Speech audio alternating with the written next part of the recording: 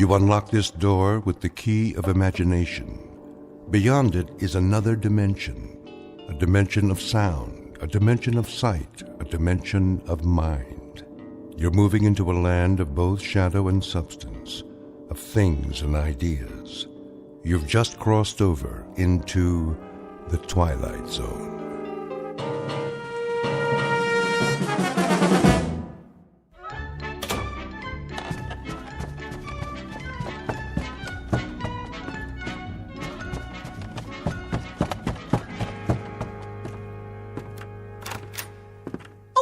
Morning, Mr. Poole. Morning, Mrs. Sullivan. Off to work? You know it. Oh, Mrs. Sullivan. Yes? I meant to drop off the rent last night. Oh, no hurry. It isn't due yet. I know, but I don't like debts. I'll make sure you get it this evening. That will be just fine. Well, have a good day at the bank. The same as every other day. Oh, excuse me. Were you going out? Just to bring in the paper. Oh, let me get it for you. You don't have to do that. No problem.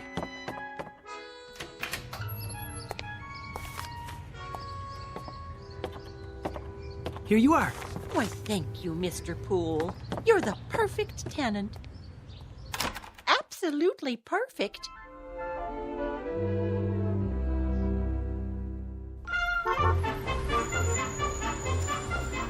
Paper, get your paper.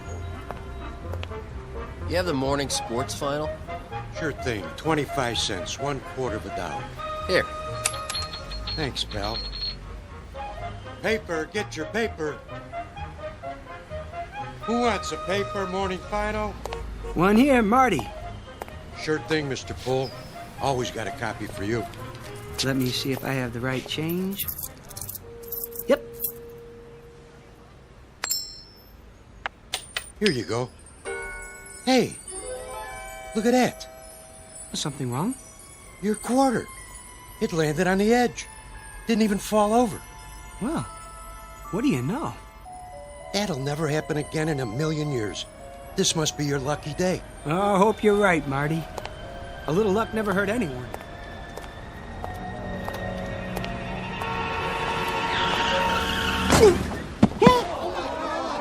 Oh, that poor man. What happened? That car had hit him. Did you see it? Somebody call an ambulance. Mr. Hector B. Poole, resident of the Big Apple, the Glass Canyon, hoping to survive an assault on his senses, all 6 of them. Flip a coin and keep on flipping it. What are the odds? Half the time it will come up heads and half the time tails. But in one wild, freakish chance in a million, it will land on its edge. Mr. Poole, a bright human coin on his way to the bank in the Twilight Zone. And now, The Twilight Zone and our story, A Penny for Your Thoughts, starring David Eigenberg with Stacey Keach as your narrator. Stand back! Look what you did! I didn't see him, honest. He just stepped off the curb. Where's the ambulance? Oh, what happened? Easy, mister. You all right? Oh, I think so. Oh, just give me a hand. Look, lie still. I'll get a doctor. Oh, no. I don't need a doctor. I mean, if you'll help me get up. You sure? You ought to take it easy. At least get an x-ray. Why? No scrapes, no scratches, no broken bones. I seem to be fine. You should stay down. I would. Something like that, he could sue the guy's pants off. Pardon? Oh, I just said, wait till you get to the hospital. You never know. No need for that, really. Oh, you don't know how sorry I am, sir. Oh, no harm done. I swear, I didn't see you step off the curb. If you were hurt, God, I could never forgive myself. You clumsy idiot. I wish you'd broken your fool neck. What did you say? I said, if you were hurt, I could never forgive myself. No, not that. The other part. I see no reason for you to be abusive. Abusive? I should have been more careful, but it was equally your fault. Are you certain you're all right, sir? I think so. Thank heaven for that. I'm simply trying to say how grateful I am that you weren't injured. Lame-brained jaywalker. That asinine stunt took 10 years off my life. Now, see here, I'm not Let me brush you off. Where were you headed? I was on my way to work. Well, I'll be happy to give you a lift if you like. No thanks. It's not far. I think I'd rather walk.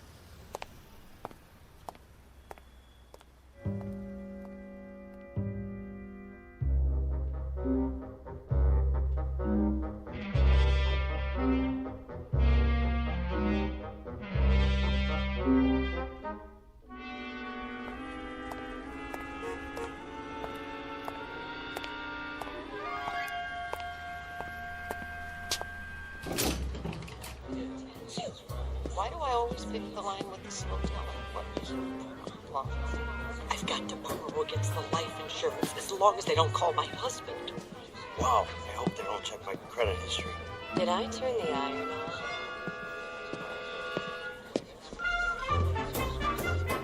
Well, well, Pool. Morning, Bran. Your watch stopped this morning? What's that? Must have.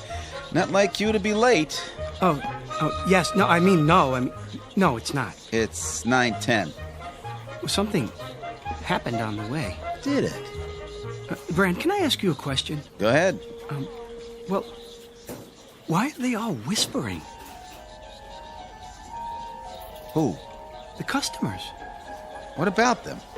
It's just that they're usually so quiet. I mean, nobody talks out loud in a bank, but this morning... What do you mean?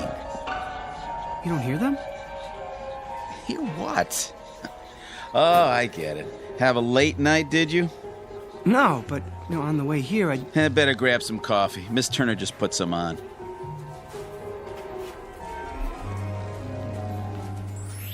Boy, look at him. Like he doesn't know which end is up. Oh, if Bagby sees him this way, he's finished. Good riddance. Oh, where is he? Huh? Mr. Bagby. In his office. Where else would he be? Oh, thank you, Brand. Well, I better get started. Yes, you do that. Oh, I knew he'd crack sooner or later. Mr. Perfect.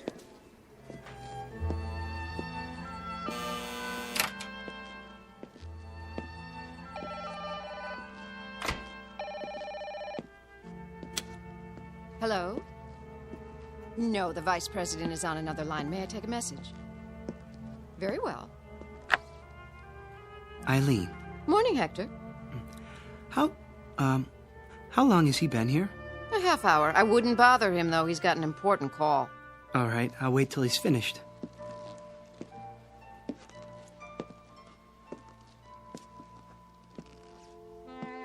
Oh, Felicia, baby! You know I care. But how would it look? And besides, Gladys has a nose for these things.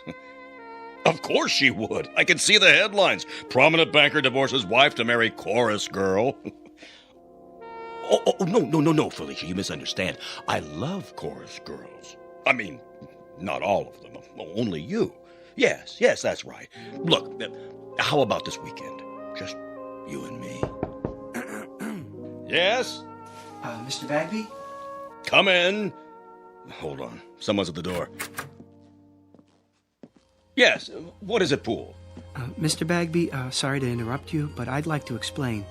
Explain what? Why I was late, sir. Were you? 10 minutes to be exact. I didn't notice. Well, as you know, sir, my record for being prompt is spotless. I pride myself on attention to duty. Yes, Pool. Everyone is aware of your devotion to the bank. Well, you see, a strange thing happened. A very strange thing. Yes, uh-huh. Get on with it, you simpering idiot. You think she's going to stay on the line forever? If you ruin my weekend with Felicia, I'll string you up by the thumbs. Your weekend, sir. What? Spoil your weekend. Oh, I wouldn't want to do that. What are you mumbling about? Look, I've got an important call here. Very pressing matter. Get on with it, man. No, of course, I understand. He said weekend. Good Lord. You don't suppose he knows about Felicia? It's impossible. I've been so careful, so discreet. There. I've placed it on hold. Now then, you had something to tell me? Pool? Another time, sir. I can see that you're busy. I'd better get to my work.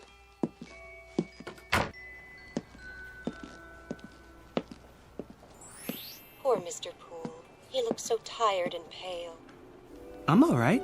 Oh, Good morning, Mr. Poole. Good morning, Miss Turner. Did you say something? I didn't know I looked that bad. Oh, you don't. You look very well today. As do you. Oh, I thank you. Would you like some coffee? Not just yet, but thanks for asking.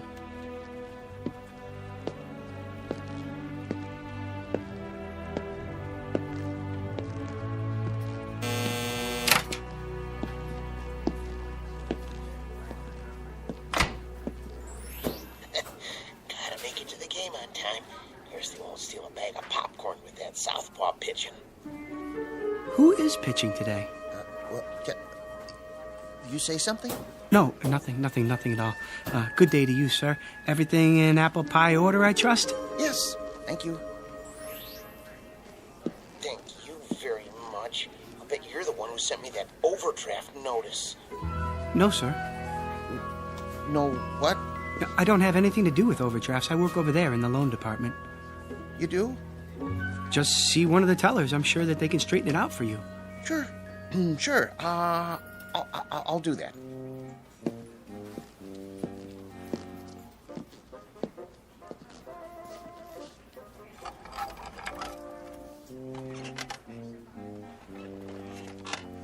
Poole?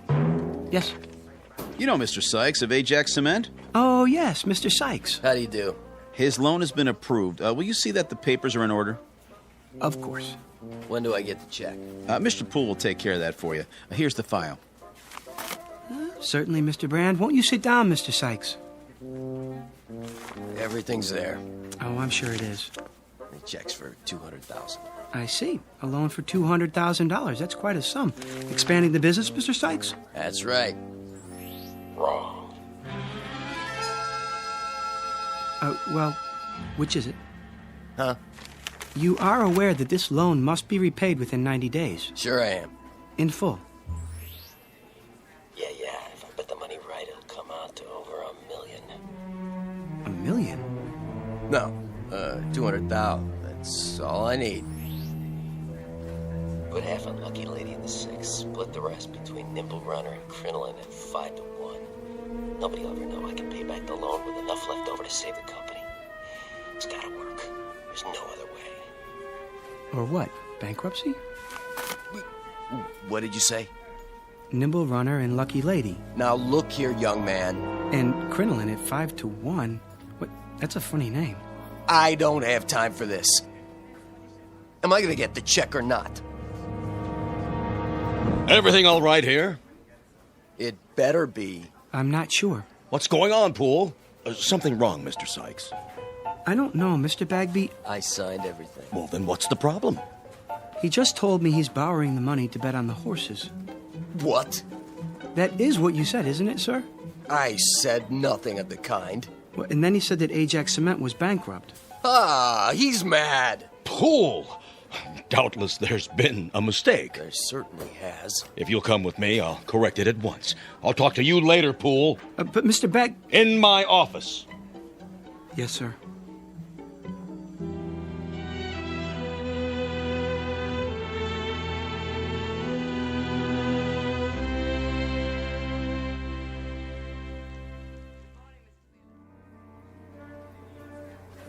What are you trying to do? My job. He said. I heard the whole thing. I'm the one who took his application. What's going on, Poole? Will you tell me that? What? If I could tell you, I would. But I honestly don't know.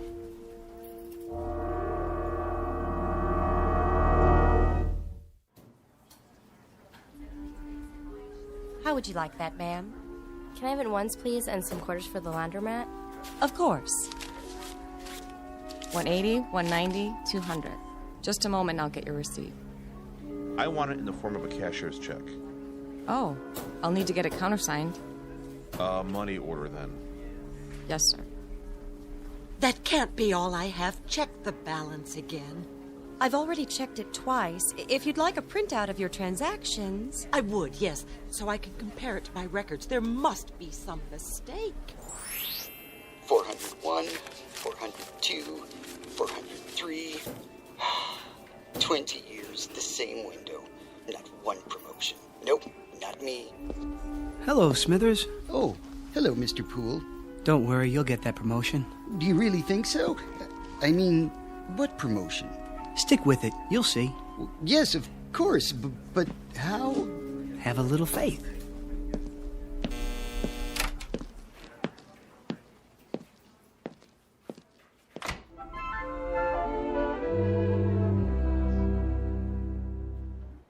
It's finally happening. It is? Yep, old nose of the grindstone seems to have flipped out. Who are you talking about? Poole, who else? He's been acting goofy all morning. Well, why shouldn't he? He's entitled to once in a while. He does all the work around here. Guys like that are all alike, gutless wonders. Put the pressure on and they go to pieces. Know what I mean? I'm not sure that I do. You phony. Don't you know a real gentleman when you see one? Got any of that coffee left? Oh, hi, Poole. Certainly. Here you are. Smells good. It's fresh. Nice and hot, too. You do all of the work and get none of the credit. You should speak up more and assert yourself. But I guess that's not in your nature. Miss Turner? Yes? There's something I've been meaning to say to you. There is? And I hope you won't be offended. Oh, I'm sure I won't. But, well... Yes, Mr. Poole? I want to thank you. Thank me? For your kind thoughts. I don't think I quite understand, Mr. Poole. Romancing the help, eh, Poole? Brand, please. Well, who can blame you? Miss Turner's the prettiest girl in the new accounts department. Just saying absolutely nothing. I haven't seen such an aggregation of beasts since the last time I went to the circus. Oh, I'm sure that's not true. Yeah, a lot of action around the old coffee station lately. That's no surprise. Not much chance for socializing on the job, is there? Brand, if I could get a word in... Yeah, go ahead. You were saying, Mr. Poole? She's probably a tiger. Let the sweet prim ones have their cages and they revert to the jungle. That's enough, Brand. Hey, watch it! Oh, sorry. You spilled coffee all over my shirt. I'll get a napkin. It was an accident. No, it wasn't. You did that deliberately. He said it was an accident. I'll see you later about this, Poole.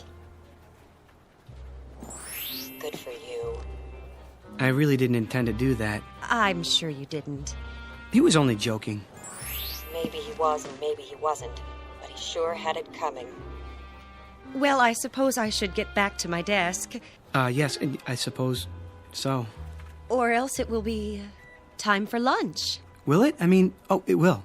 And then we'll all be having our lunches, won't we? I guess you're right. I mean, those who brought them.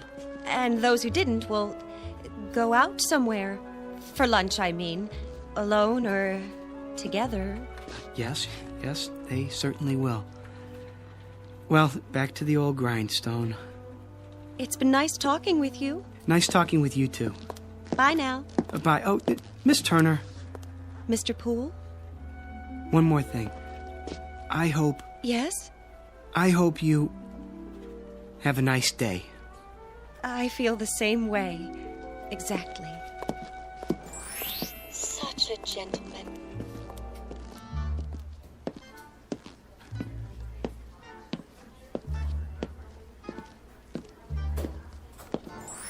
It isn't fair. Just isn't fair. I said, don't worry, Smithers. Who?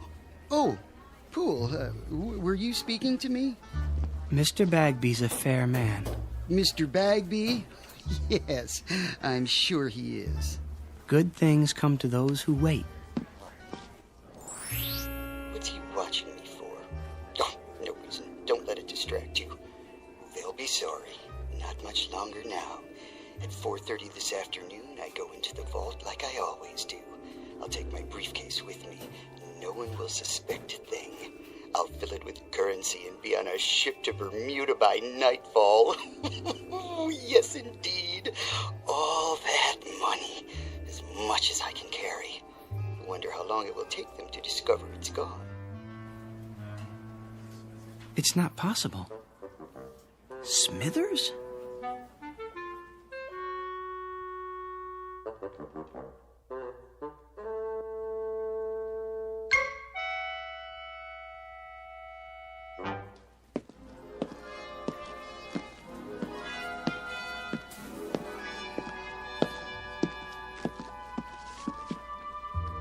Oh, Miller. Hi there, Mr. Poole. Got a minute? Sure do. Pretty quiet morning. Is that what you call it? Well, as opposed to payday, then everybody and his brother shows up. Get a little rowdy sometimes, trying to cut in line and everything. But I keep 'em in order. Teach 'em respect for the uniform. You can count on me. I know I can. That's why I wanted a word in your ear. What's up? How long have you been a guard here? Quite a few years now. Get my pension before long. And that gun in your holster, is it the same one you've always had? Sure is. Nothing beats a 38.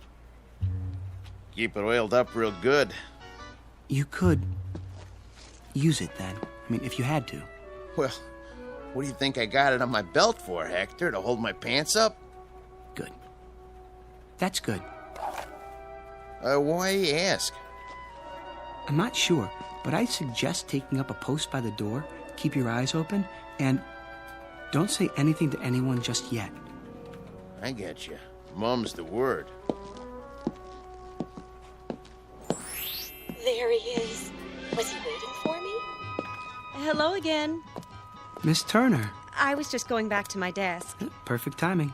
Isn't it? I mean, it is. Miss Turner, may I speak to you? Any time at all. What I have to tell you is very important. Yes, Mr. Poole?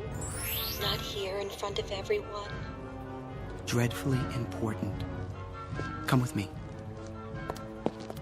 Where are we going? Somewhere private. I like the sound of that. Mr. Jones's office is empty since he transferred.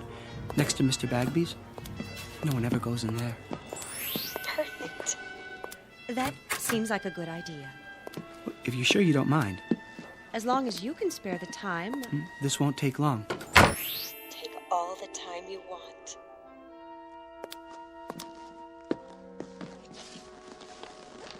Well, what is it? You'll think I'm crazy. Is something wrong? Terribly, and I don't know who else to talk to. I'm here. Miss Turner, I keep hearing voices. People talking, their lips don't move. But I can hear their voices clearly. I've got this ringing in my head. Oh, no. Well, it's not what you think, Miss Turner. I mean, I can read people's minds. I don't know if I can help you with a thing like that. I'll prove it to you. Think something, anything at all. Well, I have to hand it to him. This is an original approach. Why did it take him so long to gather up his courage? Because it only happened this morning? What did? At least that was the first time I noticed it. He didn't notice me until this morning? No, not you. The voices. Mr. Poole... They won't stop. Perhaps you should lie down for a few minutes. Maybe later. I'm trying to tell you something. I know you are. No, this is serious. Do you think I enjoy hearing people's thoughts? I'm sure I have no idea. Well, try to imagine. It's like seeing people with their clothes off. Which people would that be? Well, Miss Turner, I have reason to believe that someone may try to rob the bank this afternoon. Mr. Brand was right. He's coming unglued. No, I am not unglued. It's true. I mean, at least I think it is. You heard them say that? Well, in a manner of speaking.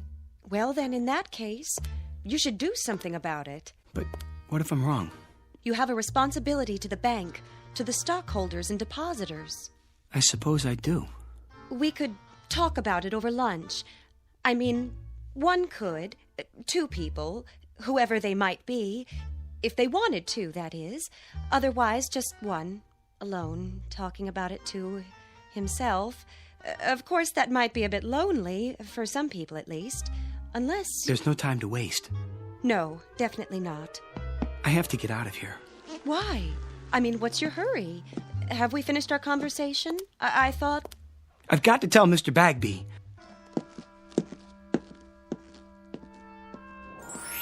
From now on, Mr. Poole, you may call me Helen.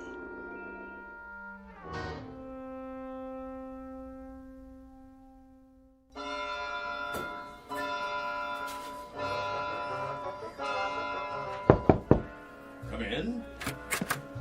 Mr. Bagby. Oh, there you are, Poole.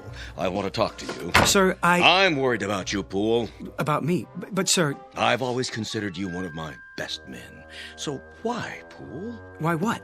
Just tell me straight out. We lost the Ajax cement account this morning because of that nonsense a while ago. Something wrong at home. The wife, perhaps? I'm not married. Oh, well, something's bothering you. Yes. Have a seat. I'd prefer to stand. Then out with it. Well, I don't know how to put this, Mr. Bagby. Speak up, Pool. I'm with you. You won't believe me. Of course I'll believe you. You're as honest as the day is long. Well, you've been like a son to me. Well, a son-in-law, at least. If you were, which you're not, legally speaking. But nonetheless... Mr. Bagby, Mr. Smithers is... Smithers? Well, what about him? He's planning to rob the bank. Say what? See, I told you. Would you mind repeating that? Smithers. Old Mr. Smithers? Old Mr. Smithers. He's sitting on his stool right now, planning it out. At precisely 4:30, he's going into the vault. He does that every day. Exactly. But this time, he'll have his briefcase with him, and he'll fill it up with banknotes, as much as he can carry. And by tonight, he'll be on a boat to the Caribbean. How do you know? I heard him talking about it. But he's one of our oldest and most trusted employees. Well, he was here when I took over the bank. I absolutely refuse to believe. I swear it, sir. He has it all worked out. Wait a minute. I take your point. Who's the one who ends up stealing the company funds? Isn't it always the most trusted employee? The man you'd least suspect? The man who's completely reliable for years until that one moment when everybody relaxes their guard and... Gotcha! He strikes. Good work, Pool. I wish it weren't true. I sort of admire Mr. Smithers. He's always there, steady as a rock, going his own way. I wouldn't have believed it if I hadn't overheard it myself. Well, no time for sentiment. Quick now, tell me the details. Well, at 4:30 on the dot, it starts. Okay, and Mr. Smithers will finish counting out his drawer as he always does, by the numbers. Thank you, folks. Good night now. Don't work too hard. And as soon as we lock the doors... See you Wednesday. You take care now. Good night, Rich.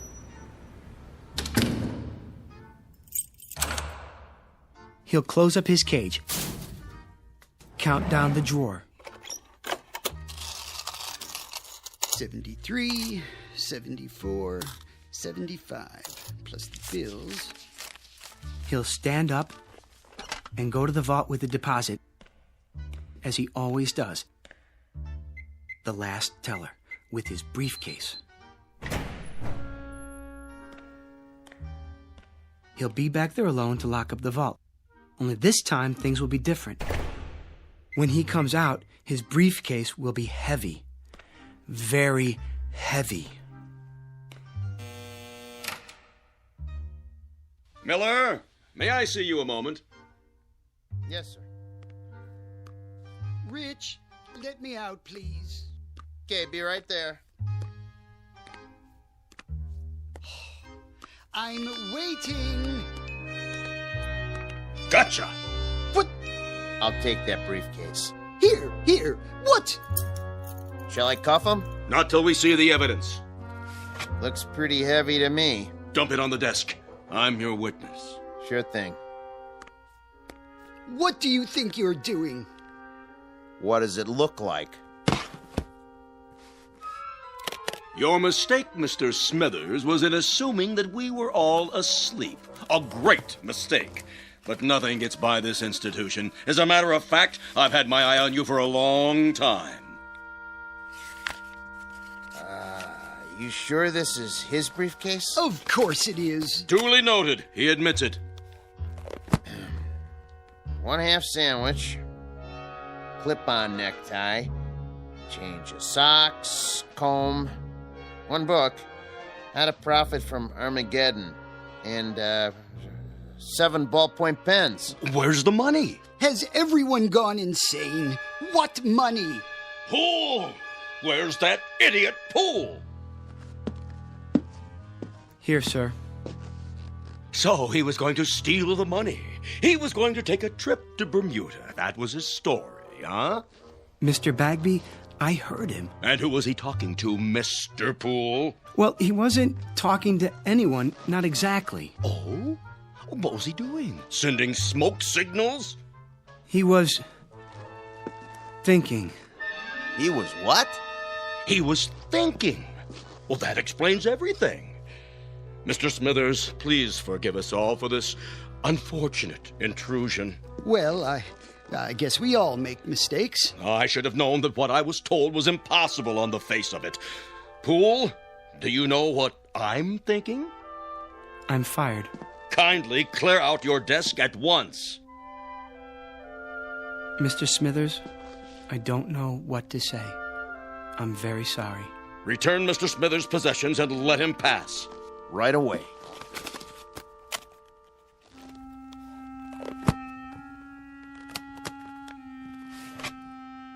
How did you know?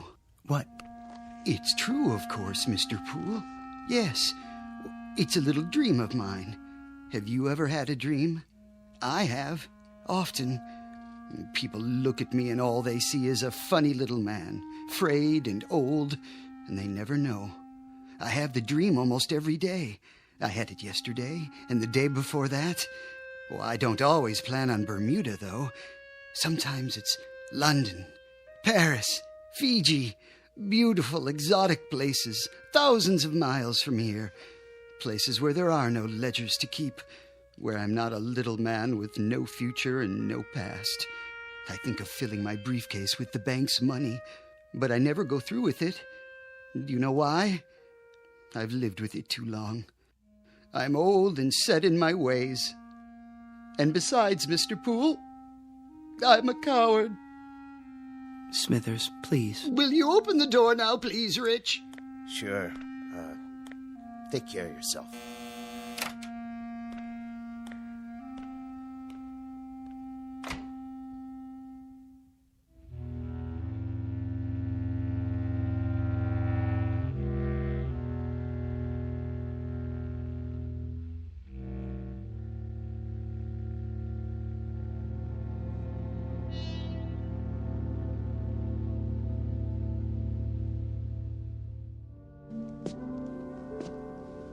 Can I help you with anything? I've got it. I guess this is goodbye, Miss Turner. It may be a blessing in disguise. For your career, a man with your abilities. Much more than mind reading. A strange delusion. But with the proper medical care, it'll go away. It's not a delusion, Miss Turner. There, you see, I can read your thoughts. But how? Well, until this morning, everything was normal. I was happy. Well, at least I wasn't unhappy. I had my friends, my job, and now this. I thought it was a gift. Well, it's no gift. It's an embarrassment. It's been nothing but trouble to me. I never imagined people were the way they are. You know, we do things without thinking about them, and we think things without the slightest intention of doing them. I've learned one thing. People are not what we think they are. Poole! Oh, thank heaven I caught you. That was the Ajax Cement Company on the phone. Mr. Sykes has been arrested. I know, for gambling with the company money. I tried to tell you that earlier. $200,000 if that loan had gone through. Mr. Poole, about your job. It's still yours, if you're interested. Why, that windbag. Mr. Poole, if you can really hear me, you're wasted in that job. If you let him take you back on the same terms, you're crazy. Everybody knows you should be in charge of the accounts department. Well, what do you say? Well, everyone knows I should be in charge of the accounts department, Mr. Bagby. In charge? Good. That would mean he'd move into Mr. Jones's old office. That would mean I'd move into Mr. Jones's old office. Now, really, Poole. This is absurd. What am I standing here wasting time for? Don't let him bamboozle you. Felicia's waiting. Man, oh man, what a weekend this is going to be. Stand up for yourself. He needs you more than you need him. Would you excuse us, Miss Turner? We have some business to discuss. All right, if you're sure. I'm sure. Business? What business? The business of Felicia and your wife, Gladys. What? I know all about it. I know where you're meeting her and when. It's impossible. No one knows about the trip or the apartment on Riverside Drive. Riverside Drive, Mr. Bagby. Am I right? Oh, all right, you win. In charge of accounts in the office next to mine. You won't say anything to anyone, will you? Not a word, Mr. Bagby. Not a word. Oh, and I forgot, there's one more thing. At the bank's expense, I'd like you to buy a round-trip ticket to Bermuda. Have it made out in the name of J.L. Smithers. I think he'd like a vacation. Are you out of your mind? Mr. Bagby? Oh. One ticket to Bermuda. Shall we go, Miss Turner? If you like. I'd go anywhere with you, but I wish you'd call me Helen.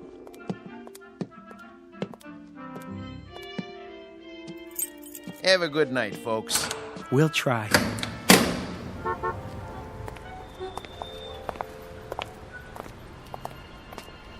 May I see you home, Helen? Well, I don't know. Of course you can, Hector.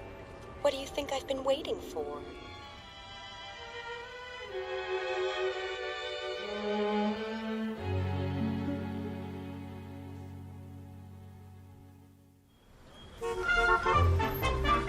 Paper, get your afternoon paper. Latest stocks. Oh, just a second, do you mind? Not at all. Oh, hi, Mr. Poole. Well, was I right or was I right? Was it your lucky day? I'd say so. Give me a paper, will you? Sure, this one's on the house. Oh, no. I don't like to owe anybody. Heads. You win. Hey, why'd you do that? I had that other quarter standing up all day, and nobody knocked it over till now. Well, I guess if you're the guy who stood it up, you're the guy who can knock it down. There goes your luck. Could be it's just beginning. Paper, get your late edition paper. What was that all about? Oh, nothing. Wait. What is it? Think something, Helen. Think anything. Oh, I am, believe me.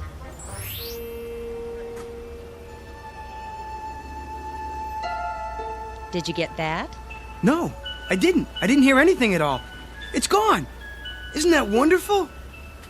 If you say so, dear. Toss a coin, any coin, and one time in a million it will land on its edge. But all it takes to knock it over is a slight vibration, a light blow, or even a vagrant dream. Mr. Hector B. Poole, a human coin on edge for a brief time in the Twilight Zone.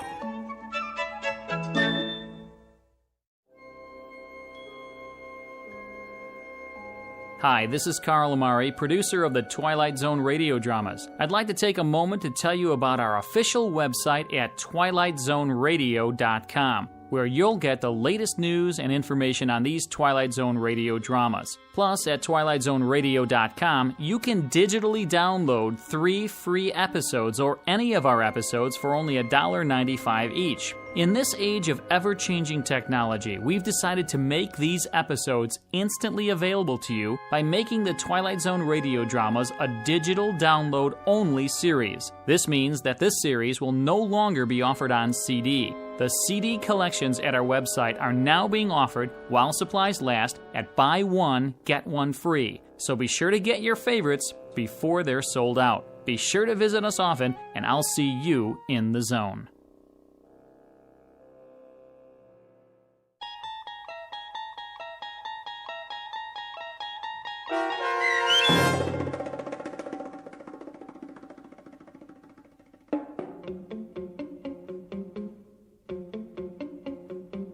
A Penny for Your Thoughts, starring David Eigenberg with Stacy Keach as your narrator, was adapted for radio by Dennis Etchison and written for The Twilight Zone by George Clayton Johnson. Heard in the cast were Michelle Graff, Doug James, Jamie Barron, Jeff Lupetin, Kurt Nabig, Joby Cerny, Frenette Lebo, Peggy Roeder, Alex Sopner, Carl Amari, Karen Olson, Tracy Hernandez, Christina Verba, and Vince Amari. This copyrighted radio series is produced and directed by Carl Amari for Falcon Picture Group. Sound design and custom Foley effects for The Twilight Zone by Cerny American creatives Bob Benson, Craig Lee, Michael Slaybach, and Matt Sorrow. To learn more about the Twilight Zone radio dramas and to contact us, visit our official website at twilightzoneradio.com. Doug James speaking.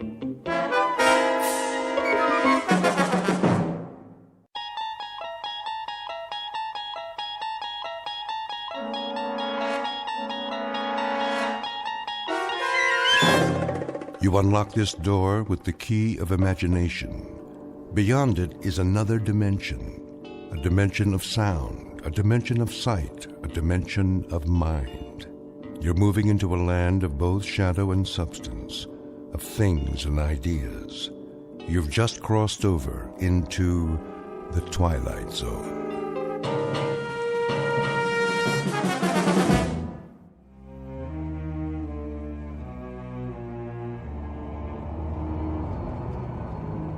Why are you driving so slowly, Miller? Sorry, sir. The traffic is unusually heavy today. I can see that, but can't you speed it up a bit? I wish I could, Mr. Gordon. Ever since we crossed the bridge, it's been bumper to bumper. Well, then try an alternate route. Well, this is the alternate route, sir, but it doesn't look very promising. Oh, I'm going to be late. She doesn't like it when I'm late. No, sir. I better call home. A capital idea.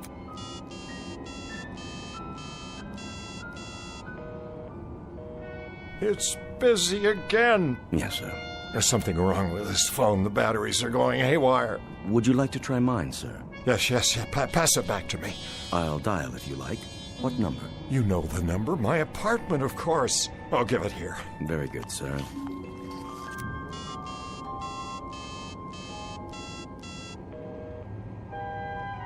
Who is she talking to? Perhaps she's calling your office. Well, this phone isn't working either. What did you do, sir? Throw it out the window. Cheap plastic contraption. But it was an excellent phone, sir. You bought it for me last week. Then I'll buy you another one. Now get me home. Yes, sir. May I suggest... The ice bucket is full. There's a bottle of your favorite scotch. Not at this hour. It'd only slow me down. Have enough trouble keeping up with her as it is. Quite. Oh, Flora, please don't be cross with me tonight.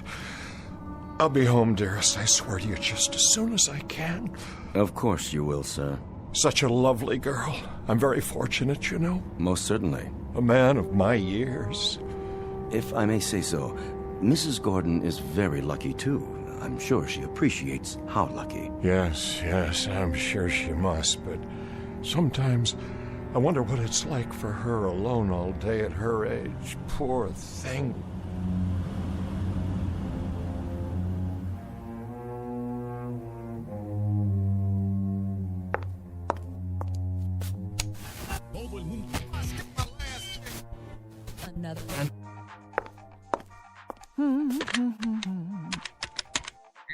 Hello, concierge? Yeah, this is Mrs. Gordon.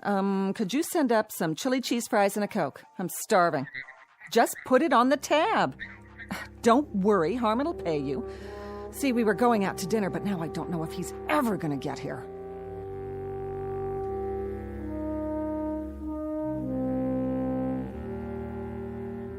Picture of an unlikely lady-in-waiting and her knight in not-so-shining armor. An aging man who leads his life, as Thoreau said, in quiet desperation. Because Harmon Gordon is a slave of love, and has been, most unfortunately for him, ever since his heart was captured by a woman some 40 years his junior. And because of this, he runs when he should walk. He surrenders when simple pride dictates he should take a stand. He pines away for the lost morning of his life when he should be enjoying the evening. In short, Mr. Harmon Gordon may not know it yet, but what he seeks most desperately is a fountain of youth. And who's to say he won't find it? Because this just happens to be in the Twilight Zone. And now, the Twilight Zone and our story, A Short Drink from a Certain Fountain, starring Adam West with Stacy Keach as your narrator.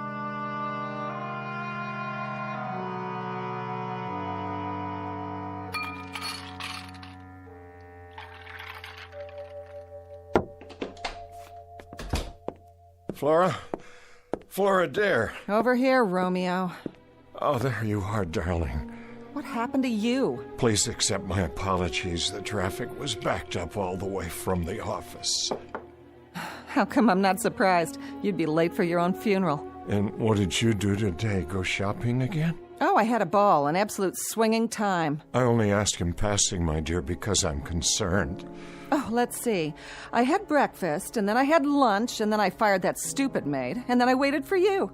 Whether you realize it or not, big boy, that routine gets old fast. Very old. I'm truly sorry. Well, all in all, Harmon, it was one of those days that makes you want to jump off a bridge. Earth to Harmon, do you read me? There's still time if you care to go out. Yeah, and do what? Dinner at the tavern? Whoop-de-doo. I thought you liked the food there. How about the Rainbow Room? Well, I suppose, if you prefer, it is awfully noisy there. At least we could hear some music. You want music? But I've bought you all the latest recordings. I want live music, any kind. I don't care, as long as I can dance. Dance? Matter of fact, I feel like dancing right now. You do? Will you dance with me, Harmon? Well, I suppose. Come on, baby. Let's see what you've got. Let me take off my hat and coat. Oh, come on, loosen up. Let it move you. Feel that beat? I'm trying, dear. Move it, Harmon. I'm doing my best.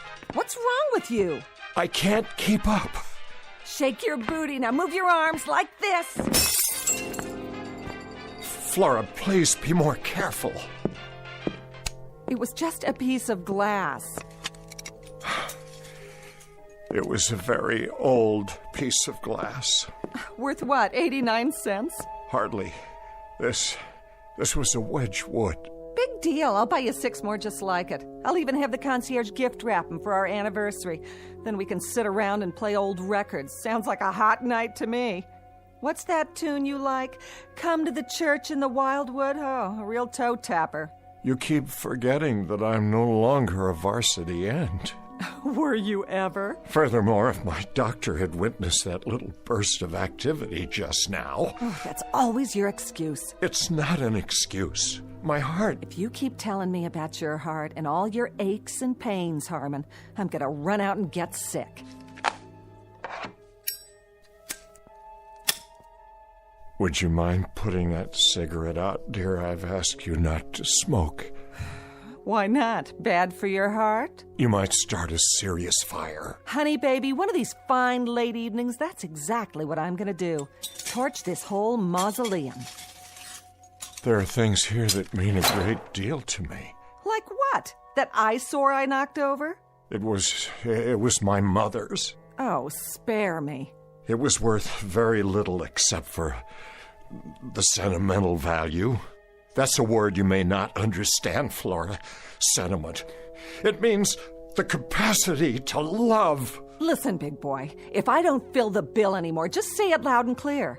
In case you forgot, there are 14 flights a day to Reno, and I'd love to be on any one of them.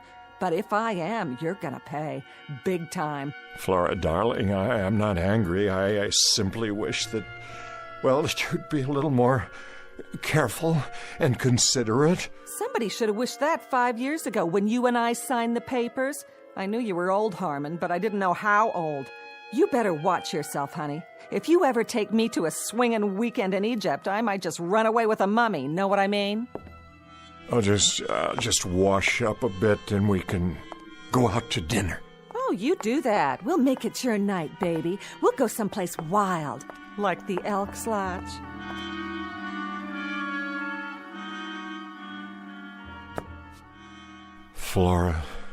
Flora, darling, what's happened to us?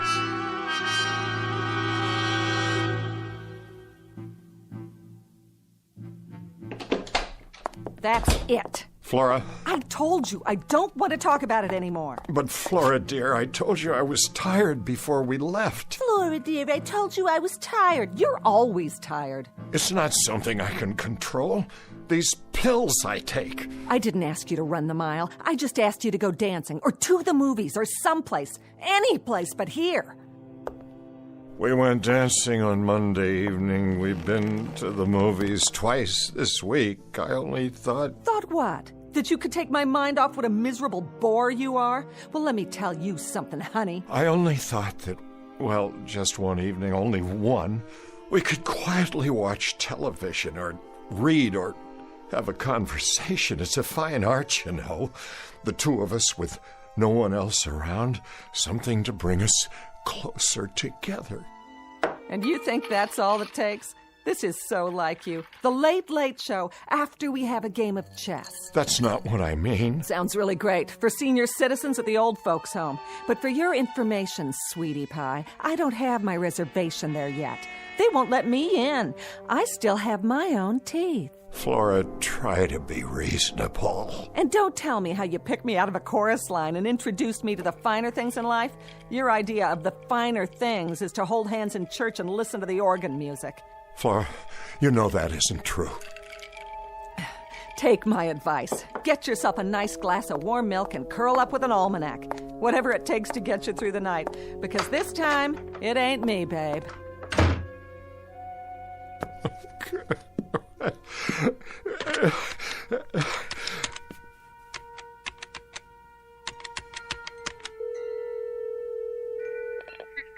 Forgive me. I know it's late, but is Dr. Gordon still in the lab? He is? May I speak to him, please? This is his brother calling. Yes, I'll wait.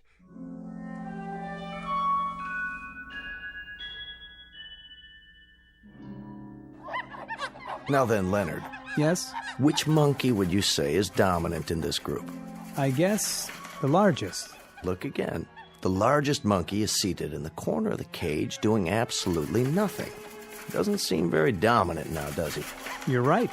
Now, notice the small one in the center of the group. The young one? He has the food and water to himself. No one's challenging his position.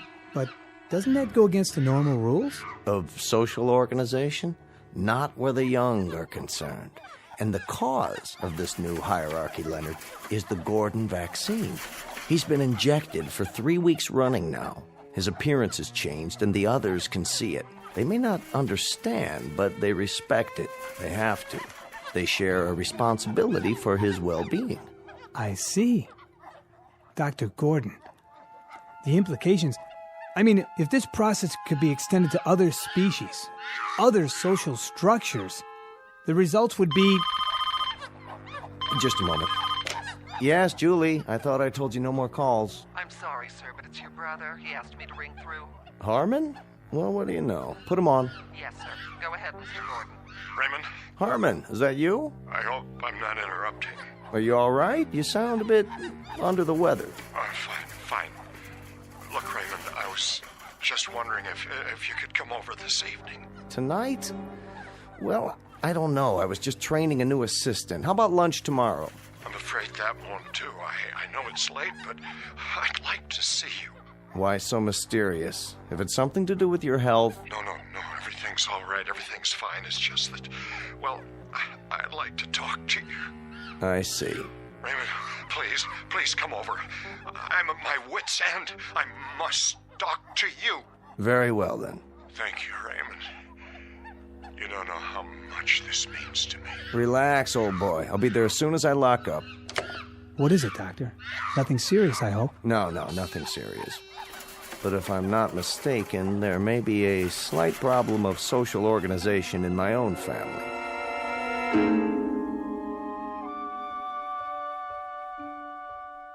Drink all right?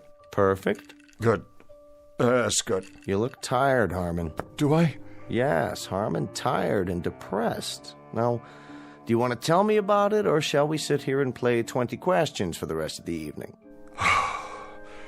Been pretty rushed the last week or so. Flora asleep? Yes, she went to bed about an hour ago. She asked to be remembered. Oh, she'll be remembered. I'm not sure I like the sound of that. Merely an observation. You know, you really ought to get to know her better, Raymond. She's really a fine girl. Did I say otherwise, Harmon? No, but I know you two haven't been exactly close, as a brother and sister-in-law should be. Harmon, would you do me a favor? Anything. 2 favors, actually. First of all, don't sell me on Flora. Don't even try. You know what I think of her. And this isn't backbiting now. This is what I've told her to her face, so I have no compunctions about saying it aloud. Saying what? Let me finish. I could forgive her appetites, Harmon. I could forgive the fact that she's made out of asbestos and doesn't have a heart in her body. You're being unfair. But I cannot forgive her for what she's done to you. She's turned you into a frightened, quaking, damned fool who dotes on her, gives into her whims, and runs after her like a poodle. That's item 1. Raymond, please. My second favor is simply that from now on, after you've had your battles, you not call me at odd hours of the night. I don't do this often. Once is often. Twice is endless. Harmon, we're very close as brothers go, don't you think so? Yes, despite the difference in our ages. Maybe that's why. You've always been my big brother, and you know there isn't anything in this world that I wouldn't do for you if it's in my power. But you can't expect me to run over here like a St. Bernard every time you get frozen halfway up the mountain. You make me ashamed. Don't be. She's a predatory little alley cat, and she's always been that way. I knew it the first time I saw her, but I can give you only so much solace, so much sympathy, and then it begins to stick in my craw. Now, what is it you want tonight? Just someone to while away the hours with you? Or is there something more specific? The things you've been working on at the Institute. Go on.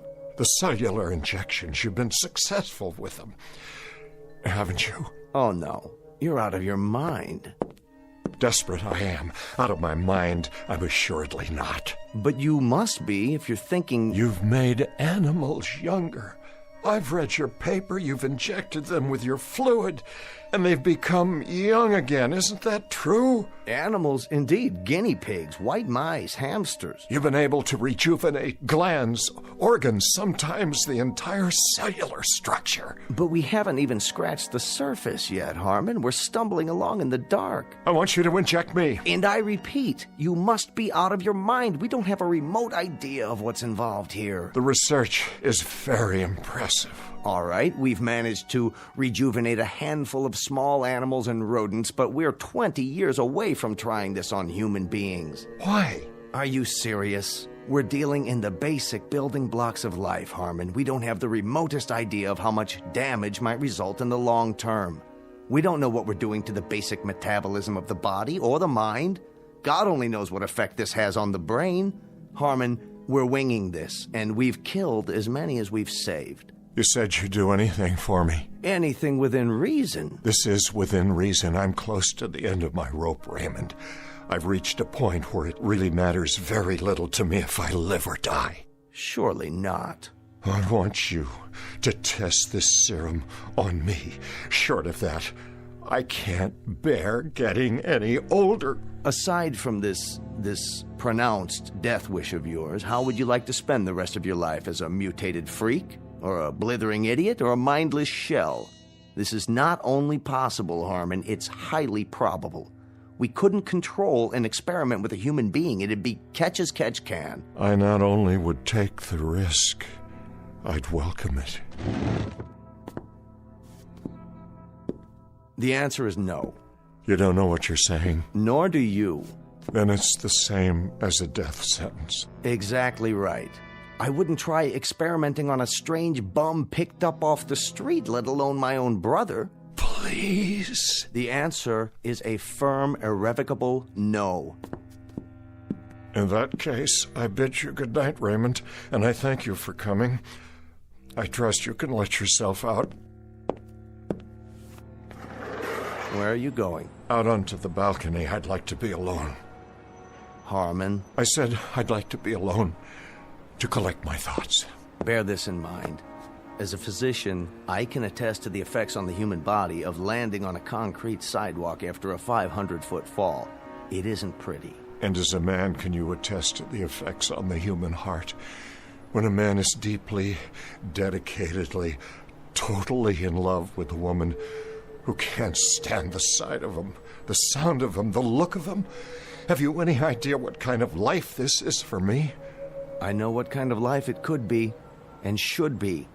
You're a bright, charming, wealthy, discerning guy, and you've been warped and hammered out of shape by a flashy little piece of baggage who isn't fit to wait on your table. Whatever she is, and whatever she isn't, she's the only thing on God's earth that I care about.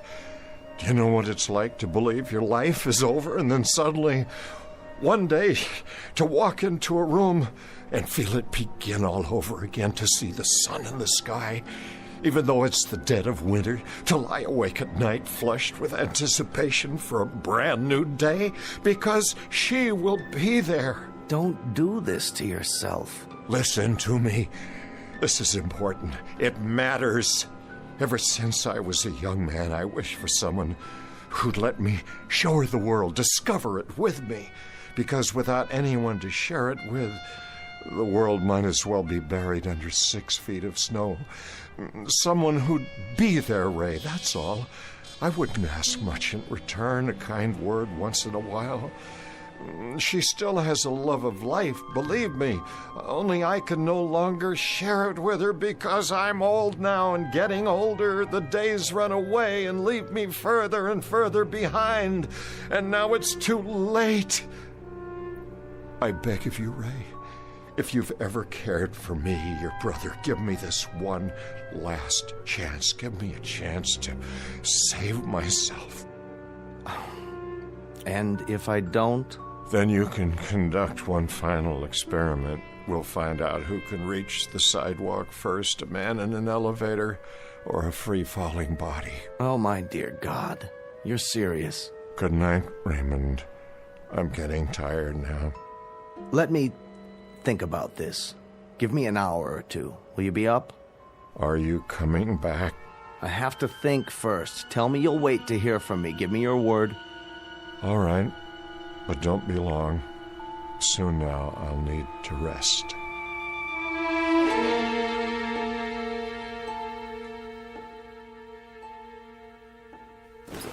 Would you like me to sit down? Yes. Roll up your sleeve. Easily done. I want to thank you for coming back. Don't thank me yet. I have to swab your arm. You'll feel a slight sting. There. That's it? That's it. All of it? It doesn't take much. A few cc's. And I may expect what? You may expect a miracle, but it's unlikely you'll get it. I want you to go to bed. Don't go to work tomorrow. Tell Flora you're taking the day off. I'll be back first thing in the morning. I'm keeping a very close check on you for the next few days. And when might I expect some change? Usually within 6 hours. That's when the first physical changes occur. As to mental changes, none of the rats or guinea pigs have articulated to us the exact feeling. I'll be the first. You'll be the first. Making the assumption, of course, that you'll be alive. Oh, I'll be alive, all right. Do you want to know something? I shall not only survive, I'm going to become young again. I feel it. I sense it.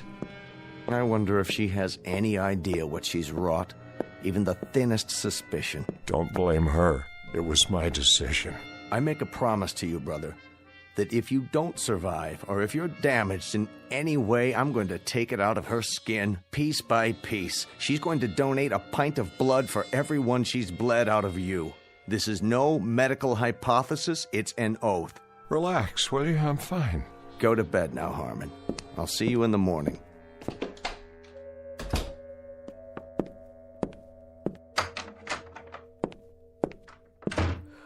Oh, that you, Harmon? Yes, Flora. Go back to sleep. What are you doing in front of the mirror?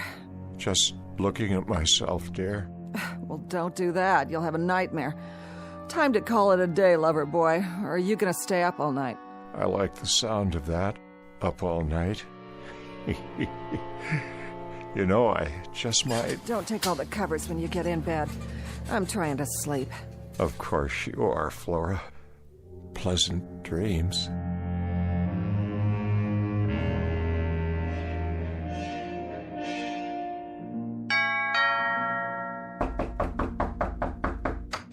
I'm coming. Morning, Flora. Why, if it isn't the quack himself? What do you want? Where's Harmon? He was last seen pounding a pillow. Some fun if you ask me. Is he all right? What is this, ESP or something? I asked you a question. How is he? He's okay. Boring, but okay. I want to see him. Then walk right in that room over there and blow a bugle. Maybe that'll get him going. He needs his sleep. I'll wait for him to get up. You do that. Take off your stethoscope and make yourself at home. You haven't talked to him this morning? I haven't talked to anyone. Not until you started pounding on the door. Do you know what time it is? What about last night? Did you talk to him last night? What difference does it make? He never has more than 2 words to say. But he sounded lucid to you? Look, Pally, I'm not the night nurse. I think you're in the wrong ward. Besides that, you bore me almost as much as Harmon. Now listen to me, you little... Get your hands off of me, Frankenstein. Harmon, how do you feel? I'm not sure. Harmon, how do you feel? Poor little... Harmon? Is that you? Harmon, take your hands away from your face. Let's open the curtains and throw some light on the subject. Your face? What's wrong with it? Look at your reflection in the window glass. Oh, well, what do you know? Incredible what a good night's sleep will do for a man, isn't it? Absolutely incredible. Harmon, what's happened to you? To the bags under your eyes, the lines. Are you wearing makeup or something? Makeup? No makeup, my dear. Just a few hours of sound, refreshing sleep. You look different. Do I? You look wonderful. You look so young. What have you done to yourself? Ask my brother over there. Don't ask his brother. His brother doesn't know. How do you feel, Harmon? How do I feel? Like $10 million, tax-free. That's how I feel. You know what I'm going to do for you, Ray? I'm going to let you take me on a tour. They can write you up in all the medical journals. That won't be necessary. But first, you'll have to give me 4 weeks. Flora and I are going to take a little ocean trip. Would you like that, my dear? Oh, an ocean trip? Oh, you bunny rabbit, you. Oh, Harmon. Darling, when do we go? I've given it some thought. I think we ought to check out whatever sails tonight. Unless you'd rather fly. Honey, baby, I am flying. Boat, plane, who cares? Oh, I don't know what's happened to you, but I'll clue you, Big Daddy. I don't even care. Whatever it is, I like it. I like it very much. Mm-hmm. I don't think you'd better plan on any trips, at least for a while yet. Oh, blow it at your black bag. I'm going to get fixed up for you, honey. Don't go away. I'll be right back. Where do you want to go? Australia, Fiji, the Hawaiian Islands? Where?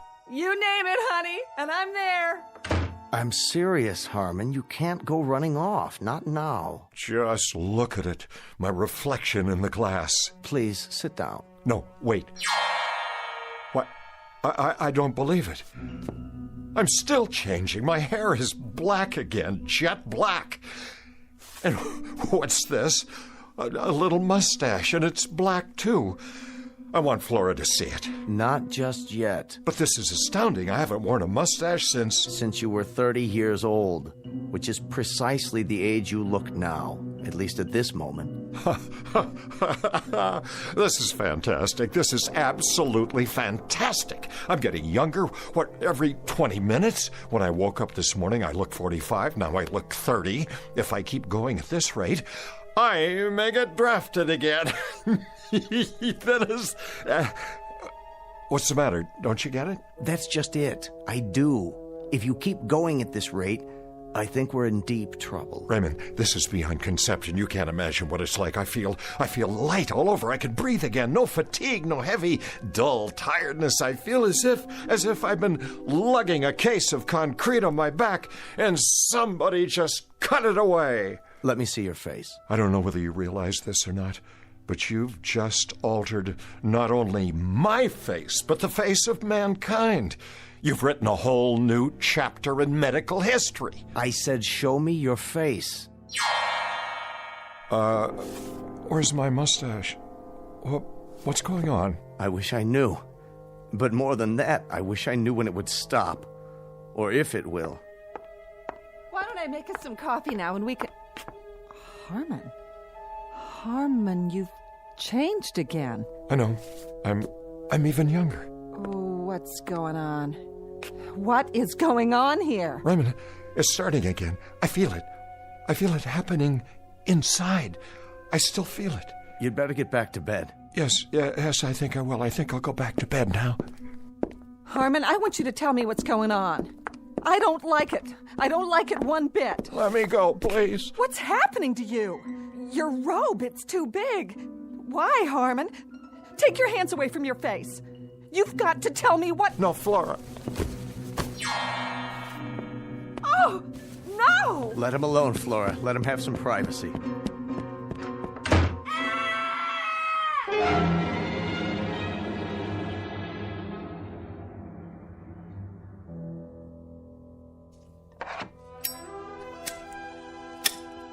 Well, are you going to tell me now? Sit down, Flora. What is it? What's happened? I've been working on a research project. What kind of project? A cellular serum. Up until last night, I had only tested it on animals. Harmon insisted I try it on him. What does it do? As far as I can tell, it stops the body's aging process. Beyond that, it will, in some cases, rejuvenate cells and tissues. In layman's terms, it might make a person younger. Younger? Let me have one of those cigarettes, will you? How much younger? We were never able to ascertain how much, once the serum took effect, or how long the process would take. But now, I believe we know. I don't understand. I suppose there are variables to consider, but in the case of Harmon, the process took approximately 10 hours. You mean it's over? That's right. The changes have finally stopped. I want to see him. You shall, but you're not to wake him. He's in shock, and this sleep is precisely what he needs. I want to see him right now. Do you? Suddenly so solicitous. Very touching. Don't you try to stop me. Flora, as of right now, as of this very moment, you'll have some adjustments to make. What are you talking about? I want to see Harmon. From this point onward, you'll have to readjust your entire life. This is some kind of trick. I want to see my husband. Look at me and listen. Let me go. Harmon is sleeping, but when he wakes up, he's going to need your help. Help? What kind of help? Let me see him. I'll let you see him, but I think you'd best get oriented first. I don't need anything from you.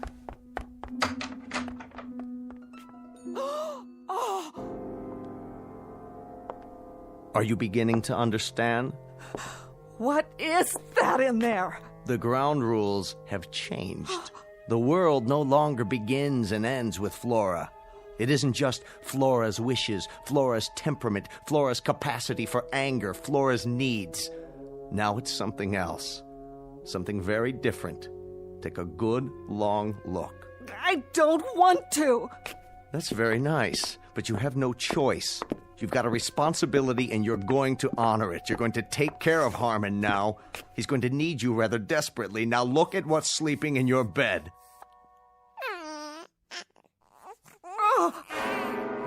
There, little fellow. Go back to sleep. The world isn't such a bad place. You'll see. Oh, Flora, if you're leaving, my dear, make note of the fact that the clothes you have on are all that you take with you. You're out of your mind. If you think I'm going to spend the rest of my life taking care of that grubby, thumb-sucking little baby in there... That's precisely what you're going to do. Short of that, Flora, my dear, you leave the premises as you came, unadorned. The furs, the jewelry, and everything else my brother gave you, that remains here. You can't make me stay here, and neither can he. There's other fish in this ocean, mister. Indeed there are, but you're not married to them. You happen to be married to my brother.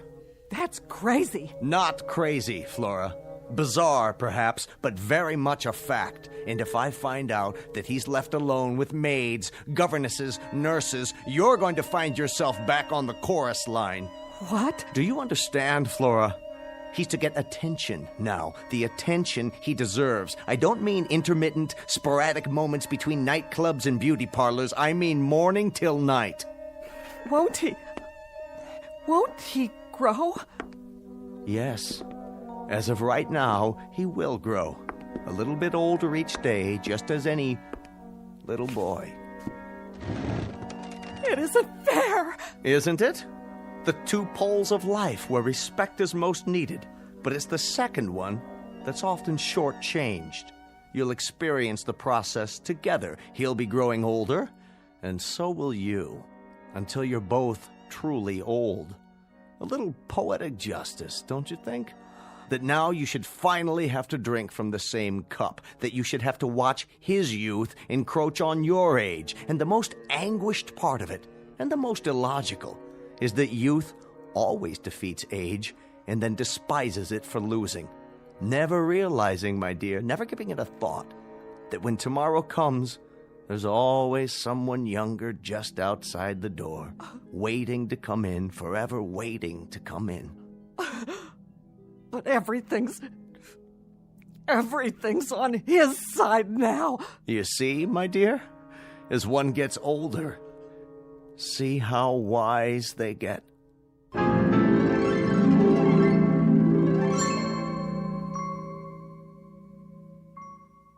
Shh. Harmon Gordon is sleeping. He's taking a little nap. He'll wake up soon and impatiently demand a lollipop or a stuffed toy or some other form of attention. Youth is like that. It demands. If you don't believe it, ask Flora. Ask her any day of the ensuing weeks of her life as she takes notes during the coming years and realizes that the worm has turned. The oppressed has become the persecutor, and youth has taken over. It's simply the way the calendar crumbles in the Twilight Zone.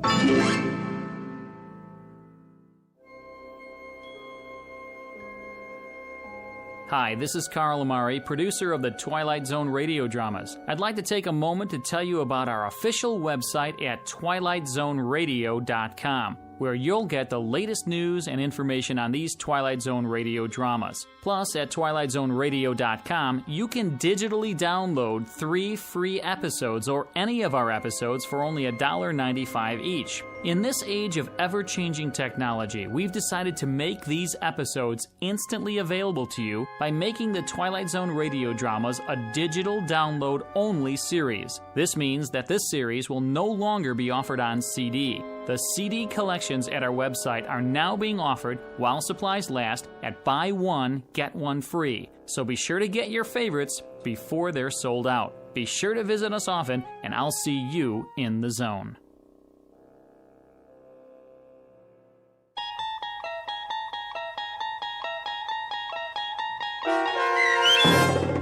A Short Drink from a Certain Fountain, starring Adam West, with Stacy Keach as your narrator, was adapted for radio by Dennis Etchison and based on a script by Rod Serling from an idea by Lou Holtz. Heard in the cast were Meg Thalken, Christian Stolte, Doug James, and Lynn Foley. To learn more about the Twilight Zone radio dramas and to obtain audio cassettes and CDs of these programs, visit our website at twilightzoneradio.com. This copyrighted radio series is produced and directed by Carl Amari and Roger Wolski for Falcon Picture Group. Doug James speaking.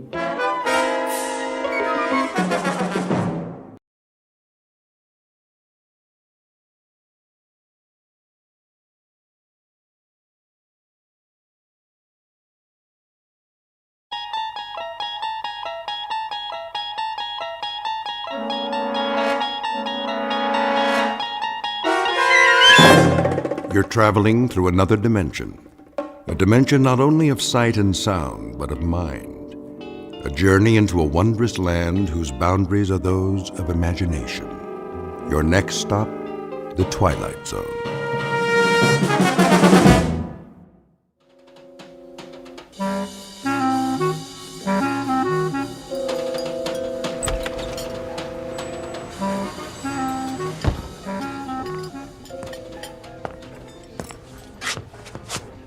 Hello, Mr. Morgan. Ferdy. Nice to see you, sir. Where's Daggett? Mr. Daggett? Mm-hmm. The table in the corner. He got here a few minutes ago. Good. I'd like to see a dinner menu. I don't have much of an appetite. A drink, then. The usual. Yeah, make it the good stuff. Of course. Harold, 1 tequila with lime, table 3. Coming right up.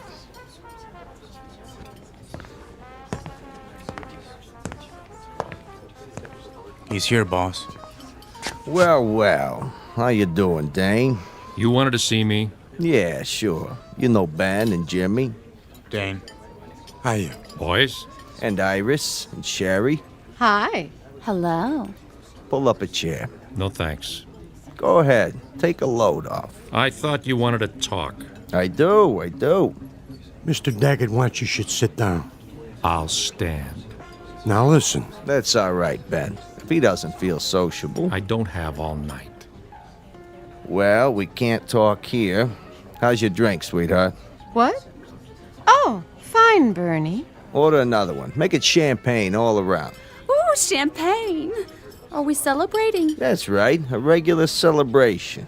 What's the occasion? The 6-month anniversary of a wonderful partnership. Come on, Dane. We'll go to my office. You too, Jimmy. Ben, stay here and keep the ladies company, like I told you. Okay, boss.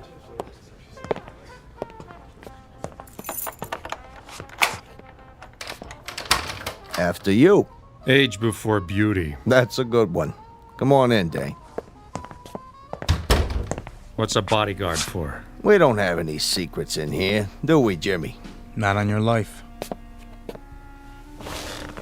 Sit down. Have a cigar. I'll take a napkin. What for? My shoe. You and your shoes. Always got a brand new pair. What's the matter? You see a piece of lint on them? Jimmy, give him your handkerchief. Huh? Do it. Okay, boss. There. That's better. So, what's on your mind, Bernie? Oh, I thought we should have a little sit-down. Something wrong? What? No. Business is jumping. A real healthy cash flow. Most of it from my joints. Yeah, well, see, that's just it. I'm feeling generous, so I thought I'd make you an offer. Forget it. Wait a while. I'm talking cash. I buy you out. You walk away with enough dough to live the high life. I already live the high life. Yeah, sure you do. But think about it. You could set up a new business. Anything you want. I have a business. Now listen, Dane.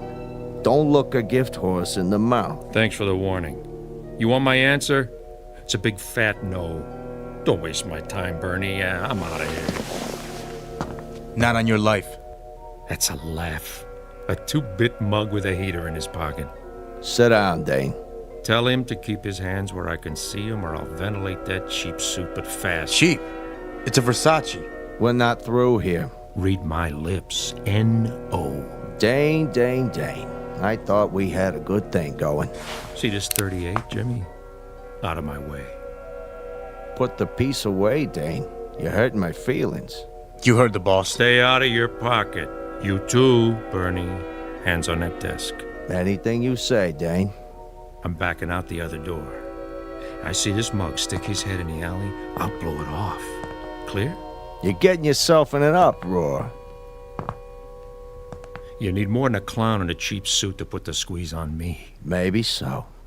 Now, Ben!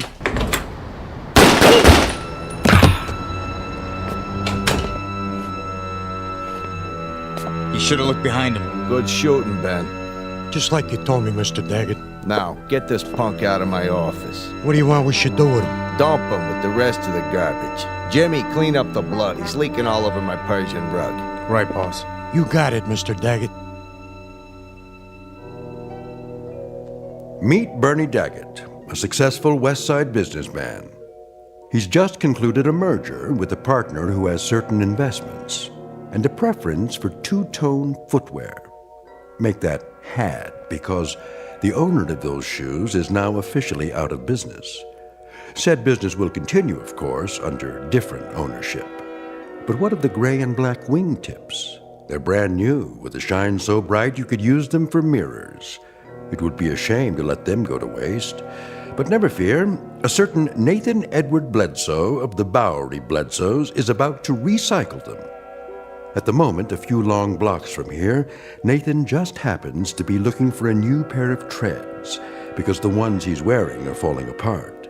He doesn't know it yet, but his search for a warm place to sleep and a bottle of forgetfulness is about to end. Dane's shoes will carry him out of his misery and straight into the Twilight Zone.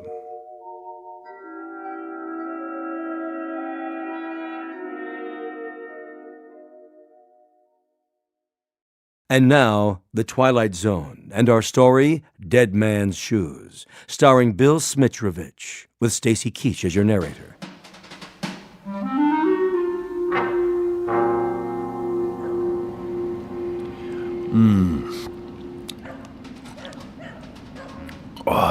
Give me a swig, will you, Nate? Sorry, Chips. All gone. Well, let's go get another one. Oh, you go. I'm gonna turn in for the night. But it's early. Besides, I don't got no more money. Go panhandle some.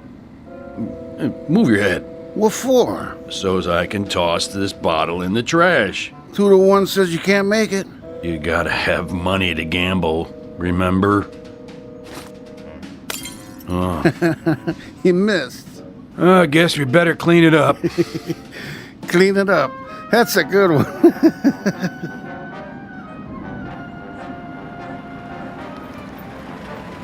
Now you done it. Somebody called the cops. Wait. That ain't a cop car. Okay, Jimmy. The coast is clear. Dump them. Where? Under the fire escape, by the trash.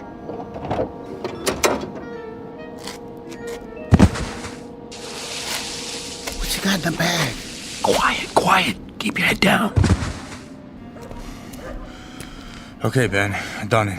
Let's go. Mr. Daggett said to come right back. So long, Dane. Good riddance to bad rubbish.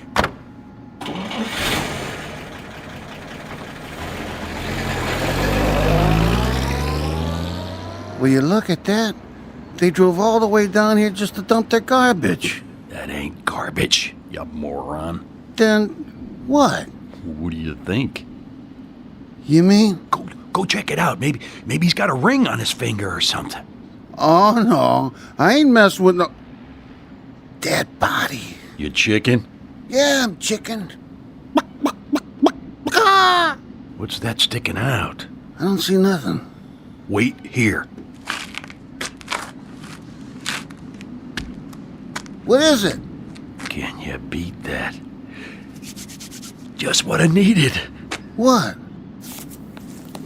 Guy's got a pair of shoes on. Brand new. I wouldn't touch them if I was you. My size, too. Careful, Nate. You're fooling with evidence.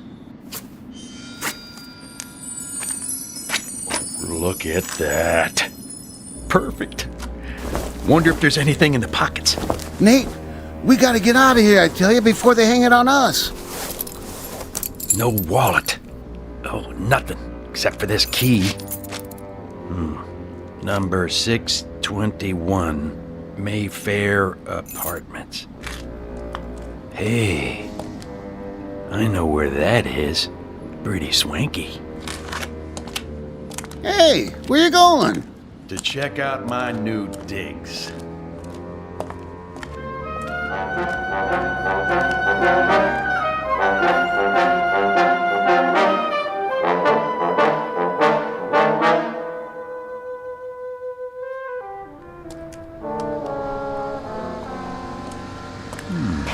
Mayfair Apartments. Doorman, would you get me a cab? Certainly, ma'am. Taxi! Next in line over here. Where's she going? West 84th. Ma'am, here you go. Thank you. Now this is for your trouble. Thank you, ma'am. Watch your fingers.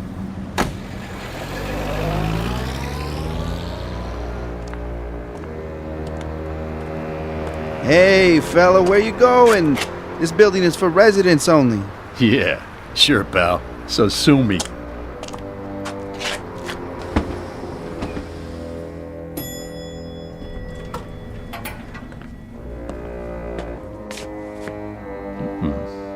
apartment number 621. Nice place. Dane, I'm so glad you're here. I was just painting my toenails. Where were you? Who are you? That's rich. Who am I, she says. What do you want? Not you, that's for sure. You better get out of here, Buster. I'm not kidding. Now, where's the liquor? Right over there. That's Dane's tequila. If he comes back and finds out you touched his stuff, he'll kill you. Sure he will. Do you hear what I said? He'll kill you. For real. Thanks for telling me, Wilma. Who told you my name? You know what I'm gonna do now? I'm going in the bedroom to get some clean clothes after I take a nice hot shower. And you know what you're gonna do? What? You're gonna fix me another drink. I am. And use the good stuff. The Gold Reserve. But that's... That's what? Nothing. Oh, and Wilma? Yes? Don't even think about leaving.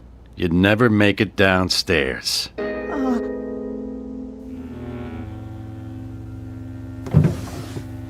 Shirt, socks, and a suit. Think I'll try the pinstripe.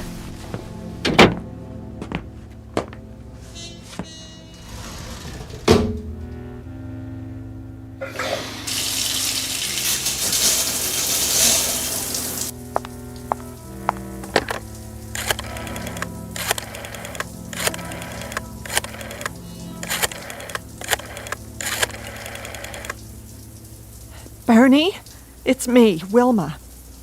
Wilma! No, I can't talk any louder. Listen, is Dane there?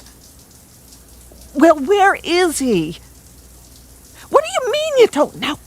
All right, do me a favor. Call me as soon as you do. Thanks, Bernie.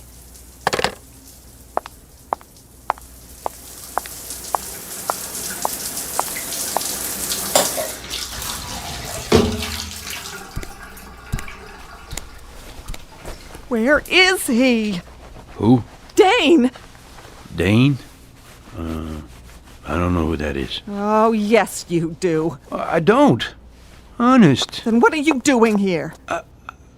I'm not sure. You walked in here with his shoes on. Nobody else wears shoes like Dane's. I don't remember. Well, maybe this will refresh your memory. Hey, what are you pointing a gun at me for? I don't know what you're talking about, lady. I found the shoes. At least I think I did. You mean you stole them? Yeah, that's it. I stole them, okay? Where? Please, miss, I don't know anything about nothing. What do you know? Nothing. You gotta believe me. I ought to shoot you right now. Busting in here like you own the place. Please, I don't want any trouble. All right, but you get dressed and get out of here. Move. Okay, I'm going. Hurry up. I just gotta put my shoes on. Those aren't your shoes. Yeah? Is that right? And what about the gun? I suppose that's not mine either. What? Keep away from me. Give me that thing. Ow! You shouldn't play with guns, Wilma. You might get hurt. Hand me the towel. What? The bath towel. I see some dust on my shoe. Just get out, please. I won't say anything. Where's the other one? I don't know what you mean. The automatic. What do you think I mean? In the closet. The shoulder holster. Full clip. Good. What are you standing there for? I thought I told you to make me a drink. Look, mister, I don't know what you want here. A drink, I said. Okay. What kind? What do I have to do, break your arm? The only thing I ever drink. Tequila with lime.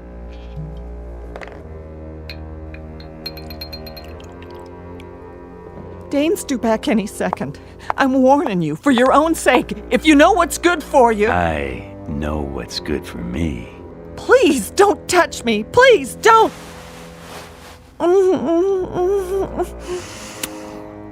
Oh. Who am I, baby? Oh, it's not possible. No? Let's try that again. Dane? But you're not him. You're not. Be quiet. What have you done with him? What happened? What?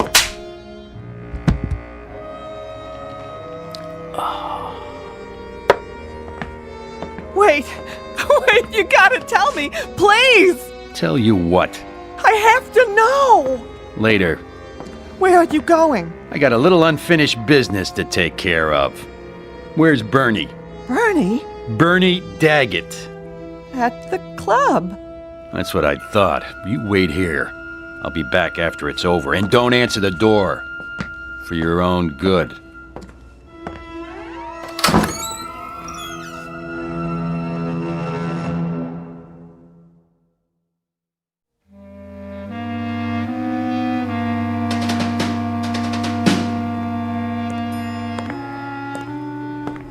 Sir? Yeah? Did you get the message from Mr... Oh, I'm sorry. What's the matter? There problem? Nothing, sir. I thought you were someone else. Oh, is that so? Like who? Another one of our residents. Let me guess. The guy in 621? That's right. You must know Mr. Morgan. Yeah, you might say that. Just visiting. What's it to you? Oh, nothing at all. It's just... Just what? That suit and those shoes. Mr. Morgan has a pair exactly like them. No kidding. Must be quite popular these days. Very smart. I like 'em. You got a handkerchief? Why, yes, I'm sure I do. Here you are. Clean one, is it? Oh, yes, sir. Good. Got a scuff on the toe. You do? It doesn't show from here? Shoe shine stand's closed, huh? Yes, sir. At this time of night. Yeah, here you go. Here's a tip. Oh, that's not necessary, really. It's the concierge's job, too. Listen, get a shoe shine boy who works around the clock.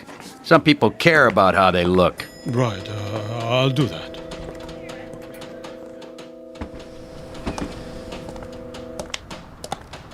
Hey there, Mr. Morgan. Get a cab for you? No thanks, Tommy. Oh, begging your pardon, you're not Mr. Morgan. Were you sure about that? Get you a cab if you like, sir. That's okay, Tommy. I feel like walking. Clean shirt, new shoes, and I know just where I'm going to. Sure looks like you do. Yep. Clothes make the man. That's what they say. Hello, Mrs. Tomlin. Oh, watch your step. Why, thank you, Thomas.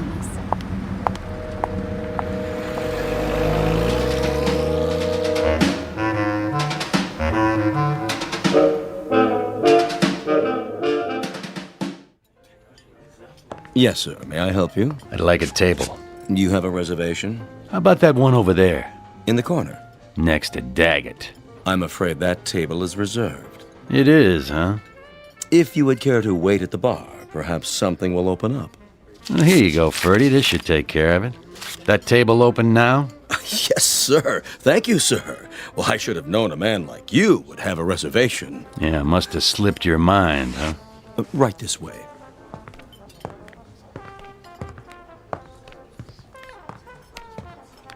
Let me pull the chair out for you. And what may I bring you, sir? The usual. The usual? Tequila. Really? Any particular brand? The good bottle, under the bar. With a slice of lime. Certainly, sir. Right away. Ferdy. Yes, Mr. Daggett. Bring us another bottle of champagne. Of course. Who's that, anyway? You mean the gentleman with the... shoes. I'm afraid I don't know, Mr. Daggett. Never saw him in here before. Nor have I. I'll get you your champagne. Friend of yours? No friend of mine. Hey, Jimmy. Yeah, boss? That fella over there. You seen him? Negative. What about you, Benny boy? Never set eyes on him. Well, He seems to know us. What's he smiling for? He ain't looking at me, honest. Of all the nerve. Just some lush. Forget it. Yeah, but a familiar lush. Something about him. Maybe he's looking at me. Iris? It could be. Or ain't I worth staring at anymore? Oh, nobody said that. Said what? Oh, nothing. I just said I was leaving you. Yeah, sure. Jimmy, why don't you go over there and... See? You never listened to me. I'm all ears. I said I was leaving you, Bernie. Sure you are. I mean it. We're Splitsville. There's only one way people leave me, honey. Feet first. Drink up, everybody. Let's finish this bottle. Sorry to tell you, boss, but that guy's still looking at us. Like he's got a secret or something. Oh, he's driving me crazy. All right, that's it. Can't even have a drink in peace. Ben. Yeah? Invite him over. What if he don't want to come? Then get rid of him. No problem.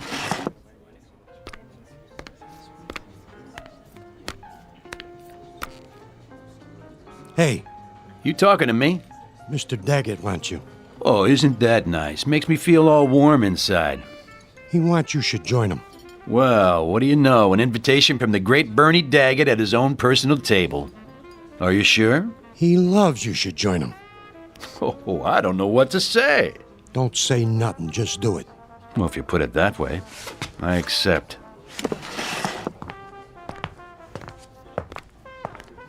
Here he is, boss. Well, well. Allow me to introduce myself. Hello, Bernie. You know me? Everyone does. By reputation. Oh, I get it. Sit down. Thanks. Get the man a chair. You, celebrating something? You might say so. Big business deal? Who told you that? Friend of mine. That right. What are you drinking? Tequila with lime. What did you say? Something wrong with that? No. It's just kind of funny. Is it? A coincidence is all. I had a friend drank the same stuff. Well, no kidding. What happened to him? What do you mean? Well, you said had. Say, what's your name? Kilroy? Look, buddy, when Mr. Daggett asks you a question... Easy, Jimmy. I'm sure he didn't mean no disrespect. What line are you in? Restaurants. Just like Dane. Isn't that something? But tonight, I'm a messenger boy. And I've got a message for you, Mr. Daggett. Well, go ahead. Let's have it. Oh, I'm sorry, no can do. What do you mean? I have instructions to deliver the message personally. In private. It's kind of a touchy matter. You understand? And who's this message from? Afraid I can't say. Here you are, sir. Another bottle of champagne on ice and 1 shot of tequila with a slice of lime.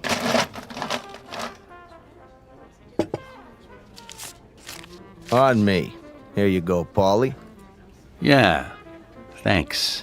Think nothing of it. Anything else here? I'll let you know. Yes, sir. Nice drink. Glad you like it. Nice place. Real nice. You own it? This guy, what did he look like? Which guy? The one that gave you the message.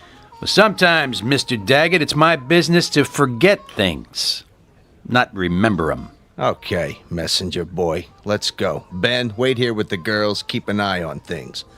You know what I mean. Don't worry, boss. I got you covered. It has to be private. It will be. My office? Suits me. Hey, I didn't say where it was yet. Didn't you? Down the hall. The door at the end. Right.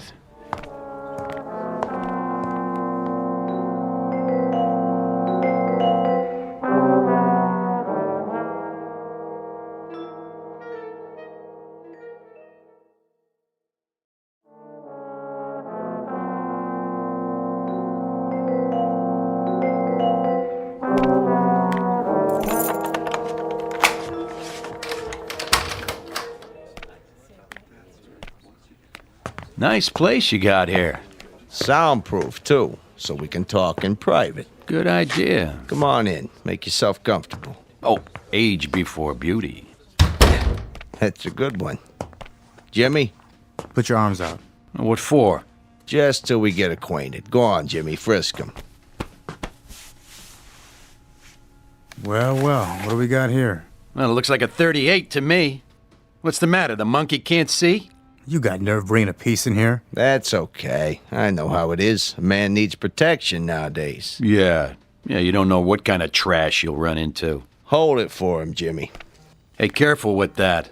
I'm always careful. Just till we're finished. Tell your monkey I want it back, with all the bullets. Hear that, Jimmy? Absolutely. Have a seat. Cigar?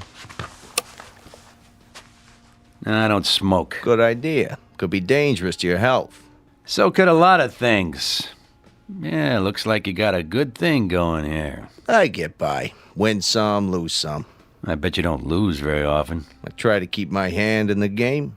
And what game is that? Oh, you know. Little of this, little of that. I got a string of restaurants now.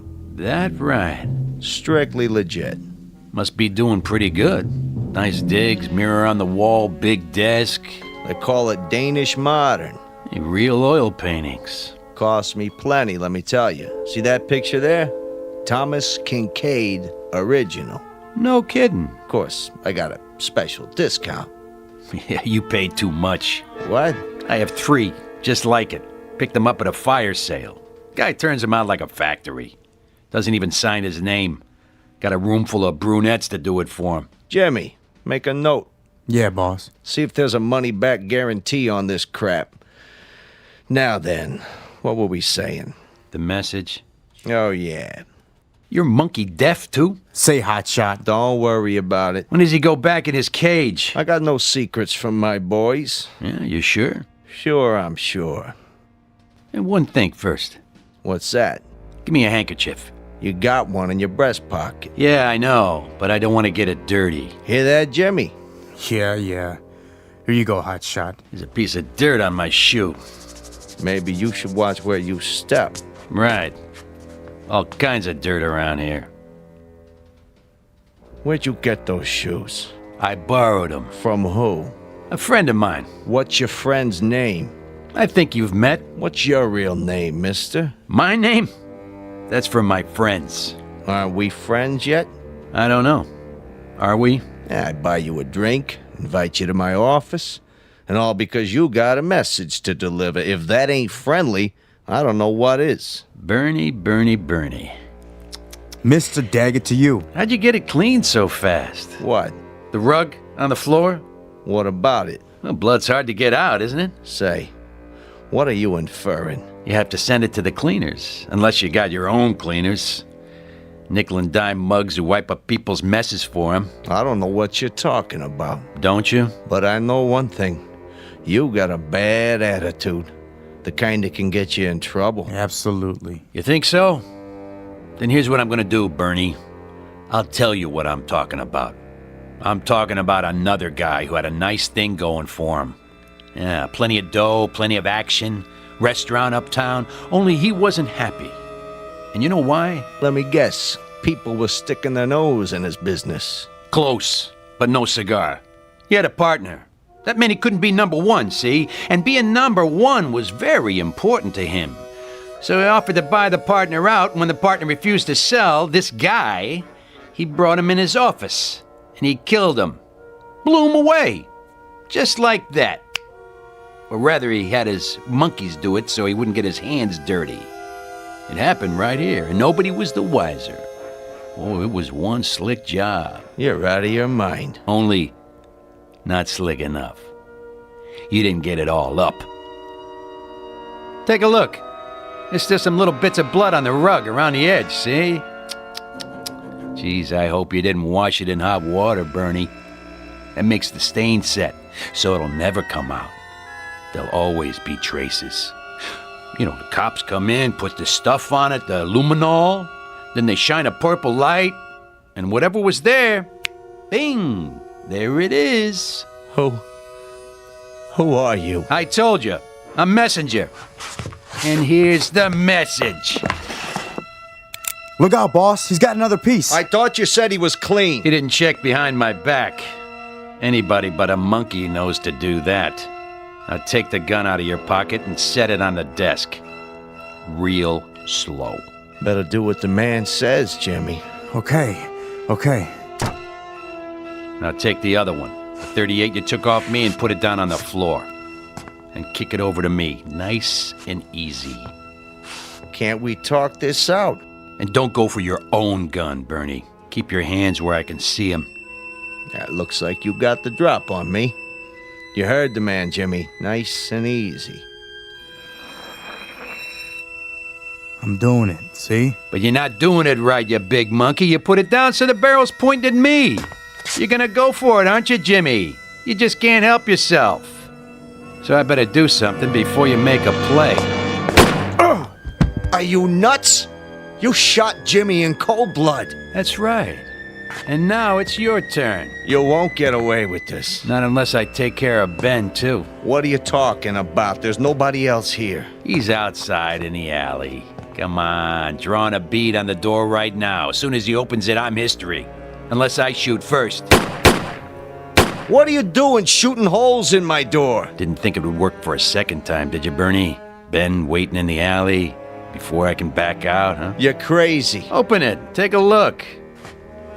Bet I drilled him right through the stomach. At least I hope so. Takes longer to die that way. There's nobody out there, I tell you. Oh, and by the way, where's the other 38, Bernie? The one you took off me the first time. In the desk? Huh? I'd like to have it back. Dang. You are him. But it ain't possible. Say goodbye, partner. Vaya con Dios. Now, Ben! Oh. You remember the door to the alley, smart guy. Only I never do the same thing twice. You didn't think about the mirror. A two-way mirror to the next room. Too bad, Bernie. That means 7 years bad luck. Got him. Nice and clean. Good shooting, Ben. You cut that pretty close. I wanted to take him out with one shot, the way you got Jimmy. Bernie, listen to me. And listen good. You want I should finish him? Wait. I'll come back, Bernie. And I'll keep coming back. Again and again. And sooner or later, I'll kill you. So help me. I'll kill you. Get him out of my face. Right. Drop this scumbag in the garbage any place you want. Just don't let me see those shoes again. Not as long as I live. With pleasure. Get some of the boys over here. We should bury Jimmy nice and proper. You got it. And remind me to send some money to his old lady. Who was this piece of junk anyway? I'll tell you something, Benny. I don't know.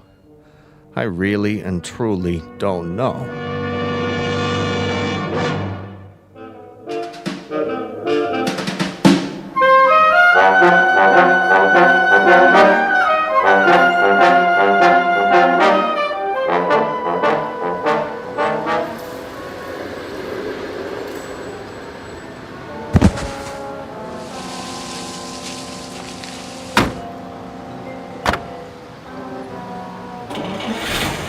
Go, the boss is waiting.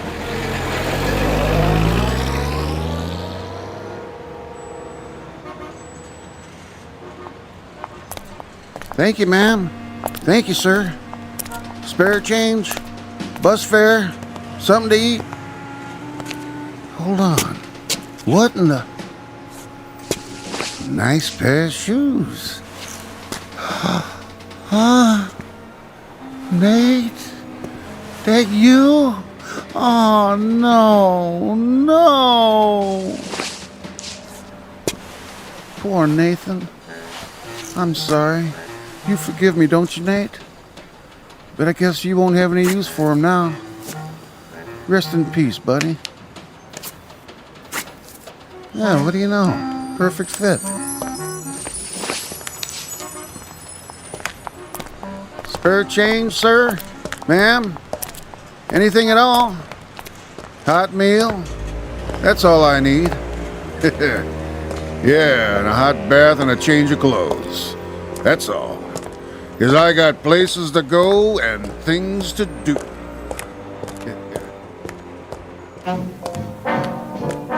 There's an old saying that goes, clothes make the man.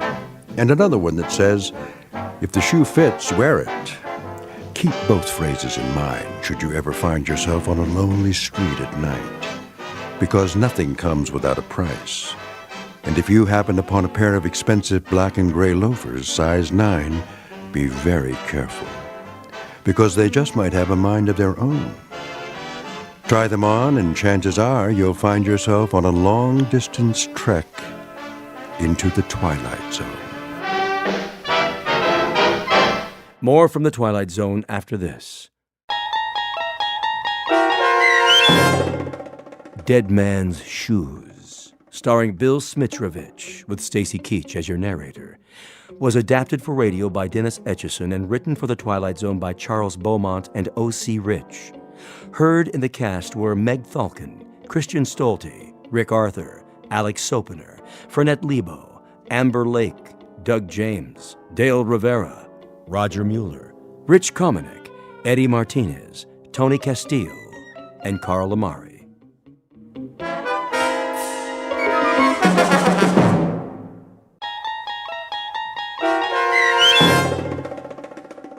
Elegy, starring Blair Underwood with Stacy Keach as your narrator, was adapted for radio by Dennis Etchison and written for the Twilight Zone by Charles Beaumont. Heard in the cast were Jeff Lupetin, Christian Stolte, and Joby Cerny. To learn more about the Twilight Zone radio dramas and to obtain audio cassettes and CDs of these programs, visit our website at twilightzoneradio.com. The producers of the Twilight Zone wish to thank CBS Enterprises, Carol Serling, Dennis Etchison, Dick Brescia Associates, Claire Simon Casting, Terry Jennings, XM Satellite Radio, Sirius Satellite Radio, our sponsors and our radio affiliates for helping make this series possible. This copyrighted radio series is produced and directed by Carl Amari for Falcon Picture Group. Doug James speaking.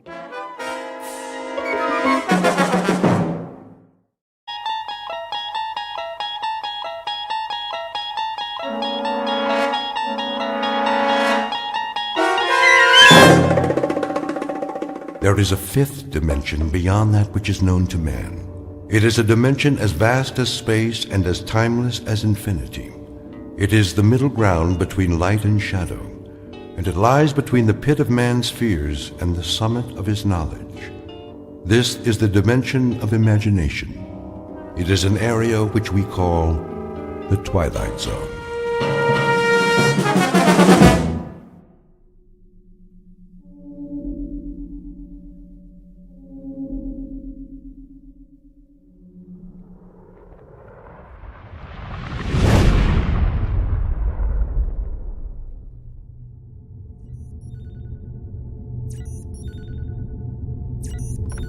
Kirby. Yes, Captain. Give me the readings. Course stable, 7.9 off vertical axis. That's why I can't stand up straight. Speed 2650, steady she goes. How close are we to that asteroid? In range, gravity detector starting to read. Say 100,000, give or take. Piece of cake. We still have to maneuver for a landing. Fuel supply. Well, Captain, let me put it this way. If I was back home in my car, I'd pray for a steep hill so I could put her in neutral and coast all the way down. That bad, huh? I think the expression is running on fumes. What's the terrain? Spectrographics coming in. And? Not too hot, not too cold. Volcanic activity, 1 million or so years ago. We are hitting atmosphere. At least it's got an atmosphere. How much oxygen? I'm trying to get a reading. Deceleration chairs. Just a minute. Now! Better do it, Pete. All right, Myers, I'm going. Firing retro rockets. The fuel tank's empty, Captain. Anybody got a parachute? Hang on. Angle looks good. Thank heaven for small favors. The surface is coming up fast. I'll try to level her out. Nose up. Up!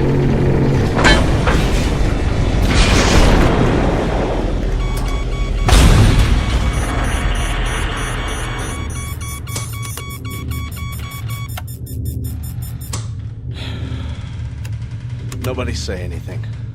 I want to remember this magic moment. Oh. Ooh. Everything seems to be in one piece, except for the communications module. And it sounds like we damaged the tail assembly. Instruments are still working. How's the atmosphere?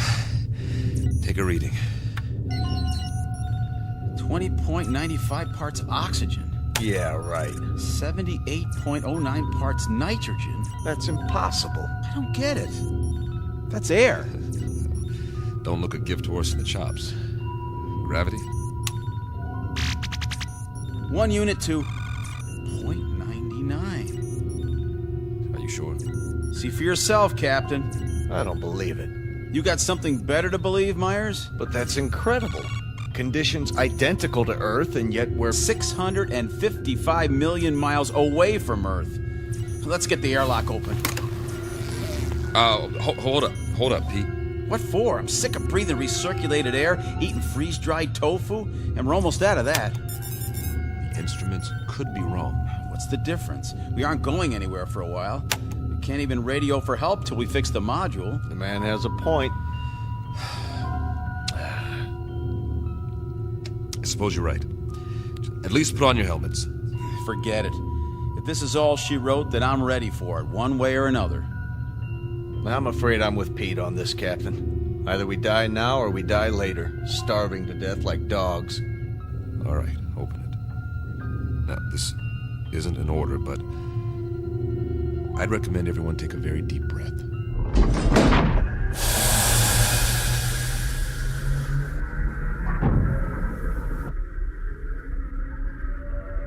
Time, the future.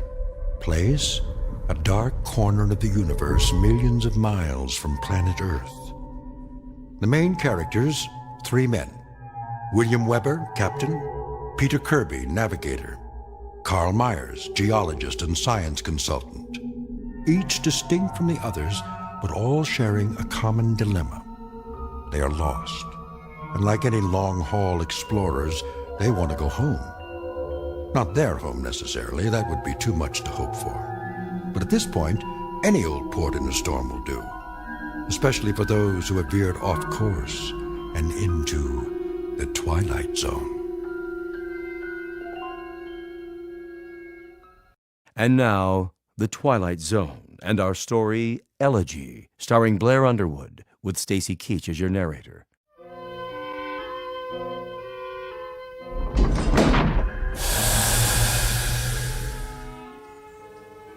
Captain's notes. We made a rough landing, but no injuries. According to our instruments, the atmosphere is breathable, so we've opened the airlock. It's hard to believe, but the temperature is that of a spring day on Earth. And it smells clean. Well, I'll be. Get the ladder into position.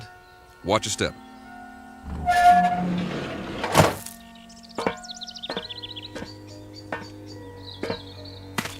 How many miles did you say we were from Earth? Too many.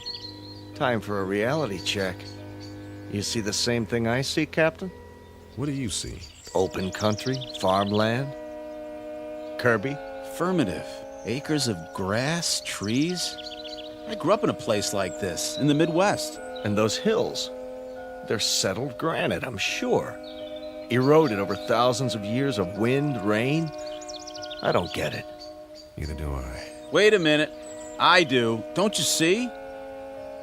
We're back on Earth. Come off it, Kirby. I'm serious. The instruments are all screwed up. Some way or another. Don't ask me how. We got turned around, and now here we are, right back where we started. Oh, man. That is rich. Only one thing's missing. A brass band. Maybe they forgot about us. It's an interesting theory. Except for one thing.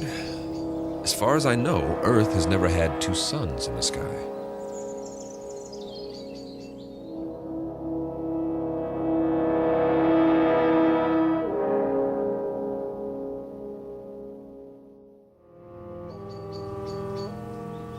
You're right. But the temperature's perfect. That means they're smaller than our sun. Added together, they put out just enough energy to duplicate conditions on our own planet, including evolution. And the people learned to build farmhouses exactly like ours. What? If that's not a barn over there painted red, then it's a pretty good imitation of one. What in the name of... Better check it out. Be careful, men. We don't know what we're dealing with yet.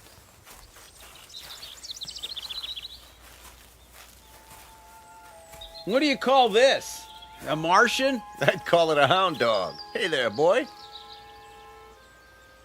How come he's not moving? He's taking a nap in the shade. I don't blame him, do you? What the heck is that? By the barn, it's called a tractor. They were internal combustion vehicles used in the 20th and 21st centuries before the Total War. So we are on Earth 300 years ago. Negative. We're not equipped for time travel. Okay, you explain it. I can't. The only thing I know for sure is that we're not on Earth. Mm-hmm. And we are not alone. What do you... Hey! Hey, you over there, by the barn! What's the matter? Can't he see us? He's turned the other way. Looks like he's taking a rest. Leaning on his... It's a pitchfork. He was using it to load hay into the wagon. Some outfit. Overalls. Farmers wore them with straw hats, just like that one. He even has a red bandana in his back pocket. Well, I suggest we ask him the way to the Emerald City.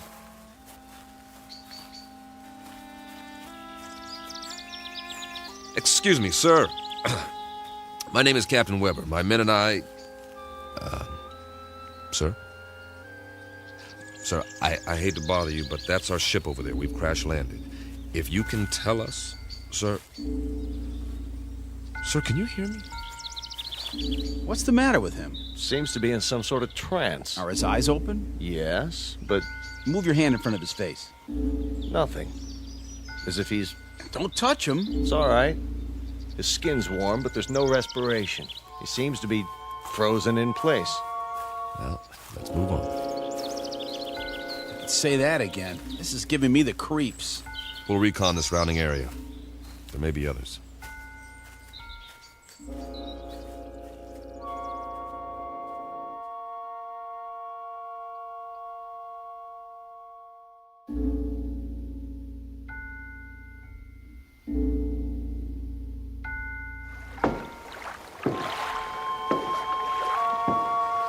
Oh, now this is what I call a lake. That's what anyone would call it, Pete. Easy, easy. Be sure the bridge will hold. Feels solid to me. We ought to take off these flight suits and jump in. No, thanks. Why not? Well... Go on, say it. You can't swim, can you? Not as such. Oh, the big scientist. Wait a minute. Maybe we can find some water wings for you. Let's get a move on. We have a lot of ground to cover. Back home, we had a swimming hole. Man, on a hot day, I thought I was in heaven. We'd go skinny dipping. Right in all that pollution. Nah, before the government closed the rivers. There were even fish in it. You could even see them jumping in the air. You ever go fishing, Captain? Yeah, as a matter of fact, I did. In the mountains. The runoff from the snow was clean there. You could eat the fish if you wanted to and not get sick. I don't see any fish in this water. We better keep moving. We don't know when the suns go down. We should be back at the ship before dark, just to be safe. Good point. Maybe they don't have fish here. That's a possibility, if the planet's evolution took a different turn. Hey, there's somebody. I don't see anything. On the opposite bank, plaid shirt. See him? Sitting there with a fishing pole? Hey, mister! Hey, mister! Kirby's right. Folding chair, wicker basket, the whole setup. Looks like the guy's got it made. Let's hope this one talks to strangers.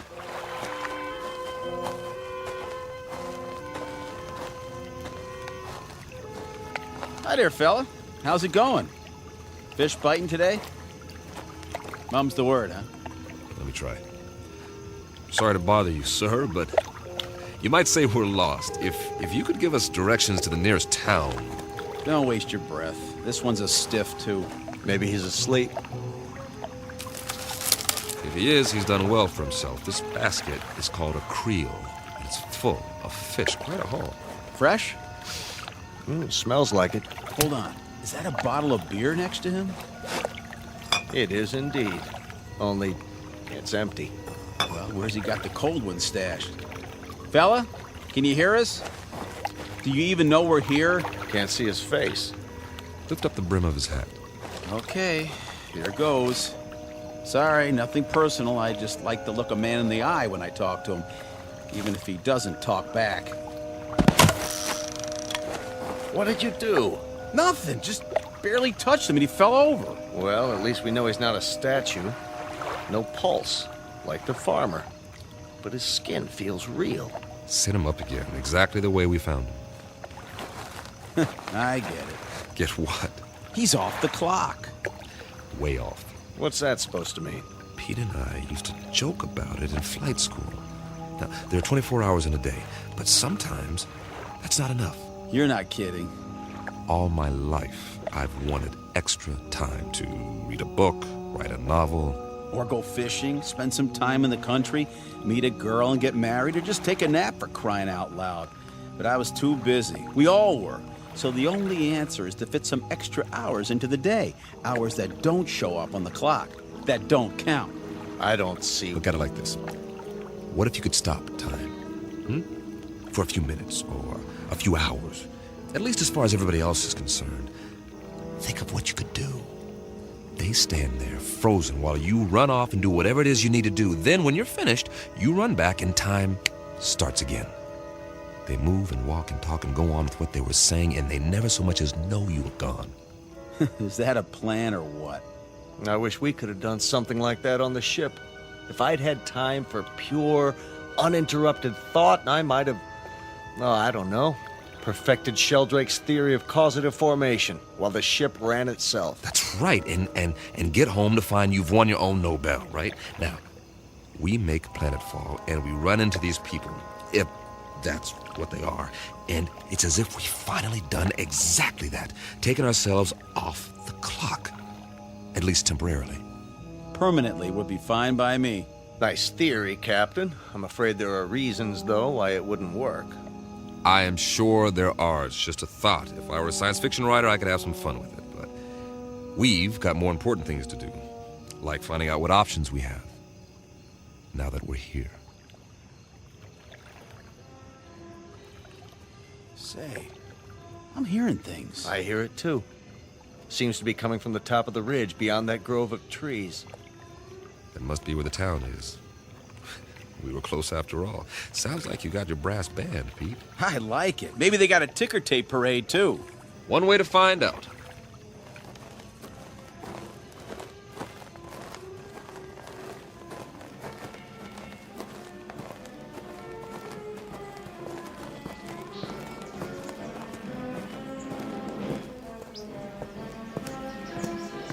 Captain's Journal. We appear to be on the main street of a Midwestern American town. Ahead of us is the square, complete with steeple, clock, and ivy-covered walls. Captain, did you notice? What's that? There are no hands on the clock. Duly noted. The music's louder. I hope this recorder can pick it up. Sounds like a Sousa march. There's a bandstand, flags, bunting, and a sign that says, Inauguration Ceremony. Welcome, Mayor Finch. The musicians are all in uniform. Just one thing. They're not really playing. Kirby's right. Nobody's moving. Not even Mayor Finch. He's holding a silk hat. Photographers in front of the crowd about to take his picture, but nothing's happening. It's like a movie set with 100 extras all waiting for someone to yell action. The question is, who's directing?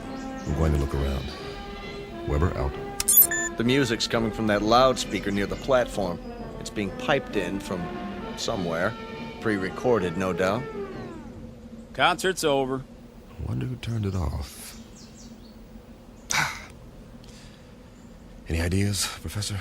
Well, I suppose it could all be part of a carefully orchestrated illusion. That's as good an explanation as any. Now, maybe we're being made to see and hear what we hoped we'd find here. The sights and sounds of home. But they got it wrong. It's 300 years before our time. Who's they? Or it could be that time itself is somehow suspended in this place. So we really are off the clock. It's all relative. Time may have, in a sense, speeded up for us or slowed down for them. You mean they might actually be moving? It's possible. Then why can't we see it? You can't see the movement of a clock's hands. Nevertheless, they move. Yeah, when there are hands. Do you believe what you're saying? Of course not. Hey, everybody. Sir, ma'am, what's the matter with you people? Are we invisible or something? Don't take it personally. By the looks of them, they don't see anything. They might as well be statues. But they're not statues. Here, feel one. You, sir, shake hands with the captain. See what I mean? They feel like flesh and blood. Yeah, Kirby's right. More of the same. Whoever, or whatever, is responsible, they've created a perfect imitation of the real thing all over this asteroid. For what purpose? I don't have a clue. The expenditure of time and effort is considerable. Not to mention the science involved. The skin on these pseudo-people must be a new polymer compound. And the clothing, all duplications of Earth fabrics. I wonder... never mind. Say it. Well, we must not be the first to land here. But this asteroid's not on the charts. Then who were they modeled after? Maybe somebody real is still here. Where? Could be anywhere. The streets, the buildings. I say we separate. We'll meet back here in an hour. Well, it's better than huddling together like frightened children. All right. Pete, you go that way, Carl. See where the street leads and take some readings while you're at it. All right. I'll cover the buildings along this side, starting with the hotel. Remember, 1 hour. Are your watches set? Yeah. Yes. Don't ask me what to set it to, though. Earth time or something else entirely.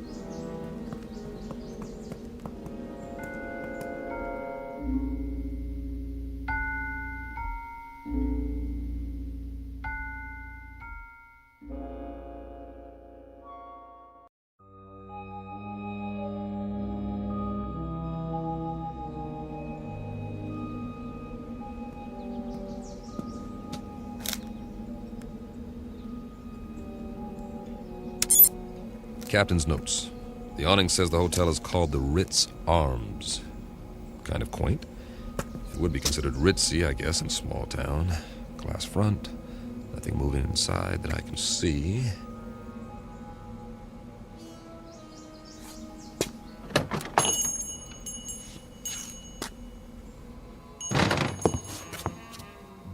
I should have brought the Visicam to record this. There's a clerk behind the desk, not moving, of course. And this is classic. There's an alcove off to one side. I can see 4 men seated around a table. A green lampshade, money. I think they're playing poker.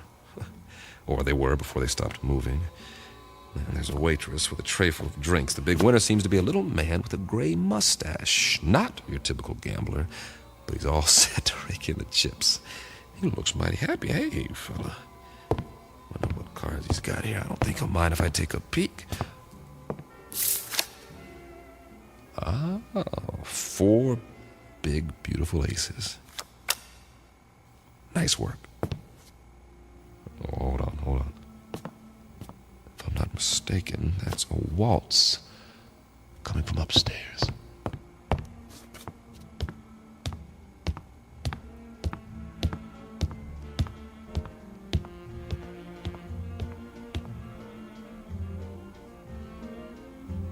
Music seems to be in one of the rooms.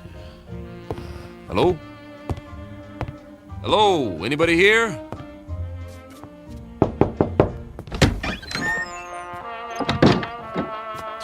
Oh, sorry. Excuse me.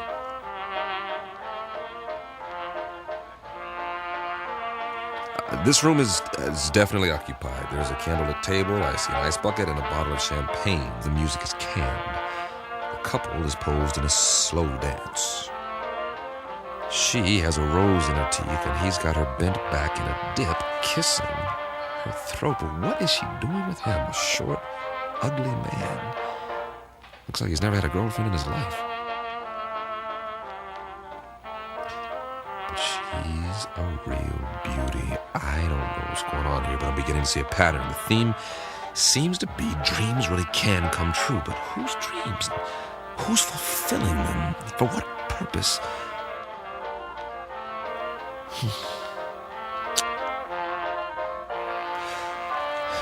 Weber out. For now.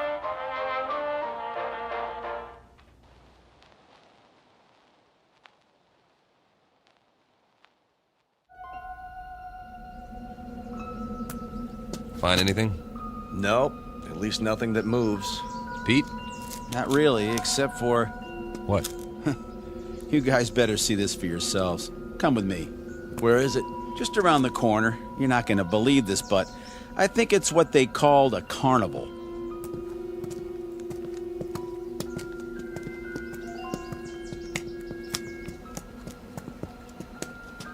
That's what it is, all right. The Midway. Those booths along either side, people could win various trinkets of low value by throwing baseballs at steel milk bottles or firing toy rifles at targets. I was wondering. A test of skill or amusement. Also the urge to gamble for those with a predilection for obsessive-compulsive behavior. What's in the tent? Oh, just some men in swimming trunks. Win $500, go 2 rounds with Tiger Loomis. Oh. It's not a real tiger. No kidding, genius. Let's have a look inside.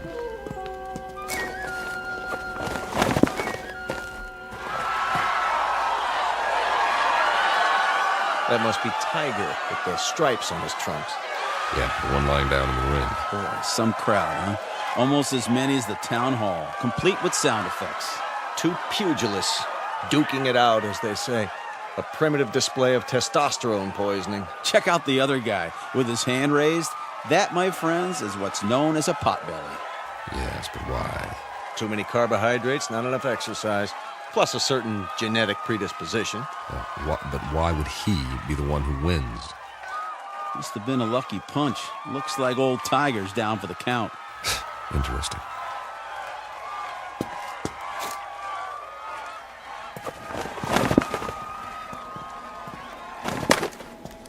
I think it's creepy. All these imitation people posed every which way. What do we have over there?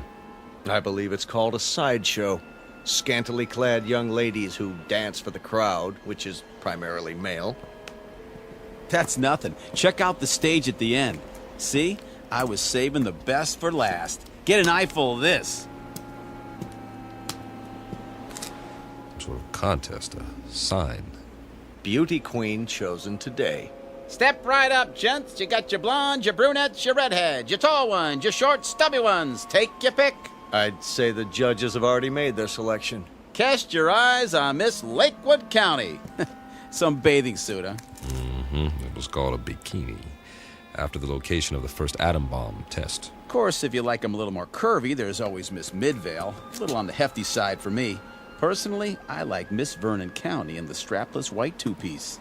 And they all lost. Kind of breaks your heart, don't it? The one they've chosen with the ribbon and the crown. Miss Wanda Bertolini from Stockton, California. A little long in the tooth, isn't she? 39 if she's a day. Freckles, frizzy hair, the whole bit. And yet, she's won against all those beauties. There ain't no accounting for taste. Perhaps the competition was rigged. Yes. But why? Your Majesty, my compliments to the judges. I don't blame them. They think you're the prettiest one of all. Wear it with pride, but tell me something, Your Majesty. What's wrong with you? I mean, you can't even move a muscle, like everybody else in this crazy asteroid. Answer me. Go on. What's the matter? Cat got your tongue? Answer me. Easy, Pete. Ah, you can have it. Everything about this place is nuts. Where are you going? Wait!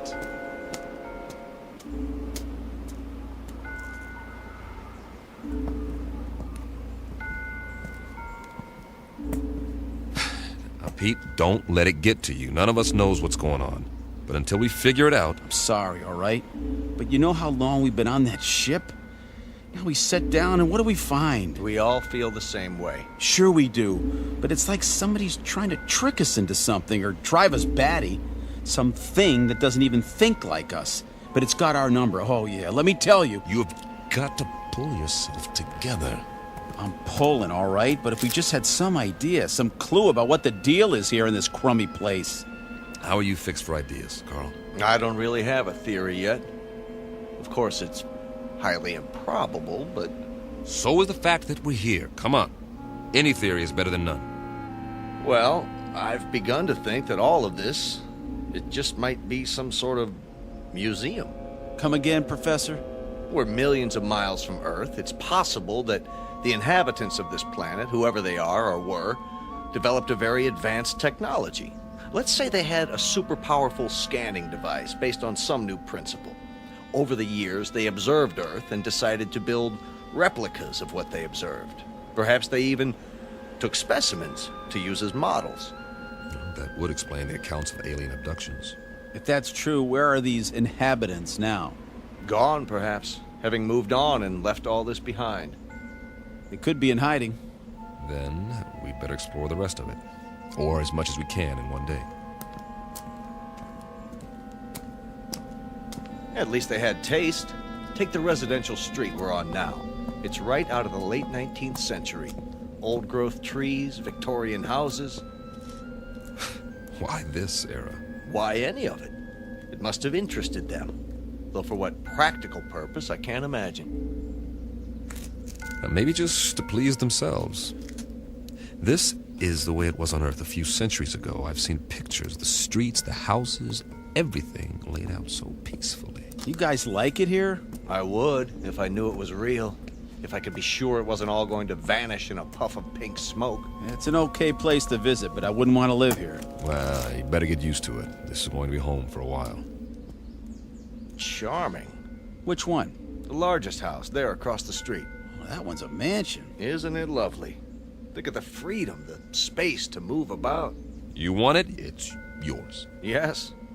That's true, isn't it? Why not? I don't think anyone will mind, least of all the old fella in the chair on the porch. Another stiff. It's actually quite realistic, the way they've got him sitting there reading the paper. What's the date on the front page? Hey there, old-timer. You don't care if we look around, do you? Check out the inside. Not at all, gentlemen. You are most welcome.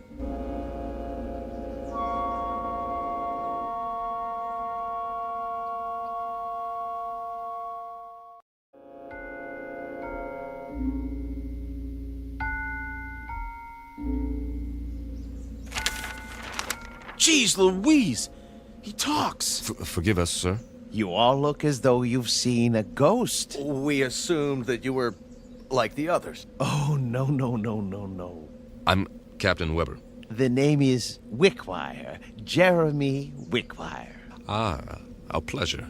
Peter Kirby, my navigator. Hi. Carl Myers. How do you do? Can't believe you're real. Isn't everybody? We used to think so. Not around here. Oh, the others are nothing to be afraid of. Really, they're not.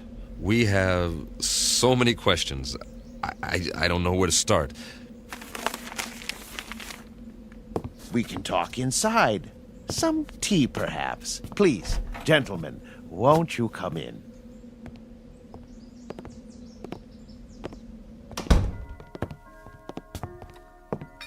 One lump or two?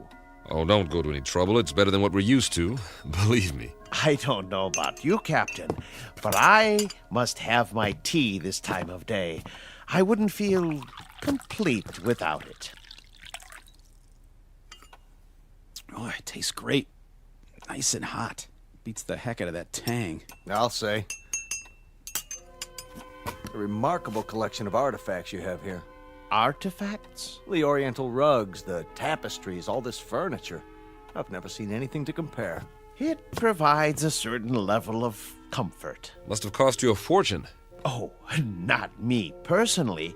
We had it built for a Mr. Let me see, Jenkinson, I believe it was. You mean the pieces aren't antiques? Oh, heavens no.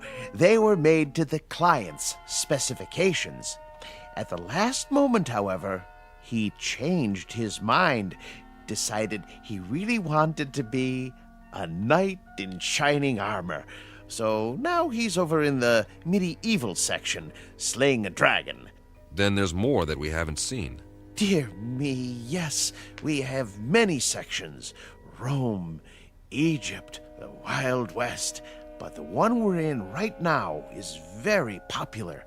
It represents a period when creature comforts were most abundant, before peace in the world became impossible. By the world, you mean? Earth. Mr. Wickwire. I don't know where to begin. You see, we are from Earth. Yes, of course. We were on a routine geological flight in search of ore to be mined. We ran into a meteor storm and, well, it knocked out some of our equipment and put us off course. That was 6 months ago. Really? That long? Feels a lot longer, believe me. Please, go on. We saw this asteroid and landed as well as we could. But there's no more fuel. We're going to have to stay here until we can repair the communications module and signal for help. They'll think our ship was destroyed without an SOS beacon. I see. Then you're not from the Glades. The what? I've been expecting them. I'm due for a delivery. From Earth? May I ask a question about the Earth? Did they, by any chance, have that atomic war? Not as such. A cluster of smaller wars almost simultaneously. Most of the Earth's surface was destroyed. We're still picking up the pieces. Oh, dear me, that is bad news. More tea, gentlemen. Mr. Wickwire, explain some things to us before we go out of our minds. Certainly, but you do look hungry. And you can say that again. Let me fix us a light lunch first, Then we'll talk. No, Mr. Wickwire. Explain some things to us before we go out of our minds. If you like. Where are we? Why, you're in a memorial park. A memorial? More commonly known as a cemetery. Didn't you know? Please, make yourselves at home. I'll be back in no time. Did he say cemetery? Well, at least we know more than we did. You act like nothing's happened. Nothing has happened yet. Just give it time. What would you suggest we do? I'd suggest that you... Settle down, fellas. Getting upset isn't going to help. Help who? There isn't anybody to help us. That old man's off his rocker. This place is some kind of loony bin. Shut up and sit down. Yeah, well, I tell you, I don't like it. We're sitting around having tea, and we don't even know where we are. It doesn't make any difference where we are. This is where we're going to stay until we can send a distress signal. Unless he happens to have some rocket fuel and a tail fin assembly lying around. So for now, all we can do is make the best of it. Yeah, we don't have to like it, do we? Be patient. Everything will be explained, I'm sure. You mean you trust that guy? A little more trust might have saved our world, Pete. I say something about him is screwy. What's he so happy and well-adjusted about? Well, look at the way he lives. He's got everything he wants, even if it is a reproduction. Quiet. Here he comes. I've brought some sandwiches and a bottle of wine. I trust we'll make quick work of it. You can say that again. I haven't had a drink in I don't know how long. And after that, coffee. It's brewing now. Meanwhile, a glass for each of us. Do you mind if I pour? Very kind of you, Mr. Wickwire. May I propose a toast? Please. To peace, my friends. Eternal, everlasting peace. I'll drink to that. We all will. Excellent wine. Glad you like it. This is a special occasion. I thought it was worth opening a bottle. Liebfraumilch, isn't it? Yes, indeed. Mr. Wickwire, we're still a bit confused. You said we were in a cemetery. What did you mean? Mean? Yeah, why would there be a cemetery here? Perhaps you could elaborate. Certainly. But before I explain the details, you must give me some information. If you like. If your dearest wish could be granted, what would it be? I'm not sure I understand. What would you like to be doing most? Where would you choose to be right now? That's easy. Back on the ship, headed for home. And you, Captain? I'll go along with that. So will I. Splendid. Oh, one other thing. When you left Earth, what was the date? September? No. The year. 2280. Really? 2280? When you arrived, I thought you were the men from Happy Glades, but you couldn't be. We're still not following you. What's Happy Glades? The world's greatest mortuary. At least, it used to be. The management hit upon this scheme as a service to the few who could afford it. The scheme being...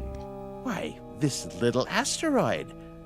Moriarty bought it and paid well to keep it off the maps. For what reason? Simple, really. You see, the plan was to recreate conditions in which the dearly departed would be most happy. A favorite setting, a desired event. For example, if one had always wanted to be elected mayor, he'd achieve his ambition here for all eternity. So those people outside, they're all... Oh, not all of them. Just the select few. The rest are imitations. Simulacra, we call them, for effect. In other words, this is the place where your dreams come true after you've stopped dreaming. Yes, that might be a way of putting it. Very good. But a cemetery in the middle of space? Your boss, Moriarty, he could have bought a piece of property anywhere in the desert, say, away from everything. Oh, no. You don't understand at all. Happy Glades promises eternal peace, everlasting peace. You couldn't have that on Earth, now could you? Especially with the wars you've described. He has a point. Let's finish the wine, shall we? It doesn't keep well once it's opened. Thank you. Cheers. Would you like some music? What kind? A somewhat limited repertoire, but there are all kinds of pieces for the player piano, popular, classical. Classical might be nice. Ah, yes. Something soothing to fit the mood. Mozart or Brahms.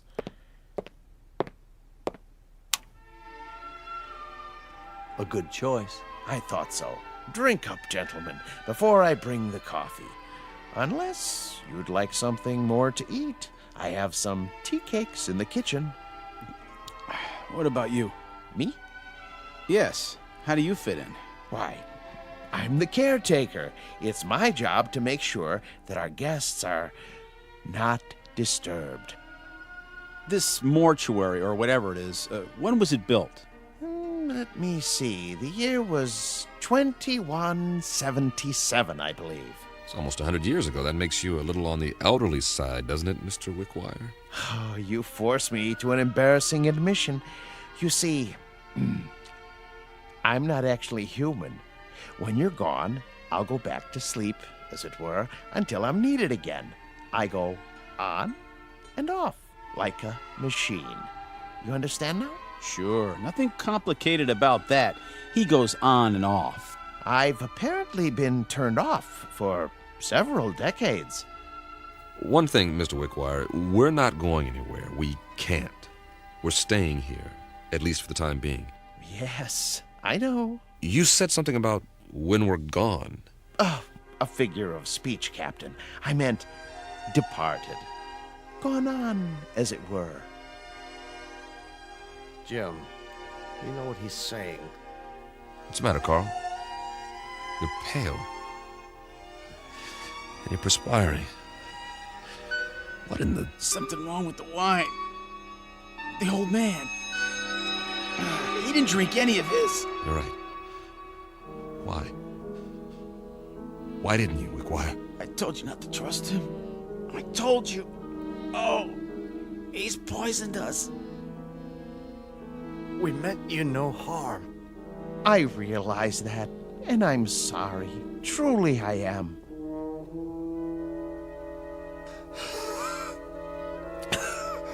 Give us the antidote. us the antidote? There is no antidote, Captain. Even now, the eternifying fluid is coursing through your veins. It won't be painful, I assure you. Oh, please. You've got to stop it. Oh, my dear friends, can't you understand? I have no control in these matters. I'm only a machine. But why? Why us? Because you're here and you're men. And while there are men, there can be no peace. Surely you've seen ample evidence of that on Earth. What are you going to do with us? There are several possibilities, but as you said, your preference is to be on your ship. So be it. I'll move you there and arrange you in your natural habitat. And every day for a while I'll come by and check on the display, your poses, the instruments and other details, and I'll touch them up if need be with a feather duster so that the scene is absolutely perfect before I retire to this house and turn myself off until the next ship arrives. I trust it will be a dream come true for you. It will. Won't it? For the love of God, Wickwire. For the love of God. You'll excuse me now, but I must make ready.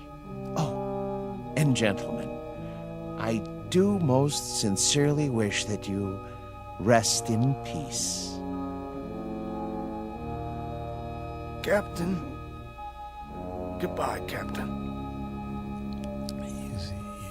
Easy, Carl. Easy, Carl. Don't fight it. It'll only work faster. Bill. I'm scared. Try not to be beat. I'll be with you. I'll be back on the ship soon. For all eternity. See you over there.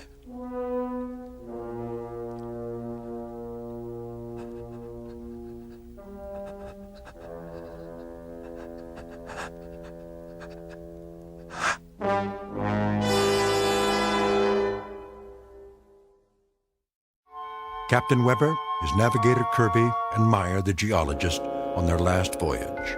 And now, at their journey's end. All agreed what they wanted most was to be aboard their ship, ready to head home. Now they will have that wish forever. Unfortunately, it's a wish that can only come true in the Twilight Zone. The Twilight Zone continues in just a moment. You are about to enter another dimension. A dimension not only of sight and sound, but of mind. A journey into a wondrous land of imagination. Next stop, the Twilight Zone. Hi, this is Stacy Keach. I'd like to take a moment to tell you about our Twilight Zone website at twilightzoneradio.com. At twilightzoneradio.com, you'll find the latest information on these Twilight Zone radio dramas, including behind-the-scenes photographs, plus the newest product releases, trivia contests, ways to contact us, other Twilight Zone-related info and merchandise, plus links to other fascinating websites. So make your next stop twilightzoneradio.com. Visit twilightzoneradio.com to purchase these Twilight Zone radio dramas on cassette and CD, or call toll-free 1-866-989-ZONE. That's 1-866-989-9663.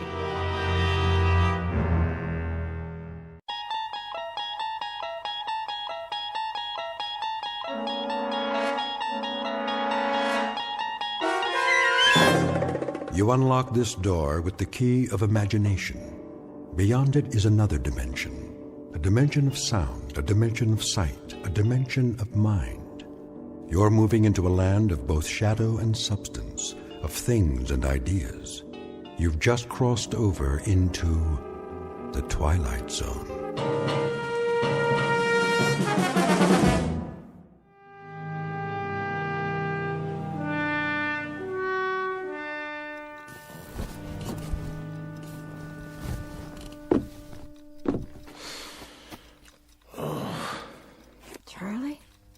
Go back to sleep. It's early. What time is it? I don't know. My watch stopped. Oh, look at the clock. Says 7, but it's wrong. Oh, it can't be wrong. You wound it, didn't you? It has to be wrong. Look out the window. It's still dark. Must be 3 or 4 in the morning. When did you turn the light on? I don't need it. Leave it off. So, this is the day, huh? This is the day. Well, if you got 3 or 4 hours yet, what do you have to get up now for? Can't sleep. So, I thought I might as well go over to the jail. You know what I think? What? I think you're crazy.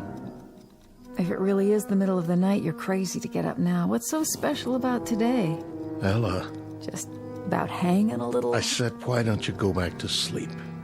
Why don't you? There's going to be all kinds of excitement today, reporters and everything else. You're the one that could use some sleep. Bring breakfast over about 8:30. You want some coffee now?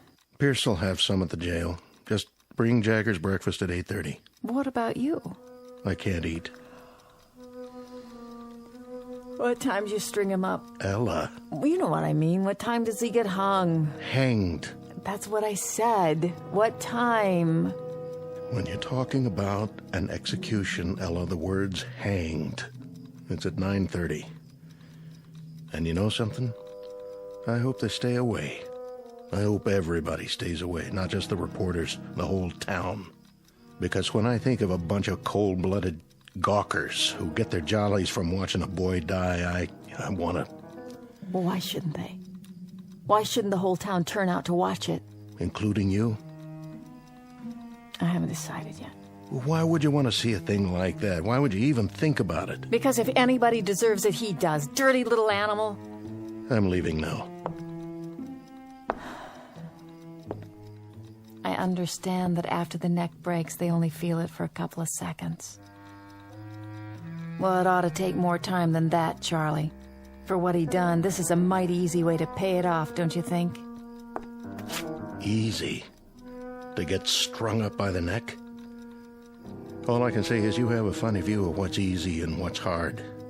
Just remember to bring his breakfast over. Hey, Charlie. How does he want his eggs? Edible. They're the last ones he's gonna eat, so do one thing for me, will you, Ella? Make them edible.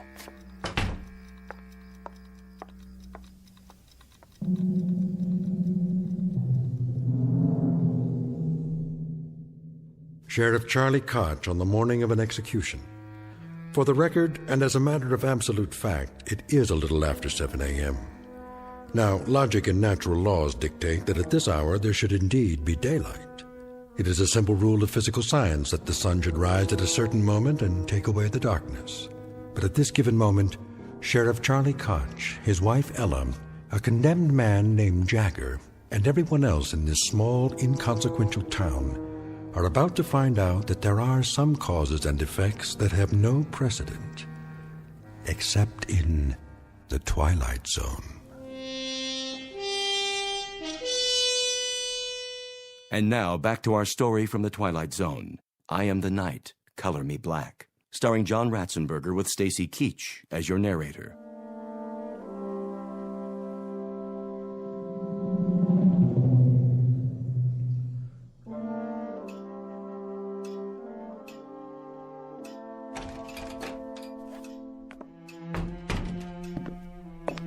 Morning, Sheriff. Pierce, anything doing? Nothing much. You sure? Yep. Take your feet off the desk. Sure thing, Sheriff. Glad you finally made it. This ain't the day to be oversleeping. You tell me all about sleeping, Pierce. You're the expert on that. Hey, don't get me wrong. I mean, I ain't complaining. You ain't complaining, but at 2 or 3 in the morning, you've had a 4-hour shift. And, buddy, that doesn't break anybody's back. 2 or 3 in the morning? What have you been drinking?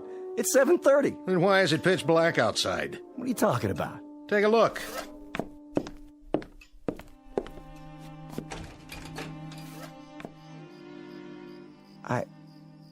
I don't get it. What don't you get, Deputy? That some men can't sleep and get up early?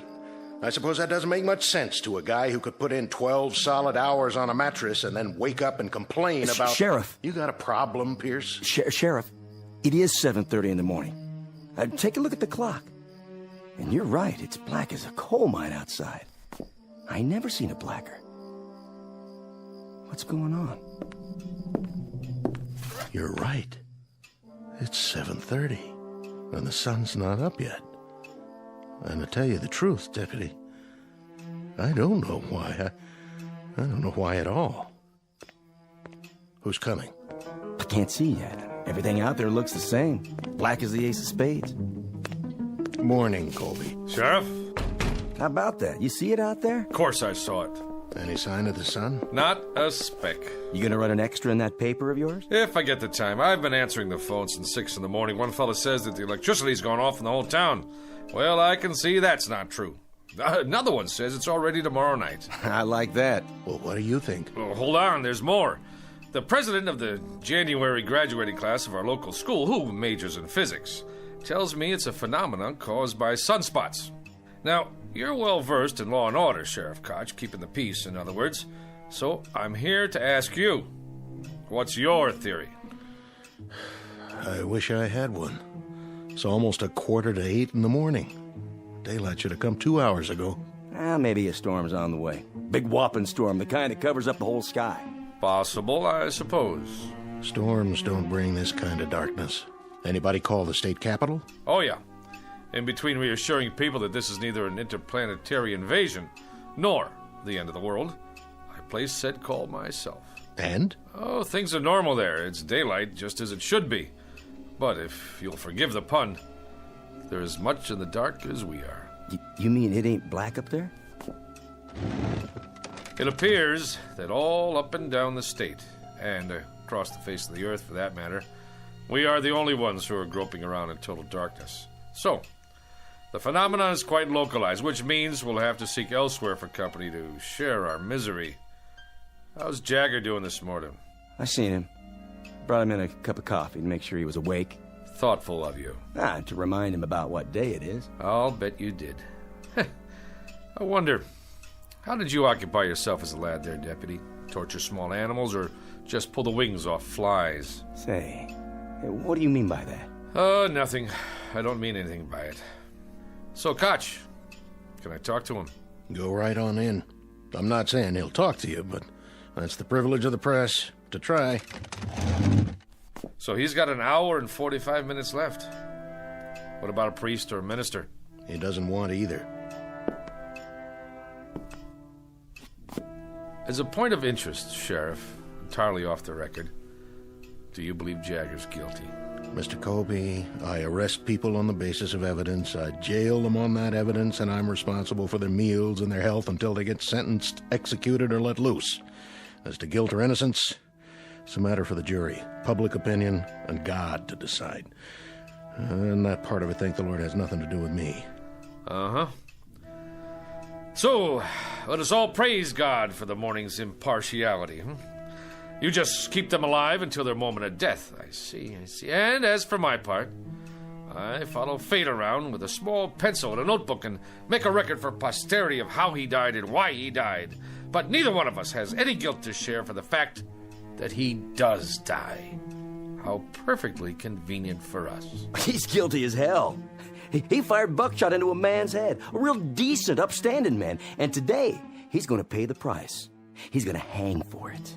And man, oh man, his justice going to be served up deluxe style this time. Pierce, why don't you shut your mouth? I got a right to an opinion. Oh, you do, Deputy. Indeed you do. There are just a couple of disturbing facets to this particular case. Like what?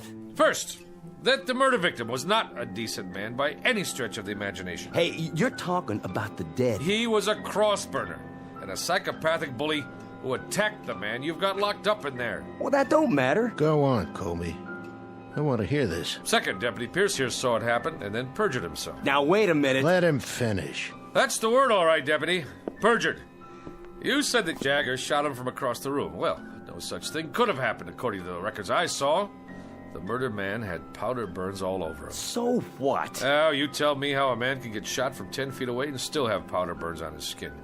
By itself, that might not have proved self-defense, but it would have supported Jagger's story. It would have at least raised some doubts in the jury room.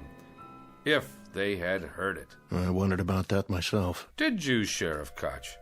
Well, you saw the body, didn't you? I saw it. But I didn't hear any comment on those powder burns when you gave your testimony, or did I miss that? I answered the questions they asked me. Oh, don't feel singled out now, because your courageous editor who covered the trial from start to finish, he just didn't see fit to include that insignificant little detail in any of his news stories either, now did he? Even though for some reason he knew at the time that he was being very, very selective about what he wrote and what he didn't write, about the truth, in other words. Which is what a trial is supposed to be, a search for the truth. So, when you get right down to it, you're quite right, Deputy. Justice is being served on a platter with its tongue cut out, just like the carcass of any dead animal.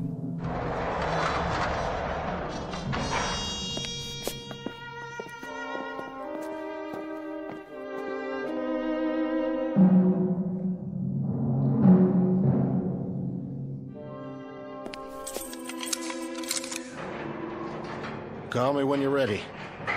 I will. Smoke, Jagger? No, sir. You don't mind if I have one? Go ahead. I quit years ago, but I picked up a pack last night. I don't know why. And this morning, I looked at it like I've never seen a pack of cigarettes before. It didn't even feel right in my hand.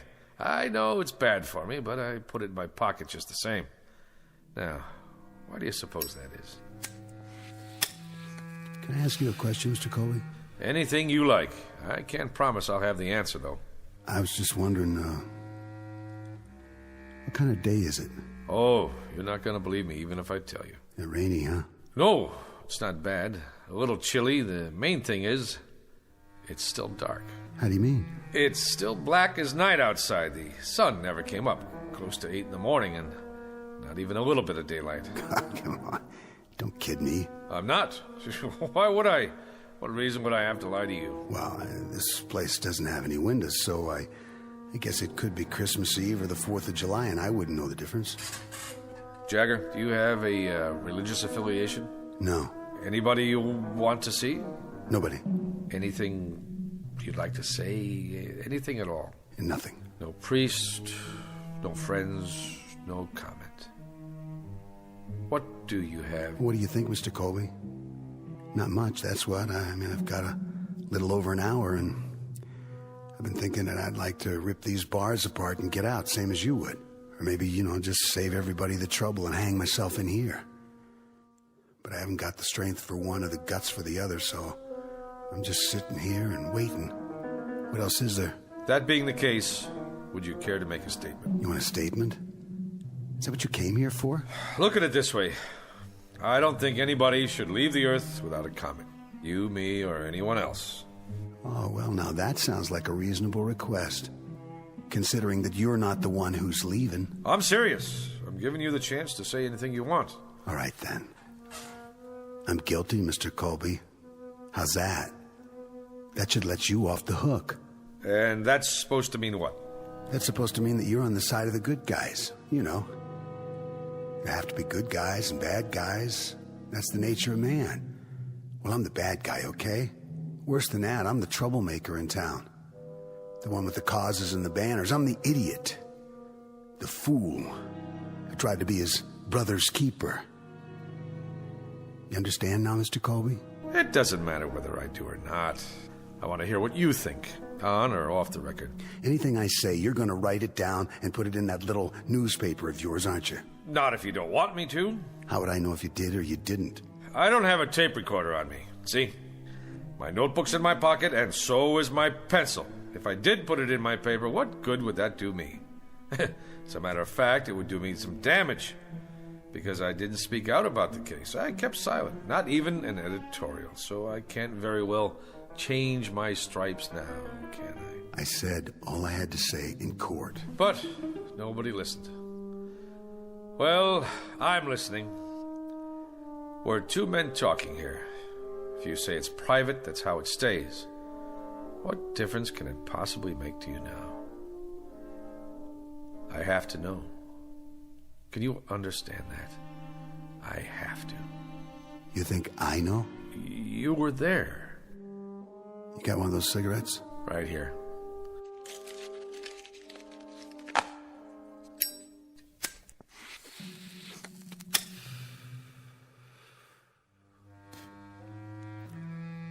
There was a shotgun. It wasn't mine, it was his. Everybody knows that, but they convicted me on premeditated murder.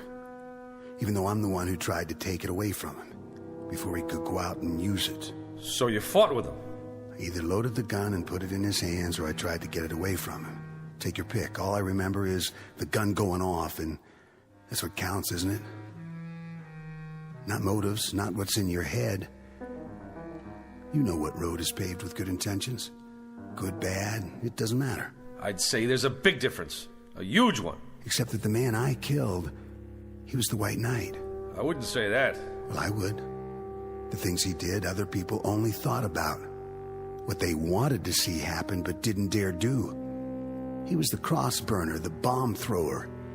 He did their dirty work for them, like whipping some poor, scared guy just for being black, when nobody else had the guts to pick up a stick or a rock to do it themselves. So the White Knight ended up with his brains spattered all over the place, and I was the cause of that, one way or the other. There's no way the people around here were gonna pin a medal on me.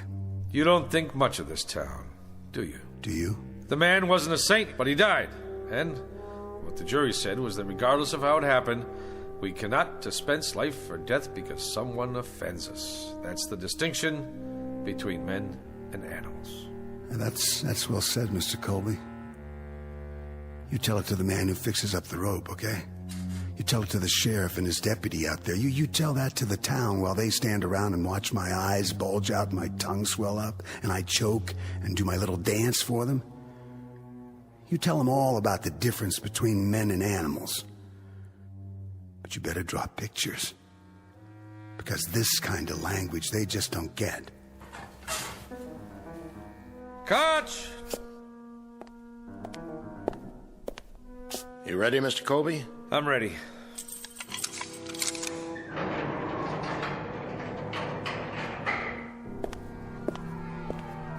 A lot of commotion out there. I guess they just can't wait. That's not it. It's because nobody can see where they're going. Why's that? I told you, it's dark out. For real? The darkest I've ever seen it.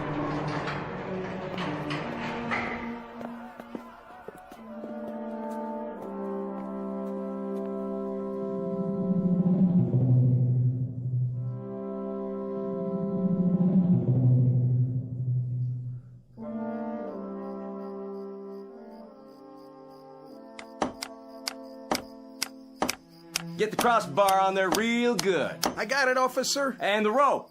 Make sure it's fixed right. Don't want it to break now, would we? No, sir. Could you point your flashlight up here one more time? You got it. How's that? Looks A-okay from here. You done real good, boys. Boss? What? Well, sir, you had us add cleats to the support, and then you wanted a bigger crossbar, and now you ordered a new rope, but just for today? Well, the old setup was just fine the way it was, as far as I could tell. So how come you went and spent all that extra money? Because this one's gonna go off without a hitch. Right, boys? Well, if it don't, it sure won't be your fault. Yeah, that's the truth. All right. I guess you can come on down. We gotta test it one time. Sure thing, boss. Now, when I say pull, you drop the sandbag. Yo. All right, then. Pull! That got her. That got her good, didn't it, boys? Yeah, boss. It sure did. Who's there? Easy, Pierce. Looks like everything's in working order. Yep. That'll take care of him. Sure it will. But I'm still worried about one thing. And what's that? Exactly who or what is going to take care of us. There it goes, 9 bells. Why is it so dark then? Is it an eclipse? Can't be. I've been listening on the radio. This ain't no eclipse. It's weird. It's just plain weird. Word of the darkness that has suddenly and inexplicably engulfed this remote Midwestern town. Turn up that radio so we can hear. It is now 9 a.m. Eastern Standard Time, but latest reports indicate that the darkness blanketing the specific location is virtually total. So far, there is no sign whatever of any daylight on the horizon.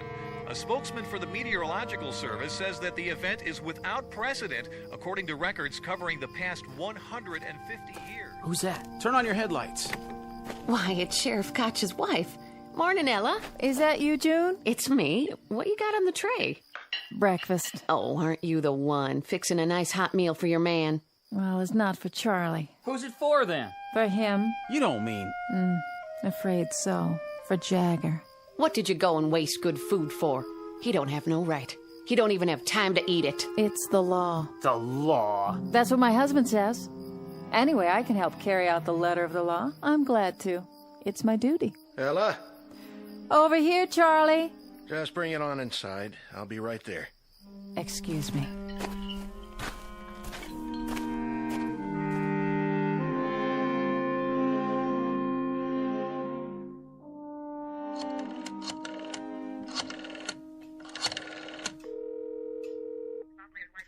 The governor, please. Yes, I'll wait, but please tell him it's urgent. Mr. Colby? Hi, Ella. Where should I put this? What? No, this is the editor of the Sun-Times. That's right.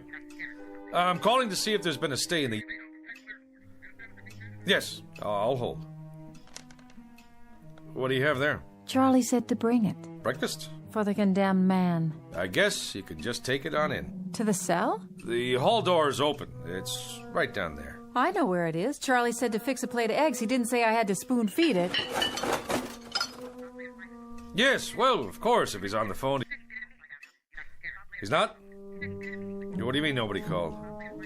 No, listen. After the automatic appeals, there's always a request to the governor's office for a stay while they argue it before the circuit court. Morning, Mrs. Koch. I thought that was you. Yes, I'll hold. Thanks for bringing the tray.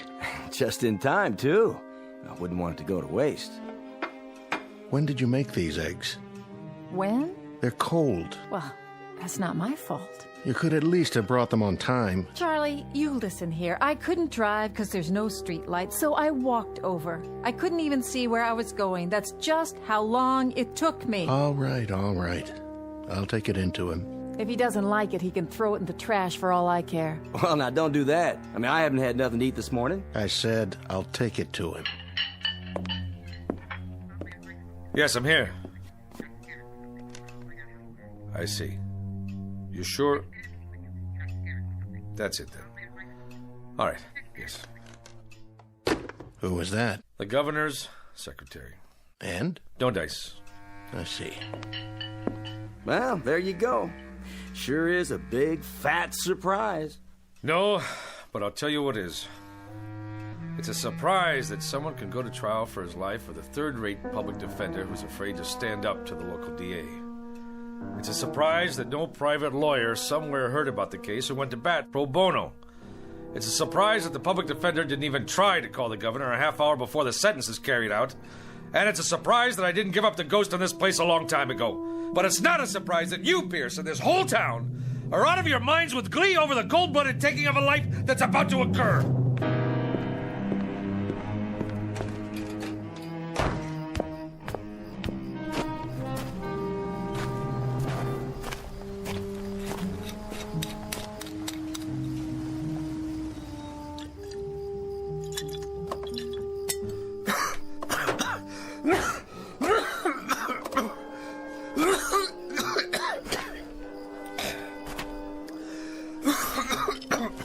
I think you dropped this. It's all right, Reverend Anderson. It's empty. Whiskey helps, does it, Mr. Colby? It doesn't hurt. Helps you see things more clearly? Or does it keep you from seeing? You suppose, Reverend, that there's some theological explanation for this morning? Theology? That's for divinity schools. This is a time for faith. Faith in death or in darkness? Maybe if we thought there was a divine act going on here, we could find a way to live with it. God is always with us. whether we know it or not. Is he? Even now. This isn't the first gallows ever built, Reverend, or the last. Won't be the first man to lose his life at an untimely age, and we won't be the last mourners on this earth either. Did you see him? Did you talk to him? Briefly. He wouldn't see me. Wouldn't even let me in his cell. That's a pity. He's a lonely boy. But at least he won't be lonely for much longer. That's the truth. He's going to glory. I'm glad you think so. And you don't, Mr. Colby? It would be easier if I did. But I gave up my faith years ago. Now I'm not sure I ever had it. We all stumble in life, lose our way for a time. But the shepherd doesn't give up. He keeps on looking for us. What happens if the shepherd loses his way too? It must be time. Listen to them. Oh, they want blood. Reminds me of sports fans in an arena somewhere. Yes, a Roman one. How's it look out there? Hard to tell. When they light their torches and storm the jail, I'll let you know. Well, I'd better get the prisoner ready. You're going through with it? Unless something happens in the next 10 minutes, I have no choice. Then I suggest we use this time wisely. And how do we do that, Reverend? There's only one thing left to do. We pray.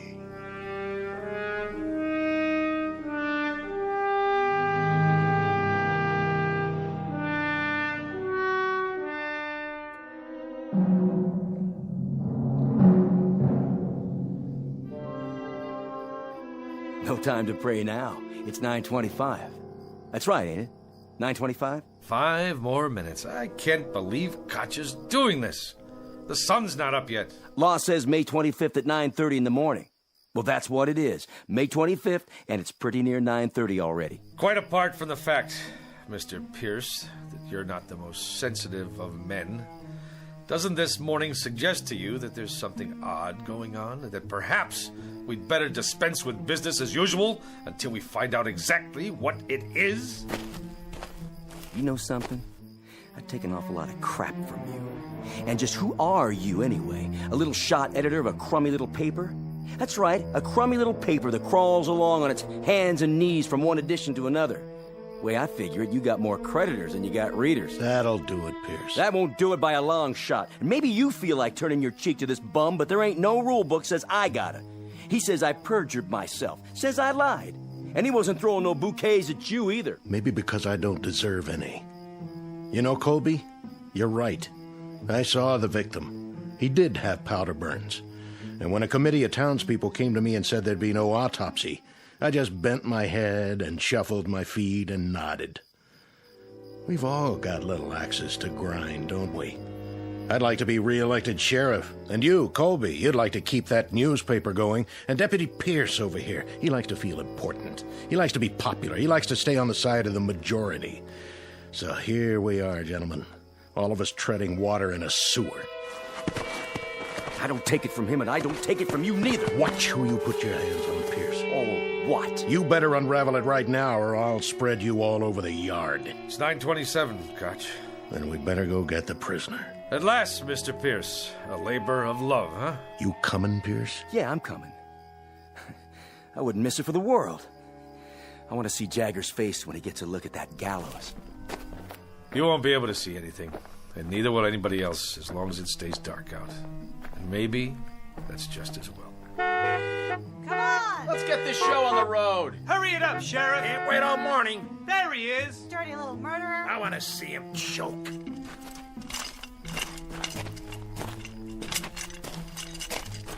You don't need the chains. I'm not going anywhere. He has some minutes, doesn't he? He's used them already. We're behind schedule. You can talk to him now, Reverend. Take your time. It's my time. And I got nothing to talk about. Then let's go. Let's get on with it. Don't waste your last minutes, Jagger. We're a different color, and I know we have different faiths, but you've stood up for me and mine. You've spoken for us. And God help you, you've killed for us. I think we owe you some peace, and I'd like to try to give you some. That rope over there give me peace. I don't need any words, Reverend. No quotations, nothing in the Bible or any other book. Get it over with! Yeah, let's go! Yeah! Patience, everybody! I'm gonna give you what y'all came here for. I'll dance at the end of the rope, and I'll choke, and I'll swing back and forth like a rag doll. Yeah, you'll see. You'll get your money's worth. I promise. This way. I told you, I'll do this myself.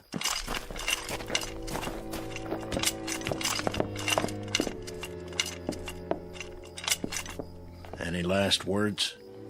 Not on your life. That's one thing I won't give you people.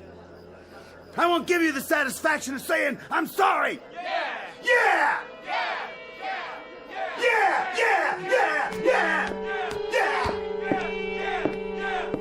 Don't return their hate. Don't dishonor yourself. Why don't you go home? Go on. Get out of here. Just tell me one thing. When he came at you, Jagger, did it feel good then? What's the difference? And when you aimed that gun at his head, that wasn't such a bad moment, was it? Good or bad, who cares? If I wanted him dead or not, it ended the same. What was in my heart didn't matter, because it's what you do that counts, isn't it? Not what you wish for. So, when you killed him, Jagger, when you blew his head off, there were no regrets then, were there? If I told you I didn't mean it, would you let me go? The law's the law. It's what I did in this life. The same as for him, and I hated his kind. You enjoyed seeing him dead, didn't you? You know it. Now I know it too. I know it only too well. This man is guilty. We're all guilty. Guilty as sin. It's important to get with the majority, isn't it? That's the big thing. That's what really matters to you. We're all the majority. The minority died on the cross 2,000 years ago. You want a statement? I'll give you a statement. Tell everybody that. Tell them they're no better than me. Who wants to put the rope around my neck, huh? You, lady! You want to put it on, mister? Yea, though I walk through the valley of the shadow of death. And who wants to pull the lever, huh? You, Reverend? But you know we're all murderers. I'll do it.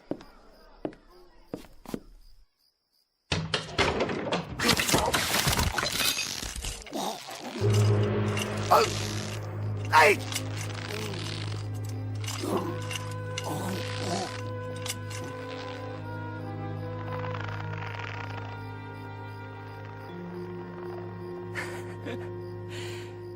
You seen the light, Reverend? You finally seen the light? Have you? Have any of you? In all this darkness, can anyone make out the truth? Look at what's hanging from that gallows. He hated. He killed. Now he dies. You hated. You killed. And not one of you isn't doomed. Not one. Do you know why it's dark? Do you know why there's night all around us? Do you know now what the blackness really is? It's the hate he felt. The hate you've felt. The hate all of us felt. There was too much. There was way too much, and we had to vomit it up, and now it's surrounding us and choking us. So much hate. So much miserable hate.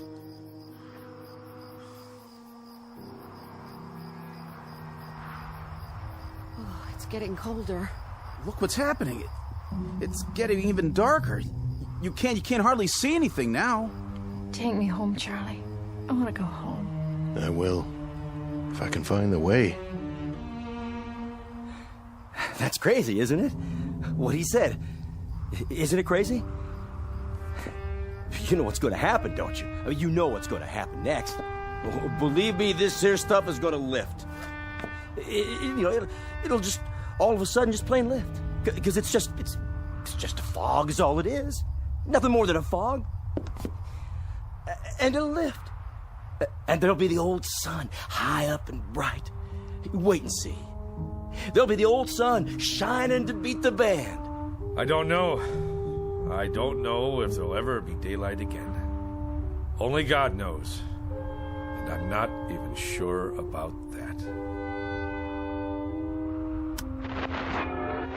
Reports now coming in of similar occurrences here in the United States and abroad. At 9 o'clock this morning, a dark cloud suddenly appeared over several widely separated U.S. cities. The government of Israel has verified the fact that a rectangular area over the West Bank appears to have gone dark. In China, correspondents just filed a news item about several square blocks, including a political prison, thrown into darkness early this morning. In Iran, an area in Southeast Asia, in Central and South America, the African continent, the darkness continues to spread.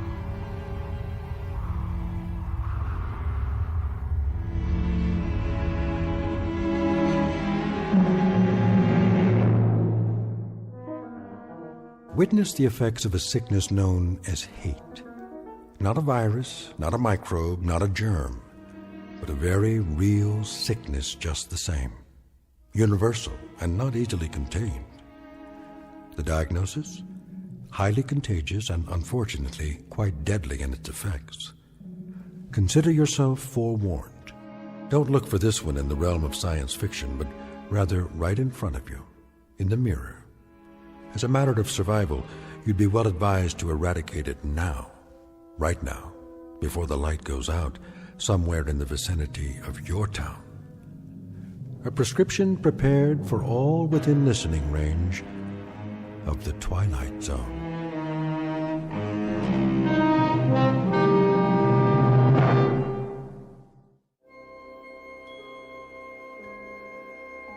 Hi, this is Carl Amari, producer of the Twilight Zone Radio Dramas. I'd like to take a moment to tell you about our official website at twilightzoneradio.com, where you'll get the latest news and information on these Twilight Zone radio dramas. Plus, at twilightzoneradio.com, you can digitally download 3 free episodes or any of our episodes for only $1.95 each. In this age of ever-changing technology, we've decided to make these episodes instantly available to you by making the Twilight Zone radio dramas a digital download-only series. This means that this series will no longer be offered on CD. The CD collections at our website are now being offered while supplies last at buy one, get one free. So be sure to get your favorites before they're sold out. Be sure to visit us often, and I'll see you in the zone.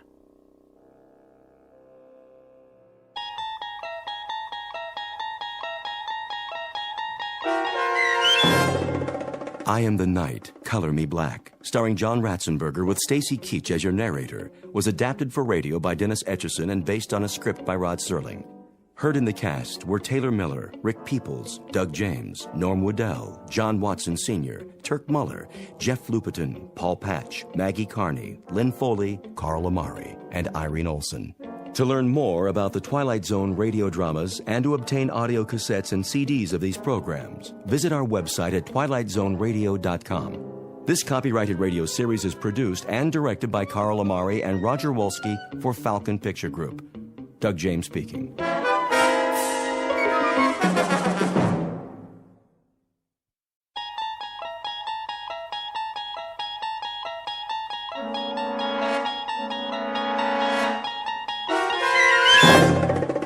You're traveling through another dimension.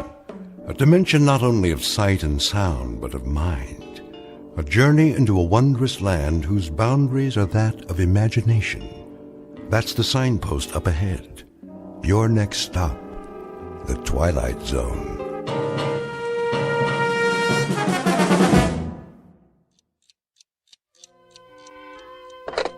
Front desk? This is room 14, yeah. Jackie Rhodes. Listen, I was just wondering... What? No, I already paid you for the week. Sure I did. Didn't I? Well, I thought I did. No problem. I'll drop it off downstairs first thing in the morning. That's right. Cash, same as always. Yeah. You know I always pay my rent. One thing about me, I ain't no welcher. I got a big payday coming tonight. Anyway, the reason I called... Can I ask you a question? No, that ain't it. I know you don't do room service. I was just wondering, is my phone working okay? Uh-huh. Well, the reason I ask is I'm expecting a call. A real important call, and... You sure? Not a one, huh? No, I ain't been out of the room.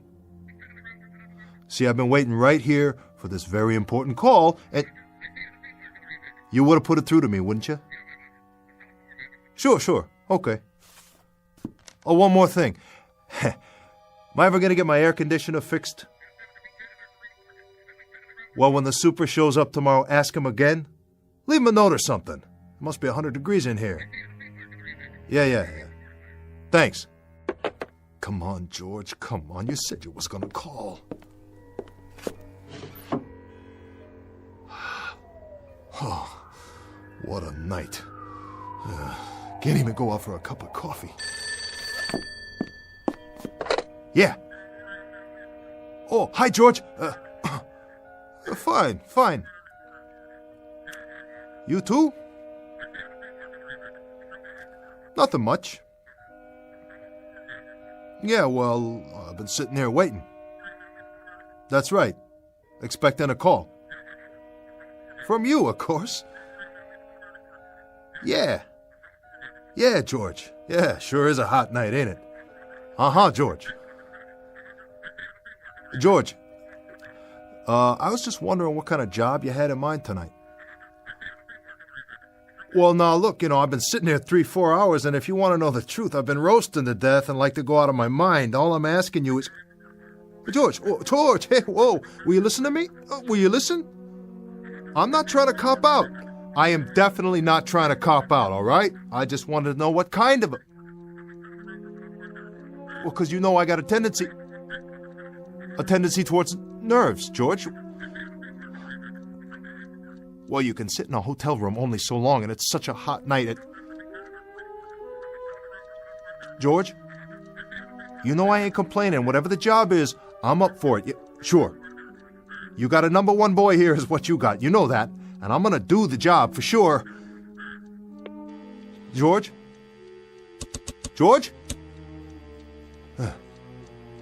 Must have got cut off.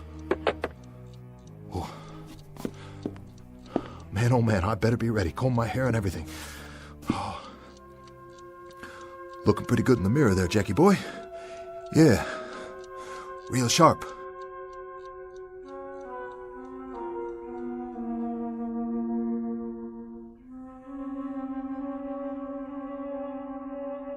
This is Mr. Jackie Rhodes, age 34.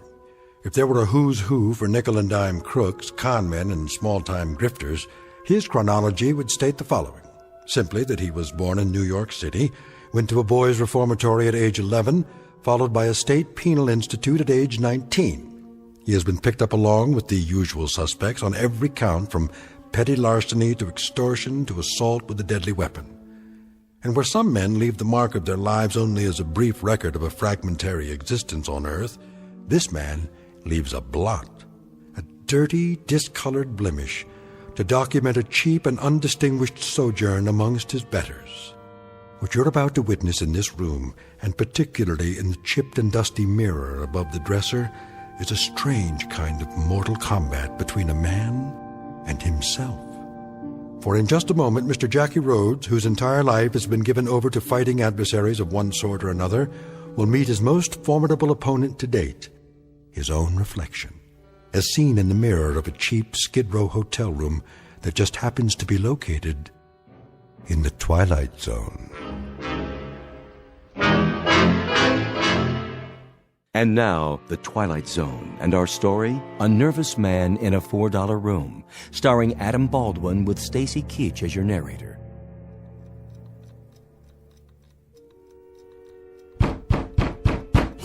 Yeah. Yeah. How are you, George? In the pink. And how are you, Jackie? I'm all right. I'm all right, George. I've just been kind of nervous about the action tonight. I was wondering what you had in mind. What a gorgeous place you got, Jackie. Yeah. $4 a night, you can't go wrong. No, you can't go wrong. But you can get roasted to death in the heat or poisoned by small creatures. You ever see any cockroaches in here? Nah. Me and the roaches, we got an understanding. That's good. How about rats? You have to set traps? No rats. That's good. Real good. Personally, I hate rats. You know what I mean? Oh, yeah. I know what you mean. Say, listen, George, what about tonight? What's the job, anyway? Does it make any difference? Difference? No, don't make a difference. I was just wondering. Just wondering what you had in mind. What would you like to do, Jackie? What's your heart's desire? Are you kidding me, George? You're pulling my leg, ain't you? No, I asked you a question. Simple as that. Well, if it was up to me, I'd like something with some decent odds for a change. What's that? Well, it's just that I'm all the time getting the hard stuff, George. Last 2 times I almost got picked up waiting out front in the car. Remember the heist? I remember. That stuff ain't for me, George. No? Because if they pick me up one more time, that's 3 strikes and out. I'm long gone and for good. Oh, it's so hot in here, George. Ain't it? Ain't it hot? Anybody ever tell you what you look like? How do you mean? No? Well, I'll tell you. Like a man trying to catch a subway at 5 o'clock at night. You always look like somebody squeezing you through a door just before the train pulls out. Let me go. What do you do to sleep at night, Jackie? Curl up in a locked closet? Well, now, look, George, I ain't knocking you. I don't know why you all the time gotta knock me. All I want from you is... Yeah? All right. What's the job I gotta do? Well, I'll tell you what, Jackie. Tonight I'm gonna let you be a man. I'm gonna let you show some muscles for a change. No shakedowns, no deliveries to a fence, nothing little. Tonight, Jackie, you're getting up in the world. So I got a little present for you. Whoa. What's that? What do you think it is? 22 special. I don't want it. Oh, careful, it's loaded. What do I need a gun for? Well, I'll tell you.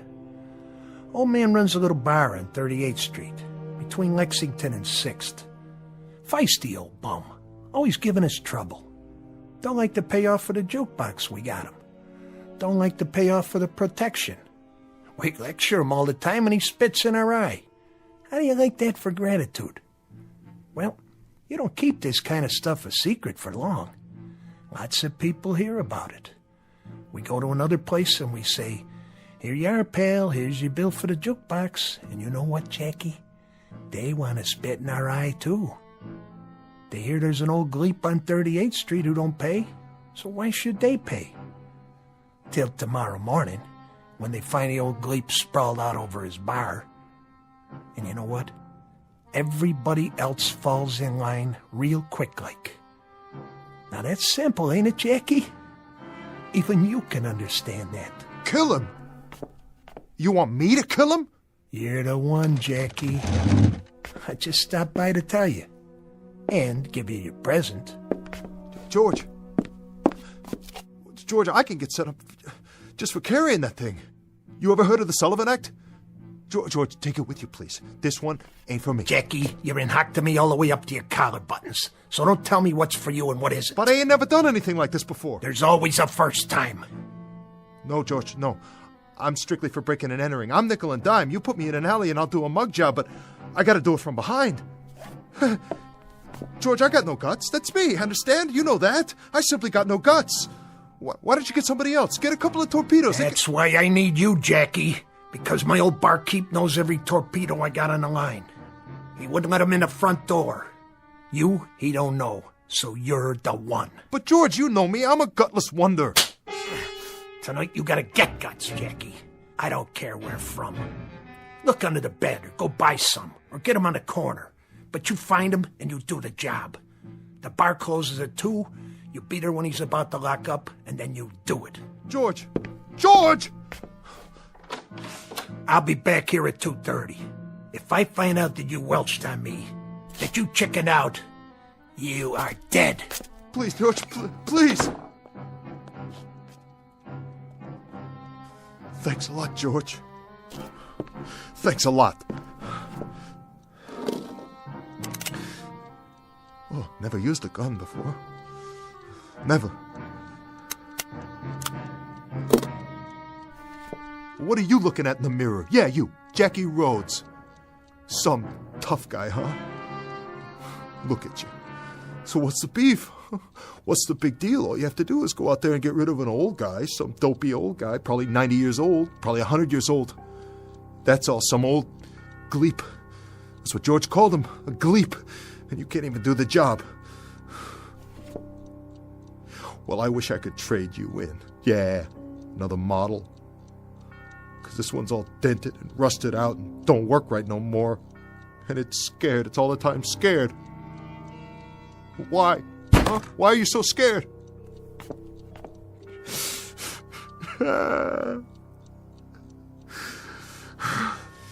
Man, it all comes down to this. Took you a long time to get here. Real long. How many nights in the tank? How many months in stir? How many hours in cheap, dirty hotel rooms like this one? $4 a night to roast to death. Oh, what a way. What a long, miserable way. And for what?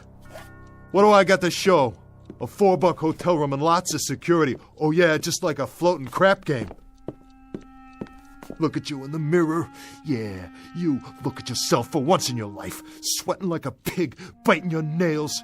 And those eyes, those beady, scared little eyes. George better stick with apples and oranges. He better start squeezing cantaloupes for a living, because he ain't no judge of people. Not this one. Jackie Rhodes, the big-time killer. Killer Rhodes. Well, I know you, Jackie Rhodes, and you ain't no killer. You're a softy is what you are, a great big soft bowl of oatmeal. You got no bones in your body. When the good Lord passed out spines, you must have gone for a beer and missed out. Oh, I wish I could trade you in on a new model. I swear to heaven, I wish I could trade you in right now. No matches. Great. A cigarette and no more matches. That is me all over. That's my little Jackie, halfway. Always halfway. Story of my life. A left-handed guy in the cafeteria line, a one-armed paper hanger, an icebox salesman at the North Pole. Need a match? Huh? Go on. Light yours off mine if you want. Who are you? Well, who do you think? The name's Rhodes. Pleased to meet you, Jackie. What do you say? Oh! Take it easy, Jackie. Come on back over here. Let's you and me have a talk. Yeah. Oh, you and me, we'll have a talk. Real heart-to-heart. Me in the mirror. We'll have a big, long talk, just the two of us. The two of us. So this is the way it happens, huh? I've had it. All my marbles gone. Finally. This is the way, right? Right here in this room. No, that's not the way it happens. You're all right. Pinch yourself. You didn't flip out. You're rational. You're sane. No, you got a different kind of problem, Jackie, my man. Very different. I'd say we've got different kinds of problems. And you're telling me that you're... I happen to be you, Jack, and you happen to be me. Say that again? Nice arrangement. Keeps it simple, don't you think? Let me get this straight. You're me, and I'm you? Oh, man, this is crazy. Really crazy. This is nuts. Look at it this way, Jackie. I'm part of you. Another part. An alter ego, that sort of thing. You get the drift? I'm the Jackie Rhodes who might have been. Oh, come on. I think you would have been called John Rhodes. A long time ago, Jackie, a very long time ago, you were up for grabs, you might say. You could have gone one way or the other. You could have turned out my way or your way. Take your pick. Well, you did. And it turned out your way. Your way, Jackie. This way. You understand what that means? No. No, I don't understand. What do you mean, my way? Your way's cheap, weak, scared, half vulture and all mouse. That's what you are, Jackie. So? So knock me. Go ahead and knock me. I'm this and I'm that. So what? Whatever I am, buddy, I got flesh, I got bones, and I breathe. And in just a couple hours from now, I'm going to put the finger on somebody and I'm going to cash in. So what do you do for a living? Haunt people in mirrors? Can you pull a heist? Can you kiss a dame? Can you count a roll? Can you cash your chips? Oh, listen to me. Listen to me having a big argument with a piece of glass. Well, listen, glass, I'm leaving. I'm pulling out. I've had it with you. I'm a mouse, huh? Well, you're nothing. Imagination, that's all you are. You're a big fat dream is all. Forget it, will ya? I gotta get ready now. Wash my face.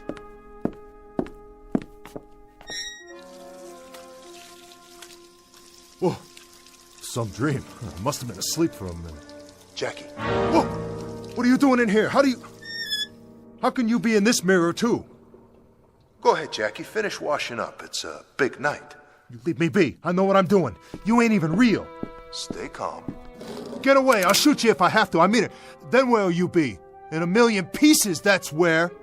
You can't kill me, Jackie. Because I'm not out here. I'm in you. No matter where you go, I'll be right there. In a store window, in a shiny car, the water in the gutter, I'll be there. I'll always be there. You get away! You get away from me! Oh, don't fold up on me now, just between you and me, old friend. There's a lot that's got to get settled tonight. A whole lot. That's right, Jackie. You got a big night ahead of you. We both do.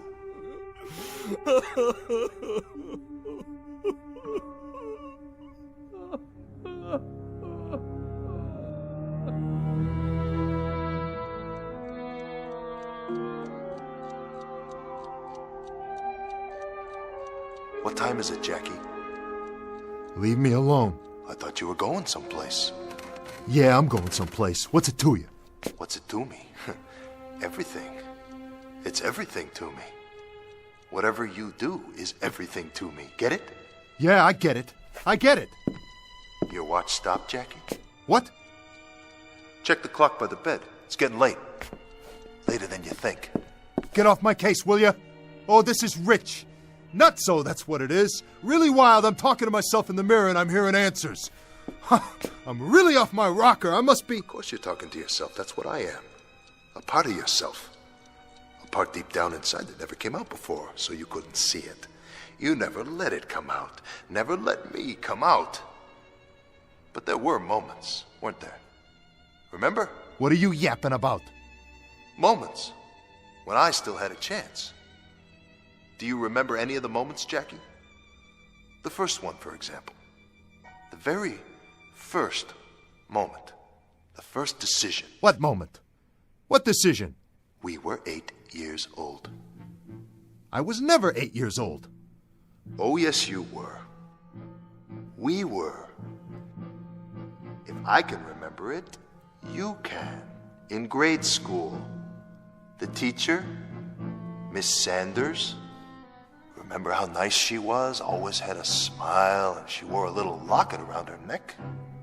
It was the class picnic. She was walking along in the park, pointing out the birds and the trees. We never knew there were so many different kinds of trees. Nobody ever took me to the park before. And the clasp on the locket broke, and she took the gold chain off and put it away. And a couple of the boys dared you to steal it. You didn't want to. But you did steal it. Right out of her purse when she wasn't looking. Why, Jackie? Why did you do it? I didn't want to steal it, okay? They dared me. What was I going to do? I had to. I was a crummy little runt, and they dared me, said I was chicken. And then, when was it? A year later? They dared you again? Yeah, they wouldn't leave me alone. They dared you to go with them and break into a grocery store. What did you steal in the store? I don't know. Something, anything, it doesn't matter. But you remember the dare. Of course I remember the dare. But you don't even know what you took. Look, wise guy, whoever you are, whatever you are, if you know so much, how come you don't know the most important thing? The important thing? And what's that? I already told you I was a runt, you dummy. I was a pasty-faced, skinny little nobody, and when you want to be in a street gang, you gotta go along with them, whatever they say. You back off, they give you the business. They call you chicken, yella. They know you don't got what it takes. So you went along, Jackie, and you made me go along too. And you got caught. Not the other boys, you. And you spent 11 months in a reformatory. What did you prove for all that trouble? Oh, what do you care? Tell me why you're saying all this to me, or shut up! Just shut up! Oh, knock it off! I'm trying to sleep in here! Keep your voice down, Jackie. Why should I? Because you're not the only person in the world. You can't just think about yourself all the time. There are others. Look, I want you to level with me now. What are you? No more fancy talk. What's all this alter ego stuff? You read that in a book somewhere? I think you know what I'm talking about. All right, you're part of me. I give you that. I ain't dumb, you know.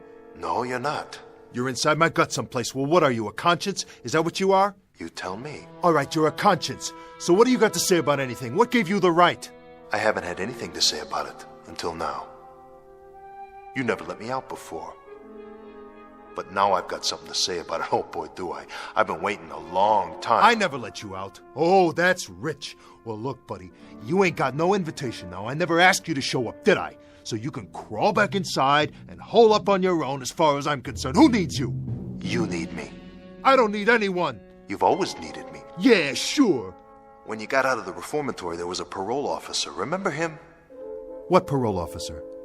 A very decent guy. His name was Moriarty. Oh, yeah. He liked kids. Had a bunch of his own. You always got the feeling that when he tried to do things for you and straighten you out, it was because he had kids of his own.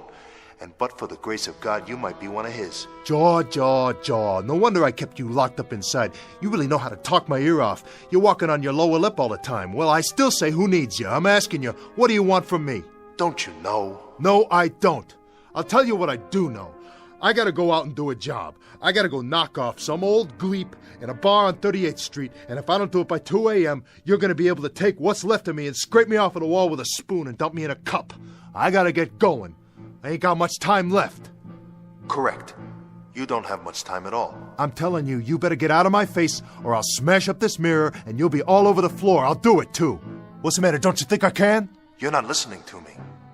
You've never had much time. Moriarty tried to help you when you got out of the reform school, but you didn't have time then either. Get off my back.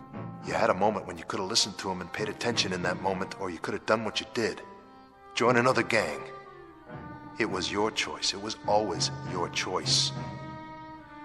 And 6 months later, you were in jail again, only this time it was for real, and Moriarty couldn't help you any more than that girl Janie Reardon could. Janie Reardon? I remember Janie. She was a nice kid. She was more than that. She was beautiful, inside and out, and she tried her best to set you straight. What do you know about her? I loved her, Jackie. Did you know that? I love Janie Reardon. You? You love Janie Reardon? Why, you're nothing but a piece of glass. You're me in the mirror. How could you love anybody? How could you love anything? Oh, I could love. I could love deeply and intensely. I loved her. And I tried to get you too. But you were too busy. You graduated from the street gang. You moved up fast, didn't you? I sure did. You got mixed up in an extortion racket, shaking people down, parting them from their hard-earned money. Real sweet. You were a big shot, huh, Jackie? Still trying to prove something. And what did you prove that time? I proved plenty. You proved you were the #1 patsy of the world. You were the expert at bag holding. It was 2 years in a penitentiary after that one, wasn't it, Jackie? And when you got out, Janie Reardon had got married to a regular guy and moved away. She walked out of your life, Jackie. Out of our life. You cheated me out of her. I don't care. I didn't care then and I don't care now. Dames, I can take or leave. Dames you can take or leave. That's a statement for the press, isn't it? Can I quote you on that? A real fond sentiment. Except for one thing. It isn't true. You calling me a liar? You'd love to have a girl, wouldn't you? Somebody sweet and pretty. Somebody who'd stay with you and love you in return and be kind and gentle with you. You could have had that. Maybe you still can. The question is it too late? Why don't you knock it off? Will you do that? Will you knock it off right now? If you say so. What do you want from me? I'm asking you a question. What do you want from me? Calm down, Jackie. Have a smoke. Here, want one of mine? Stop blowing it at me. Are you going to answer the question? I'm still waiting. Well, it's pretty simple, really. I want to take over. What? I want to be John Rhodes. I want to be all the instincts you buried inside. I want to be what's left that's still good in you. The decency that you never let show. I want to be the courage you left behind. I want to be all the dreams you ever dreamed but never had the guts to live. Fat chance, Buster. Big fat chance. I can walk out and grab a sandwich anytime, do anything I want. Can you? But you gotta stay in the mirror, and that ain't no statement for the press either. That's the goods. That's the ever-loving goods. You've had your chance, and look what you did with it. You blew it. Now it's my time, my chance. By the look of things, I'd say you need me to be the man for a while. Oh, yeah? I don't just talk the talk. I can walk the walk. I can go out and knock off an old man and cut me some nice cabbage for my trouble anytime I want to. And nobody's going to tell Jackie Rhodes what to do or how to act or what to feel, not you or anybody else. Then why haven't you done it? What are you talking about? There's still time. Who's that, Jackie? How do I know? Don't you? Are you sure? Or did you forget? Maybe you wanted to forget. I didn't forget nothing. Then answer it. Go ahead. Shut your trap for a minute. Let me think. I gotta think. You know who it is, don't you, Jackie? Don't you?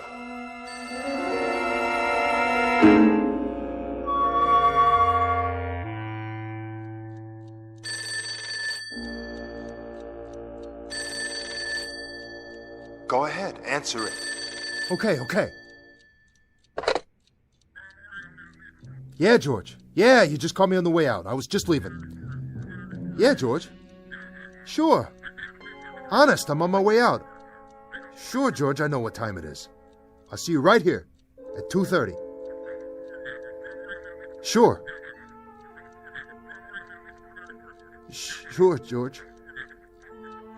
Yeah, I got it. See you then.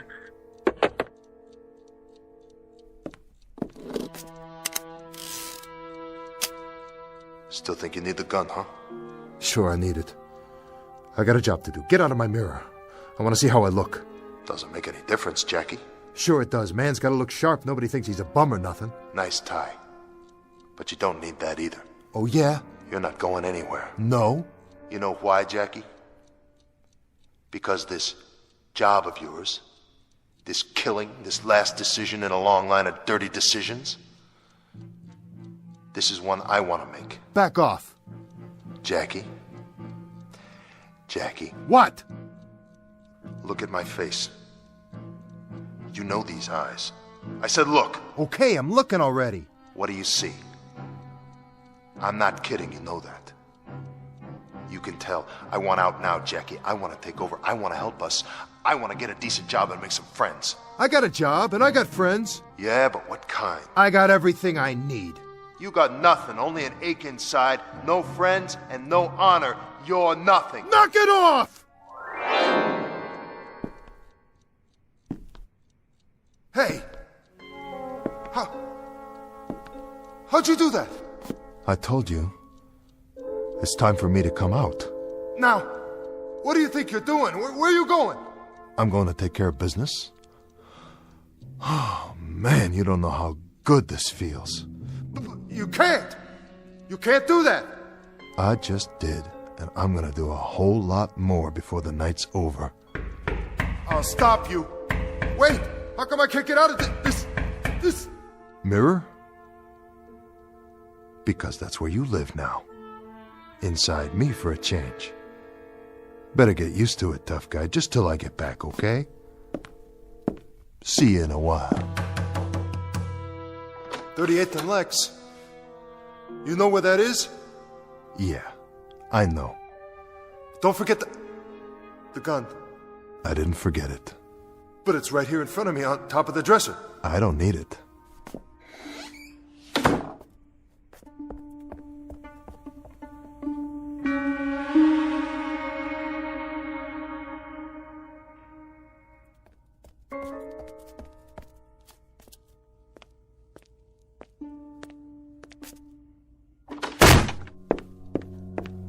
little man. I said get up. Hi, George. I'm gonna take your skin off foot by foot. You are. Nobody went to the old man's bar tonight, Jackie. Nobody at all. That right? That's right. At last report, he was extremely healthy. Thanks to you. Thanks to you, you raunchy little welcher. Easy, George. Don't get your blood pressure up. I don't like your attitude. After all I've done for you. Given you another chance. And another. And another. And what do I get in return? No gratitude. Well, you just ran out of chances, buddy boy. Your extra time's all used up. Now I'm gonna take it out of your hide. What do you think of that? I don't think anything. You know, Jackie, it's nothing personal. It's just business. I like you. I always liked you. That's why I tried to cut you a break. But now, you think that if you keep your trap shut, I'll forget about it and it'll go away. Is that what you think? No. Speak up. I can't hear you. What do you got to say for yourself, Crumb? Huh? What? What have I got to say for myself, George? That's right. And make it good. Very little. I have very, very little to say for myself. Not much at all. Just one sentence. 2 words, really. I resign. That's it, George. I resign. What? You what? I said I resign. You know what that means, don't you, George? It means quit. Walk out. You're not walking anywhere. When I get through with you... Throw in the towel. Toss in your cards. Retire. I like the sound of that one. Well, that's me. I'm retired as of, let's see, 2:42 a.m. Why, you... Oh, you can have your gun back, too. It's right there where you left it on the dresser. I never figured you to be that much of a sucker, Jackie. Now that I've got my gun back, what do you think I'm going to do with it? Or did you even think that far? Yeah, I thought about it. And? And I figured you'd try to make me eat lead. Well, you got that much right. Of course, I took the liberty of removing the bullets first. Guess you want them back now, huh? Well, they're right here in the wastebasket. Here, let me give them to you. Oh. Good, kid. I didn't think you had it in you. Neither did I. Come on, Jackie. Let's see what you got. Why not? I already know what you got, and it's not much. I've seen your kind before, on the playground, in dark alleys, in the joint. You're a bully, George. The kind who pushes little kids around and rolls drunks and knocks over mom-and-pop stores when they're too old and weak to stand up to you. But as soon as somebody does, just once, you turn tail and run, don't you? Sure you do, 'cause you're chicken, George. You're the real chicken, otherwise you wouldn't worry about keeping everybody down in case they're stronger than you. You couldn't stand that. You can dish it up, but you sure can't take it. What are you gonna do now, Jackie? Be the big man on the street? Go ahead. Let's see how long you last. Oh, I'll last, George. Longer than you, a lot longer. I'll still be alive. I'll be walking around in the park feeding the squirrels while you're doing 25 to life in Sing Sing. That's gonna be tough, George. Real tough for a punk like you.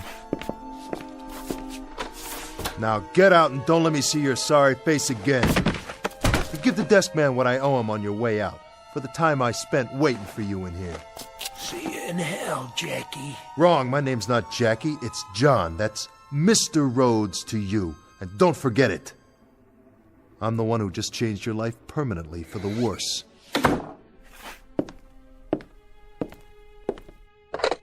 Hello, desk. This is Jackie. This is John Rhodes. That's right, room 14. I'm checking out. No, for good. I'm not coming back.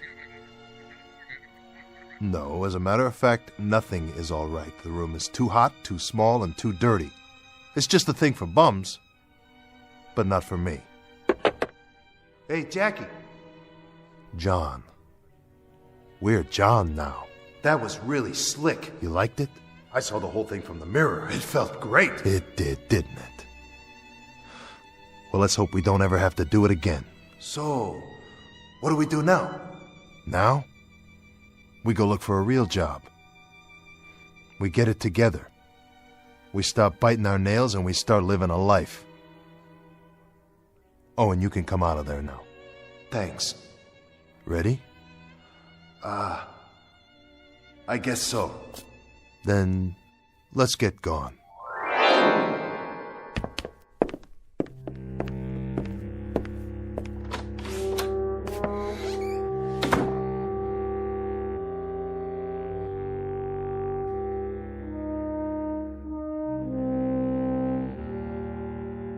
Exit Mr. Jackie, make that John Rhodes, age 34, about to carve himself a nicer and more acceptable piece of life. And while we do not offer this story as the norm or the rule, there is a school of thought that says there really are two people in each one of us. And so, for the gentlemen out there, a word to the wise, mind who you're shaving tomorrow morning. If you nick yourself and the mirror yells, ouch, you may have just checked into the Twilight Zone.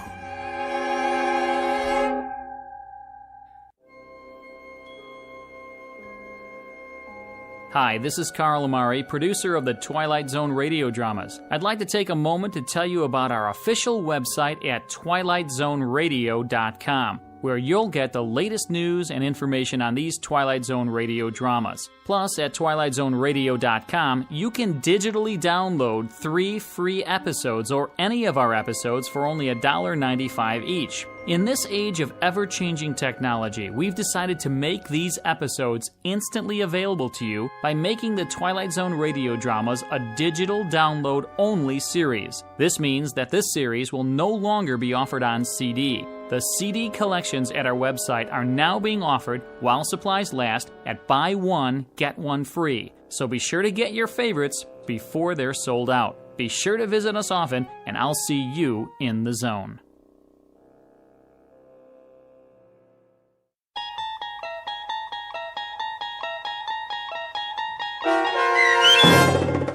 A Nervous Man in a $4 Room, starring Adam Baldwin with Stacy Keach as your narrator, was adapted for radio by Dennis Etchison and based on a script by Rod Serling. Heard in the cast were Turk Muller and Carl Amari. To learn more about the Twilight Zone radio dramas and to obtain audio cassettes and CDs of these programs, visit our website at twilightzoneradio.com.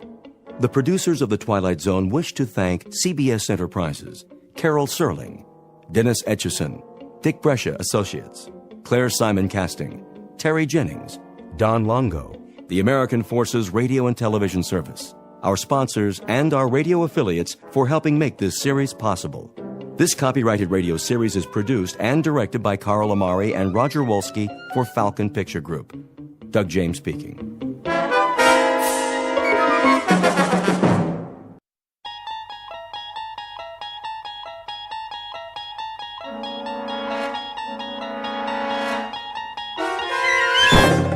You're traveling through another dimension. A dimension not only of sight and sound, but of mind. A journey into a wondrous land whose boundaries are those of imagination. Your next stop, the Twilight Zone.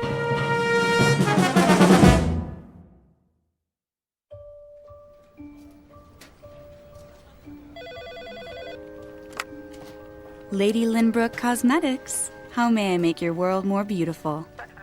One moment. Lady Lynbrook. Oh, good morning, Tim. Yes, she's expecting your call. If you'll hold, please. Mrs. Lynbrook. Yes? Mr. Gunn on line 2. What's that? Shall I put him through? Speak up. I can't hear you. The Bravo account. Shall I put... I don't know any Mr. Bravo. It's Mr. Gunn. If you like, I'll... Sally, please. I'm due at the photo shoot. Mr. Munn will have to call back, if that's really his name. Gunn. What? Nothing, Mrs. Lynbrook. Stop muttering, dear. Should I tell Burton to have the car ready? And have Burton bring the car around. Yes, ma'am. He's already parked downstairs. Wayne. Good morning, Miss Richards. I mean, Mr. Benson. She's getting to you? Well, sometimes we do have a little... Failure to communicate. Tell me about it. Last week I locked myself out of the house, had to climb in the window, and she couldn't hear the doorbell. Vanity, all is vanity. Whoever said that got it right. Anyway, the limo's at the curb. Burton's waiting for her call, like a good dog. She won't use the cell phone. Oh, why not? She's convinced there's something wrong with it. Don't worry, Sally. I won't let her take the company down with her. I'll tell her you're here. Oh, that's all right. Let me surprise her.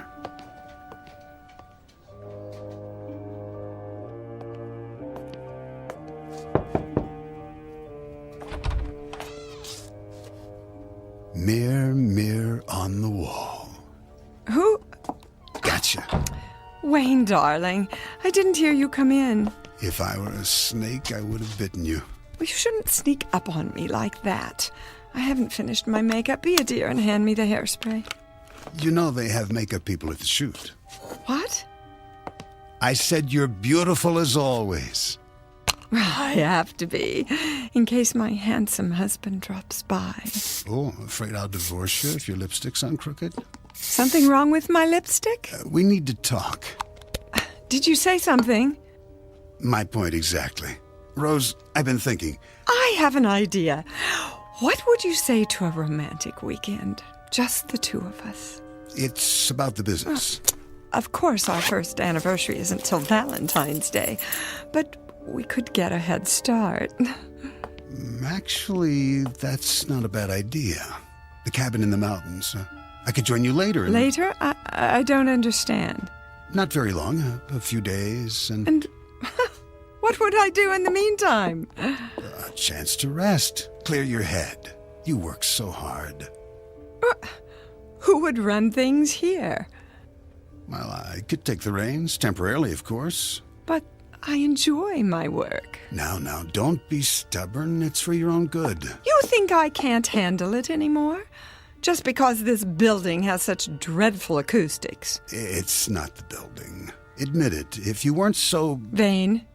That's not what I said. I've told you, I will not wear hearing aids. It has nothing to do with vanity. They hurt my ears. They distort everything. I wouldn't understand a word anyone says. All the more reason to take some time off. You'll see. You'll be able to run the business more efficiently, more profitably. I've done quite well until now, thank you. I think you hear what you want to hear. Whenever the word business comes up. My business, Wayne. The one I built from the ground up long before you came along. You are the most stubborn woman I've ever met. I only want what's best for you. You know that, don't you, darling? A company based on beauty, not on what a person can or can't hear.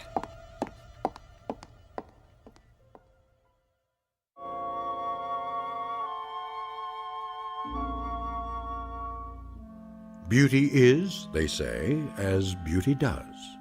And the CEO of Lady Lynbrook Cosmetics understands this, or thinks she does. But truth, that's something else.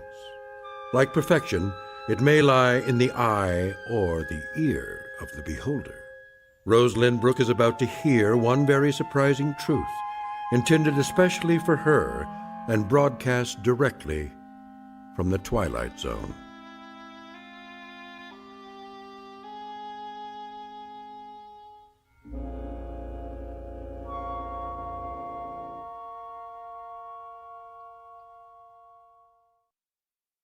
And now, The Twilight Zone, and our story, Now You Hear It, Now You Don't, starring Dee Wallace, with Stacy Keach as your narrator.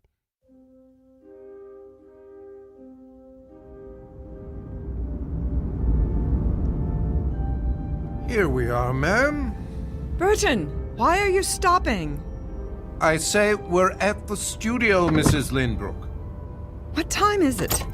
We're right on schedule. Not late, are we? Not in the slightest. Speak up, will you? I'll get the door. Would you kindly help me with the door? Certainly. Where is my blusher? Ready, ma'am?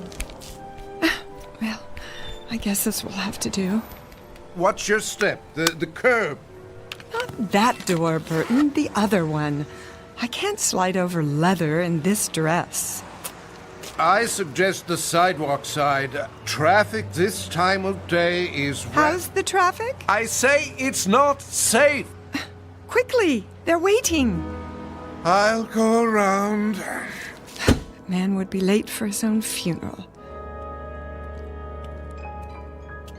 Well, don't just stand there. Give me your hand. One moment, there's a bus. Now! But ma'am... Never mind. I don't need your help. Wait! Get behind me! Burton! Burton! Ma'am, are you... Burton! Oh, did you see that? She stepped right out into the street. What's the matter? Didn't she hear the horn? Must be deaf. Oh, if it wasn't for that chauffeur, it would have hit her head on. The poor man. Hey, somebody! Call an ambulance!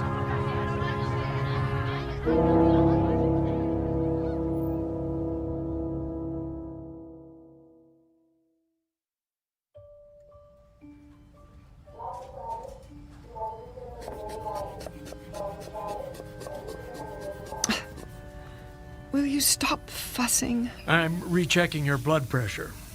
This dress is ruined. I consider it a small price to pay. I want to go home. Not so fast. Nothing's broken. You said so yourself. X-rays don't always tell the whole story. I'd like to hold you for observation. What? Our best private room, of course, unless you demand the entire floor. I can't hear a word you're saying. How convenient. This is Fashion Week. I have a contract with every designer on the runway. I'm sure your assistant... What's that?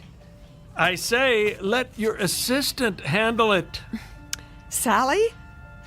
Her grandparents were hippies. Rose, how long have we known each other? What are you going on about? More years than either of us cares to remember.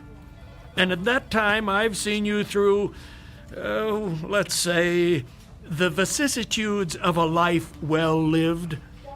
From the occasional nip and tuck to brow lifts, chemical peels, injections from the endangered species list. I've done everything you asked. You should. I pay you enough. But I've never lied to you. The issue is no longer appearance. It's a matter of communication. If you can't interact effectively with the world around you... Call Burton. What? Tell him I need him. I'll take that as a sign of short-term memory loss rather than a hardening of the heart.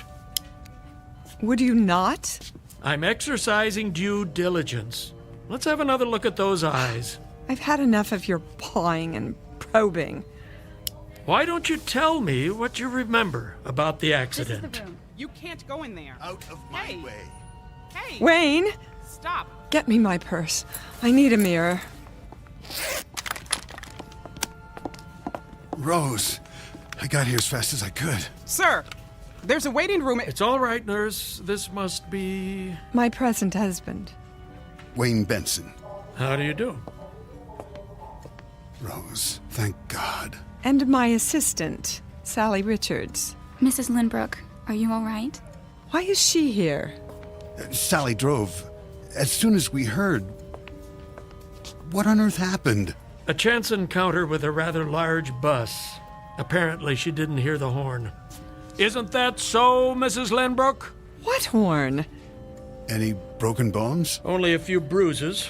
Her driver took the brunt of it. Where is Burton? In IC. See that he gets the best of care. We're doing everything we can. Will you please take me home? Darling, are you sure that's a good idea? At once. I'll make the medical decisions if you don't mind. You can't hold me here. Not without a lawsuit. On what grounds? Emotional distress. Confinement against my will. And overbilling for utterly pointless tests. You're being unreasonable, not to mention reckless. Sally, call my lawyer. Yes, Mrs. Lindbrook. Very well, if that's the way you want it. You'll have to sign a release of liability. Anything, just get me out of here. These are muscle relaxants. Take one as needed. The other pills will help you sleep. Nurse, send up a chair. Right away, Doctor. Why is everyone treating me like an invalid? I can stand on my own 2 feet. Careful, darling. The wheelchair's on its way. I wouldn't be caught dead in one of those contraptions. Hospital insurance requires it. But don't worry, someone can roll you to the exit with a bag over your head if you're afraid of being seen. I could park by the ramp and back. Would you mind, Sal? We'll meet you there. No problem. Mrs. Lindbrook, I just want to say how relieved we all are. What did she say? She said you look absolutely fabulous. Oh. What was that about Burton? Don't worry your pretty head. I'm sure he'll get the best care money can buy. And what is that monstrosity? One final indignity. A standard issue neck support. You can put your scarf over it, or I'll pull the fire alarm and clear the hall. I don't think that'll be necessary. Good. It would be a first in this wing. Mr. Lindbrook? Benson. Yes, the release form is at the front desk. Be sure she initials the waiver. Oh, Wayne, do be a dear. Oh, right. Scamper, darling. And this little box is for you, too. What is it? A special gift. I don't like surprises. Go ahead. Open it. No. Absolutely not. Give it a chance. That's all I ask. I've made myself perfectly clear. This is a prototype. A real advance, I'm told. They call it the H100. I will not wear a hearing aid. An entirely new technology. The research lab needs someone to field test it. Who knows? You might be written up in the scientific journals. I don't want that kind of publicity. Think of what it might mean for others. Let them get their own hearing aids. I tell you, you're the perfect subject. Oh, then I shouldn't need it. Rose, be honest with yourself this once. Anyone else would have heard that bus. It came out of nowhere. With 100 decibel horn blasting away? Face it, you have degenerative hearing loss, and it's only going to get worse. Look, it's no larger than a pencil eraser. An experimental microcircuit with full frequency range. And this is the wireless control unit, the size of a lipstick. At least try it. I couldn't possibly. Then I can't possibly release you. If I add borderline concussion to your chart, the decision will be out of my hands. You wouldn't. What's more important? Your vanity or your life? It doesn't even look real. Completely invisible once it's in place. It won't fit. Hold still while I insert it in the ear canal. There. Where's my purse? Here's a mirror. See for yourself. Even that new husband of yours won't know. From now on, you'll hear every word, every whisper. The two of you will be closer than a kiss. Is that true? Your secret. Trust me, this will make a new woman out of you. Go ahead, turn it on before he comes back. It's just this little switch here.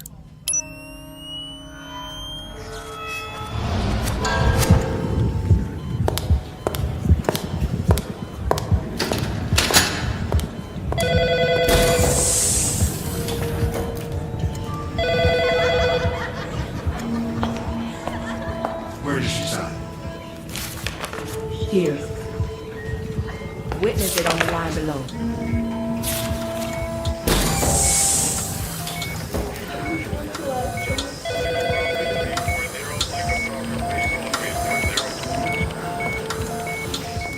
Well?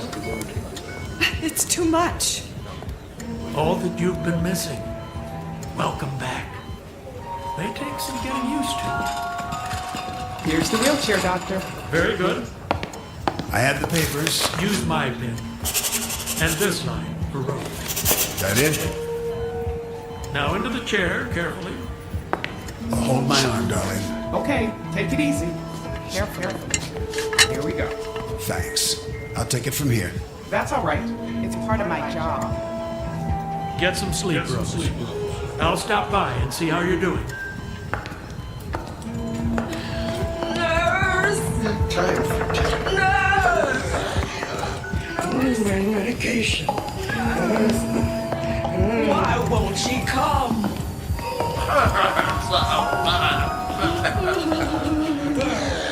No one came to visit. Stop! It's just down the hall, Mrs. Lindbrook.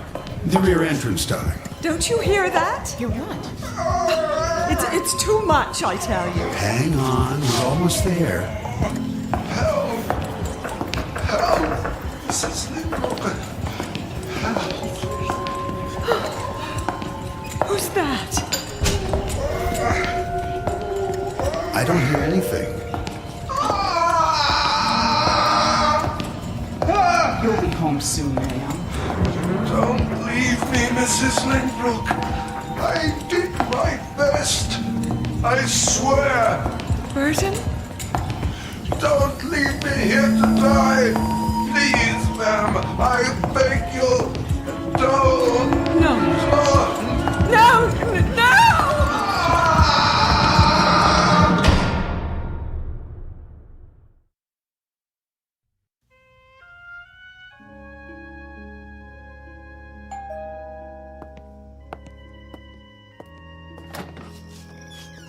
Oh, Doc. I told Rose I'd stop by. You didn't need to do that. How is she? About the same. Up and around yet? She doesn't do well out of bed. No? Still pretty shook up. The pills don't help? Not much. Do you have anything stronger? I don't know if that's wise. Drink? Oh, you go ahead. I've tried to keep the pressure off, but without the business to worry about, well, she's lost. Really? I guess it's all she knows. She just can't cut it anymore. She doesn't even want to try. That doesn't sound like the Rose I know. The accident really did a number on her. She needs more downtime. It's possible, I suppose. Or maybe she's had too much. I'm thinking of moving her to a place in the country until she gets her strength back. Oh, I don't know about that. There's nothing wrong with her body. Of course, if it's emotional, I could refer her to a specialist. A shrink? She wouldn't hear of it. Well, then let's try this. A couple of days a week back in her old office, for starters. She's not ready. She can sign letters, make some calls the way she used to. See how it goes. Not a good idea, Doc. Well, it might do her a world of good. I couldn't allow it. Allow? Well, she hasn't been declared incompetent yet. No, but that's... Let me have a look at her. This isn't a good time. Well, she's awake, isn't she? I'll check. Don't trouble yourself. I think I remember the way. First door at the top of the stairs, isn't it?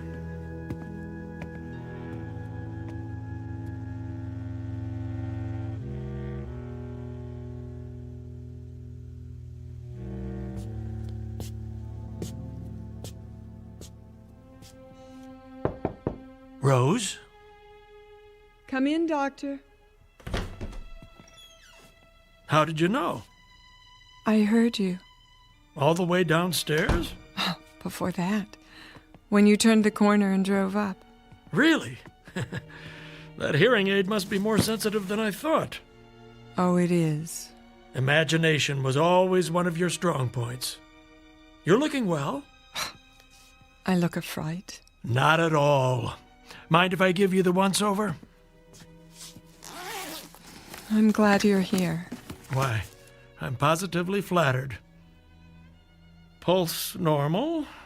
Eyes a little bloodshot. A lovely green, as ever. Hazel, I thought you'd never come. Something on your mind? You can always call. He took my phone away. Wayne? He said it was broken. Then I'm sure he'll get you a new one.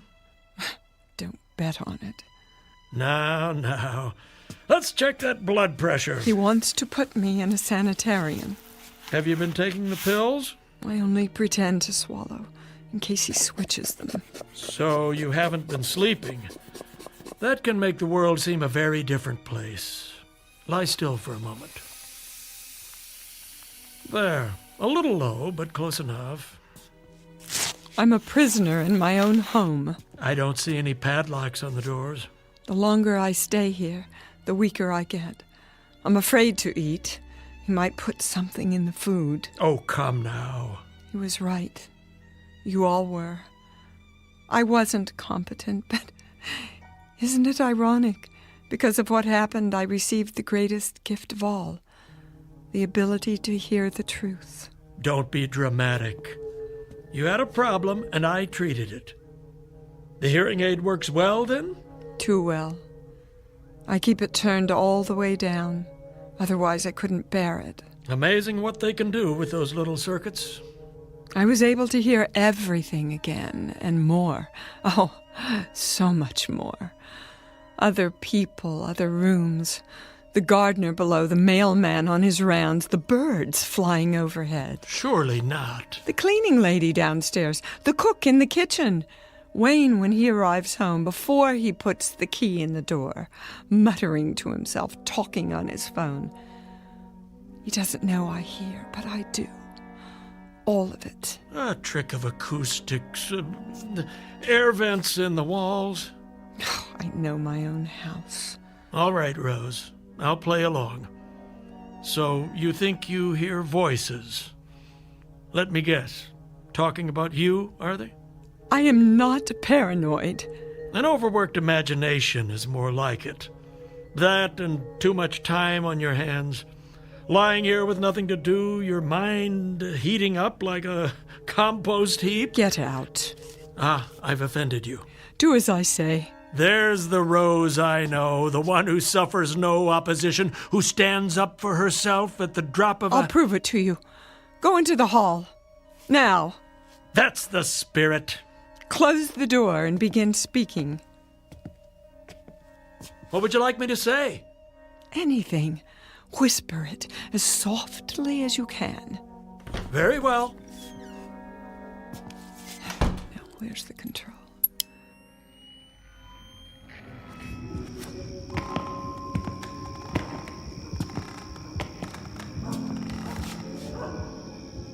Testing 1, 2, 3.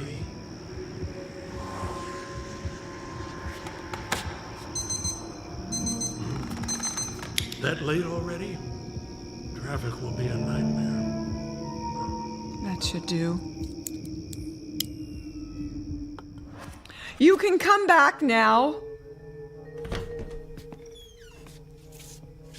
Well, what card did I pick? You took exactly 7 steps to the end of the hall. Very good.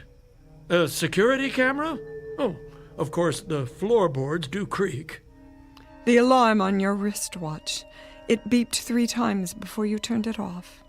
Now that is a neat trick. Where's the hidden microphone? And feel free to bill me, Doctor, for the inconvenience of rush hour traffic. How did you know that? You spoke it under your breath. Did I? Yes, I must have. Either that or I'd have to conclude your little hearing aid picks up people's thoughts. And I'm afraid I don't believe in magic. Believe what you like. Occam's razor is good enough for me. A scientific principle I learned in medical school. It says, begin with the simplest explanation. Anything else is merely spinning our wheels. I know what I hear. Do you? I'm nobody's fool. No, you're not. You're a stubborn, hard-headed businesswoman. One who learned how to think for herself. I had a good teacher. That you did. Your first husband, Jake, rest his soul. I remember when he founded the company. And you, listen to me, you had the courage to take it to the next level. By thinking pragmatically, not by worrying over imaginary enemies. Yes, I did that, didn't I? On my own, using the tools he gave me. So if I have to deal with this on my own... But you're not alone. Do you know how lucky you are? There's a man downstairs who only wants what's best for you. He'd do anything to make you happy. But I heard him talking to that girl, hatching some sort of plan. Snap out of it. No one's trying to hurt you. Can't you see what's happened? You suffered a shock and a delayed reaction, what they call post-traumatic stress.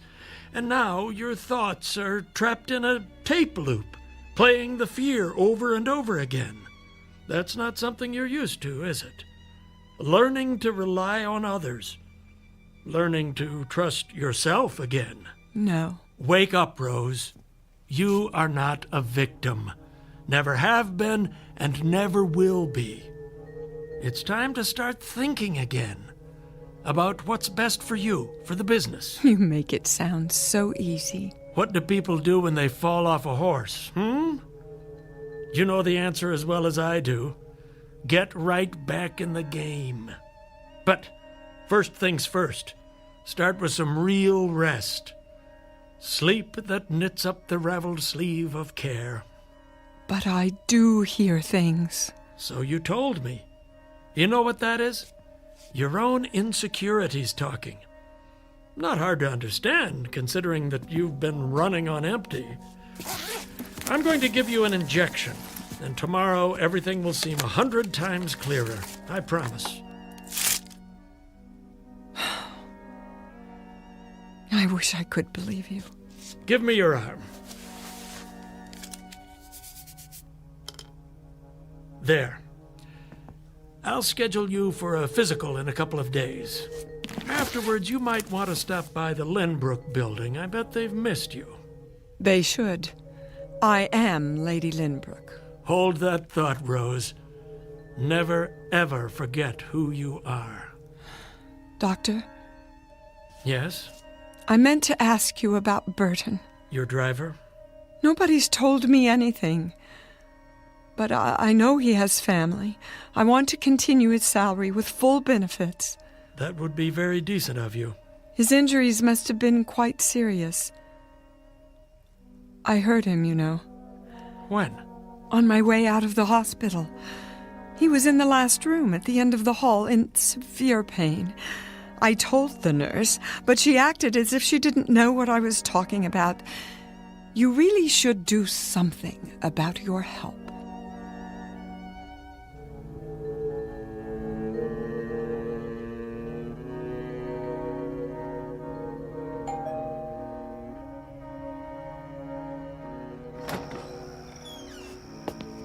Why didn't you call me? That old duck came nosing around.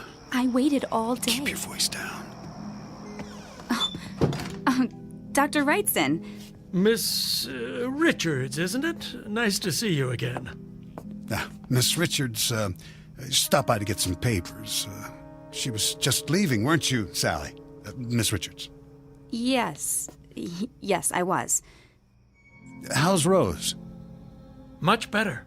Is she? Don't bother with the pills tonight. I administered a sedative. With any luck, she'll sleep through till morning. Bring her by in a day or two, and I'll give her the all clear. Isn't that rushing it a bit? Don't worry. She's a lot tougher than you think. I hope you're right. See you soon, then. If she's up to it. Something tells me she will be. Bye now. Bye. Bye.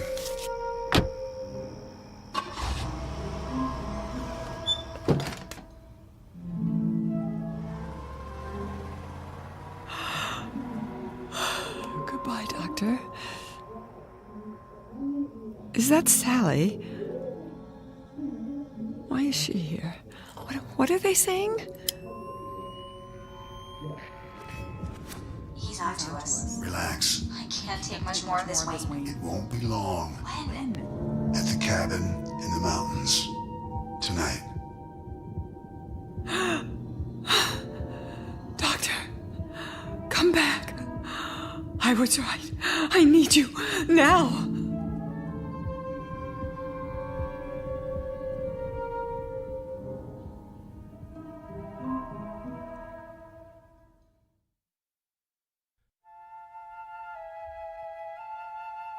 So this is how it ends.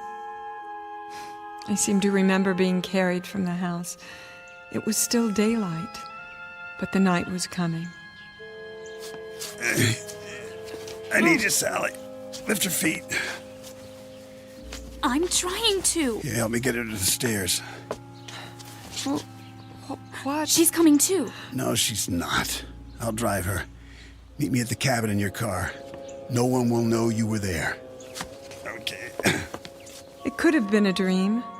For a time I thought it was. I couldn't wake up. There was too much medication in my body from the injection. But it was all too real. The lake, the cabin, the one Jake built for me. Only this time I wasn't here with Jake. I heard Wayne in the room below the loft. I tried to sit up.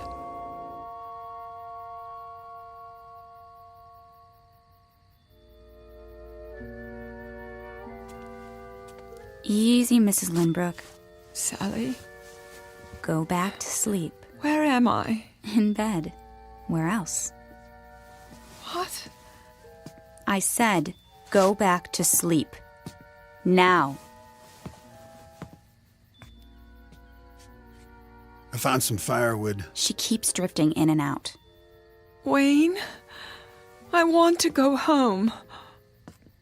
Sure, my love. As soon as you get your rest. It doesn't matter what we say.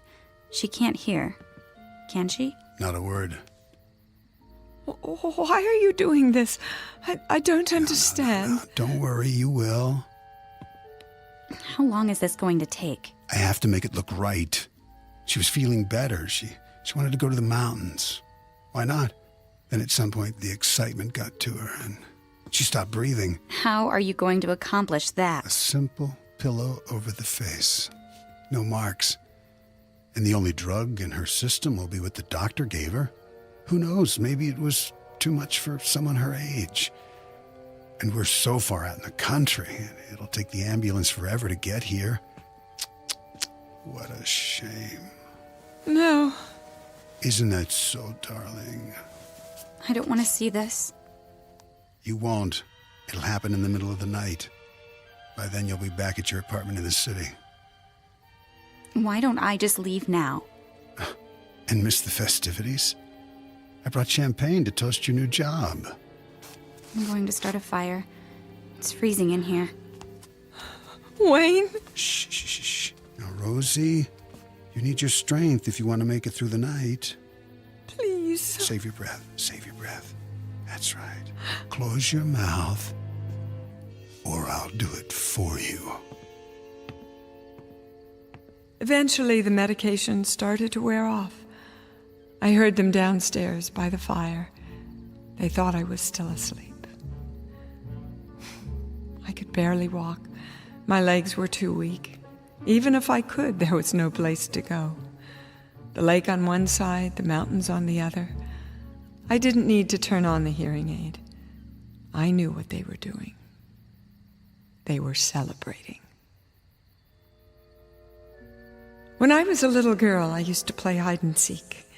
We covered our eyes and put our fingers in our ears while one of us hid in a secret place. I was very, very good at that. No one ever found me. So tonight I would have to be it again. Except that this time there was no place to hide. Even climbing out of bed took all the strength I had. There was no way out, only the window, and it was too high for me to jump. But I knew the cabin well. I had designed it myself with Jake. A rustic dresser, a cedar chest, a small closet with a concealed wall safe.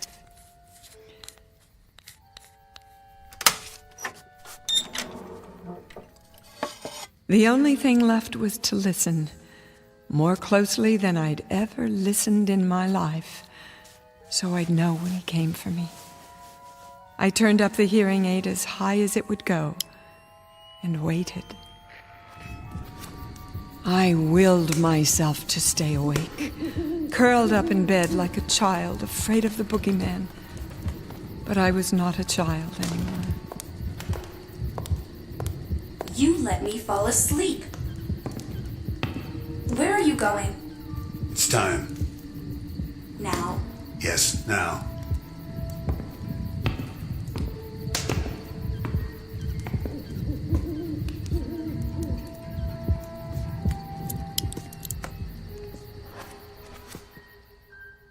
I'm coming to get you, Rosie. Where are you? Gotcha. Stop right there. You're supposed to be asleep. I said, don't come any closer. I only came to kiss you goodnight. Not another step. What have you got there? A .38 caliber Smith & Wesson. What does it look like? Careful now. You might hurt yourself. Stand back. Where did you get it? My first husband kept it in the safe. Ah, you didn't know about that, did you? Rose. I remembered the combination.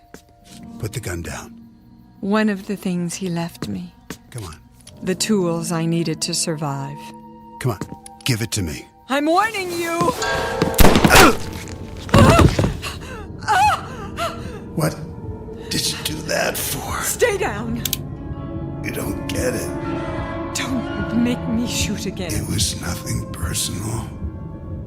Just business. Business? You pathetic man. I am the business. My name is Rose Lynbrook.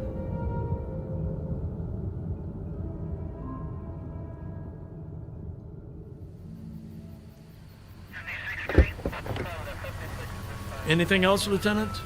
We'll need a copy of the autopsy.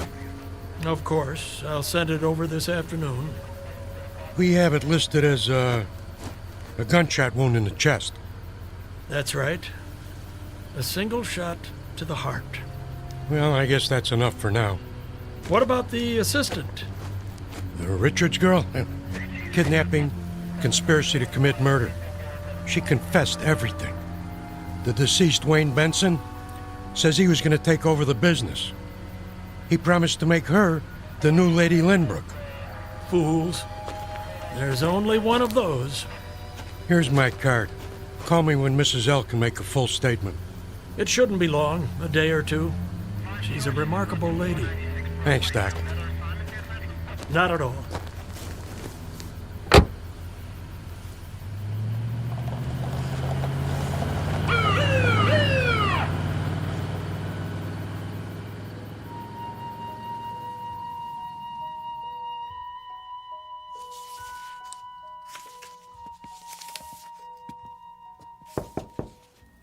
Yes, nurse.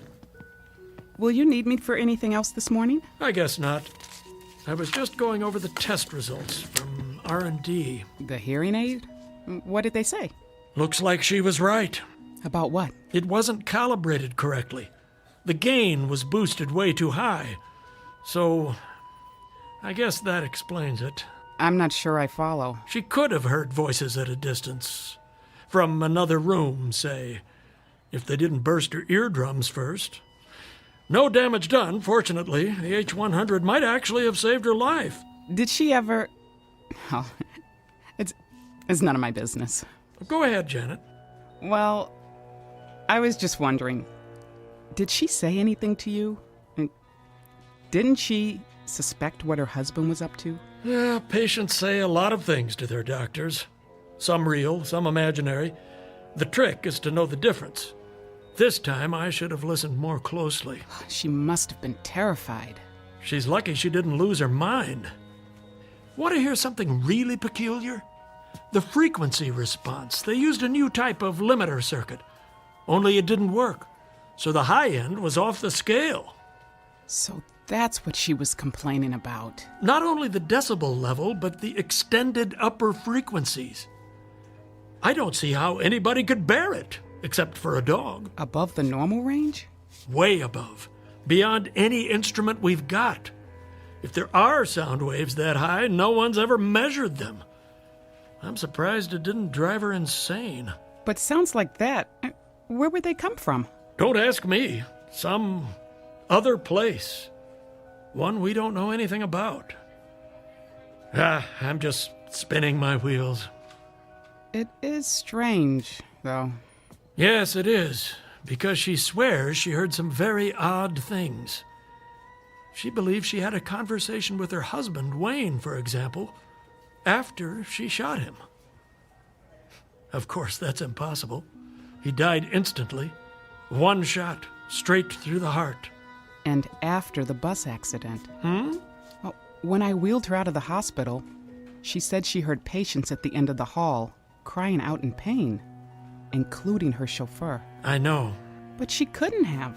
The limo driver died in ICU while she was here. And the room at the end of the hall? Well, you know what that is. Yes. The morgue.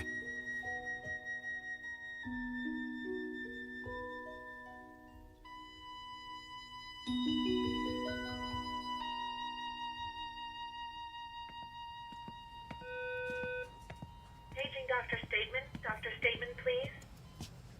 Hey there, Janet. Hi, Mimi. Going to lunch? I'll meet you in the cafeteria, right after I drop this off. Okay, great. Mrs. Lynbrook. Mrs. Lynbrook. Sorry. How are you feeling?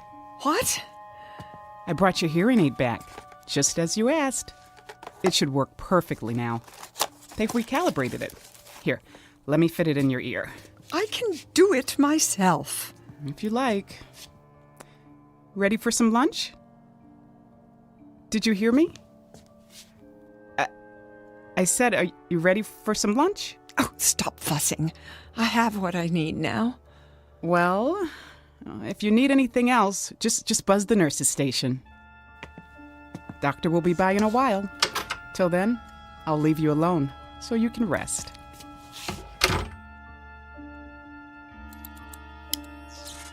Oh, but I'm not alone now. They are with me, the voices of the dead. So many new ones, coming and going in this place. I have to listen very, very closely. And one day, perhaps, just perhaps, I'll hear all of their secrets, all the things they have to share with me. Jake, are you here? Speak to me, my love. If you're with me, speak now. I'll be able to hear. Where are you? Jake? Jake!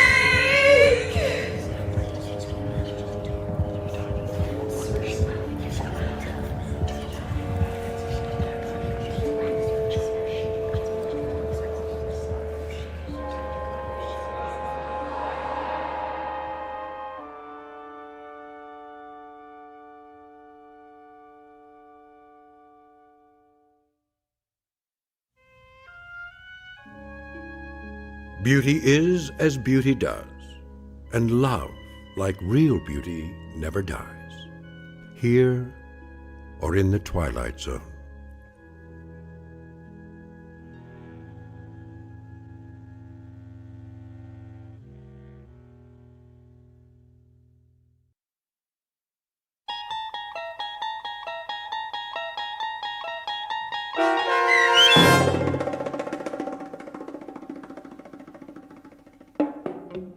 Now You Hear It, Now You Don't, starring Dee Wallace, with Stacy Keach as your narrator, was written for The Twilight Zone by Dennis Etchison from a story by Carl Amari. Heard in the cast were Norm Woodell, Rob Riley, Jim McCants, Jennifer Joy, Sia Moody, Mimi Ayers, Joby Cerny, and Alex Sopner. The producers of The Twilight Zone wish to thank CBS Enterprises and the Rod Serling Estate for making this series possible. This copyrighted radio series is produced by Carl Amari and directed by Joby Cerny for Falcon Picture Group. Sound design, custom Foley effects, recording, and editing are done in the Cerny American Sound to Picture Theater by sound designers Craig Lee, Bob Benson, Todd Beyer, and Tim Cerny.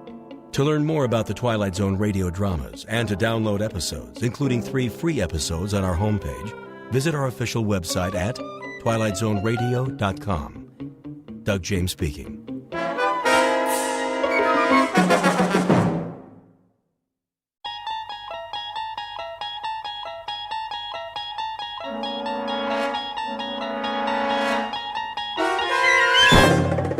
there is a fifth dimension beyond that which is known to man. It is a dimension as vast as space and as timeless as infinity. It is the middle ground between light and shadow, and it lies between the pit of man's fears and the summit of his knowledge. This is the dimension of imagination. It is an area which we call the Twilight Zone.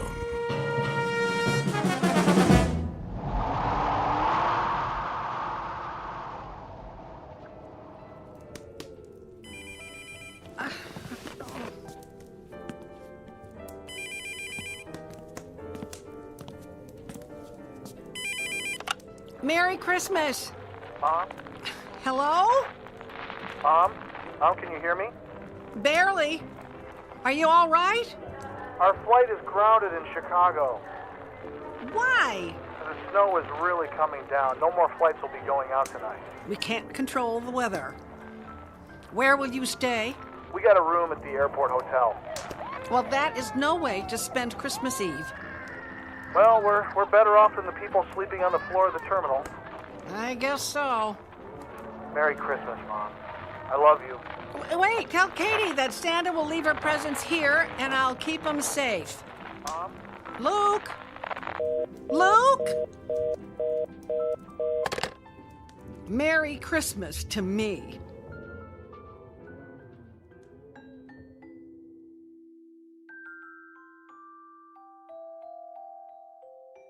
Snowpath, South Dakota. Population 1. One very unhappy grandmother named Martha Waltham, who finds herself alone on Christmas Eve, even though her house looks like a Christmas card, beckoning everyone home for the holidays. Now no one is expected this year. Her only solace will be her Christmas tree, decorated with mementos of Christmases past. The weather has spoiled her plans and cooked her proverbial Christmas goose.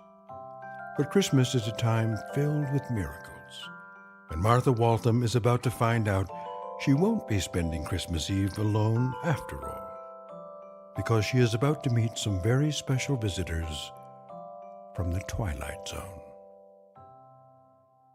And now, The Twilight Zone and our story, Snow Angel, starring Sean Astin, with Stacy Keach as your narrator. And more snow. Get out the snowshoes and the shovels. It's beautiful to look at if you're inside and don't have to go anywhere. And you might not want to go anywhere if you don't have to. And in entertainment today, Might as well so go to bed. So young and so...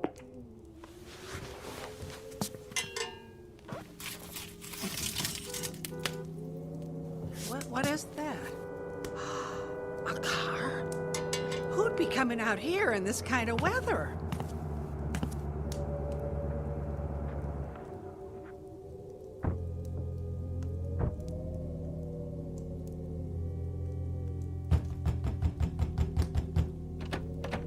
Who's there? Help! We need help! Who are you? What's wrong? It's my girlfriend. We need to find a doctor. Please open the door. You stand back from the door. I want to get a look at you.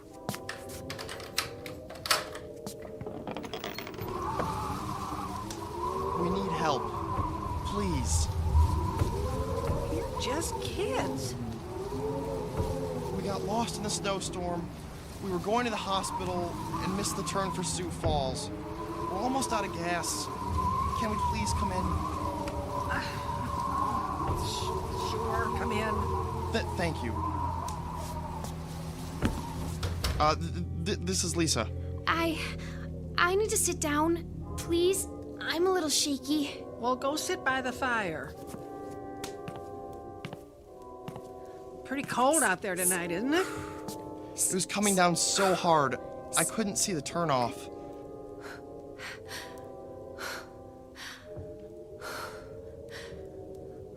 Lisa, you're breathing awfully hard. Are you all right? I'm fine. I'm just practicing my Lamaze breathing. Lamaze? She's getting ready to have a baby.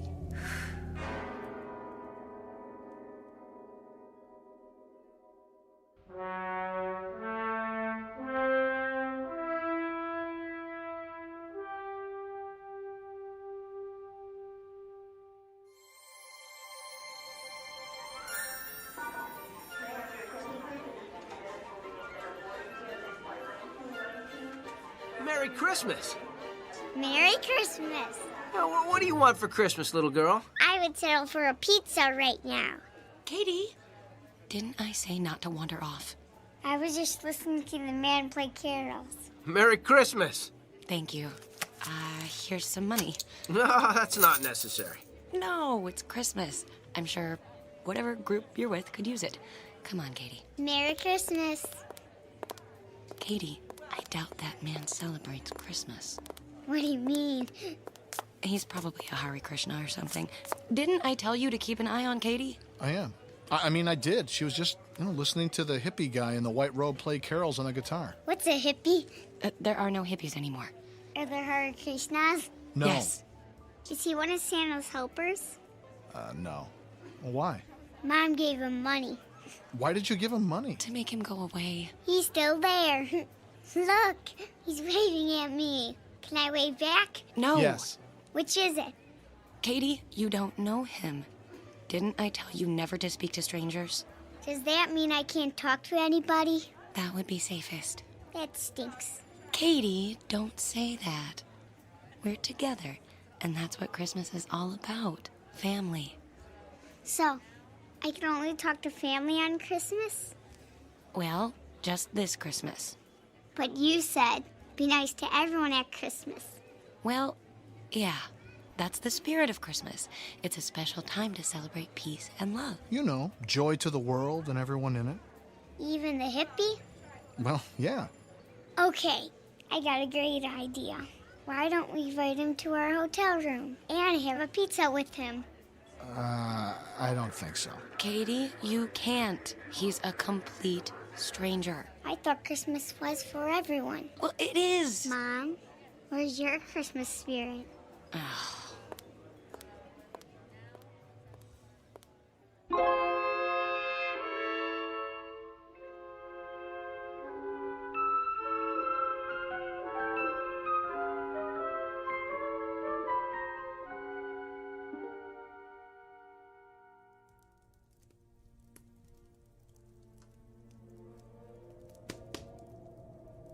Are you okay, Lisa? I think I need a doctor. Yes, you do. You really can't have the baby here. What do you mean? Well, I didn't mean it the way it sounded. She's gonna need some help. We have to get her to the hospital. I'm gonna call the sheriff's office. The sheriff's office? The sheriff can get her to the hospital. Ow! It hurts! It really hurts! And besides, the sheriff's got an EMT on call for emergencies just like this. Quite frankly, I think the baby could come any time now, and it makes no sense to take chances. Oh, perfect. The phone just went dead. God, I don't believe it. The storm must have torn down the lines. What's happening? What's happening? Don't be scared. The lights just went out. Oh, great. Now we've lost the electricity, too. Well, I'll get some candles. Look, lady, we need help.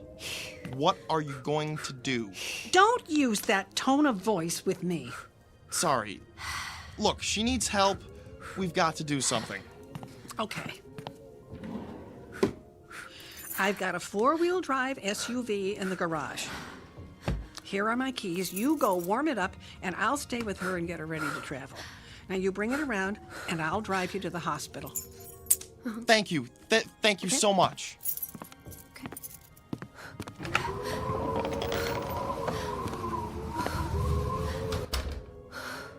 Can I get you anything?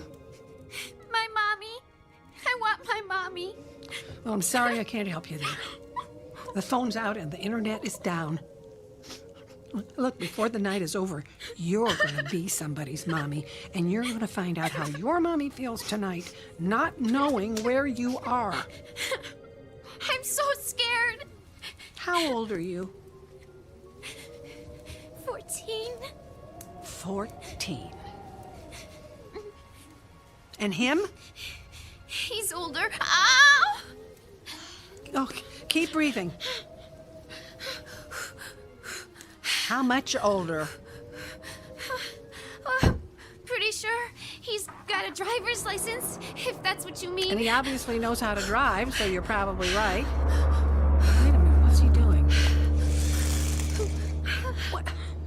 Wait, he's driving off. Where's he going? I don't know. Well, you must. He's your husband or boyfriend or whatever, isn't he? Oh, actually, he's not. What? Well, I didn't think you were married, but who is he? Where did he go with my SUV? I have no idea. What do you mean? I met him at a truck stop in Minnesota. I have no idea who he is. His name is Matt something. I just wanted a ride. Where? I don't know. I just wanted to get away from everything and everybody. This hurts so bad. I'm calling the sheriff. He'll come and get you. I am not dealing with this. No, you have to. The phone isn't working, and your SUV is gone. And I'm gonna have a baby whether you like it or not. Well, I guess you are. Look, don't cry. I'm sorry. Let's start over, huh? I'll help you through this. Can I ask you a question now? Sure. Why do you live out here all by yourself? Do you hate people or something? Well, no. Oh, that one really hurts. Why would you think I hate people? Why isn't your son here tonight? How do you know about my son?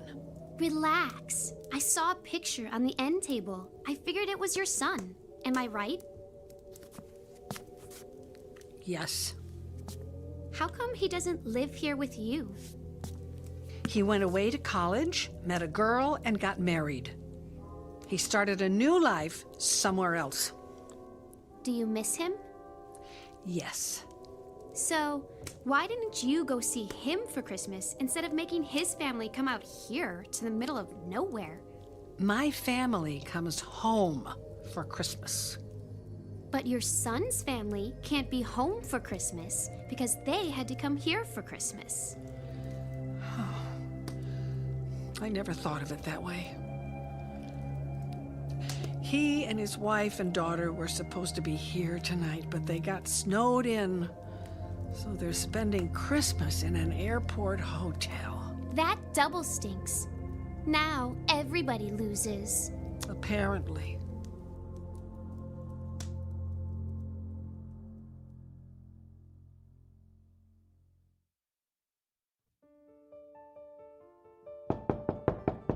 I'll get it. Don't answer it. This is a hotel. You don't know who's there. That's why I want to answer it. Merry Christmas. Merry Christmas. I've got a pizza for you. Mom, it's the hippie. He got some pizza for us. What? There must be some misunderstanding. Look, I don't know who you are or what's going on here, but... I work for the airline. Here's my ID. Look, he has a name tag with wings, just like a pilot. I'm not a pilot, but I've got a lot of airtime. I don't mean to be rude, but what's with the robe? My angel costume? Not many people want to work on Christmas Eve. They want to be at home with their families, so, I volunteered to work tonight. I told you he was nice. But it's not within my angelic powers to make the snow stop, so people are pretty crabby about their flights being canceled. I'm just doing my best to keep everyone happy. That is so nice of you. Come on in. Is there an angel that can stop snow? The Archangel Michael, but he's pretty busy tonight. The Archangel That is Michael. so cute.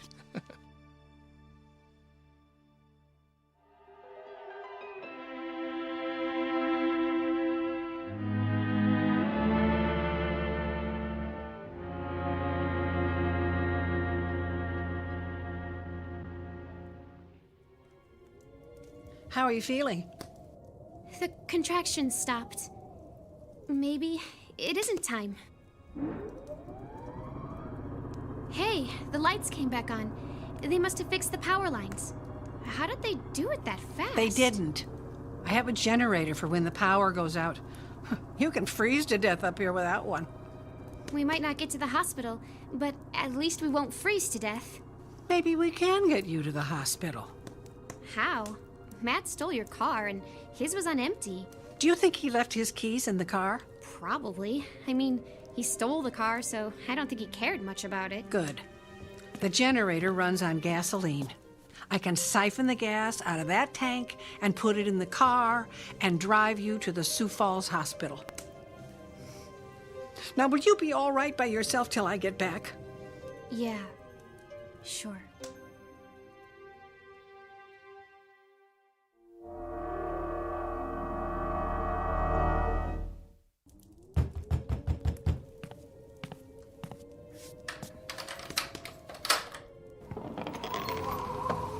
Hi, Merry Christmas, little lady. Is Martha around? She's out back getting more firewood. That sounds like Martha to me. I wouldn't be surprised if she was chopping wood right now just for the exercise. I got her a chainsaw for Christmas. Wow, that's a thoughtful present. You visiting for the holidays? Yes, we barely made it through. Our car was running on empty. Martha's son got snowed in. She's really bummed out about that. She was really looking forward to the family getting together tonight. She doesn't admit it, but I think she gets pretty lonely out here all alone. Well, tell me about it. Well, at least she's got you to keep her company. So is everything okay? Yep, everything's good. It's Christmas. I'm wrapped up in a warm blanket. I've got a good book. And Martha chopping wood for the fireplace. What more could I want? I'll call her son and let him know you're both okay. Hey, I'm sorry, I didn't catch your name. Lisa. All right, Lisa. You keep yourself all bundled up in that blanket. It's gonna be a cold one tonight. Sure thing. Good night. Good night.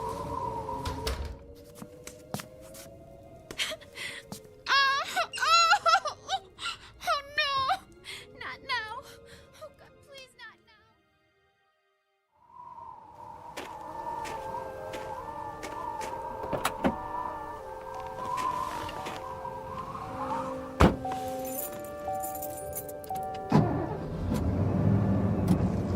Sheriff, where are you, copy? Hey, I'm just leaving the Walton place, over. Everything okay out there? Oh, yeah. Martha's phone lines were down and her son's flight got grounded in Chicago. He asked me to check on her. I can't imagine Martha ever needing help, though. What's up? Keep your eyes open. State police are looking for a kid who stole a car. On Christmas Eve? What is this world coming to? Oh, no, I'm grateful. What do you mean? If it weren't for guys like that, we'd be unemployed.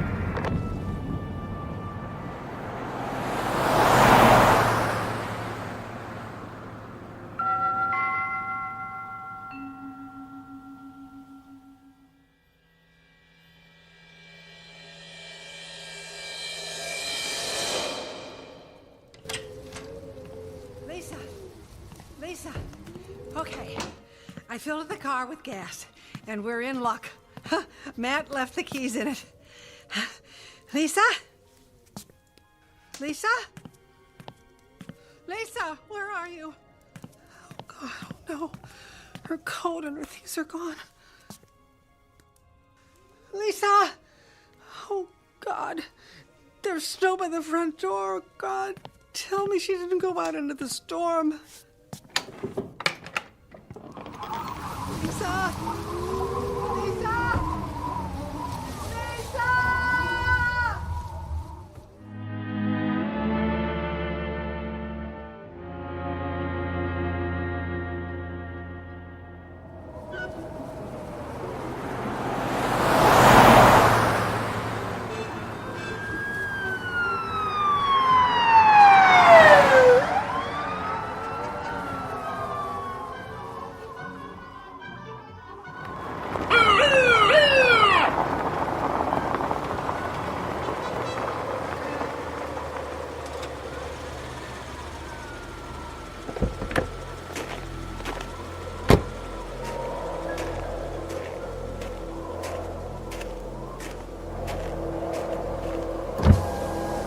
Can I see your license and registration? Of course, officer. This isn't my car, by the way. I know. Get out of the car, please. Sure, it's my Aunt Martha's. You got some ID? Of course. Here. My sister and I are visiting her for the holidays. What's your sister's name? Lisa. Can you describe her? Cute little blonde. She's with Aunt Martha right now. Oh, okay. Hey, here's your license. Yeah, I just met her. She told me how she got Martha a chainsaw for Christmas. Save old Martha's back from chopping wood, although I always thought that fit her personality more. I know what you mean. So, what are you doing driving around on a night like this? Well, Martha was saying how good her four-wheel drive is in this kind of weather, so I just wanted to try it out. Well, I don't blame you. Hey, have fun. You drive safe now. Merry Christmas. Merry Christmas.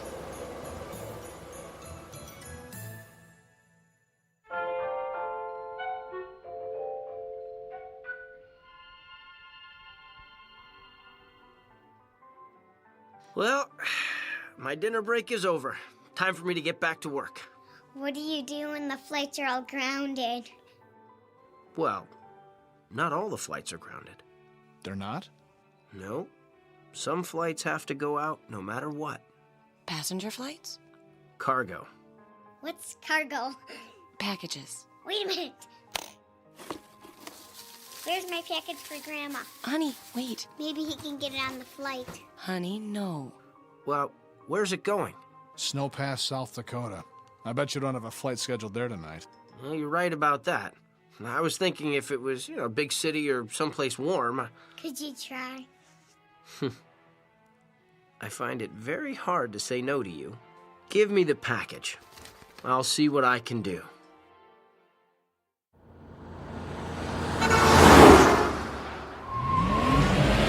Those reindeer and my nose is shiny red. Yeah!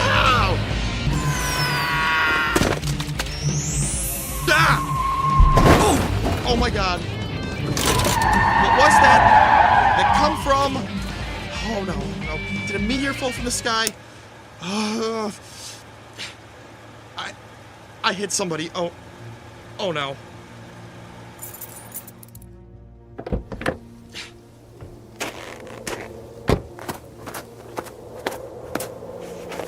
Ah! Oh man, I am so sorry. Dude, just lie still, lie still.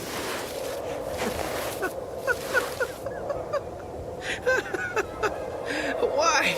I'm making a snow angel under your SUV. You're not hurt?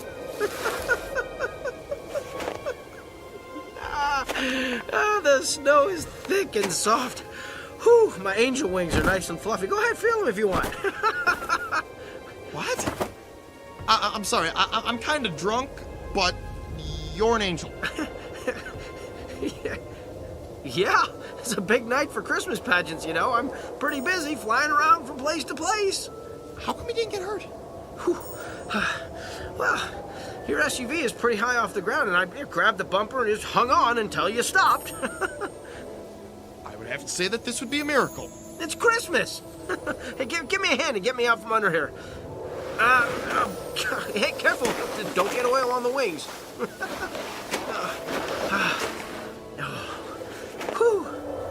Wow. That's some snow angel you made. It's perfect.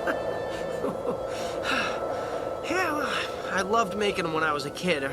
When the truck stopped, it was the first thing I thought of. So I made one. People love snow angels. Just to double check. You're not hurt, right? Absolutely. Nothing can hurt a snow angel. I mean, think about it. When I fell from out of the sky, blam! Did I get hurt? No. You think a little thing like getting run over by an SUV is going to bother me? You did fall from the sky. Well, of course. But yeah, my glasses flew off when you hit me. I can't see very well without them. I think they flew off back there. Can you find them for me while I, catch my breath? Sure. Anything you want. Around here, you think? Nope. Farther down the road by that tree.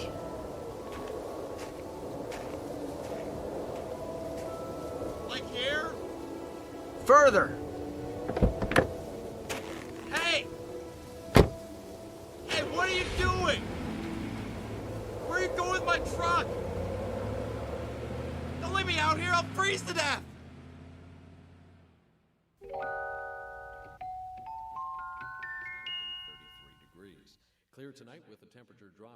Mom, do you think he's gonna get that package to Grandma's house tonight? No, not a chance.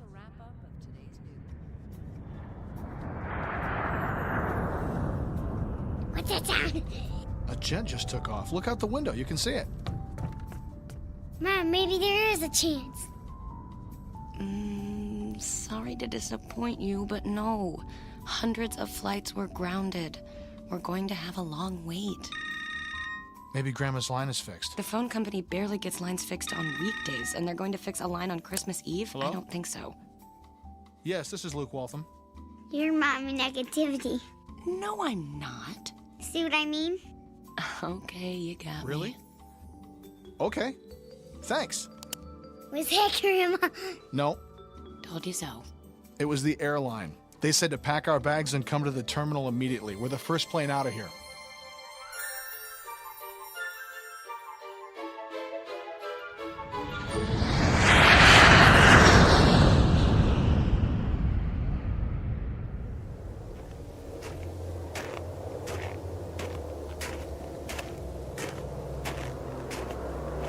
Stop! Help! Stop!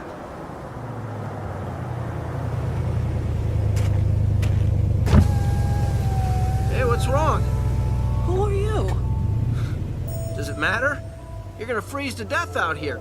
Get in.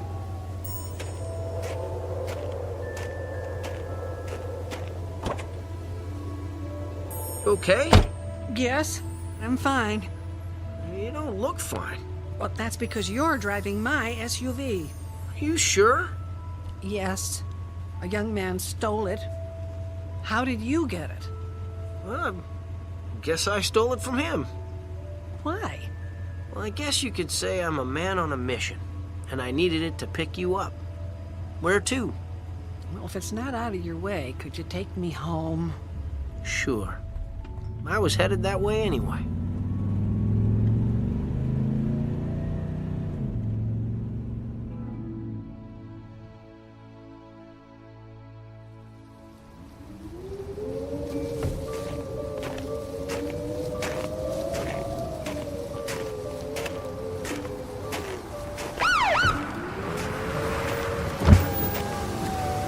Hey, what happened to Martha's SUV?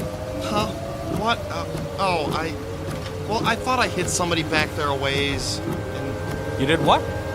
Well, I thought I did, but I couldn't have, because he came from out of nowhere. I mean, it was like he fell from the sky. He fell from the sky.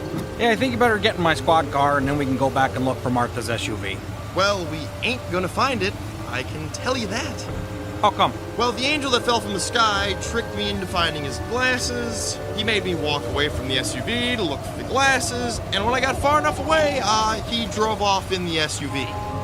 You know what I think? You got mugged, somebody hit you in the head real hard, and then stole Martha's SUV. You know, I did see a flash of light just before it happened, and then stars.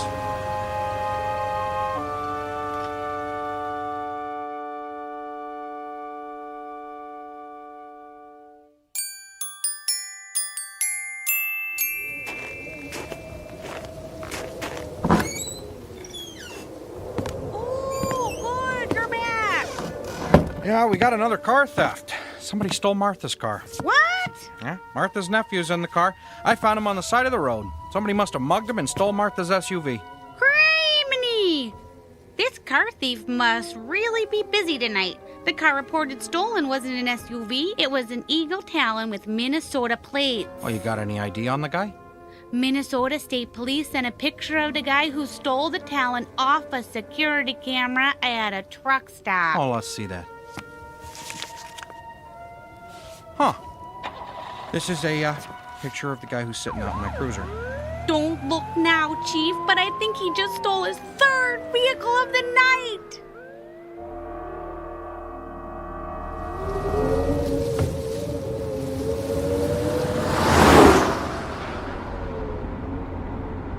Thanks for the ride home. Do I get to keep my SUV? Or are you going to keep stealing it? Could I borrow it? For what? I'm looking for a girl named Lisa. Her parents are worried sick about her. You know her? I get around. She was here earlier. But I scared her, and she ran off into the snow. I was out looking for her. I know. She's inside. What?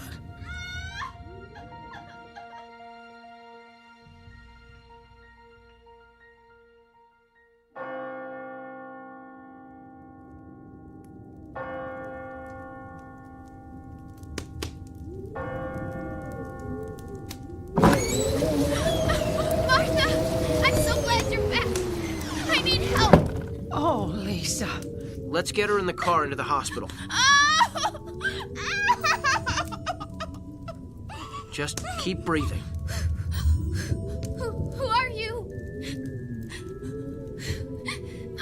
Your parents were worried about you. They're not mad at me? No. Your parents will always love you no matter what. So, they sent an angel to get me? Well, they thought it would be pretty hard for you to turn an angel down. Anyway, I go where my beeper tells me and I do what I can. And you know something? You're in luck. I've got an ambulance coming to get you. You do? Let's go meet them.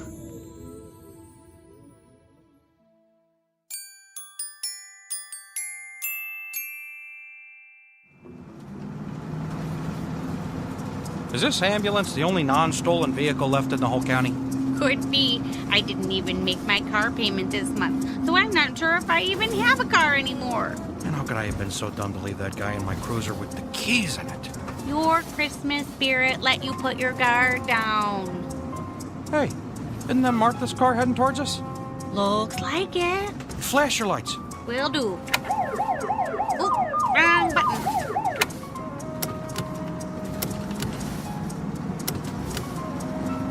Oh, I think you got their attention. They're stopping.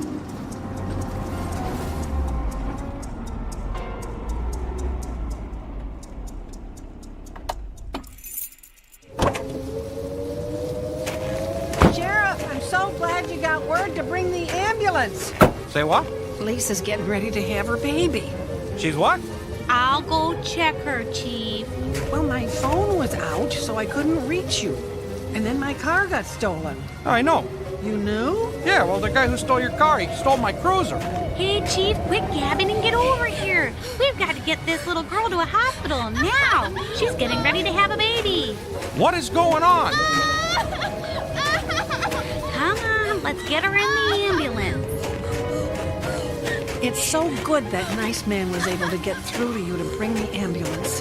What nice young man? Nobody called us. We're only driving this because my cruiser got stolen. Get up front and drive. Close the doors and let's get moving. I'll get back to you later, Martha.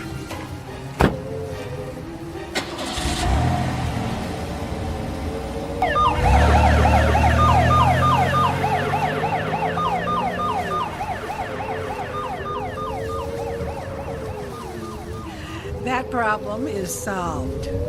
Hey, want a lift back to the house? Yes. Quite an evening, huh? Oh, yeah. Unbelievable, actually. Do you mind if I ask you a question? Sure. Who are you? Well, I thought you'd never ask. You're gonna be really, really surprised. At this point, nothing would shock me. Okay, you ready? I'm a friend of your son. I don't believe you. See? I told you. Okay, then what's his name? Luke. Are you some scam artist? You could have looked that up. What's his wife's name? Jesse. What's their son's name? Well, that sounds like a trick question. They don't have a son. You have one granddaughter, and her name is Katie. All right, I believe you. You did a lot of nice things tonight, so you must be who you say you are. But all of this happened so fast. I'm not quite sure what happened. Understandably. This is really bothering me. Do you mind if I ask you a little harder, more personal question now? I always love a challenge. Shoot. What are you doing out here in the middle of nowhere on Christmas Eve in an angel outfit? Delivering packages. So, are you one of Santa's helpers? Now, technically speaking, Santa's helpers are elves. I hate to break it to you, Martha, but there is no such thing as an elf. I know that, and we agree on that point then. But now I need to know you're not some crazy guy running around in an angel outfit. Martha, relax. Breathe easy. I'm not some crazy guy. Rest assured that I'm taking you home, and everything is going to be okay. Okay. But why are you here, really? Do you want me to level with you? Yes, please. Okay. Here goes. I made a promise to deliver a package tonight, and I never break a promise. Who are you delivering it to? Well, the package is in the trunk. Should I stop the car and show it to you so you can see? No. Just take me home. No problem. You know what would be really something? What? If when we got there, your family was waiting for you. Now that would really surprise me.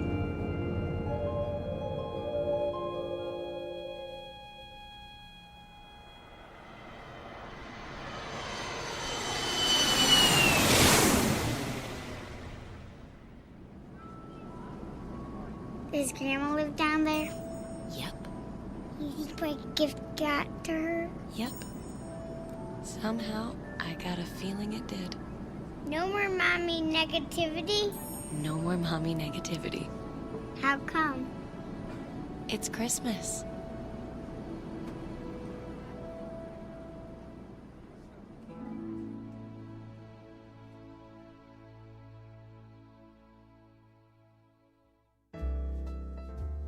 For a child, Christmas is never the same once they question the plausibility of Santa Claus.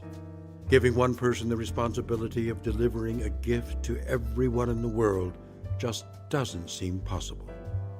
So Christmas is a time of wonder. It is a special time set aside for wishing, hoping, giving, and receiving, when everyone believes the impossible is possible. That's why it never makes sense to question a miracle or where an unexpected gift comes from. It might have come to you on the wings of a snow angel, special delivery from somewhere deep within the Twilight Zone.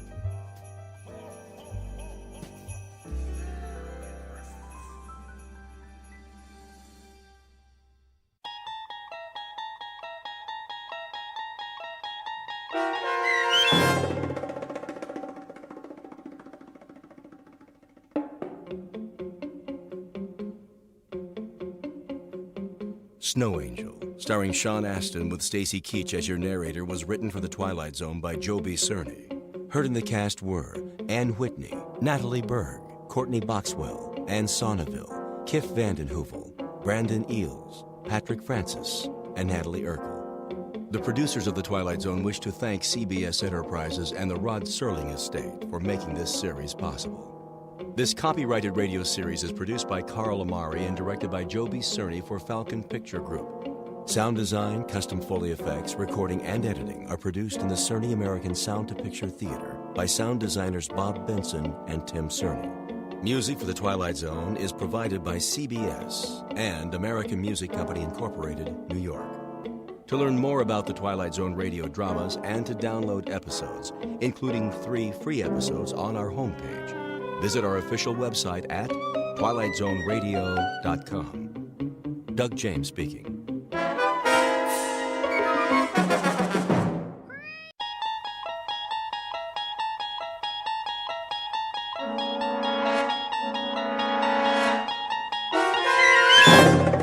You're traveling through another dimension. A dimension not only of sight and sound, but of mind. A journey into a wondrous land whose boundaries are those of imagination. Your next stop, the Twilight Zone.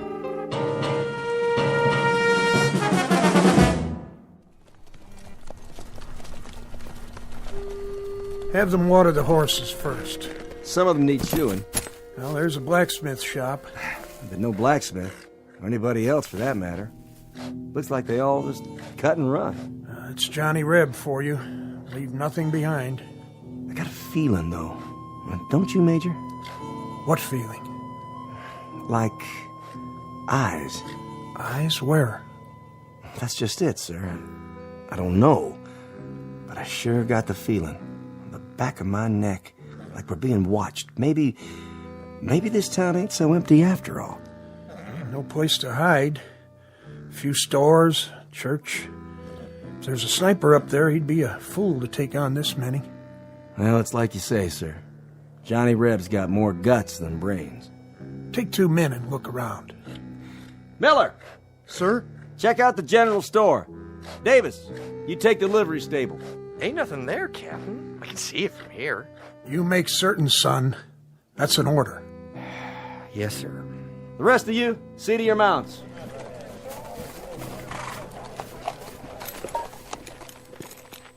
Well, I'll be. Will you look at that? What is it? Captain, I think you better see this. Hold your fire! What do you see? Miller? Miller? Davis? What happened to them? I don't know, Major. They went around that storefront at the end. What the...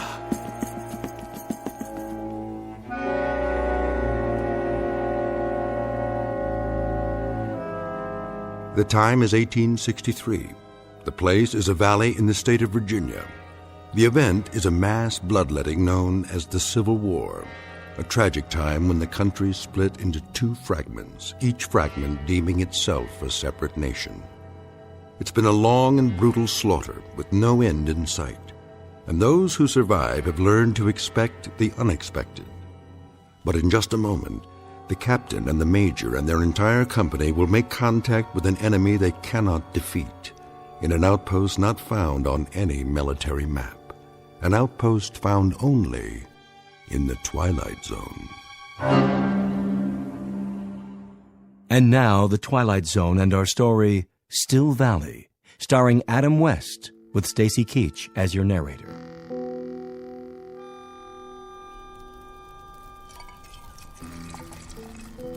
You want more coffee, Private? That what it is? Chicory, maybe a little sawdust, but it's hot. Obliged. I've tasted worse. I just don't remember where. What is it? Quiet. You hear something down there? Thought I did. Yanks? Maybe. Whatever it was, I don't hear it anymore. I didn't hear nothing. You never hear nothing, Dogger. Just sit in your duff and wait it out. Where's your carbine, soldier? Huh? Oh, it's over there. A lot of good it'll do you laying on the ground. What do you mean? What if the Yanks showed up? What'd you do? If the Yanks was here? You reckon you know how to work this thing? Yeah, I know how, all right. And if you pull the trigger, you reckon it'll fire? I reckon. Then show me. Hey, what's the idea? The idea is you aren't a right arm to me or a left arm. You're just some extra baggage that breathes through his mouth and splits half my rations. You mad about something? Fed up is more like it, Dogger. When do you figure to shape up? By the end of the war? I'd do my part. Yeah, like an army mule. Why don't you just go down there and give up? The Yanks will treat you real good, while General Bobby Lee's off fighting the war for you. I didn't used to be like this. Yeah? When did you up and change? I was at the 2nd Manassas. I think that's where it come to me sudden like. What did? It's like this, Paradine. I had my 2 brothers there. One of them was 15 years old, that's all. 15! I was right alongside him, going up a hill. A mini-ball came out of nowhere, hit him dead center. Took him 3 hours to die. He was just a kid, just a little screaming kid. That was my brother Phil. My older brother Kearney. He was dead the next morning. Wanted to be a preacher. Always talking about the gospel, words of Luke, words of John, words of the prophets. He ran out of words, and God run out on him. But you don't have a nerve in your body, I guess. Oh, I got 'em. Just as many as you from head to boots. But I don't concern myself as much as you. You're worrying about dead men and lost battles. That's just too much area to fret in. Then what do you worry about? I'm worrying about 2 scouts on a mission. Us. And a piece of dirty brown paper with orders written on it. It says right here. It says the Yanks are going to take up a position in Chanow Valley. We're supposed to scout them out, see if we run into their vedettes, and then check back the minute they get into that town down there. You hear him again? Sure do. Yanks? Yanks, probably. Horses, positive. How many? Just a patrol, I figure. Maybe 20, 30 men in all. That's funny. What is? Listen. I don't hear nothing. I know you don't, but I heard horses, and they come from down there in the valley. They're Yanks. There isn't any question about it. How come you think that? Because everybody else in these parts is packed up and moved out before the fighting gets here. Come away from the edge, Joe. This ain't no place to stand out in the open. If they are Yanks, they'd be in that town already. It'd be as noisy as a county fair, but now there ain't a sound anymore. Maybe they gone away. I reckon I better get down there and take a closer look. I wouldn't do that. I know you wouldn't.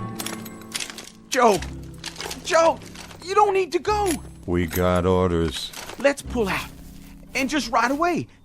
Both of us. You wait here with your horse. If I don't come back... Listen, Joe, we know they're down there, right? You heard them. Well, we found out what we had to find out, where they are. The Yanks are in the valley, so now we go back and report it. What's the point of... The point is, we gotta count their heads and their horses and their guns. We gotta look at their regimental numbers so our boys will know what's coming. That's enough point for you, Private? I don't care no more. I don't care. I got only one big mission left, and that's to stay alive. I say we go down there and wave an undershirt and throw down our rifles and... Why'd you hit me? Mr. Dogger, I extend my sympathy so long as you keep your yellow inside. But the minute it crawls over to me and tries to climb up on my horse, too, then I withdraw my sympathy. You understand? Yeah, I understand. I pledge everything I got to this war, and all I get is the back of your hand. So far, you and me have pledged nothing to the Confederacy except maybe empty bellies and lack of sleep. But a couple of 100,000 others, including your own brothers, pledged a whole lot more. And now you're making it appear they did it for nothing. Now you pick up your rifle and stand at the ready. I got it. Good. If you hear a shot, that means they're down there in force. And you get back to camp at a fast gallop. Tell the lieutenant what happened. If you don't hear from me in 15 minutes, get back there anyway. You really going alone? Just me and this brave horse. For want of anything else.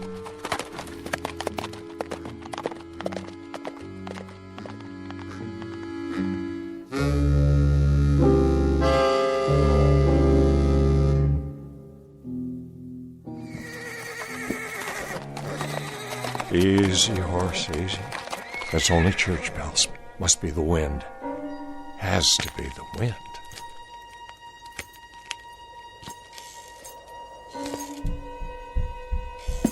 Who's there?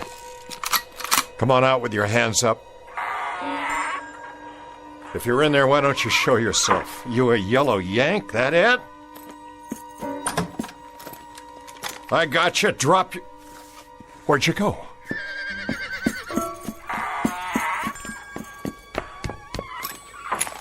If there's a yellow Yankee hiding in one of these stores, you better come out right now. I'm taking you prisoner. Put your hands in the air, or I'm coming in. I'll blow you to kingdom come, I swear. Ain't no Yankees, just me. You come close to dying, old man. Did I now? You better start talking fast. What would you like to hear? Some answers. Tell me who you are and what you're doing here. I was about to ask you the same question, son. When I first seen you come up the street, I thought you was a Yank. You don't know how close you come to dying. What were you going to use, Grandpa? You're not carrying a gun. Don't need a gun. Been doing just fine without one. What you got a hold of there? What's it look like? You've seen a book before, haven't you? That Bible's pretty heavy to throw, all right. I reckon you could knock out the whole Union Army with it. No, this ain't no Bible. And I wasn't aiming to throw it.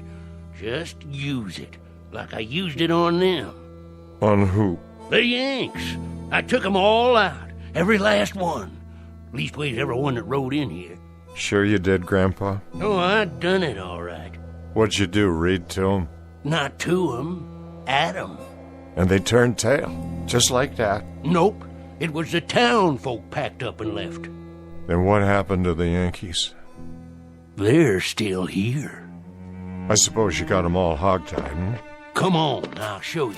Over behind the blacksmiths.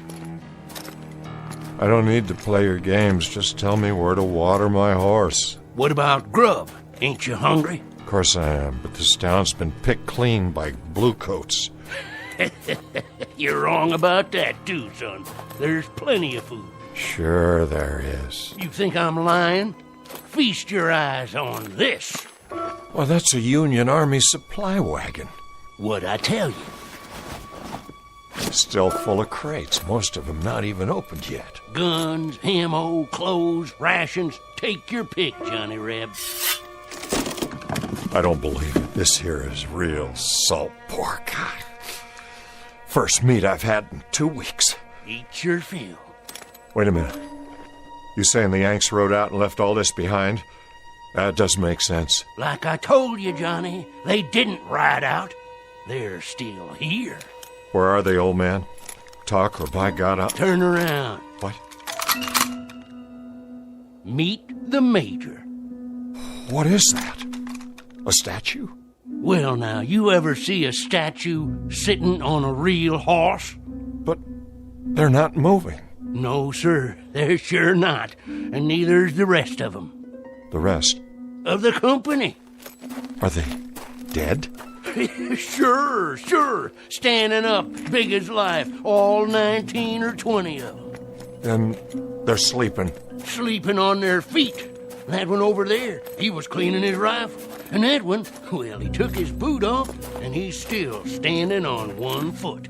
And this one, he was just drinking out his canteen, and he done fell asleep with his eyes wide open. Plague, then.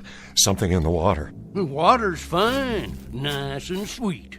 Some kind of sickness, but that could take hours. And it wouldn't get them all at the same time. I told you. I put him to sleep. There must be some natural explanation. Natural? Now don't that take all.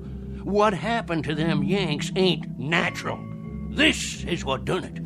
This here book and what's in it.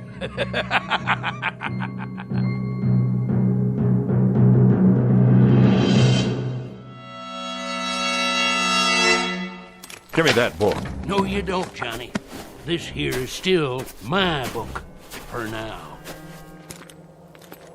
Hey, Yank, wake up. I'm the only one can do that. This is crazy. They must be asleep. No wounds, not a sign of blood. Go on, wake up.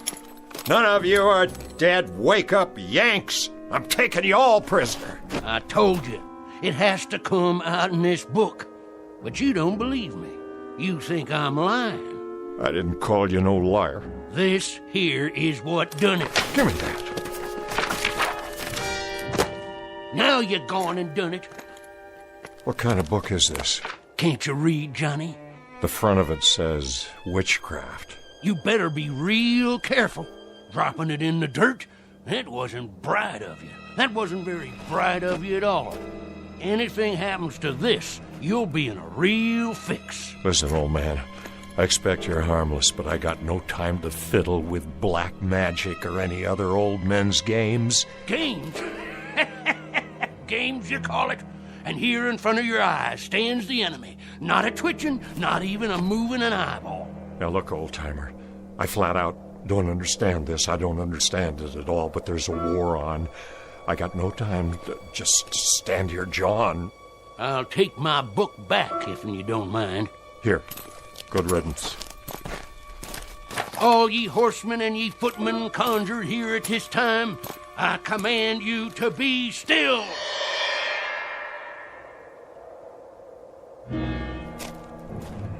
Oh, Johnny, you didn't believe me. What about it now? I reckon you'll have to believe me, being as you can't move a muscle, being as you can't speak a word. Didn't want to do that to you, 'cause you're one of us. But you wouldn't listen. Well, now you will. Look at this one right here, for instance. Standing up straight as a ramrod. He's a major by his stripes. And he's carrying his marching orders. Says this here's just an advance party. Soon as the rest come by, I'll do the same to them, too. You listening, Johnny? I know you can still hear me, 'cause I only used half the power. Now, let me introduce myself and tell you my story. Name's Teague. I'm a witch man, and my pappy was a witch man afore me. He was the seventh son of a seventh son, and I was his seventh son. I know conjure stuff forward and backward, up and down. It's my living. Folks in Channel make fun of me, like they did my pappy, but they buy my charms. Things to bring love or hate if they hanker for 'em, cures for sick hogs and calves, sayings to drive away fever. All them things I done for Channel folks all my life. You understand? If you finally got it, blink your left eye. Good. That's good.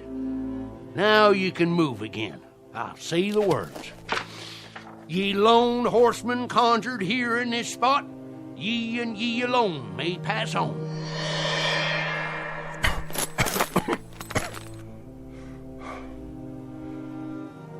Mesmerism, that's what it is. Parlor tricks? Sure, that's what you'd call it. You'd call a rooster a hen and a gelding a bay just to deny what's right and true. Oh, Johnny, I thought you understood. What did you do? Just what I knows how to do.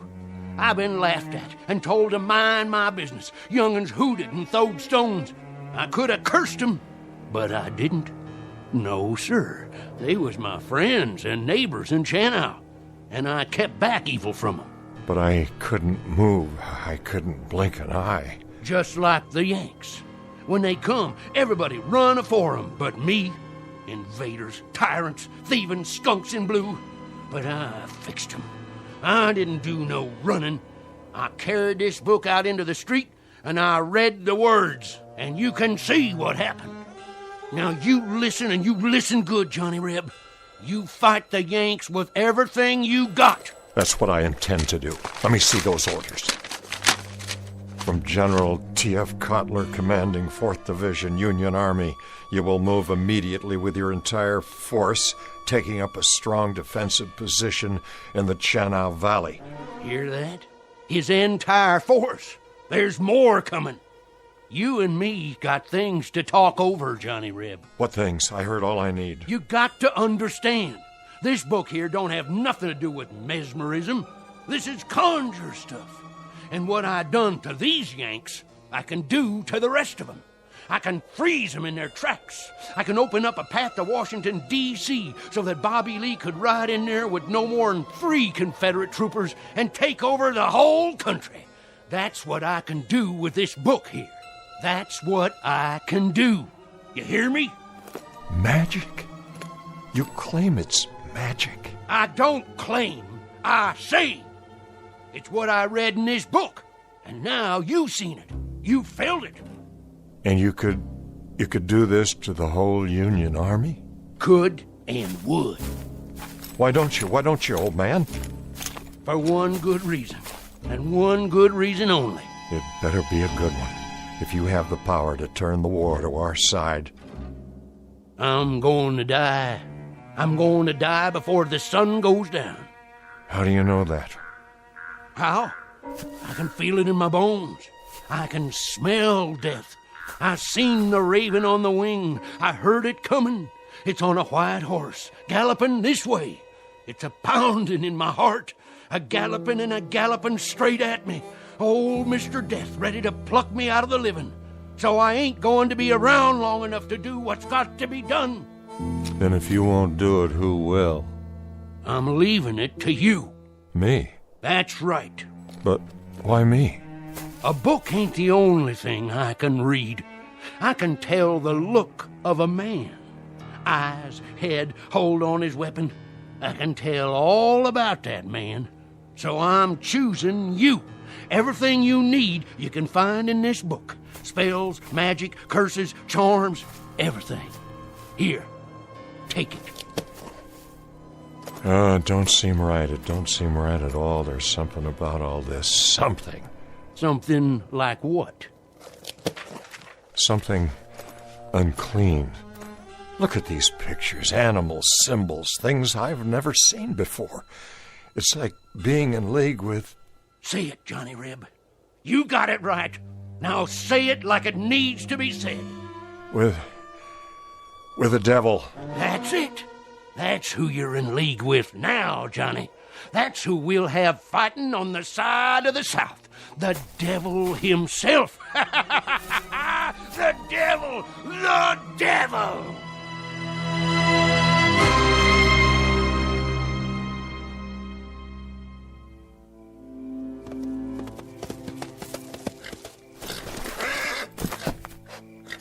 Halt! Easy. Who goes there? Dogger, troop scout. Advance and be recognized. I'm advancing. Now put that rifle down. I got a message for the lieutenant. That you, Dogger? Yes, sir. You've been gone a long time. We almost gave you up. Dead or prisoner by this time, that's what we figured. Neither, Lieutenant. Where's the other scout? I don't rightly know, sir. What do you mean by that? Well, if I did know, I'd sure tell you. Talk sense, man. Well, sir, it's like this. Paradine, he rode off to the valley a while ago. Said if he didn't come back, to tell you as fast as I can. And he didn't come back? No, sir. He sure didn't. I've been riding like the wind. So the Yanks are here? Can't say that, sir. Not for sure. Why not? It was mighty strange back there. Not a sound that I could hear. Paradine, he said he heard horses riding into town. Think if it was, they never come out. Well, why should they? They're bivouacked while they prepare for tomorrow's battle. One thing, sir. If they did ride in, they plumb disappeared once they got there. What are you talking about, soldier? It's like they rode into a hole and got covered over. Them and the horses. Not a hoot or a holler out of them after that.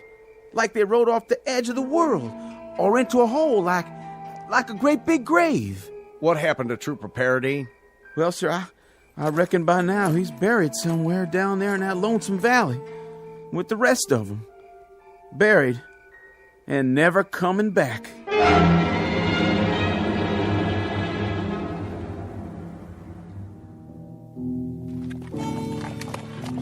Good girl. Drink your fill while I do the same.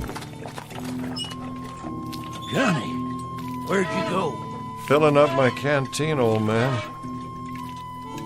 Sorry, Johnny. Must have dozed off. That's okay.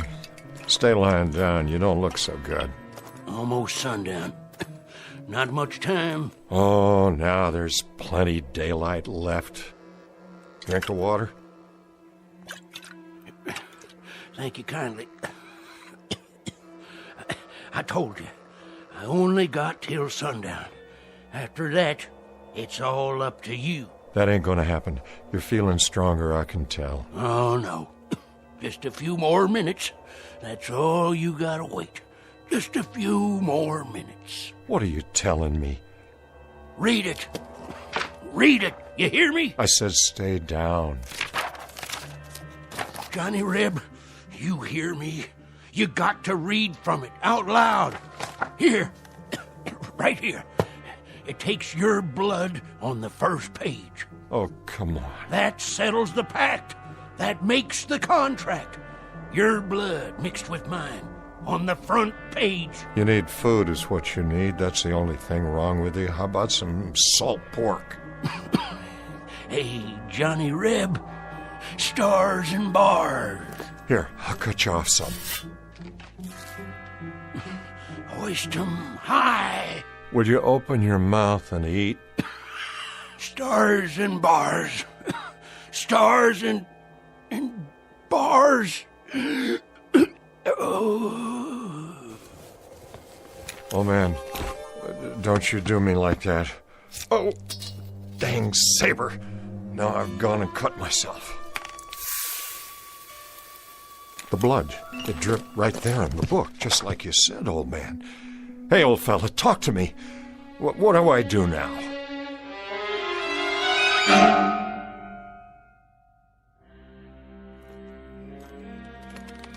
Who goes there? Paradine. Let him through. That's the other scout. Lieutenant, he's here.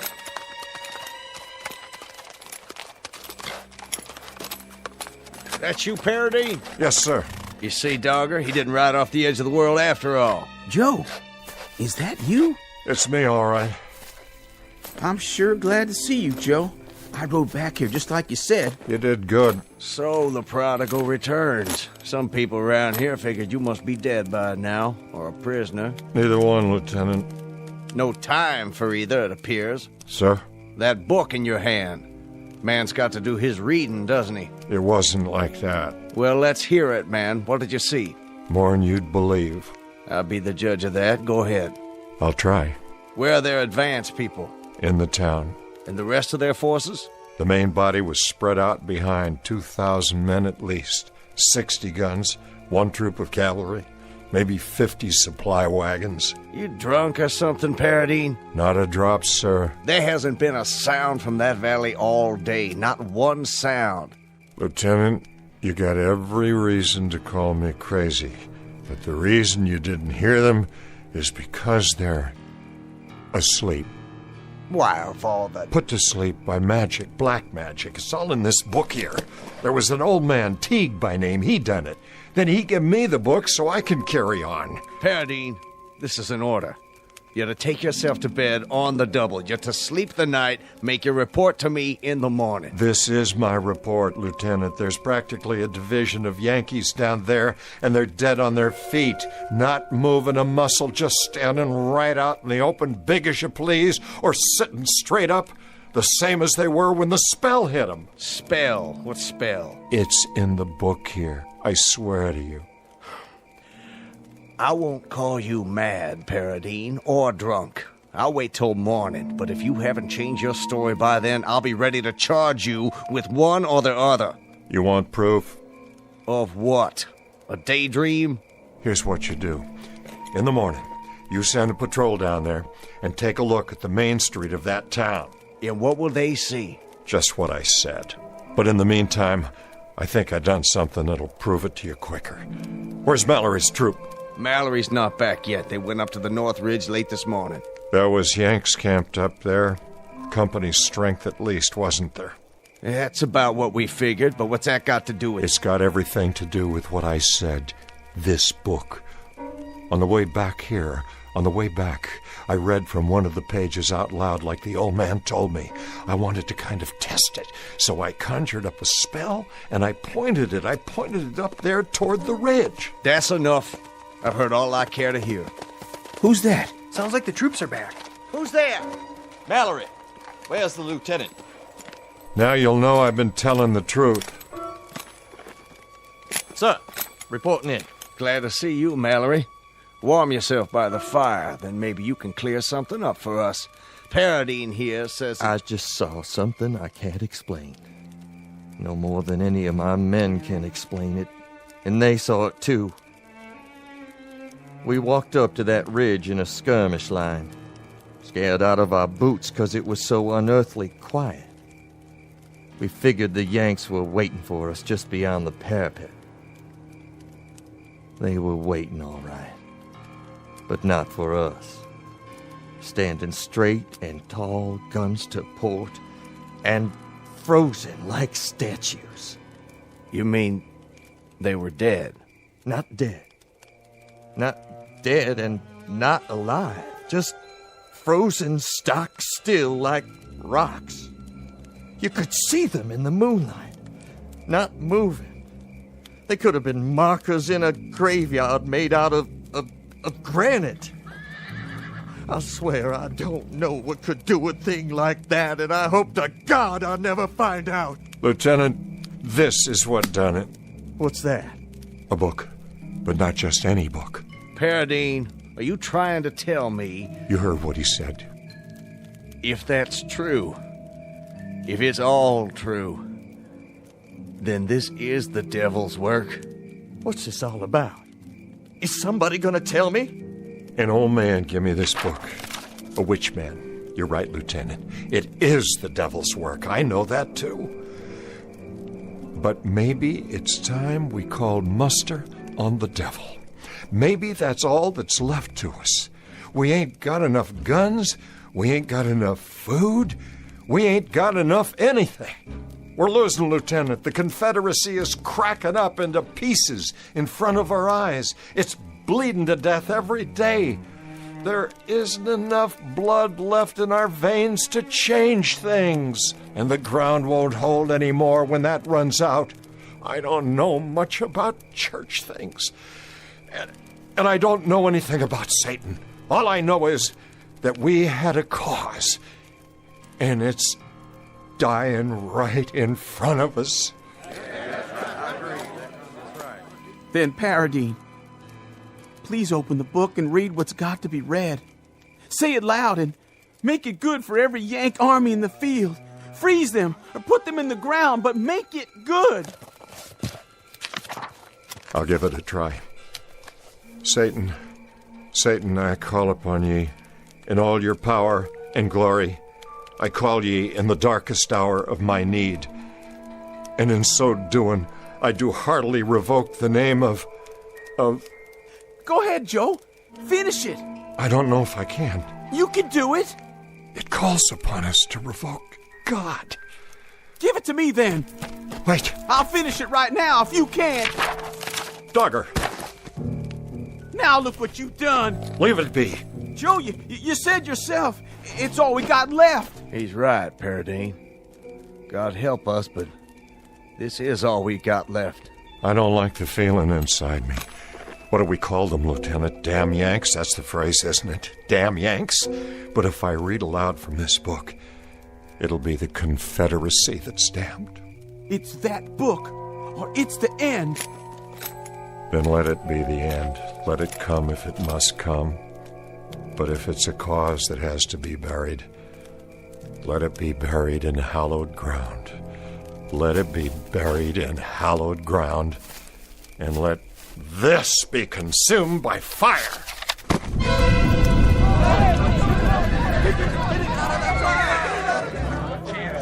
Let it burn, boys. Maybe he's right. Let it burn.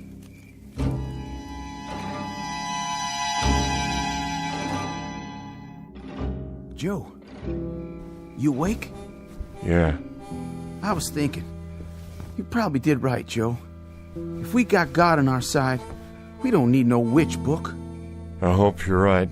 It'll be all over soon, and then we can go home to what's left and forget all about it. Start over, 'cause it'll be over and done. Likely so. The question is, how long? They say there's a battle gonna start tomorrow. Yeah? Yeah, a big one. That's what the talk's been. Where? Someplace in Pennsylvania. Could be I burned the book too soon. Whereabouts in Pennsylvania? No, I don't know. I don't recall. Where, Dogger? Where's this battle in Pennsylvania? I don't know, a little town. Never heard of it before.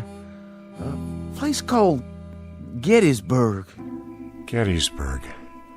Well, I guess this is one we'll have to fight without the devil's help, no matter what happens. May God help us. God help us all.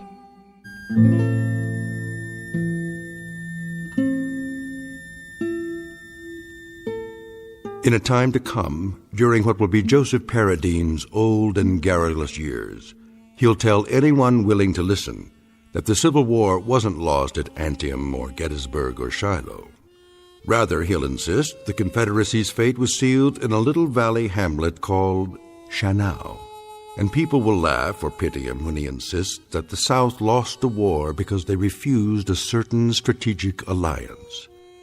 But the truth is that such unholy alliances are often the norm rather than the exception in the Twilight Zone.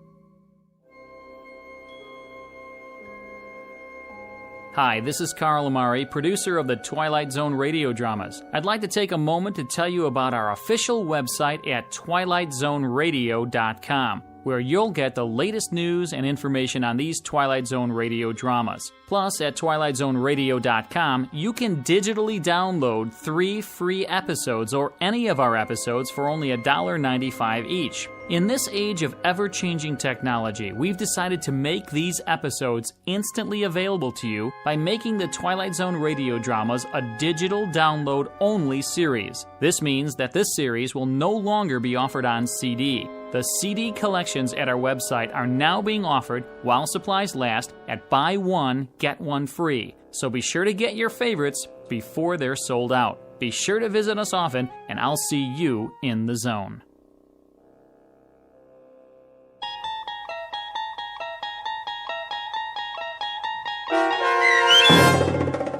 Still Valley, starring Adam West, with Stacy Keach as your narrator, was written for The Twilight Zone by Rod Serling from a story by Manly Wade Wellman and adapted for radio by Dennis Etchison. Heard in the cast were Mike Novak, Richard Hensel, Turk Muller, Doug James, Jeff Lupiton, Christian Stolte, Sarah Marks, Carl Amari, Vince Amari, Paul Patch, and Roger Wolski. To learn more about the Twilight Zone radio dramas and to obtain audio cassettes and CDs of these programs, visit our website at twilightzoneradio.com. This copyrighted radio series is produced and directed by Carl Amari and Roger Wolski for Falcon Picture Group. Doug James speaking.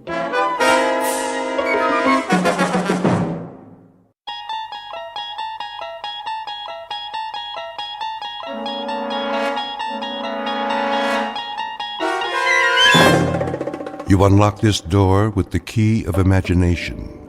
Beyond it is another dimension, a dimension of sound, a dimension of sight, a dimension of mind. You're moving into a land of both shadow and substance, of things and ideas. You've just crossed over into the Twilight Zone.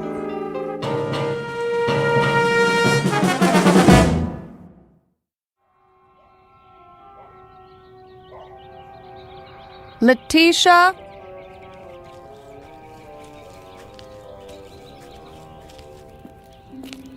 Yes, Miss Winter? Would you get me my sun hat? Right here. I knew you were going to need it, so I brought it from the house special. Thank you, Letitia. What about my dark glasses? And my sun lotion? Right over there by the wet bar. Get them for me, will you?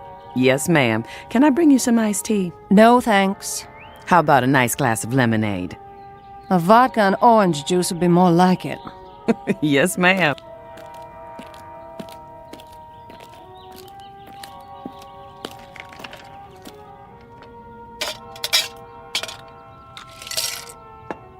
Where are the children? Still in their rooms? Well, now they were. Just changing into their swimsuits after school. They should be down in a minute. That's nice.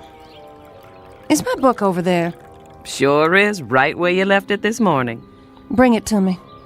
Coming right up.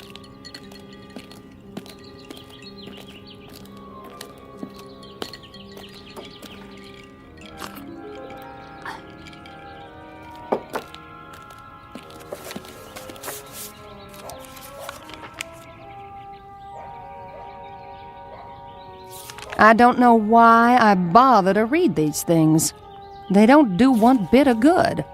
I'm okay, you're not. Somebody's making a fortune telling people what they already know. Yes, ma'am.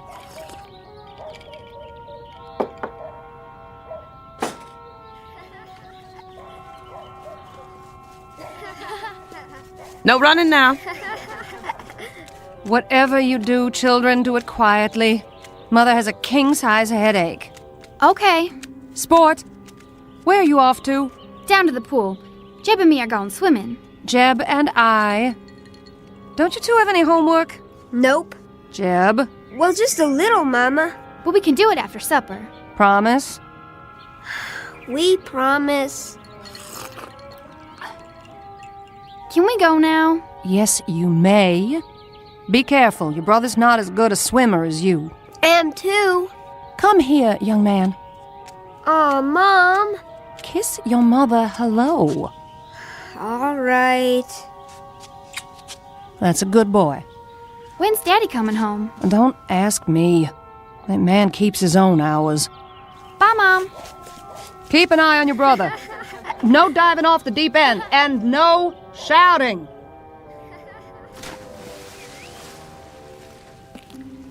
Will there be anything else, Miss Winter? Just one. Yes? Make me another drink.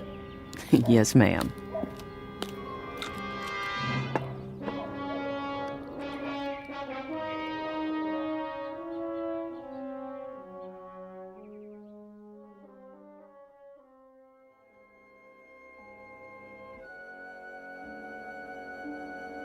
To have children, to love them and watch them grow, is the most precious gift life has to give. But to have children and not love them is a sad mistake, one that's not easily remedied. Because when left to their own devices, children may have no choice but to seek a world of their own. Meet Sport, barely 11, and Jeb, her younger brother. They don't know it yet, but they are about to be cast adrift in a mysterious place called the Twilight Zone.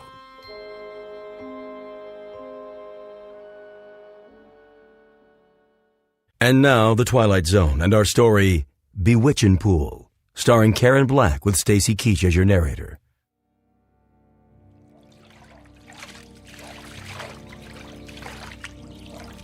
Jeb, what are you doing? Holding your breath? You're gonna suffocate yourself. What are you doing that for, anyway? It's the only way I can keep quiet. Mama didn't mean we couldn't talk.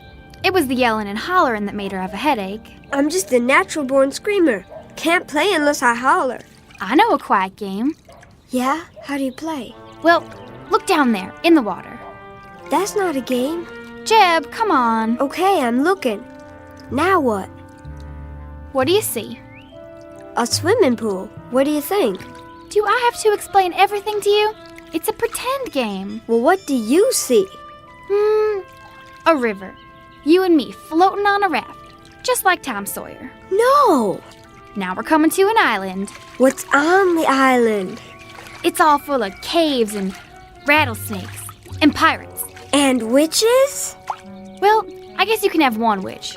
Just one. A fat one! Who ever heard of a fat witch? I don't like skinny ones. They're scary. They don't make fat ones.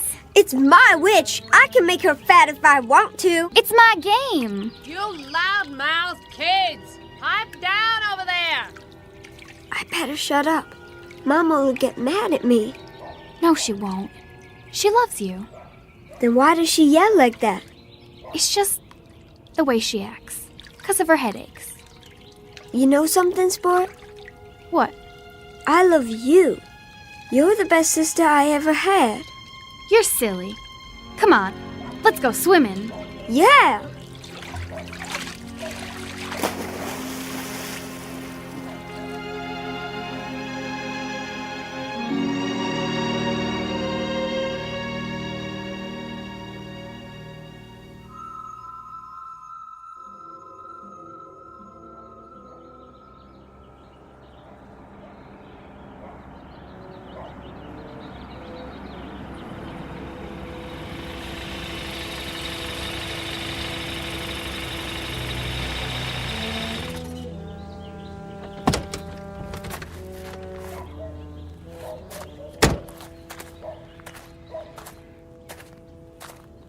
You're home early.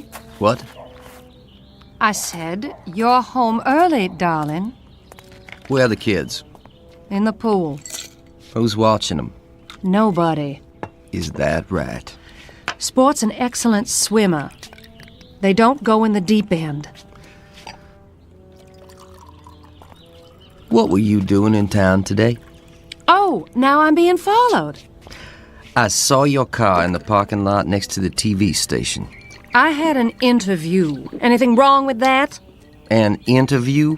For what? I'm tired of my talent going to waste. Your talent? Show me one high-fashion model who can hold a candle to me. Is that what you are this week? A high-fashion model? Seems to me last week you were an artist. If they call me, I'm taking the job. You'll see. You've got a job right here, taking care of the 2 kids. Then what's the maid for, sugar? What are you for, Gloria?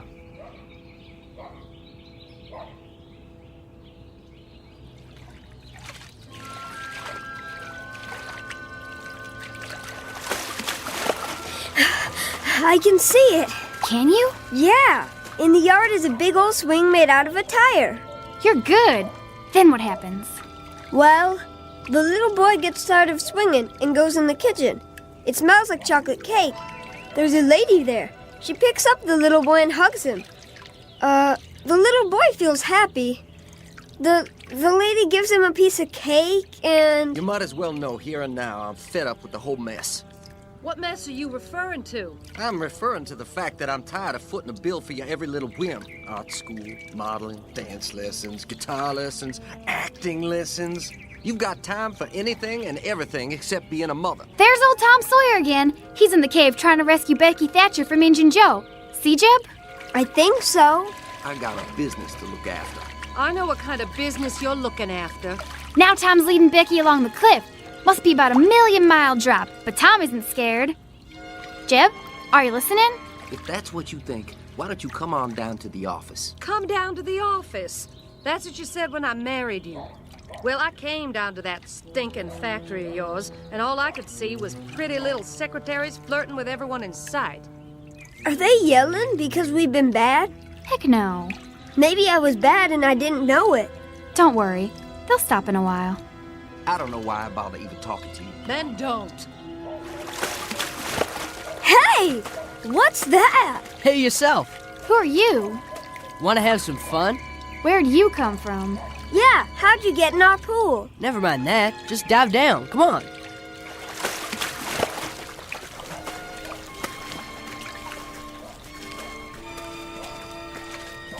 What is going on over here? Nothing. I can't even have a conversation without you brats yelling. We were just talking to this boy. What boy? In the water. He was here and then he was gone. There's nobody else in the pool. But he's gotta come up for air. No, Jeb. We were just playing pretend. Pretend? You fool kids. Where'd Daddy go? He went in the house. Supper will be on the table soon. You'd better be dried off and ready. Don't you go off and play. I mean it. Yes, Mama.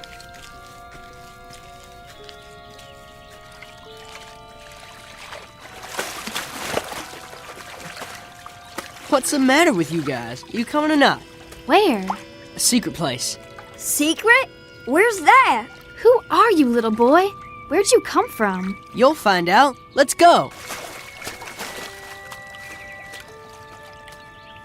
Do we have time? Well... I'll have my supper now. You think I'd cook for you after the way you talk to me? You can drink your supper. Oh, like you? I wish I'd left you years ago. Well, what's keeping you? Come on, Jeb. Let's go with that boy. She said not to leave. When I think of the career I gave up for you, it makes me sick. Career? That's a laugh. I hate this house and everything in it. I hate you. They don't care what we do. What if they hurt each other? I'm older than you, and you have to do what I say. Now follow me.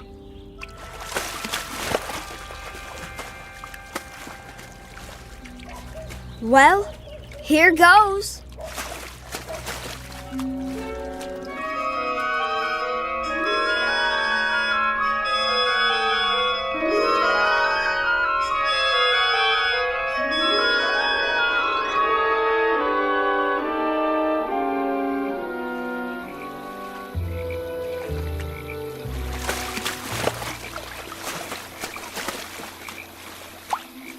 There he is, sitting on a rock. What's he doing? Fishing?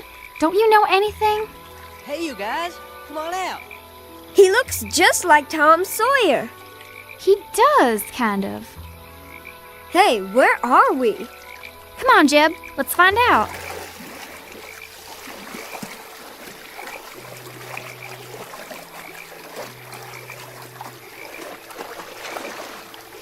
grab my hand. There you go. Here, take these. One for each of you. Where'd you get these big old towels? Aunt T sent them along just in case. We weren't sure if you were coming or not. Aunt T? Dry yourself off, Jeb. Where are we? Aunt T's, of course. Where's that? A secret place. We sure got here funny. Just dived in our pool and came out here. Want to see a minnow? What's a minnow? A fish. Sure. I keep it in a jar over here. Where'd you get it? I caught it. You can catch all kinds of fish here. At least always when no one's swimming. Can I catch one? You don't know how. How do you know I don't know how? I saw where you live. Went to fishing hole for miles. I do too know how to fish. Don't die, sport. Boy, I want to know something. Don't call me boy. I got a name. What is it then? I told you. Wit. Wit who? Just Wit.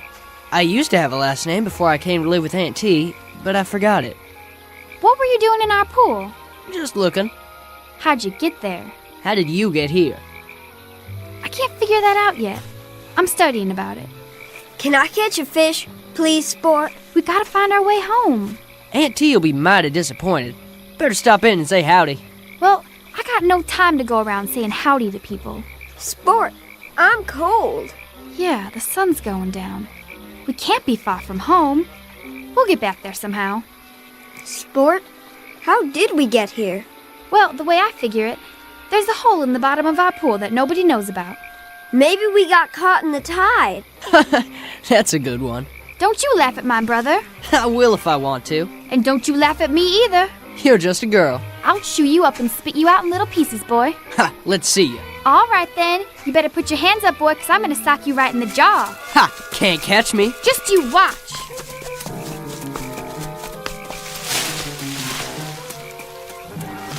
Sport, look! I'm looking. Where did all these kids come from? I don't know, Jeb, but I think this must be Aunt T's place.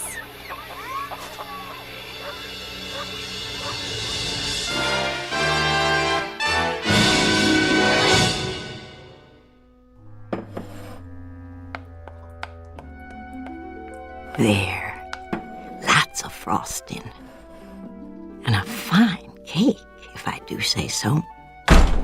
Aunt T! Aunt T! Why, whatever's the matter with it? She's gonna beat me up, Aunt T. I sure am, boy. She'll do it, too. Will you really, child? I aim to. Yes, ma'am. Very well. But I'll have to ask you to fight outside and not in my kitchen. You're liable to break something here. Aunt T, it ain't fair. It is if it's a fair fight. Here now, you both take these boxing gloves. I'll keep some put away just in case. And remember, don't hit a man when he's down. No hitting below the belt. You know the rules. I do, but maybe she doesn't. My sister knows everything. Is that right, little man? What's your name? Jeb. Well, Jeb, I'll tell you what. While they're settling their grievances, you can finish icing the cake. Would you like that? Can I? And then, if those two have any teeth left in their heads, they can help us eat it. Go on outside now. Jeb and I have work to do. Is this real chocolate? Why, it sure is. Nothing but the best in my kitchen. Chocolate's my favorite. Mine, too. There you go. Use a knife and smear it right on. Oh, very accomplished. Have much experience frosting cakes? No, ma'am. This is my first one. Do tell. I'd never have guessed. Why, what are you two doing back here? Back already? We didn't go yet. No. Why not? May I try that too? And me?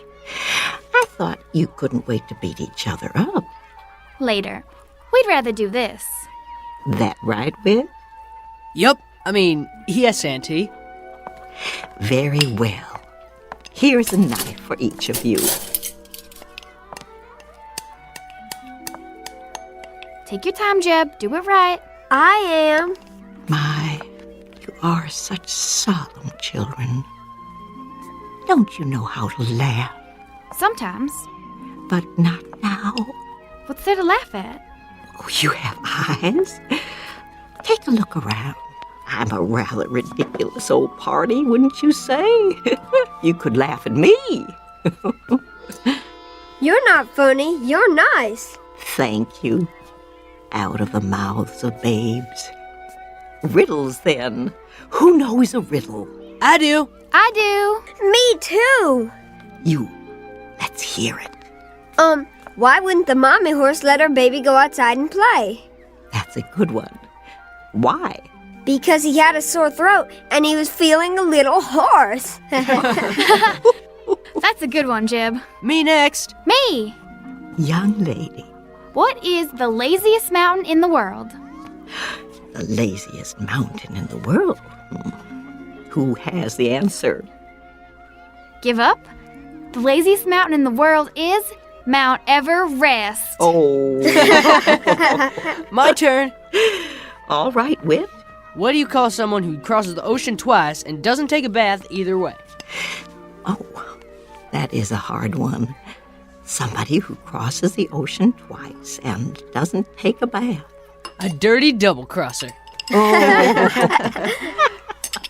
Aunt T, all the frosting's gone. And just in time. What a handsome job you've done with the cake. Looks kind of lopsided to me. Nonsense. It's perfect. While it's cooling, I'll assign you new children your chores and show you where your rooms will be. Come along. This way. What's the matter? We didn't come here to stay. My dear, children always come here to stay. What? No. But I want to. Jeb. What are you hugging me for, boy? I want to stay. You come back here. I'm staying with Aunt T. She's a kidnapper. Oh, no, my dear. Mind you, I've seen children I would have stolen if I could. What for? To get them away from unworthy parents. But I've always resisted the temptation. Then why are all these kids here? Because their families didn't deserve them. All they wanted was to be loved, so they could grow up right and get out on their own. But some moms and dads didn't realize what they had. Somebody needed to give these little ones a chance. How about me? Oh, I found you on a doorstep when you were only a few hours old. It was a lucky thing I came along on that cold winter's night. What did I look like? You were as red as a beet. From crying, you know. But you were so cold. Somebody had to do something. Sport! Jeb! They're calling us. Who is? Our mother and father. I don't want to go. You darn kids, where are you? It's that way for a lot of kids. We better go home now. These voices you hear calm. At first they seem quite strong, but they get fainter and fainter, and after a while they fade out. And one day you simply cannot hear them anymore. Sport! I'm calling you, young lady. Don't pretend you can't hear me. We've got to go home. Can you tell me why? I've got everything you need right here. Why, there's the swimming hole down by the creek.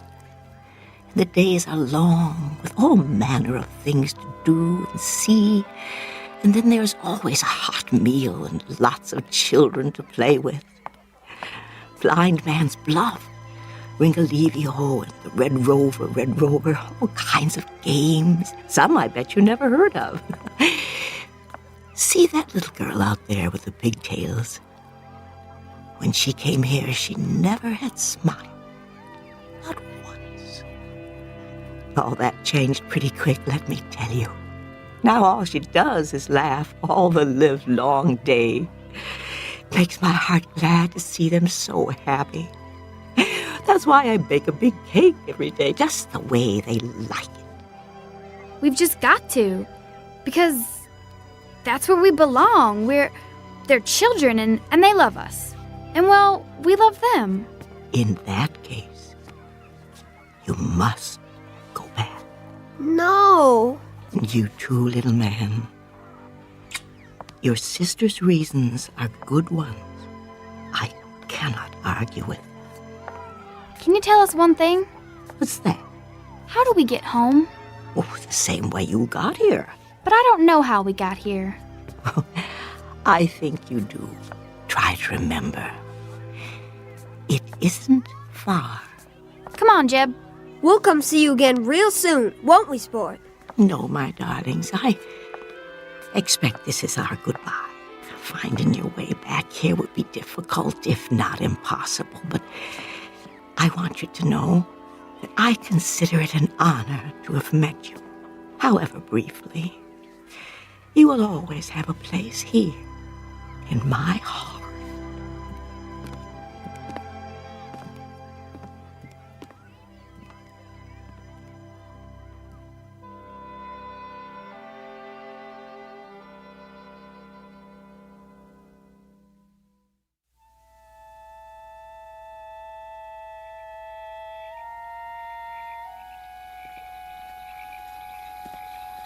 Here's where he came out of the water. It's a good place to dive. Just stand out there on that rock, take a deep breath, and jump. You'll see. It's easy. Stand next to me, Jeb. Do we have to? I'm your big sister. You have to do what I say. Bye, Whit. Bye, little Jeb. You mind your sister now. Whit? Yeah? I just wanted to tell you, I wasn't really gonna beat you up. I was just talking. Me too. Well, bye now.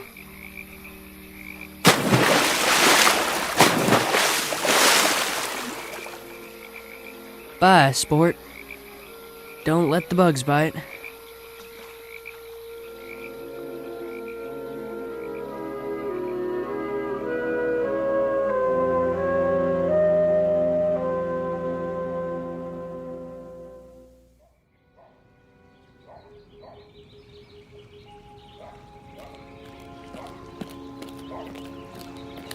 Have you found them? Not a sign.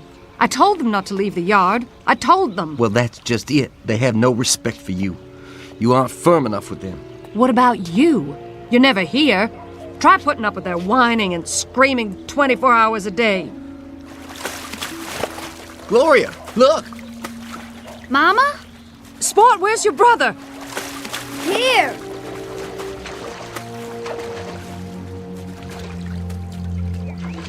Where have you two been? We've been calling you for an hour. In the pool. You're lying. I looked in the pool. We really were, Daddy. And we came up on the other side, and we helped make a cake with Auntie. What's he talking about? And Whit caught a fish. He's not making things up, Daddy, honest. He's lying to cover up whatever devilment the two of you have been into. Jeb, come here. But it's true, Daddy. Come here, I said. Look at me. I want the truth out of you. No more lies. You understand? It wasn't a lie. It wasn't. Now you listen to me. Get in your room and stand in the corner till you can tell me where you've really been all this time. Do I make myself clear? Yes, Daddy. He understands now. It was a game, Daddy, that's all. Just a game. We were pretending. There isn't any Auntie. I should hope not, but I want to hear it from him. Do as your father says. Go to your room. And forget about any dinner tonight. You've missed it. Both of you.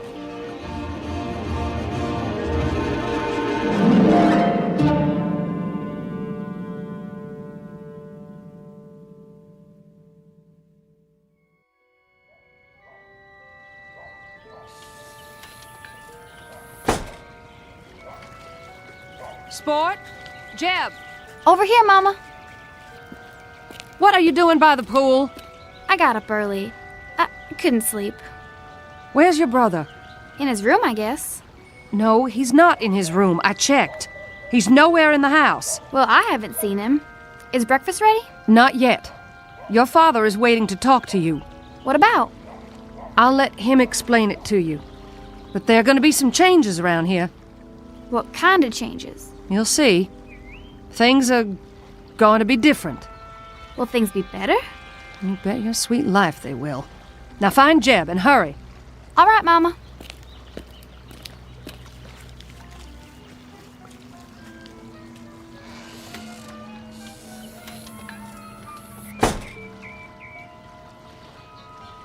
Here goes.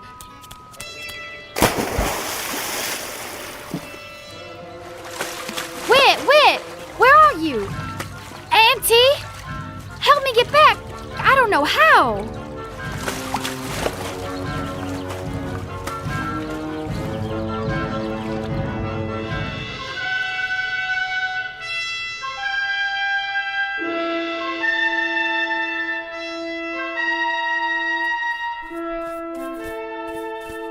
Auntie? Yes, Jeb? What are you making that quilt for? Because we need quilts. Lots and lots of them. To keep the children warm and snug at night. Don't you know anything? Sure I do. I know lots of things. When you finish cleaning the shoes, your next chore will be to help Whit bring in the wood for the stove. Auntie? Why do they have to be chores? Every child must have chores to do. It teaches the value of work, the self-respect of doing a job well. Makes big muscles, too, like mine. Let's see. Roll up your sleeves. I told you. Big, ain't they? Wow. Keep working, boys. You have more shoes to clean. What are all the shoes for anyway? They're for the children, too, of course. Think of it, you and your sister didn't have any shoes at all when you came here yesterday. They all got holes in their swimming pools too, Auntie? Oh, dear me, no. Some of them don't have swimming pools. Some come down the chimney or you open the door and there they are. Sometimes you find them on street corners or on a doorstep like Whit here. What's that? Oh, why, someone's outside at the window. It's my sister. Sport, dear. Come in. Oh, come in. I can't. I'm dripping wet. Wait a minute. I'll get a towel from the cupboard.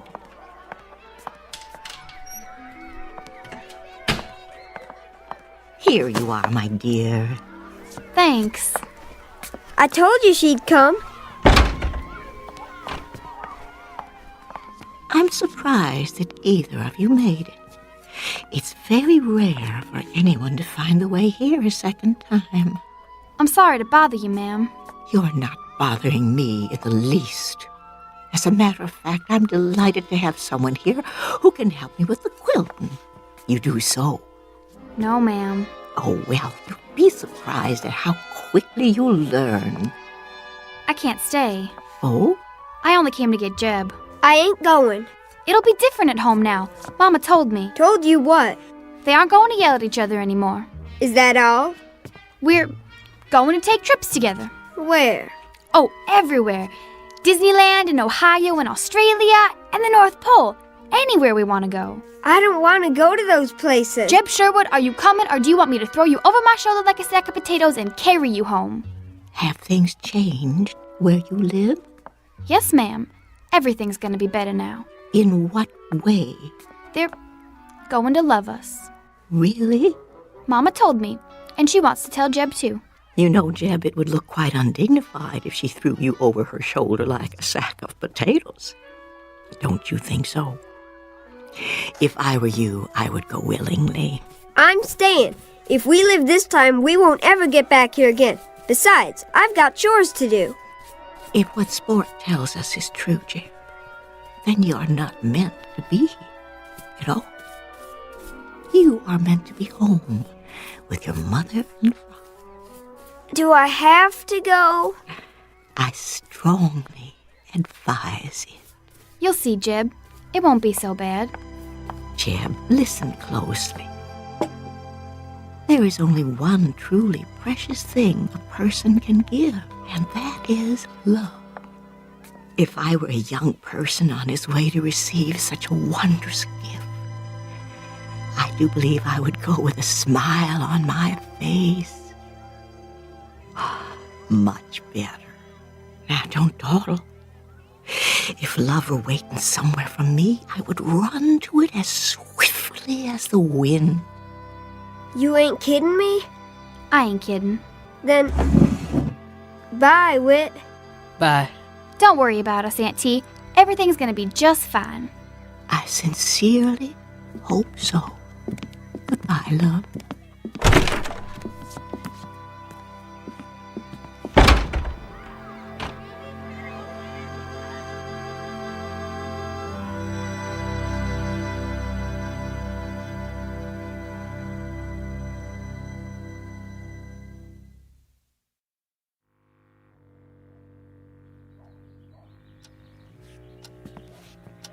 Maybe we should wait till tonight. No.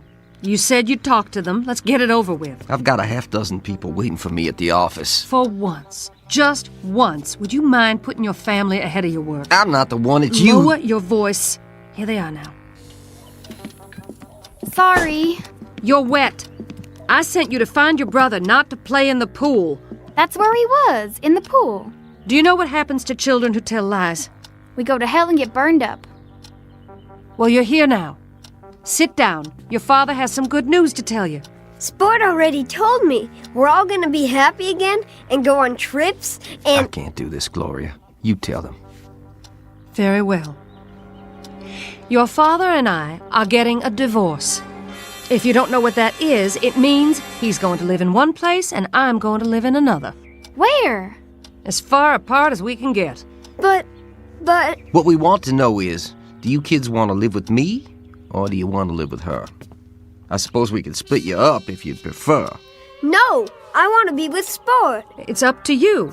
Make up your own minds. We want it the way it was. Well, you can forget it. I'm into that. We'll be good. This time we really will. We won't fight or cry or make noise. We'll be so good. Won't we, Jeb? What are you talking about? It's all our fault. You hate each other because of us. Oh, that's not true. I'll tell you one thing. We wouldn't have stuck it out this long if it hadn't been for you two. You might show a little consideration. I don't have to stay with either of you. Me neither. Come back here. We're not through with you. Hurry, before they catch us. I can hold my breath a real long time. I've been practicing. I know you can. Get ready. On your mark. What do you think you're doing? Stop them. What if we can't get back? We've got to. Get set, go. Come out of there right now. This time you're gonna get what you deserve for good. Are you coming out, or do I have to drag you out? Auntie, help us. Help us, please. Auntie, I need you. Take us now. Get out of that pool. I am not gonna tell you again. Do you hear what Daddy said? He means it. Auntie!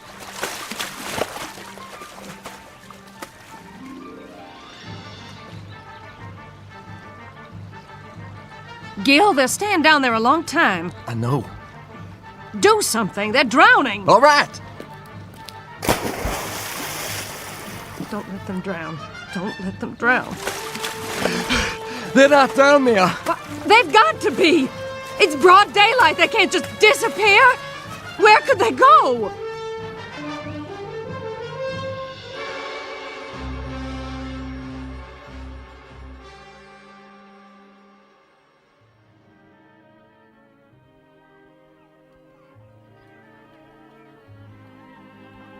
Jeb!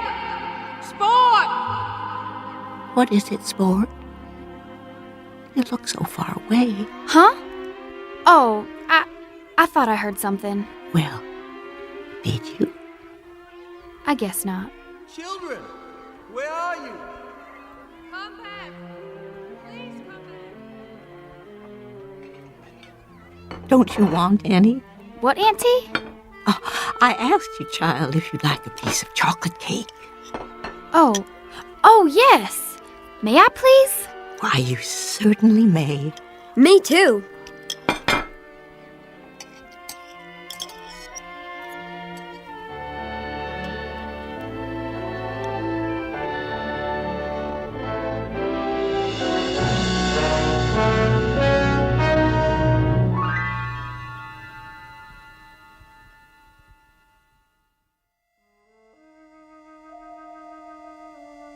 The end of an odyssey for two children, who were cast adrift for a time. They took a chance searching for love and finally found it in the Twilight Zone.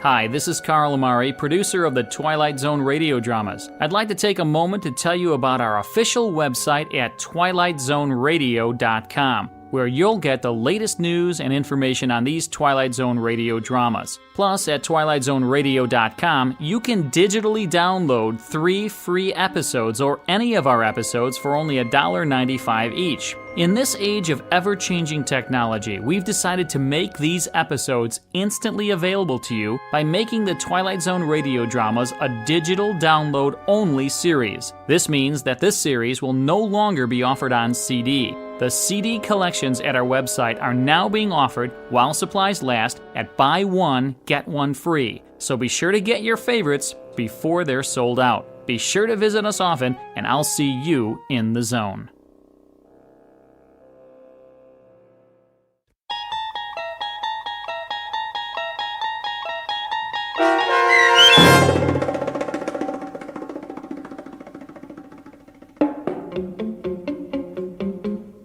Bewitching Pool, starring Karen Black with Stacy Keach as your narrator, was adapted for radio by Dennis Etchison and written for The Twilight Zone by Earl Hamner Jr. Heard in the cast were Haley Nabig, Eli Newman, Evan Armacost, Kurt Nabig, Regan Alte, and Ora Jones. The producers of The Twilight Zone wish to thank CBS Enterprises and the Rod Serling Estate for making this series possible. This copyrighted radio series is produced and directed by Carl Amari and Jeff Lupetin for Falcon Picture Group and Westwood One. Sound design and custom Foley effects for The Twilight Zone by Cerny American Creatives Bob Benson, Craig Lee, Matt Sorrow, Tim Cerny, and Todd Beyer. To learn more about The Twilight Zone radio dramas and to contact us, visit our official website at twilightzoneradio.com. Doug James speaking.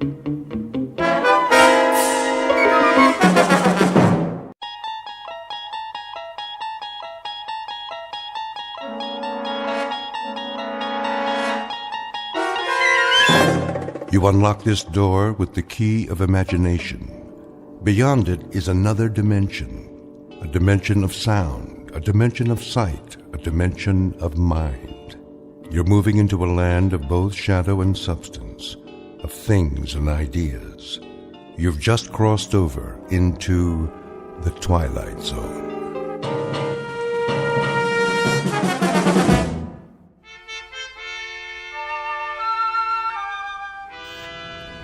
Boss? Yeah, Stevens? Got the feeder belt running again. Already? All it was a bad bushing. I had Walters fix it. Hanley will be glad to hear that. How'd you do it? Well, the manual said replace the main bearing, but I know that sound, just like the old unit. Yeah, the one that used to go down all the time? Good thing we saved the parts. We reground a roller and oiled it up. That's all she took. Well, nice work, Stevens. Real nice. Tell Walters thanks for me. No problem. Hey, Dick, how's it going? Oh, looking good, Mr. Hanley. I got the conveyor belt running. Should be back to capacity. Great. That'll bring the numbers up again. How to make the old man happy, huh? Oh, I don't know about that. Well, we do our best. I got me a real team here. Sure you do. Some of the boys, they know more about the plant than anybody. Been here longer than the old man. Walter Hanley, please come to the main office. Supervisor Hanley to Mr. Whipples' office right away. Second time this morning, huh, Mr. Hanley? Maybe you're getting a promotion. The old man just keeps pushing. He's on an efficiency kick, wants a 10% increase. For the quarter? For the week. Yeah? How are we supposed to do that? Don't ask me. Must be that computer of his. Some computer. I mean, numbers are one thing, but there's a limit. A man can only do so much. I'll tell Whipple you said so. Now, don't do me any favors. I got one more year to go, and then it's pension time. You? You'll never retire, Bob. You want to bet? I got a date with some big-mouth bass waiting right up at the lake. I can hear him calling. That's not fish. That's the old man. Telling you to whip your boys like government mules. Well, then you can tell him this. You tell him to come down on the floor and work a shift sometime. He'll find out what it's like. We're not machines. I know you're not, and I'm glad of it. You're doing great, Bob. Try to squeeze out another 5% if you can. That ought to keep them happy for a while. And tell the boys I appreciate the good work. From all of them.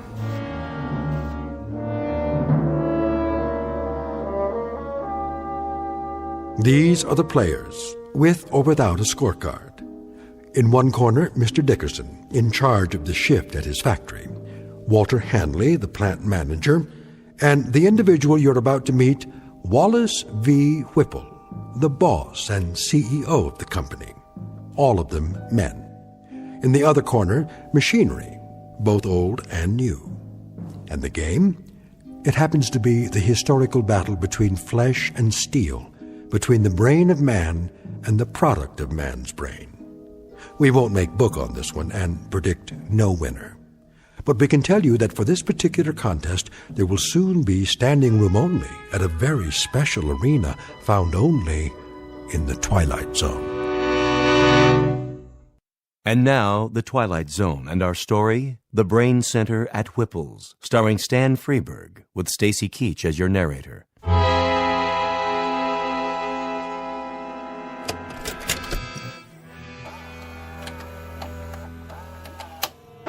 Greetings to our happy family of shareholders from the Whipple Manufacturing Corporation. This year, we are proud to bring you the story of your company's progress by means of this special video, produced by yours truly, Wallace V. Whipple. And I can assure you, family members, that what you're about to view represents a stunning, exciting new direction. But first, let's visit our main plant here in the Midwest, where our employees are busy manufacturing pipe fittings, automatic temperature control devices, and the various accoutrements of our product line. This is one of 11 principal assembly facilities. I call your attention to the vast number of workers required to maintain and operate just one facility. In this plant alone, your company employs 3,827 able-bodied men and women. Added to the 10 other Whipple plants across the country, we employ a total of close to 30,000 personnel. Our weekly payroll for this highly trained army of workers is several $1 million. But enough boring arithmetic. Good evening, friends. Welcome to my office, the nerve center where I, Wallace V. Whipple, personally supervise this vast operation. I've decided to address you personally via this videotape with exciting, in fact, stunning news, which I believe you'll agree amply demonstrates how we at Whipples are marching toward a new tomorrow, where the future is so bright you'll have to wear sunglasses. But before you put on those shades, cast your eyes at the floor of our main assembly plant. Follow me. We can see it from my window. Cumulative 4 4/10 miles of work area, $111 million worth of safety upgrades this year alone, not to mention the expense in shoe leather. Put the camera back on me. Put the camera back on me, that's it. Now open the curtain. And what's this, you might ask? This sleek, futuristic object behind me? Some sort of space-age control panel? So many bells and whistles. Never seen anything like it, you say? That's because it's never been seen before. Ladies and gentlemen, stockholders, and members of the Whipple corporate family, feast your eyes on this. I give you the X109B14. This single modified, transistorized, digitalized, totally automatic assembly unit eliminates 6,100 jobs, 73 bulky and inefficient old-fashioned machines, 81,000 needless man-hours per work week, and countless millions of dollars each year for employee health services, hospitalization, and workers' compensation. Also employee insurance, employee welfare, and employee profit sharing through vested matching funds. As of tomorrow morning, the first model X109B14 will be placed in operation at our main plant. Within 6 months, our entire production facility here will be totally automated. Tomorrow, the world. Oh, and one other thing. Take a look at these slides. Lights. This is one of 3 cafeterias in our Oregon production plant. Busy, busy, busy. Here are the food trucks arriving. Here's the kitchen staff, the cooks in the kitchen. And here are the dumpsters filled to bursting with trash and refuse after a typical lunch. 800 tons of food consumed over an 11-month period, and tons of garbage for the landfill. Oh, the waste of it all. Lights. Ladies and gentlemen, do you know what can replace and what will replace 800 tons of food? 1 can of simple machine oil. Wholesale price, 68 cents. Ladies and gentlemen, Whipples moves forward to a new plateau of profit, progress, and posterity. In a sense, we have just shed ourselves of the anchor, the heavy, heavy, heavy anchor, the albatross, if you will, of human labor. Whipples will now operate from a computerized brain center with machines exactly like this one. Ladies and gentlemen, this concludes our year-end report. Thank you very much. Well? Well, what? Well, what do you think, Hanley? Will this put the stockholders on their feet cheering, or will it? Not that I need any particular encouragement along these lines. The videotape speaks for itself. It does indeed. What's the matter, Hanley? You didn't care for it? Mr. Whipple, my duties have to do with management. Something wrong with the lighting? The soundtrack? I'm an engineer, not a drama critic. I'm not asking you to give it 4 stars, Hanley. But as a plant manager, I would assume you'd have a point of view as to the content. Frankly, I would have expected at least some degree of enthusiasm. Sorry, sir. Having to do with the fact that it's a most definitive and incisive report on what we plan to do around here. Now, does it or doesn't it give you the lay of the land? You can answer that, can't you? Oh, it gives me the lay of the land, all right. And? Looks like a pasture to me. Oh, what's that supposed to mean? You actually think you can automate this place in 6 months? Closer to 4 months would be a more reasonable guess. A lot of things are going into the old scrap heap, Hanley. Time clocks, for example. There won't be anybody around to punch them in or out. I think we'll donate them to a museum. A museum? Something, Hanley? Something like a lot of men without jobs. That, unfortunately, is progress, Mr. Hanley. Now, you're a pretty solid man when it comes to quality control and assembly line planning, but when it comes to the aforementioned progress, you're a foot dragger. But not my little sweetheart here. X10, you and I are going to see a great deal of one another. Indeed we are. Indeed, indeed, indeed we are. Yes? The technicians are here, Mr. Whipple. Already? You said right away, sir. I know I did. All right, send them in. I'll be sorry to say goodbye to my dear little X10. Where's it going? Just downstairs on the main floor. Once we clear out the walkways and workstations, she'll fit right in, all by herself, at the heart of everything. The heart, huh? The very center of production. In control of it all, that's right. Like the Aztecs. What? The Aztecs, down in Mexico. I read about it. They built statues to their gods. They sacrificed their people to them and cut out their hearts.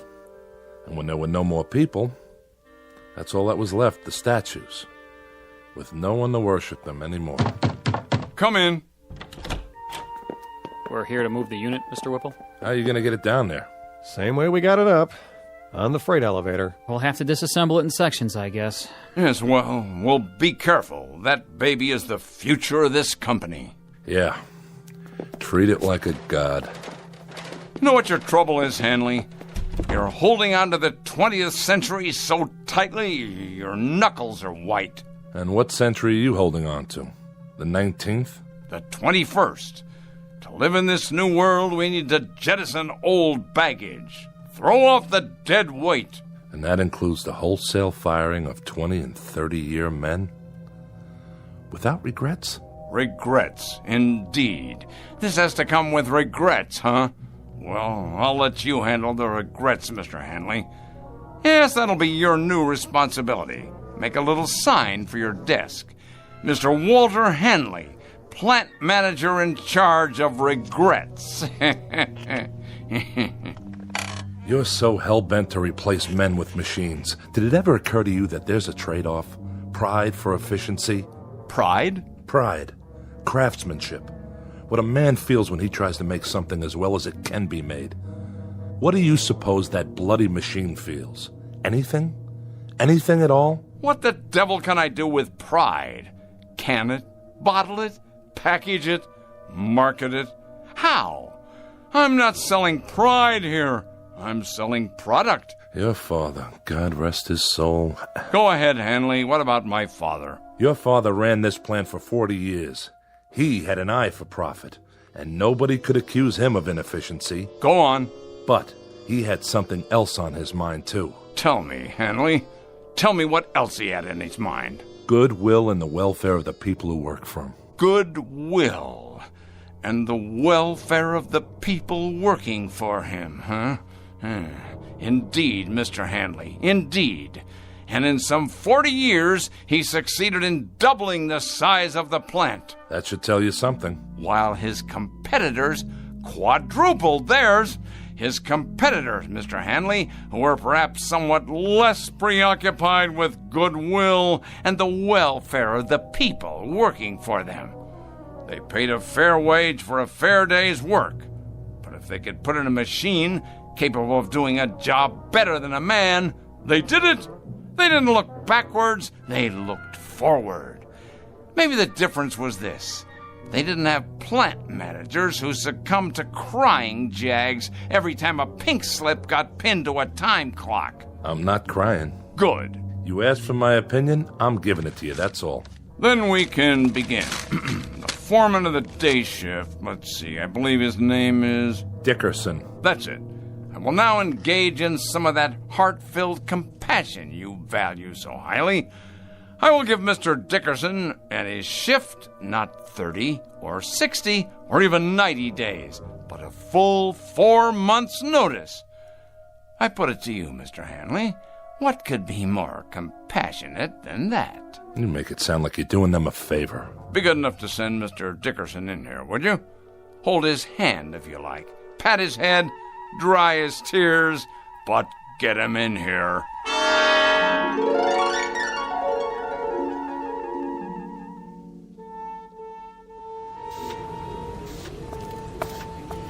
Hi, Mr. Hanley. Hello, Stevens. Nice work you did on the conveyor. Thanks. It wasn't nothing. Oh, yes, it was. Human ingenuity. That's worth a lot. Just doing my job is all. You seen Dickerson? Yeah, he's over by the new gizmo. What do they call it again? The X109B14. Some handle. What's it for, anyway? It's a mechanical brain. What? With a lot of fancy electronics in it. Programmed to run the whole operation from one place. Well, if you ask me, it don't look very smart. My car's prettier than that thing. It's got a face, though. Where? The way those dials look. They could be eyes. Oh, come on. I'm serious. Well, then, it's a real ugly face. That's right. An ugly, miserable face. I want you to take a good look at it, Stevens, and remember it well. Because it's not a machine, it's an opponent. The face of the enemy. Don't ever forget it. It's a hateful face. This time we've got ourselves an enemy worth hating. Come on, let's get moving. On the job, fellas. Heads up. Pick it up. Let's go.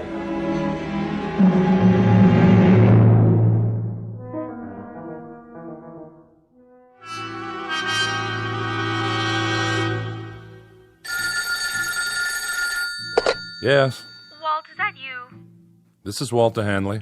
Oh, I'm so glad. This is Virginia, Dick's wife. Oh, hello there, Mrs. Dickinson. How are you? I'm just fine, but it's not me I'm worried about. Dick hasn't come home yet. No? No, and I'm concerned. He's never been this late before. Take it easy now. He's probably on his way. Do you know what time it is? Maybe he had some errands to run.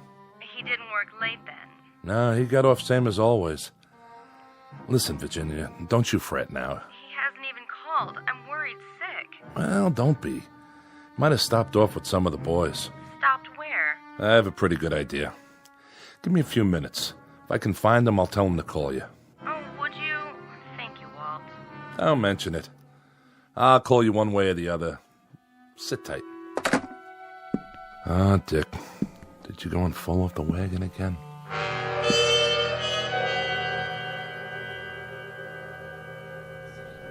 Hey, bartender. Yeah, Dick? Send me up another one. Oh, I don't know. You've been hitting them pretty hard. Just one more. It's getting awful late. It should have closed a half an hour ago. Why don't you go home and sleep it off? You know what these are? Pair of hands? Sure. Pair of hands. My hands. You know what else they are? I think you're gonna tell me. They're obsolete. They're off the market now. They're like little wooden wagons trying to roll down the freeway. Flesh, bone, muscle, nerves. But that doesn't cut the mustard anymore. I'm gonna tell you something else. Well, whatever it is, make it short. I gotta wash up everything and count the till. There isn't a machine made yet that can beat a man. Not a one. I'm not arguing with you, am I? No, I'll just go over there right now and prove it. I'm going to take Whipples' new machine, and I'm going to turn it into nuts and bolts. Easy, easy. Just you watch. And if that slob of a watchman gets in my way with his big old keychain, I'll strangle him with it.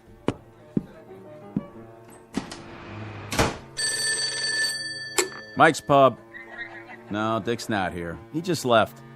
He said something about going across the street to the factory to have it out with a machine or some such. Yeah, I know it's closed. But by the looks of him, I say that won't slow him down none.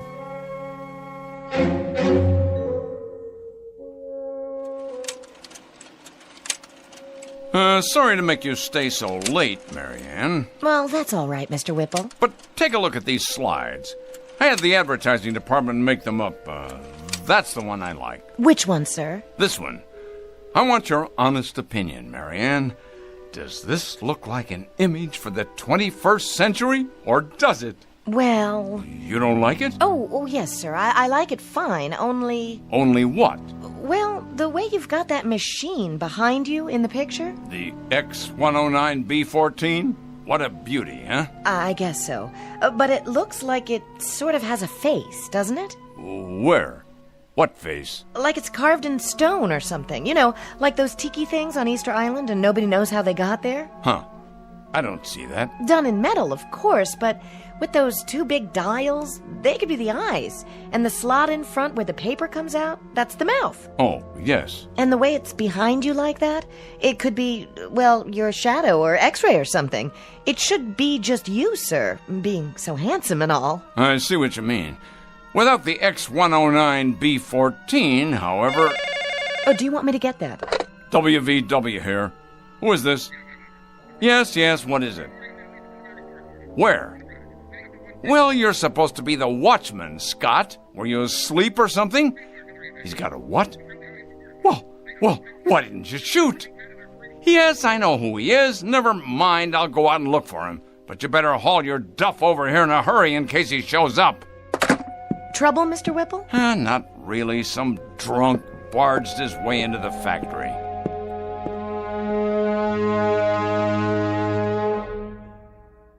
There you are, you shiny piece of crap. Stand up and face me. What's the matter? Cat got your tongue? Well, let's just turn on the juice here once. Say what? Speak up, Frankenstein. I can't hear you. Dickerson. Well, what do you know? I just got a call from Scott, the night watchman. Did you now? Said you were drunk and forced your way in. Forced, is it? Well, I am drunk. And I did come in without waiting for permission. Your permission. All right, what is it you want? I've worked here 30 years. Been a foreman for 17. In my book, that gives me some rights, Mr. Whipple. You've got the wrong book, Dickerson. Mine reads as follows. You're drunk, disorderly, and guilty of trespassing. I got here as fast as I could, sir. Scott, if this man isn't out of here in 1 minute, you're to have him arrested. I'll escort him out. Come on now, Dick. Arrested, I said. The man is armed. Guilty on all counts. Of course, it's only a crowbar. But if a man knows how to use it right, it could do enough damage. Okay, give it to me now. You don't want to make any trouble. Stand back. Tell me something, Whipple. I don't have to tell you anything. When you're dead and buried, who do you get for mourners? Who cries for you? This blind steel thing without a heart? Careful now, Dickerson. It's just a machine. You said so yourself. A very expensive machine. You wouldn't want to damage it, would you? Oh, no. Why would a man want to do that? Shall I tell you the difference, Mr. Dickerson, between this machine and you? It costs a few cents an hour for electrical current. It lasts indefinitely. It will, if there's people around to fix it. It gets no wrinkles, no arthritis, no hardening of the arteries. No, that one machine is a lathe operator, a punch operator, and 2 drill press men. The one that goes next to it is a 5-axis milling machine that can produce 6 different parts simultaneously. 2 more of these machines will take the place of 114 men, and they won't use up sick leave, coffee breaks, or vacations with pay. So in my book, Mr. Dickerson, they'll be worth considerably more than you are. Somebody should have stopped you a year ago. Somebody should have held you down, stuck a drill in your head, and poured in some sense. Men have to eat, all right? And that's one reason why you can't stack them up in the junkyard like surplus tanks or put them out to pasture like old bulls. I'm a man, Whipple. Hear me? A man. That makes me better than any hunk of metal. Better, you hear me? Better. No, now, Dickie, look what you've gone and done to your hand. Let's try the crowbar, then. Steel against steel. Scott, stop him! Yes, sir. I tell you, stop him! Move! Give me your gun. Careful, Mr. Whipple, it's loaded. Of course it's loaded. I said give it to me. No, Mr. Whipple, you can't. Can't? We'll see about that. Oh! See that machine? It took more than you to get me. It took another man.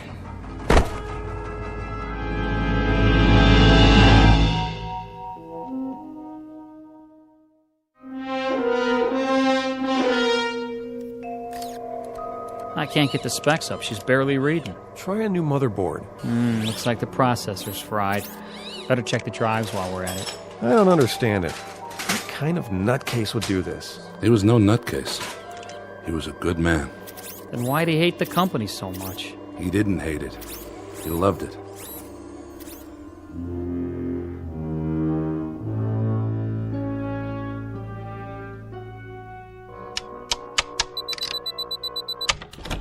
Oh, hello, Hanley. I've been expecting you. No doubt. I was told you were at the hospital. I just came from there. Fortunately for you, Mr. Whipple, Dickerson's going to live. Fortunately for me? My dear Hanley, aside from my protecting my property, I have no involvement in that at all. Are the technicians repairing the machine downstairs? It appears so. Good, good. This should interest you. A tape-controlled 7-axis, what they call a sentry. Know what it does, Hanley? It is connected to every single plant section, tooling complex, and assembly line in the factory. It keeps absolutely accurate data on quality control, product rejects, man-hours, machine hours, cost factors, and everything else. It's one of the most sophisticated machines I've ever seen. How many men does it replace? Well now, this should please you, Mr. Hanley. It'll only replace one man. You. That's only right, Mr. Whipple. Since the point of my coming here tonight was to give you notice. I suspected as much. You're a practical man, Hanley. An industrial team has to be compatible. When two men, when they rub one another the wrong way, it's unrealistic that they stay on the same team. Needless to say, Hanley, despite the fact that you think of me as some kind of heartless Scrooge, I don't intend to forget the many years of service you've put in here for my father and for me. So I'm giving you a liberal severance pay. What I think you'll agree is a far better than average pension. That's very decent of you, Mr. Whipple. And I'd like to give you something in return, if you don't mind. And that is... you struck me. That was for you, Mr. Whipple. Directly from me. For your insensitivity, your lack of compassion, and the fact that you're a cold-blooded manipulator of men as well as machines. You may take my severance, my pension, and your goodbye speech and stick them into the nearest metal orifice that's handy.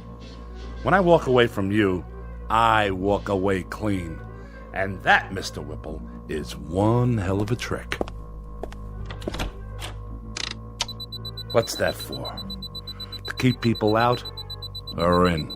A new Watchman device, much more reliable than the old one. Now, if you will swipe your ID card, just don't try to use it after tonight.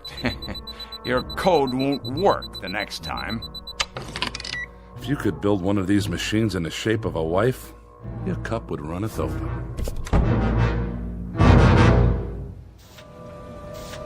Hey, Stevens. Yeah, Wilson? When's lunch? Same as always, 12:30. Well, I was just wondering, are we going to take an extra break today?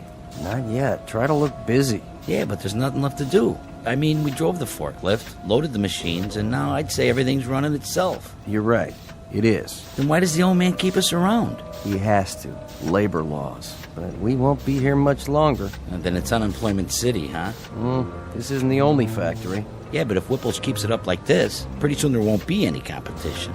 Monorail crane, 4th floor. Crane, in position. It's like those machines are talking to each other. They have to talk to each other. Nobody else would listen, except maybe Whipple. Strip stacks picked up by monorail cranes. Activate conveyors. Monorail crane fully operational. Strip stacks delivered. Reposition for next load. Sounds fine, X10. Come in here, would you, Marianne? I'd like to show you some slides of the new ad campaign. Your secretary no longer works here, Mr. Whipple. She has been replaced by a high-capacity module of the X10 series. Oh, yes, of course. Put me on the PA system. Right away, sir. Technician to brain control. Immediately, please. Yes, Mr. Whipple? Run a control check for me, would you? I've already done that, sir, 2 hours ago, and if you recall, I did it right after you came in this morning as well. Did you ever hear of preventive maintenance? That's my job, Mr. Whipple, but what you're asking me isn't maintenance, and it's not preventing a thing. Isn't it indeed? And I presume you know what this plant needs better than I do? Well, I know that running equipment checks 10 times a day is a waste of effort, sir. It's getting to be a kind of an idiotic ritual around here. You realize, of course, you realize that your presence here is for the moment a necessity. I stress the words "for the moment." Case in point, young man. Case in point. Watch this. Take a letter, X10. Dear sirs, yours of the 14th, received and acknowledged. The quick brown fox jumped over the etc., etc., etc. Now, print, please. See that? A perfect letter. Without error, without corrections. Typed as of the moment of its conception, using voice recognition technology. Am I getting through to you? I presume you mean to demonstrate that secretaries are obsolete now? Precisely. Obsolete. And what does this mean? It means no more powder rooms, no more coffee breaks, no more work stoppages because of inconveniences like maternity leave. Inconveniences like maternity? You'll forgive me, Mr. Whipple, but if this sort of thing keeps up, We're going to have perfect products, but mighty few people to buy them. This, happily enough, is not my concern. Efficiency is my only goal. You looked around this place lately? The cafeteria, for example? It's just like a cave. Not a soul in there, just vending machines and music coming out of a loudspeaker. You walk around the parking lot, it's a desert. There's no people, no cars. This place has everything in the way of convenience now, but you know what it lacks? Enlighten me, if you will. Voices, laughter, just whatever it is that people feel for other people. That's what it lacks. This is a lousy place to work in, Mr. Whipple. Then shall I spare you the inconvenience of suffering it any further? You're fired. I've been expecting that. As a matter of fact, I've been wanting it. I can't work here anymore. It's too darn lonely. Pick up your check at the front office. Yeah, just one more thing, Mr. Whipple. I think it wouldn't be a bad idea if you got an equipment check on yourself. Equipment check on myself? Huh, what rot. X10, let's have some music. Something to calm the nerves. There, that's better. Monorail crane on schedule. Paint sprayers functioning at capacity. I know. You're doing your job, X10, so do it. I don't need to hear that now. Reverse monorail. Reinsert paint sprayers. I'm trying to listen to some music. Do you mind? Strip stacks in line. Conveyors loading.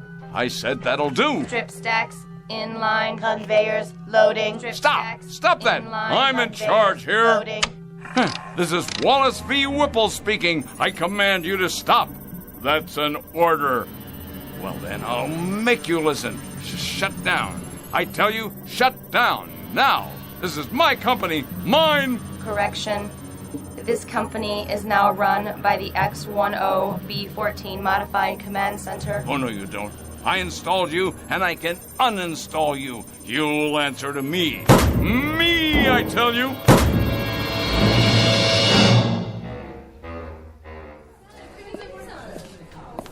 What'll it be, Mr. Whipple? Beer, please. One beer, coming up.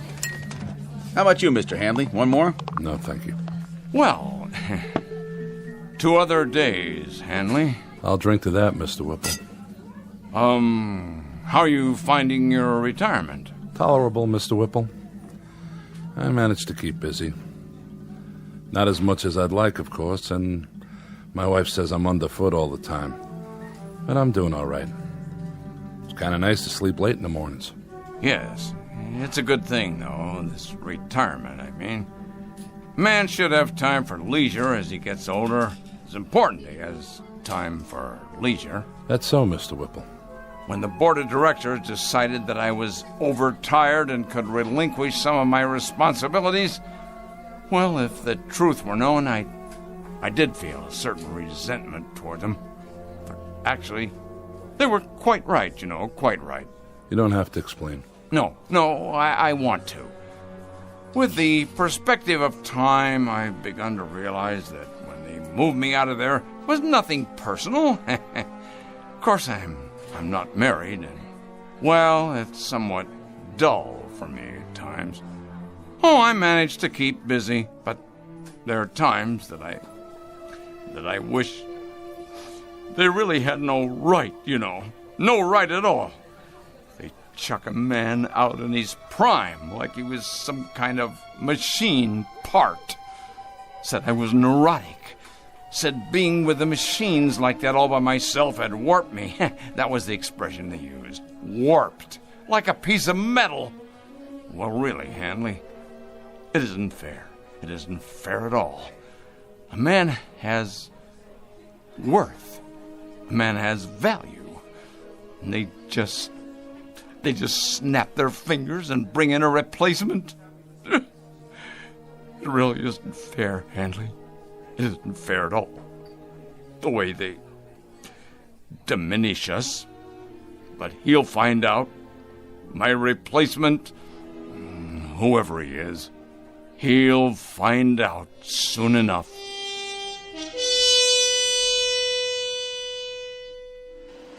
This is the new addition for the East Wing, where the parking lot used to be. And this is the electronics lab. It replaces the cafeteria. And here's the ad campaign for the fall season.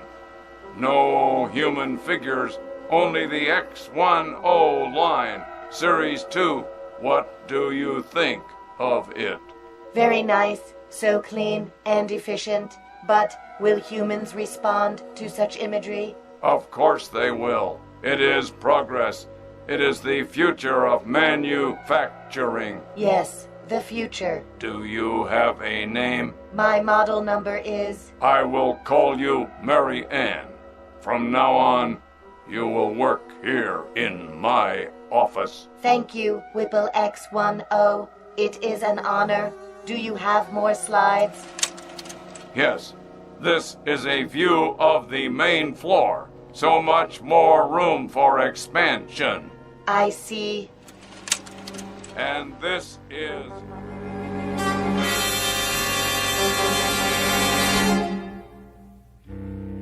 There are many bromides applicable here.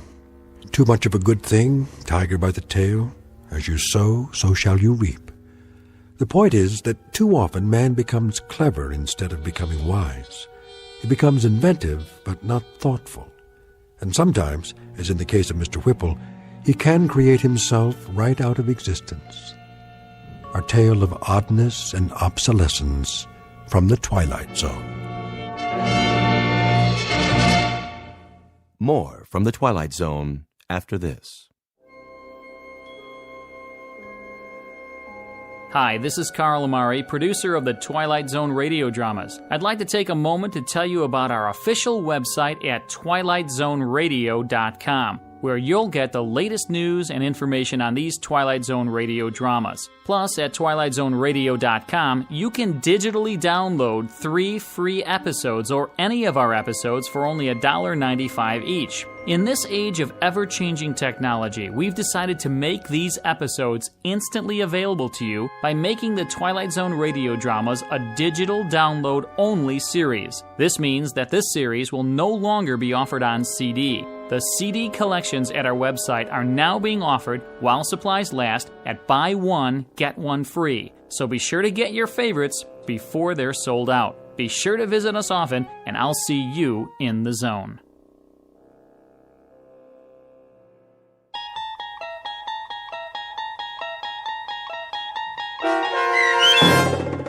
The Brain Center at Whipples, starring Stan Freberg with Stacy Keach as your narrator, was adapted for radio by Dennis Etchison and based on a script by Rod Serling. Heard in the cast were Mike Starr, Doug James, Kurt Nabig, Deb Dotzer, Jeff Lupetin, Sarah Marks, Carl Amari, Roger Wolski, Paul Patch, and Vince Amari. To learn more about the Twilight Zone radio dramas and to obtain audio cassettes and CDs of these programs, visit our website at twilightzoneradio.com.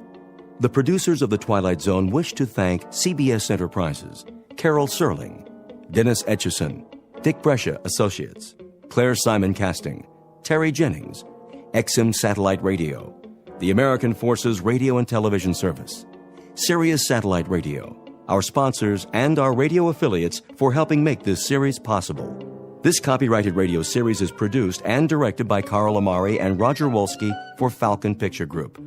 Doug James speaking.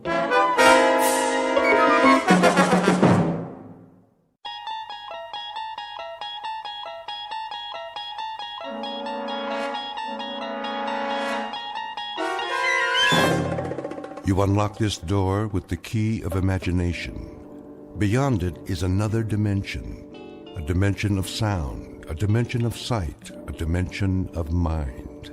You're moving into a land of both shadow and substance, of things and ideas. You've just crossed over into the Twilight Zone.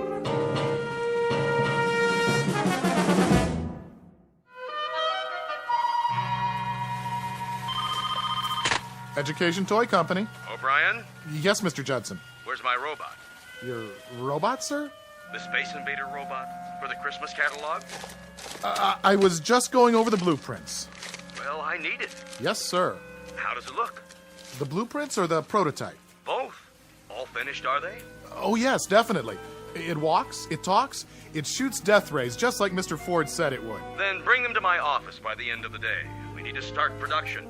No problem, sir.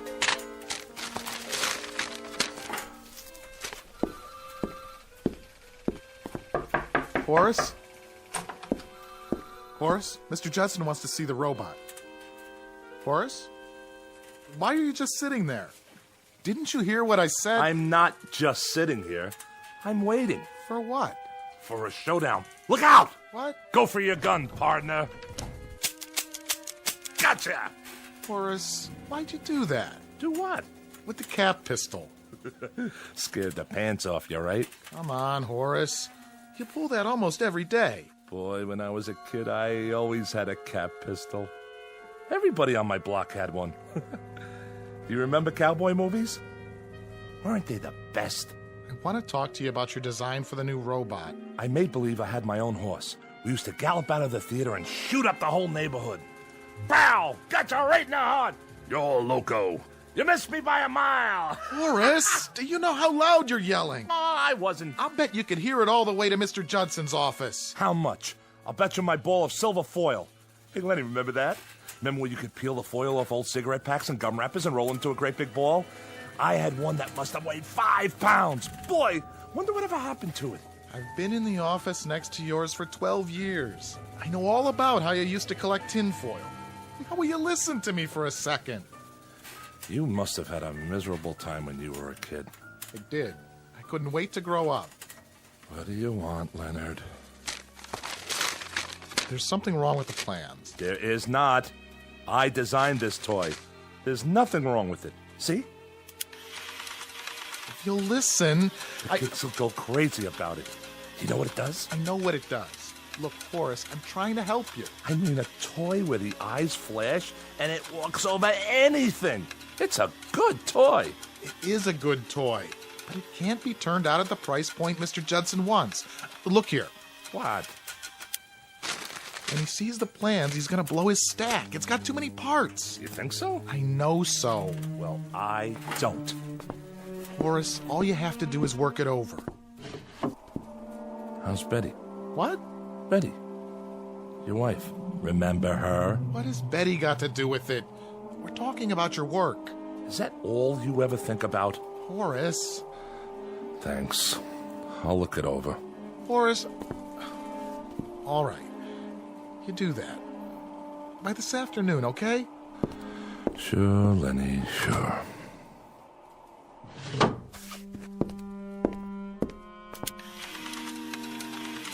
great little toy, if you ask me. I would have loved to have this.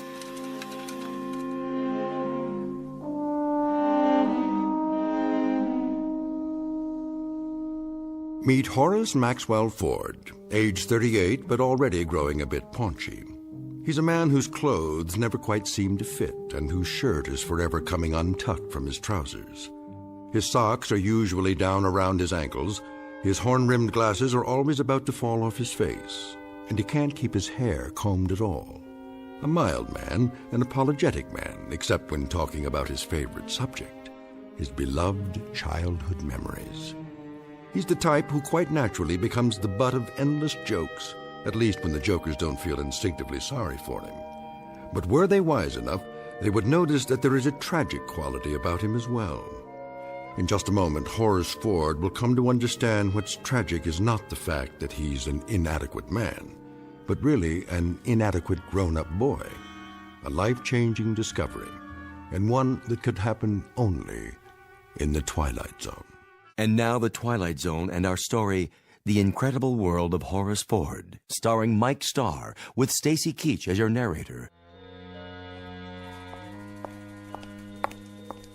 Leonard? Laura, come in. What's the matter? Here. I don't want Horace to see this. It's his birthday present. Len, would you take it with you so he doesn't see it lying around? Check. I'll bring it along Friday night. Thanks. So how are you? Oh, I'm exhausted. It is not easy to shop for that man. What'd you get him? The smoking jacket. I guess that means he's growing up. Betty and I got him a new gold chain for that pocket watch of his. Oh, and we got him a yo-yo, too, as a gag. Oh, that'll probably be his favorite present. You mind if I sit down? My feet are killing me. Please. So, the surprise party's all set for Friday? All set. What's the plan? Well, everybody's coming over to the place at 8. Horace thinks the two of us are going to a movie. I'll make him answer the door and sing happy birthday or something. He'll go right through the floor. Probably. Oh, what time is it? Late. Is he busy? Yeah. Well, I think he's worked late enough. Ford? Oh. Hi, Mr. Judson. What are you doing at the window? Nothing. Just thinking. Thinking? About what? I don't know. Toys? Whose toys? You don't seem to have done much thinking about ours. Look at this. I'm getting him out of there. Good night, Len. Laura.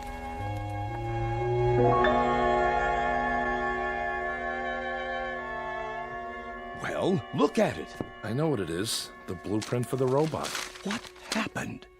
If we put this into production the way it is, do you know how much money we'll lose? But it's a good toy. That has nothing to do with it. See here, Ford, you've been with us a long time. You must know that we're in business to make a profit. This design just isn't cost-effective. I want it simplified. What do you want to simplify? For one thing, the eyes don't have to flash on and off. Sure they do. You want to ruin it? The flashing eyes? That's the beauty part. It's terrific. You could play for hours with a toy like that. Why are you raising your voice? I'm not. But you're talking about... Look, Ford, I don't want to argue about it. Just do the design over. Don't you remember when we used to play soldiers? With a mechanical man like this, you could... Oh, is this the office? Oh, there you are, Horace. Laura? Mr. Judson, you remember my wife? Mr. Judson! Oh, how nice to see you. A pleasure. Remember, Ford, I'll need it first thing in the morning, no later. Yes, sir. Good evening. Hello, Laura. Aren't you surprised that I'm here? Yes, yes, I am. What time is it?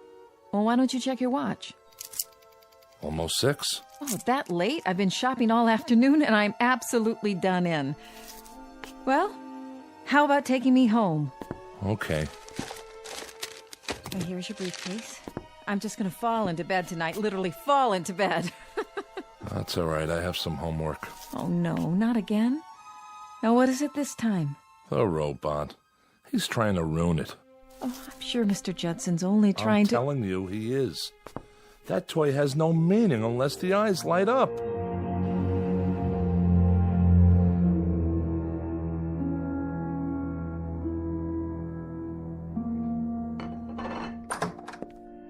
Hello, children. Mama. How's my boy? Fine. That's good. Are you hungry? A little. Dinner's almost ready. Laura, there's something wrong with the chicken. It's like leather. These birds they give you nowadays, like people don't know what chickens are anymore. Well, it looks all right to me. How was the office today? It was okay. What's the matter? Nothing's the matter. No, I can tell just from your voice. Everything's fine. Let's eat dinner. I'm telling you, Mr. Judson's just plain nuts. He reminds me of Corey. Hey, Mom. Remember Mr. Corey? I had him in 5B. What a character.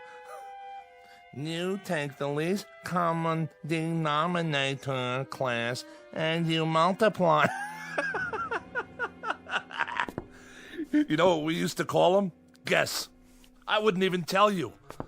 Boy, I'll never forget the time he caught me with one of those jawbreakers in my mouth. You know, the kind that change colors while you suck them? Horace. So he made me stand up, and every minute he'd point that pointer at me and say, Mr. Ford, what color is it? And I'd have to take it out of my mouth and tell him. I swear, I thought Hermie Brandt would bust a gut trying not to laugh. Horace.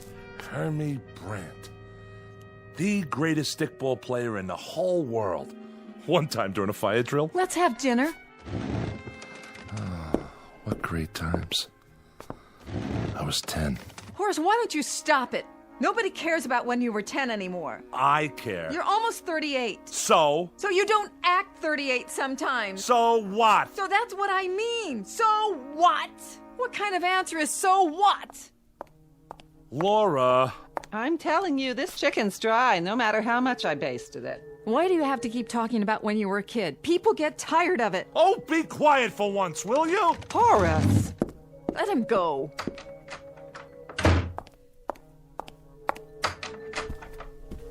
Horace? Horace, the chicken'll get cold. Oh, come on. Don't lie there on your bed. Eat a little. Laura didn't mean it. I'll cut you a leg and a second joint. Your favorites. You remember Hermie Brandt? No? How come you never remember anything about Randolph Street? Oh, it was a terrible place. We're in a good neighborhood now, in a nice apartment. Why do you have to always... What was terrible? Listen, I had the best times there. Like, remember when Pop used to give me an Indian rope burn? I mean, he didn't, but he pretended like he was going to... When you were a kid. Why don't you have kids of your own? Talk about them. Randolph Street. You know what I'm going to do? I'm going to go back there. Right now. Horace, we're having supper. I haven't been there since I was 11. Why shouldn't I? Horace, it's a dirty old street. What are you gonna see? Stay home. Where are you going? So long. Horace, listen.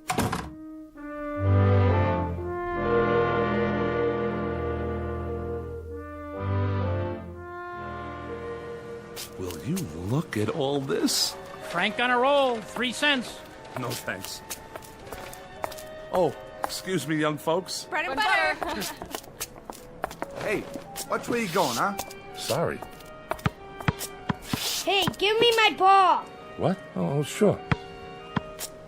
Davy, you come home or you're gonna get smacked. Ring Alivio. Caught. Ringalivio? My gosh, this late at night? What time is it? Bins, I yelled bins. Did not. I didn't hear him. Me neither. I did too. What do you want from me? Wait. Boys. Don't I know you? Hurry up, Hermie. Hey, Hermie Brandt, come on. All right already. I'm coming. Hermie? Did he say Hermie?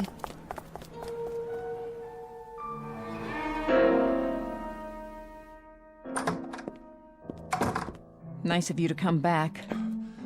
Laura? You could have told me where you were going. Laura, I was down on Randolph Street. Listen, Laura, I have to tell you something. Look, your mother's asleep. Do you know what time it is? No, I don't... Where's your father's pocket watch? I don't know. Laura, I saw some kids on the block.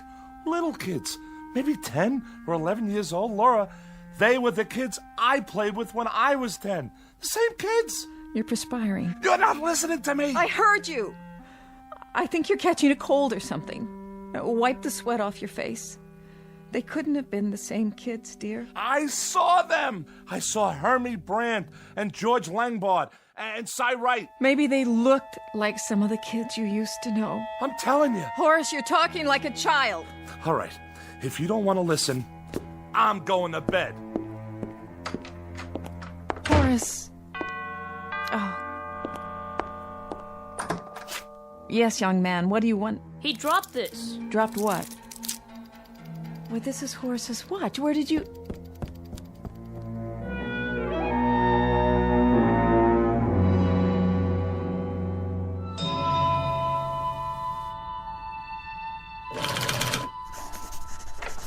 Mail, Mr. Ford. Oh, hi, Freddie. Just leave it over there. Ringalivio. Call. What'd you say, Mr. Ford? Ringalivio. What'd you think I said? You never heard of that? No, sir. Did you ever play Salugi? I don't think so. 1, 2, 3, 4, 5, 6, 7, 8, 9, 10, red light. See you later, Mr. Ford. What were you brought up anyway? Mr. Ford speaking. No, I'm not finished yet. Well, I don't know when it'll be ready. I can't help it if Mr. Judson wants to know. Listen, you can't turn these things out like donuts. Horace? Hi, Eleni. You tell him I am rushing it. Well, what does he think I am? Then let him do it. Sure, you can tell him that. Judson's office? What does he want from me? They want to get that toy into production for Christmas. He's got 6 more months. Take it easy, Horace. Look, he's an okay guy, but he's in business. You gotta remember that. It's nothing personal. How's it coming? Now, don't you start on me. What's wrong? I'm not sure. I saw a kid last night. Were you ever on Randolph Street? I don't think so. Why? Randolph was my old street when I was a kid. He wore the same kind of clothes we used to wear, this kid I saw. Same shirt, same pants, same shoes. Kids don't dress that way anymore. So, you're not going to believe this, but I was walking on the street, and all of a sudden, I hear a kid yell, "Ringalevio!" That's a game we used to play. You know how it made me feel hearing that? I was a very good Ringalevio player. You have to be fast, and you need a lot of stamina. Boy, the running you have to do. First, we choose up sides. 1 potato, 2 potato, 3 potato, 4. Remember that? Then one side has to hide. Once I was hiding behind the grocery in the back where they keep all the cartons and all. Horace. So, I fell asleep back there, and when I woke up, I took one look at my Mickey Mouse watch, and Mickey Mouse watch? My God, I haven't thought of that in 20 years. Remember when you had a Mickey Mouse watch? What a big deal that was? Anyway, I was telling you about last night. I was on Randolph Street for the first time. Look, Horace, I've got some work on my desk. I only wanted to tell you. I just stopped in to say hello. See you at lunch. Of course, we never had toys like this back then. Ford? Oh, Mr. Judson. I didn't see you there. I want to ask you something. What was the point of shouting at my secretary over the telephone? She was shouting at me! Aren't you happy with your job here? Yes, but... Look, Horace, you're a first-rate designer. You have value to this company, and for our good as well as yours, I don't want to see it dissipated. You've been behaving peculiarly. Is there something wrong, maybe at home? Excuse me, Mr. Judson. I'm trying to finish this redesign. And I'm not speaking just to hear the sound of my own voice. Do you understand what I'm saying? Perhaps I shouldn't have bothered.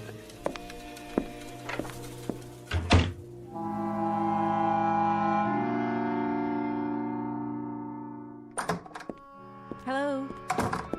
Sorry I'm late. Subway was tied up for about 20 minutes.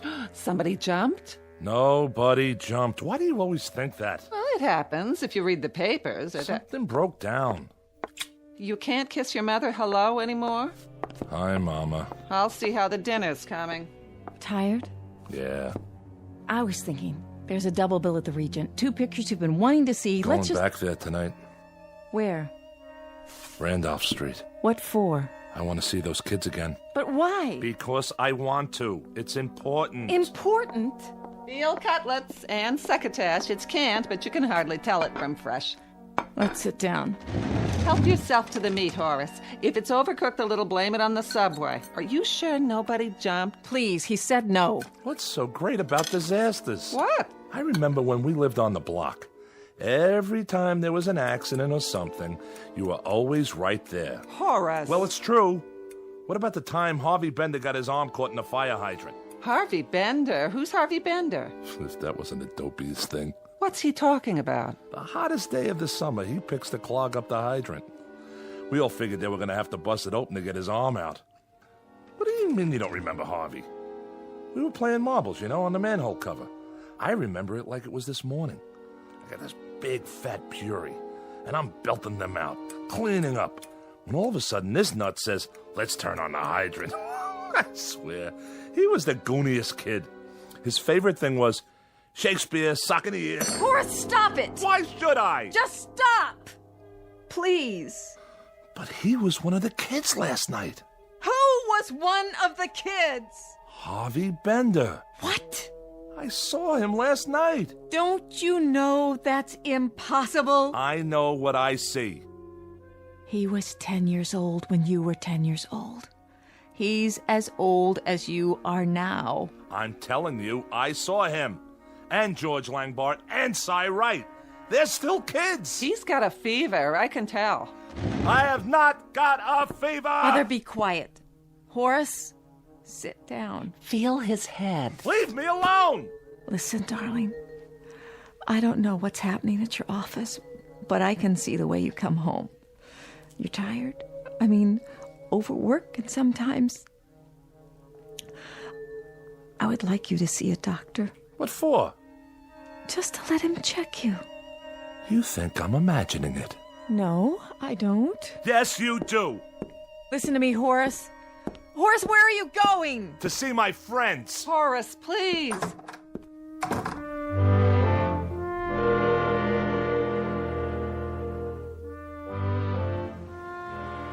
Will you look at all this? Frank on a roll, 3 cents. No, thanks.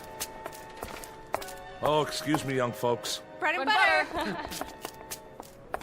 Hey, watch where you going, huh? Sorry. Hey, give me my ball. What? Oh, sure. Davy, you come home or you're gonna get smacked. Ring Alevio, caught. Ring Alevio. My gosh, this late at night? What time is it? Vince, I yelled Vince. Did not. I didn't hear him. Me neither. I did too. What do you want from me? Wait, boys. Don't I know you? Hurry up, Hermie. Hey, Hermie Brant, come on. All right already, I'm coming. Hermie? Wait!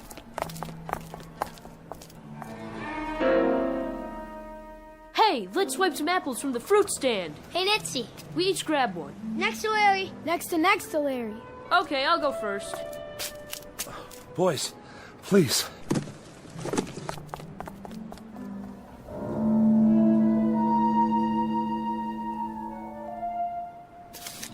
Some apples, huh? Sour. Hey, what do you think about the big birthday party? He didn't even invite us. Can you believe it? Who are you talking about? Yeah, and I'm supposed to be his best friend. That stinks. We had to myrtleize him, right, Hermie? Boy, and how? Listen to me. I can explain. Come on. Let's get him. No. No!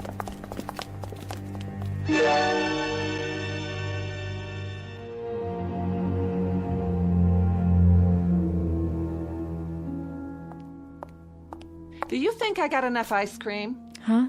There's 1 quart of chocolate, 1 vanilla, and 1 butter pecan. Where should I put the cake so Horace won't see it? I don't know, in the kitchen. Where is he? What time is it? 20 to 8? I'm getting worried. He should have been home an hour ago. Oh, he probably just got stuck at the office. I'm gonna call. Horace, you're so late. I didn't know what time it was. Something's wrong with your watch? I lost it again. But how? Hello, dear. I'm fired. You're what? What are you talking about? I went and had a hamburger. That's why I'm late. I'm asking you something. You're fired from your job? Would you stop? Well, what are you yelling at me for? I want to know from Horace. He's trying to be funny, huh? No. Why were you fired? I was inadequate in my work. Who said that? What does it matter? It doesn't matter, Horace. A man loses his job he's had for 15 years and it doesn't matter? What do they mean, inadequate? Don't they know what they've got? I tell you, gold. They've got pure gold. Would you please stop it? Your life's blood is in that place. I want you to call Mr. Johnson or whatever his name is. You get him on the wire and you let him know what's what. I'm not calling anybody. A weekly paycheck. You think you can find that on the street? What's gonna happen to us? All of a sudden, my whole life is going before me. Up, down, up, down. I'm 61 years old. It's time I didn't have to be afraid anymore. Why don't you look at me when I'm talking to you? What's gonna happen to me? Shut up! I'm gonna talk to Horace alone. What did I do wrong? Ever in my whole life? Somebody tell me. I couldn't help it. It's only a job. Like there are other jobs. You were stagnating there. I never had another job. Why did she have to cry? She's an old woman, Horace. That's always her first reaction to trouble. She's scared to death. Step on a crack, break your mother's back. She'll be all right. Did you get any severance pay? I don't know what I got. I walked out of there. Well, let's forget about it for now. We've got the weekend. Monday you can start looking. We'll make a list. I've got to support her. And you. And myself. You think that's easy? You know what Mr. Corey said? He said that I would never... Mr. Corey was your teacher in 5B. Mr. Judson. He said that I was having a nervous breakdown. He's out of his mind.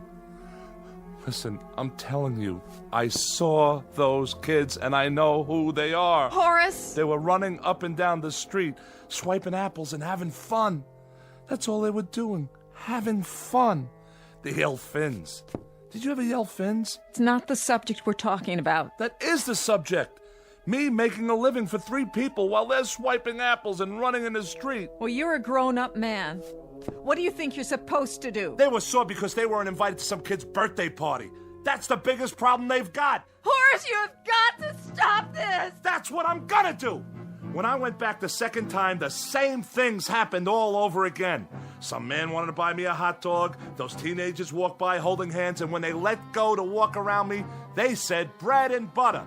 Then this guy bumped into me. I tell you, Laura, nothing changed. It's some kind of a pattern, and I'm in it. I'm in it. God, Horace, stop. I'm going to call a doctor. Well, whatever it is, I'm going to find out. I have to.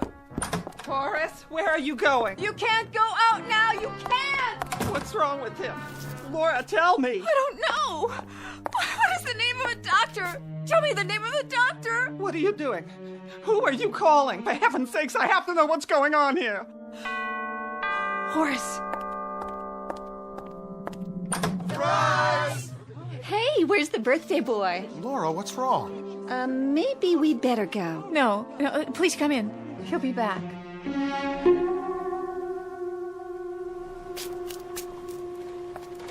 Frank on a roll, 3 cents. No, thanks. Oh, excuse me, young folks. Bread and butter. Hey, watch where you going, huh? Sorry. Hey, give me my ball. What? Oh, sure. Davy, you come home or you're gonna get smacked. Ringalivio, caught. Ringalivio? My gosh, what time is it? Where's my watch? Fins, I yelled fins. Did not. I didn't hear him. Me neither. I did too. What do you want from me? Wait, boys. Hurry up, Hermie. Hey, Hermie Brant, come on. All right already, I'm coming. Hermie? Wait. Hey, let's swipe some apples from the fruit stand. Hey, Nitsy. We each grab one. Next to Larry. Next to Larry. Okay, I'll go first.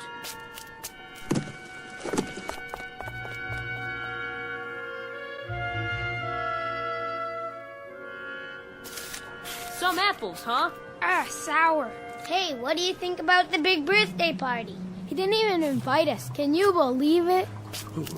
Who are you talking about? Yeah, and I'm supposed to be his best friend. That stinks. We had to myrtleize him, right, Hermie? Boy, and how? Listen to me. I can explain. Come on. Let's get him. No. No!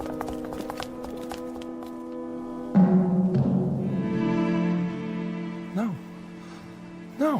Why don't we bust in on the party? Fellas.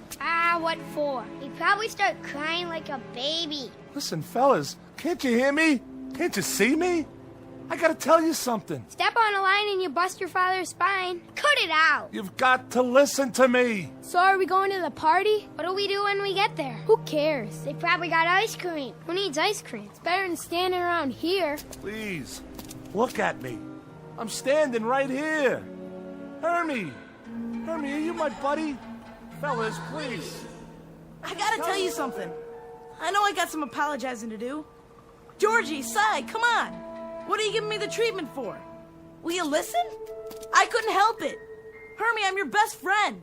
You have to give me a chance. Well, if it ain't little Horace Maxwell Ford. The birthday boy. Why didn't you invite us to your party? We're gonna myrtleize you.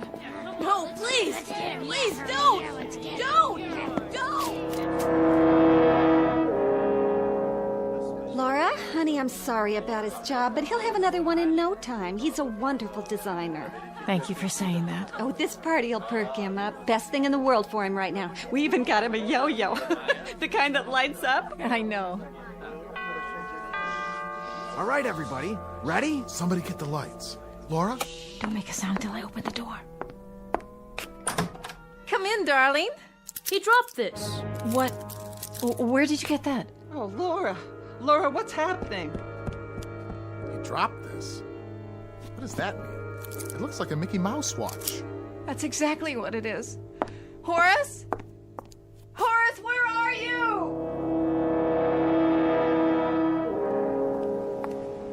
Horace? Somebody. Horace, is that you? Laura? I'm here. It's all right, Horace, I'm here. Laura, help me up. Of course. Don't ask me what happened. I won't. Because I really don't. Oh, your face. You're all cut up. It doesn't matter. Where are my glasses? Here. At least they're not broken. Can we go home now? That's a good idea. A very good idea. I have no idea what happened, Laura. But for 1 minute, 1 second, I don't know. I saw things that made some of the memories I had a lie. Because when I was a kid, a lot of it was an ugly, sad nightmare. And I saw that. I know what it was. I remember it now. All of it. I don't know what happened either, Horace. But I think we all do that. We remember what was good and we black out what was bad. Maybe if we didn't, we couldn't live at all. Come on, let's go home.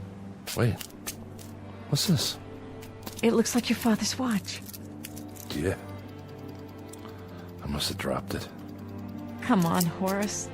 There's a party waiting. A party? It was a surprise. Everybody's there. Lenny? Yes, and Betty. They got you something. Well, I'm not supposed to tell you, but I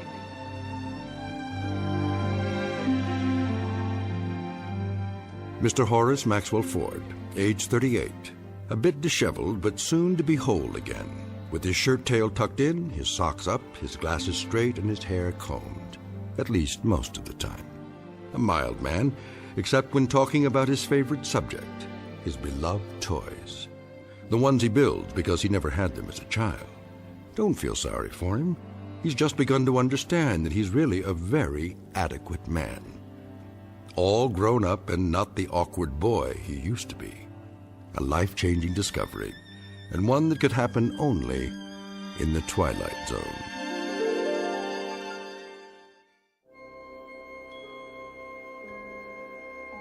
Hi, this is Carl Amari, producer of the Twilight Zone Radio Dramas. I'd like to take a moment to tell you about our official website at twilightzoneradio.com, where you'll get the latest news and information on these Twilight Zone radio dramas. Plus, at twilightzoneradio.com, you can digitally download 3 free episodes or any of our episodes for only $1.95 each. In this age of ever-changing technology, we've decided to make these episodes instantly available to you by making the Twilight Zone radio dramas a digital download-only series. This means that this series will no longer be offered on CD. The CD collections at our website are now being offered while supplies last at buy one, get one free. So be sure to get your favorites before they're sold out. Be sure to visit us often, and I'll see you in the zone.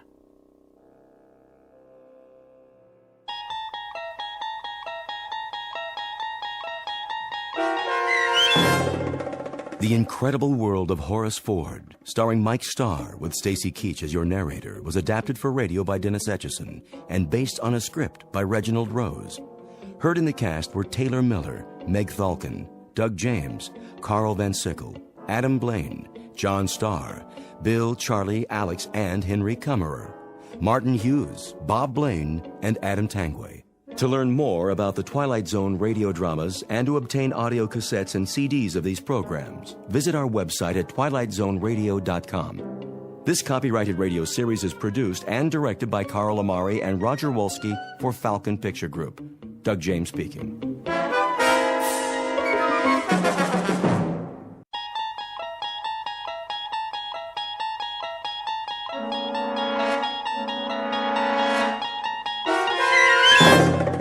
You unlock this door with the key of imagination. Beyond it is another dimension, a dimension of sound, a dimension of sight, a dimension of mind.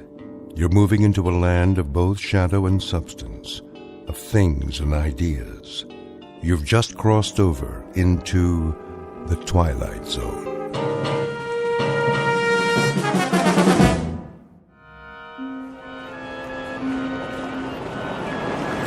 Taxi cab? Who needs a taxi? Over here. There's a cab. Tell him to wait, Wilfred. Quickly, before someone else gets it. Junior, come along. I'm coming. At least carry your mother's suitcase. Her shoulder's bothering her. I got it. Evening, folks. I got your bags. Can you take 4? What's that? There are 4 of us. Sure. 3 in the back seat, 1 in the front. Where's Paula? Don't ask me. I thought she was with you. She's back there talking to somebody. Who? Who? A guy. Who do you think? Paula, come over here right now. Yes, Daddy. Hey, can I get your number? Now, I said. I heard you. And who was that? Who's who? That young man you were talking to. A college boy. In a fraternity. Come along, Paula. You can't go around talking to absolute strangers. Get in the cab. But he was nice. Oh, you think anything in trousers is nice. Ready, folks? Seems to be very busy tonight. Yes, sir. What's the occasion? Are you serious? Well, if I weren't, I wouldn't waste my breath. I asked you a simple question. Mardi Gras, sir. Oh, no, of all the wretched timing. Mardi Gras. Can we go, Daddy? Oh, please. We most certainly cannot. This is hardly a pleasure trip. What about me? You'll stay with us. But I'm old enough. Not another word, Junior. Come down on business, did you? That's right. Family business. My father-in-law is extremely ill. Oh, I'm sorry to hear that. What's the address? 1427 Wisteria Lane. Do you know where that is? Sure do. That's in the Garden District. Some nice places around there. There are indeed. And this is one of the nicest. A very valuable piece of property. I'll bet. Can I ask a question? Ask away, son. What's the drinking age in New Orleans? Junior! I just asked. Driver, how do you turn the light on back here? Now what in the world do you need a light for? So I can see myself in the mirror? I have to fix my hair. Will you all please try to control yourselves? No one wants to be here. That's understood. But now that we are, we'll just have to make the best of it. Step on it, driver. We don't have all night. Yes, sir. Put on your seatbelts, please. I know a shortcut. Otherwise, we'll never get there. They don't call it Fat Tuesday for nothing. Meet the Harpers. Not your typical American family, perhaps, but people who belong together, like birds of a feather. First, there's Wilfred Harper, father and husband, a money-hungry, conniving sort with shifty, piggish eyes that reflect the contents of his soul.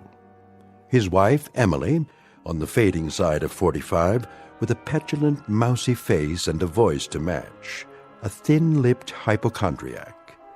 Then there's Wilfred Jr., with a face devoid of any suggestion of character. He has inherited much of his father's avarice and all of his mother's weakness.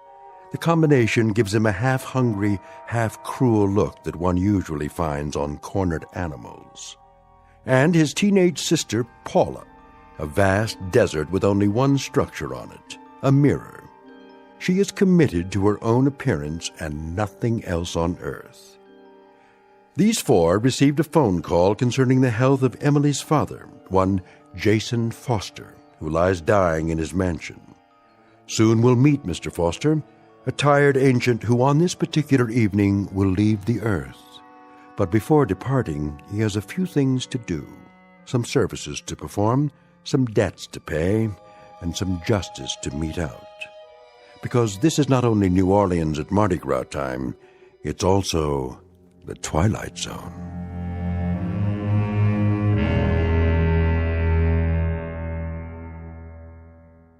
And now, The Twilight Zone and our story, The Masks, starring Stan Freberg with Stacy Keach as your narrator.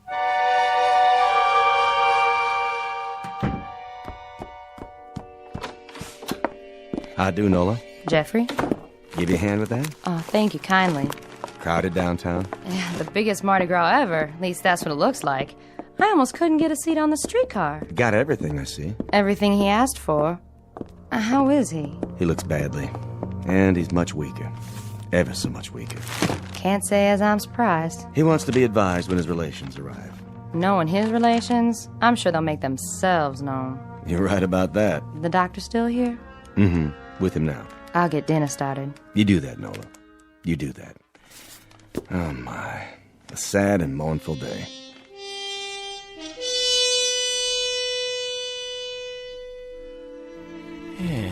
Well, Sawbones, how's the pulse? How do you think? Too fast, too weak, too uneven? For what? What do you have in mind? Where were you when they taught bedside manners in medical school? Trying out for the soccer team? Huh? I've been your physician, Jason, for, how long is it now? 42 years. First time I attended to you, it was for a head cold. I allowed myself one compassionate cluck. Just one. And you threw a lamp at me. That established the pattern right then and there. That's why I've suffered your inept ministrations all these years. Your candor has been a refreshing departure from the modern medical norm. I ask you a straight and simple question, and you give me a straight and simple response. What is it, Jason? The oft-asked question of the condemned man. How long? Well, there's really no telling. How long have I, Sam? A week? A day and a half? Huh? Or is there no need to wind my watch to cover the exigencies of the next 4 hours? My guess is that you may now measure your life in moments. I think it could come at any time. That you've lasted this long, Jason, is a tribute to an inner strength most of us are not privileged to possess. Nonsense! It's a tribute to a streak of recalcitrant, cross-grained, unaccommodating orneriness. And the fact that there are one or two things left for me to do on this earth. That's why I must stay alive, at least until midnight. I hope I see you tomorrow, Doctor. I'm sure you shall, God willing.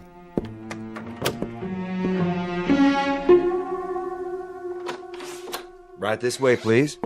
Thank you, Jeffrey. And the hat box, Jeffrey, that blue thing. Yes, ma'am. Be particularly careful. It has all my medicines in it. Stand up straight, Junior.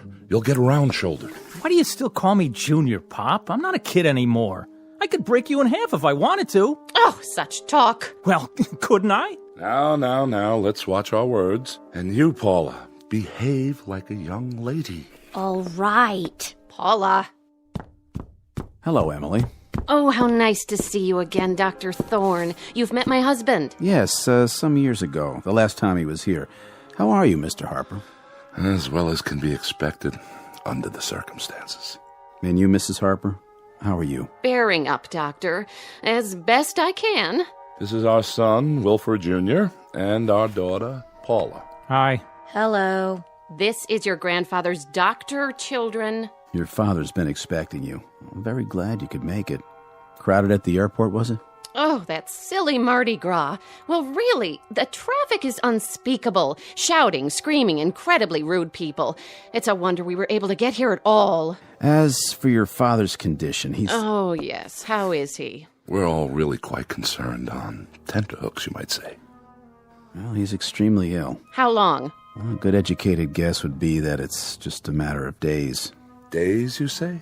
Hours, perhaps. Is that right? How simply awful. We've been expecting it, of course. Jeffrey? Yes, ma'am. Our rooms, are they ready? Yes, ma'am.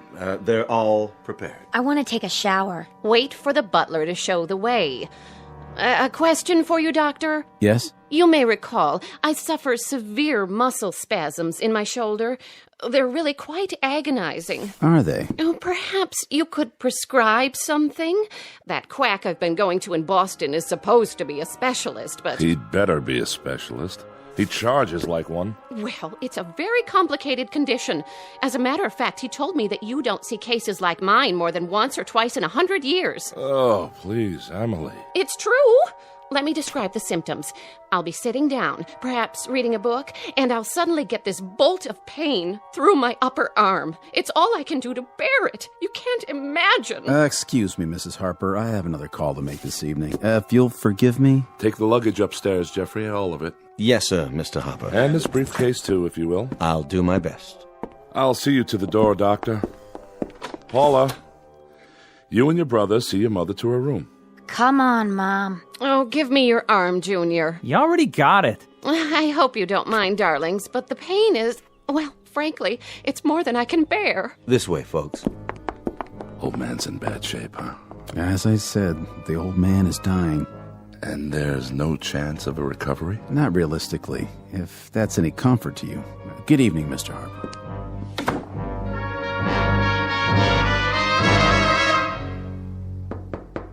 Father? Don't worry, I'm awake. Well, don't just stand there. You may as well come in, all of you. How are you, Emily? Bearing up, Father. Bearing up? Heh, you sound like Job, itemizing his calamities. What is your illness this month? Oh, never mind. I'll bully through. What are you doing there, Wilfred? Oh, just examining this piece of porcelain. Wedgwood, isn't it? Yes, and quite old. Say hello to your grandfather. Hello. Hello. I see Paula has found the mirror. It's my hair. I can't do anything with it. You are four of the most changeless people on Earth. Do you realize that? Huh? Oh, I don't like being ill, if that's what you mean, Father. Don't you? Don't you indeed, Emily?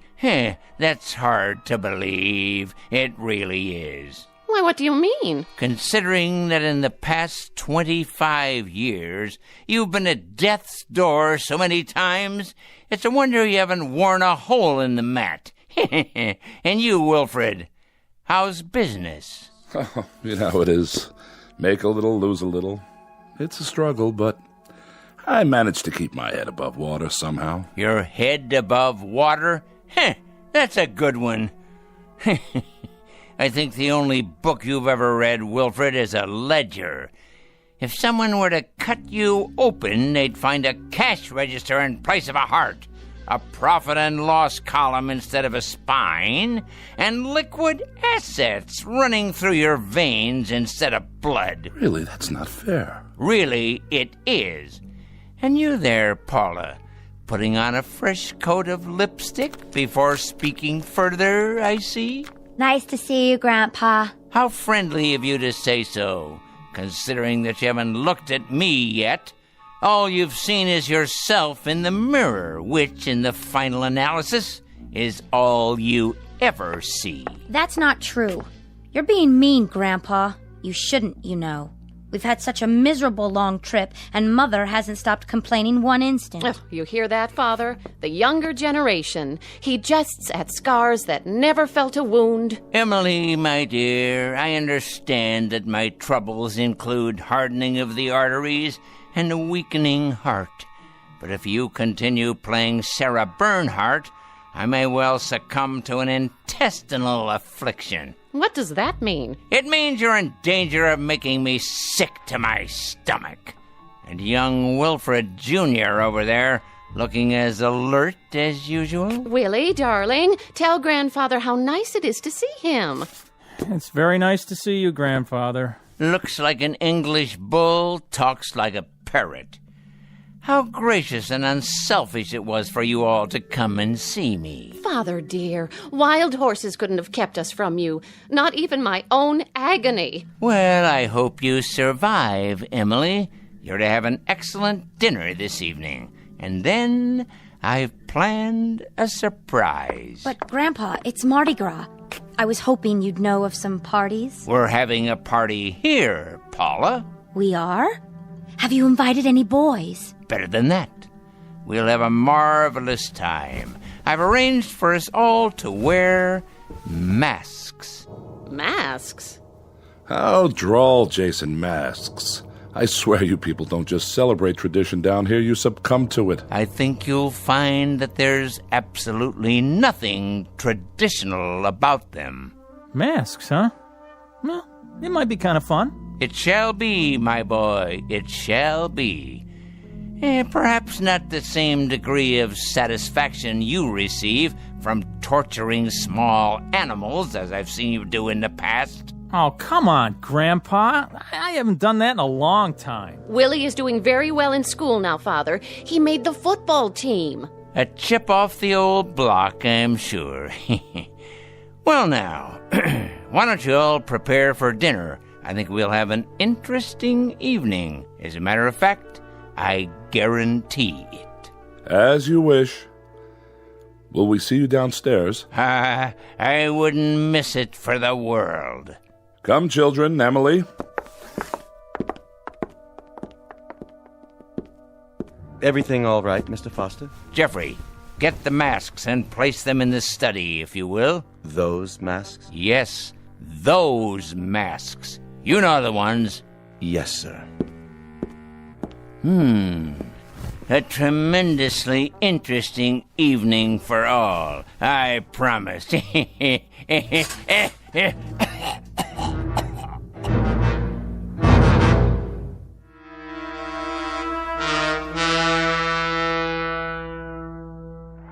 Come away from the window, Paula. But look at all the fun they're having. You heard your father. I think it's disgraceful, the way those animals have invaded this part of town. It used to be just in the quarter, but now... I want to go with them. Paula! Well, why not? The most exciting night of the year, and we're stuck in this mausoleum. The whole city is out there dancing, and what do? We have a death watch for a crazy old man. Cool it, sis.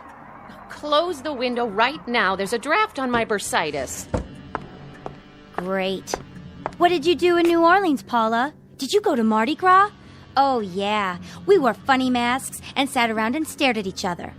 Look at those stupid things. Don't touch the masks. I'm sure they're very old and valuable. Everything in this house is valuable. They are if Father bothered to collect them. Without question. Look at the chandelier, the furniture, and the paintings. I've never asked you, Emily. Is that an actual Matisse in the hall? No, it's a Picasso. Oh, is that all? Here you are, Mr. Foster. Thank you, Jeffrey. That will be all. You sure, sir? I can take it from here. Yes, sir. Well, now, my loved ones, was your dinner satisfactory? Sumptuous, Jason. Really, truly excellent. Must have cost a pretty penny. Father, do you think it wise for you to be up like this? Wise? Probably not, but necessary, assuredly. Have you, examined your masks? Our masks? You must mean they're a gift. Well, in that case, thank you. They're certainly unique, Father. Indeed. They're made by an old Cajun. Actually, made is inaccurate.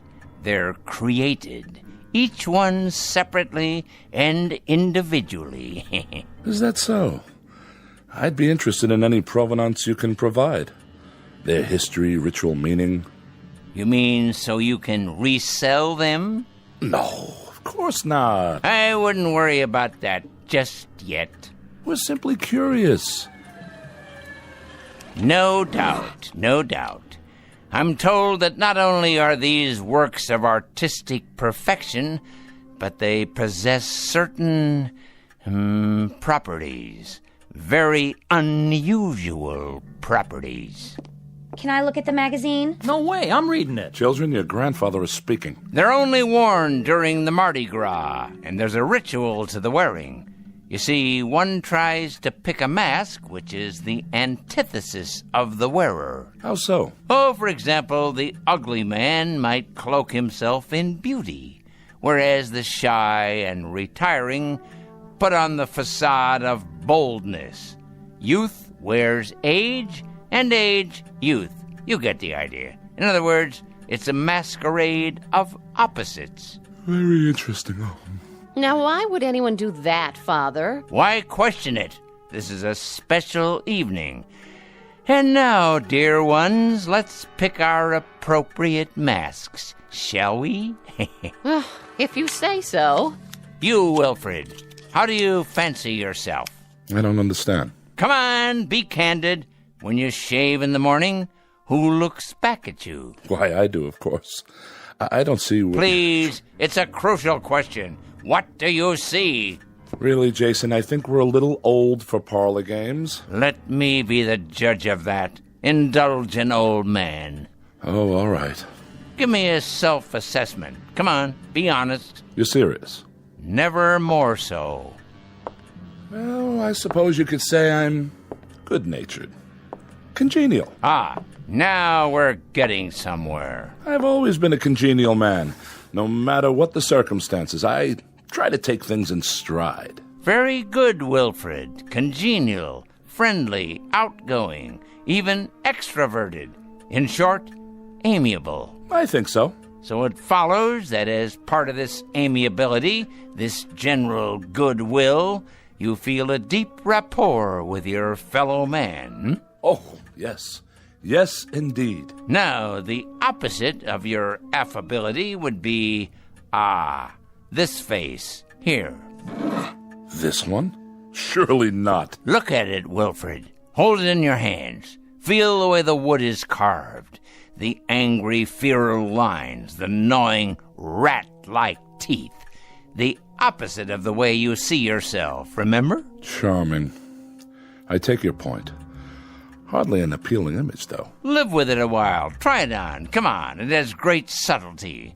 The features reflect greed, avarice, cruelty, like a predatory animal. In short, all the character traits that you don't have. An ironic choice, wouldn't you say? Quite. And now, the brave lady on the couch. Oh, really, Father? I don't feel well. I'm not up to... Of course you are, my dear darling daughter. You're up to anything. Your courage dictates that you accommodate a relatively brief period of self-sacrifice. It should come naturally to you. How about this one? But it's hideous. Of course it is. Look at it closely, my dear. The face of a sad, sniveling, self-centered coward, flabby and without character. Fearful eyes, no chin at all, in contrast to your own bravery, your doughty, intrepid strength. Well, I suppose it does serve as a contrast. Next, the one over there, who walks in beauty like the night. What? Pay attention. Your grandfather is speaking. If you want to know, I think this whole thing is a bore. Paula! Well, it's the truth. Wear this one, just for a short while. All right. But it's horrible. Look closely. The round porcine features. It's the face of a pig, with beady eyes, puffed out jowls, and a shiny pink snout. A self-indulgent face that's never satisfied. Not like you, my dear. It has none of your heart, none of your selflessness, none of your great concern for others at the expense of yourself. Well, if you put it that way. And last but hardly least, the timid one over there, the gentle and quiet Wilfred Jr. Oh, come on, Grandfather. But you haven't seen it yet. What's this one supposed to be? You're opposite, my boy. The face of a dull-witted, stupid clown. Thanks. Notice the low brow, the bulbous nose, the slack, oversized mouth, as opposed to your own manful refinement, your courteous, deferential gentility. Yeah, I get it. And now, we're almost done. What about your mask? This one. But that's a skeleton. The face of death, because I'm alive. Understand? I'll wear the very thing that stalks me at this moment. No, you don't mean that we actually have to wear these hideous things? I believe I explained that. Only for a few hours, I should add, until the unmasking. And that's at midnight. Paula, you'll break it. I don't care. Everybody else can do what they want. I'm not wearing mine. Then I'm not either. I'm afraid, Jason, that we're somewhat at odds here. Not really, Wilfred. The four of you came here for one purpose. To see me off and yell bon voyage, to put coins on my closed eyelids, while with your free hands you start grabbing and looting. Father, that's cruel. On the contrary, that's truth. You came here to reap everything I've sown, to collect everything I've built, to covet everything I possess. And I'll not disappoint you. The will is prepared. Everything is left to the four of you. Everything. Money, house, property, holdings, stocks and bonds. All of it. All of it. Jason, you break our hearts when you talk that way. The most touching thing you've ever dredged up, Wilfred, by way of conversation. But I must emphasize this little addendum. One small proviso. You're to wear those masks until exactly midnight. Not a moment more, not a moment less. What? I don't believe this. Really, Father? Mark my words, if you take them off. If you do, you'll each receive from my estate the equivalent of a ticket back to Boston. And that's it. That's it. That's absolutely, positively all. Never fear, we won't be spoil sports. If this is your pleasure, we'll indulge you. Quite happily, I might add. It's the least we can do. Oh, you're joking. It smells old and musty. Who knows where it's been? Here, Emily, let me help you fasten it to your head. But the germs. Don't be an idiot. Put on the miserable mask. Don't throw away a fortune because of your wretched hypochondria. Oh, all right, Jason, we're doing it, see? And now, I'm putting on mine.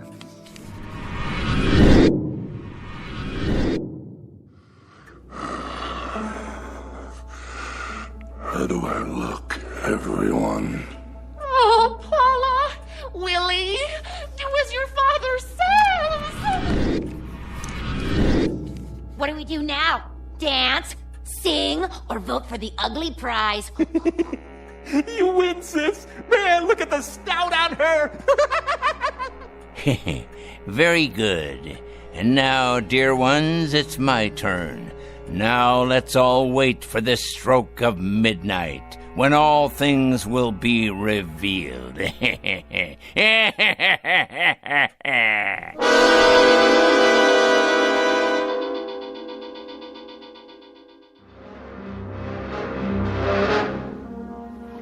Evening, Jeffrey. Nola? How's Mr. Foster doing? He's up and around. He is? Mm-hmm. In his electric wheelchair. I took him into the study. That man. I reckon he wants to spend time with his relations. Well, they look like they don't want to spend time with him. Let me ask you something. What does he plan to do with those masks? I think he wants to play a game with them. With the masks or his people? Beats me. He better be real careful. Why's that? He had me buy those masks down in the quarter. Wanted them made special by some witch man who does voodoo and such. I told him, Mr. Foster, don't you go messing around with that stuff. That's the devil's work. Nola, he said, don't you worry. I know what I'm doing. I surely do hope he was right. Me too. Once you go that way, there's no turning back. That's the truth. Help me put away these dishes, Jeffrey. It's getting late.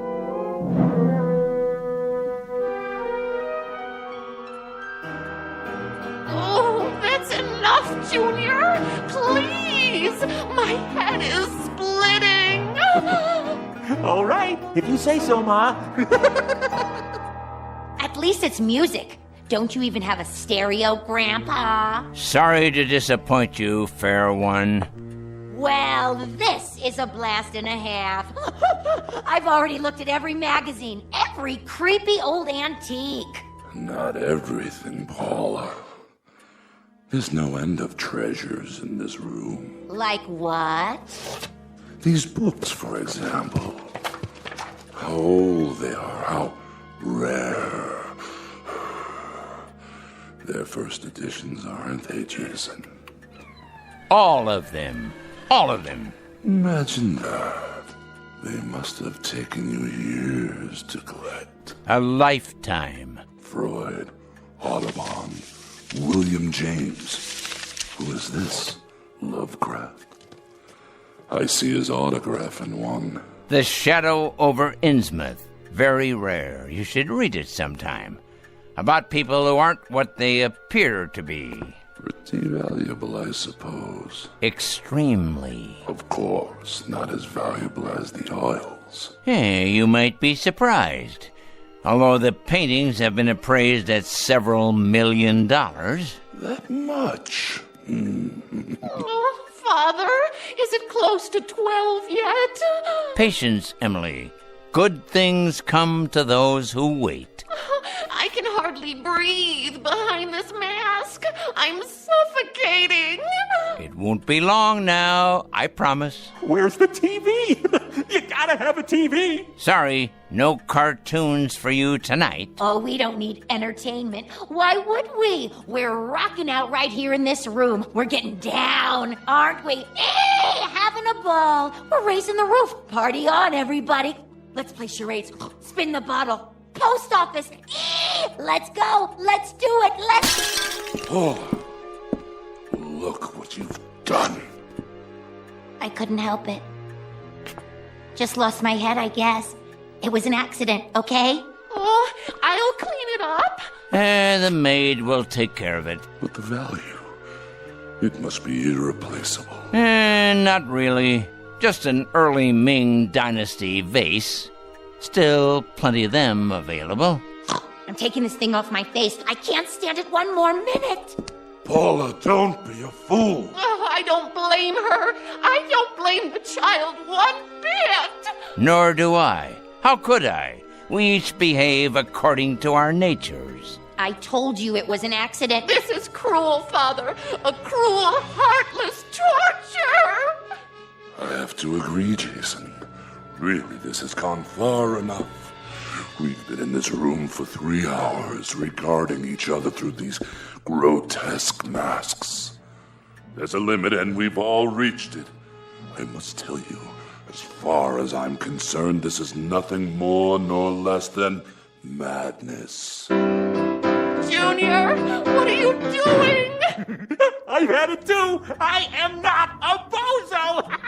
Oh, please, Father, please, let us take them off. Jason, we're waiting. Speak to us. Have you all had your say now? Anything more from you, Paula? Junior? Emily, the flower of my loins? Or you, Wilfred, the benevolent captain of industry? Is there anything else you have to tell me? Speak now or forever hold your peace. Only that I'm feeling buried alive. I agree with Dad. I think anybody who would do this is out of his mind. Please, Pop. Let us take them off. I appeal to you, Jason, from the bottom of my heart, for the sake of my family, for all of our sakes. Open the window to the street for me, would you? One last time. If you like. But my Mercedes! Shut up, Emily. Ah, the sounds of the night. They come from far and wide to partake of pleasure. A joyous celebration of life, unlike you who are without joy. I don't think that's fair. Of course you don't, because you are the object of this particular jape. Listen to them out there. Do you hear whining, complaining, anger? I don't. I hear happiness, simple pleasures, food, drink, the joy of being together, of being alive, as if they know it's fleeting, precious. But those of us in this room, we have a different agenda, don't we? And what of you? What do you get out of it? Satisfaction. a kind of grand culmination.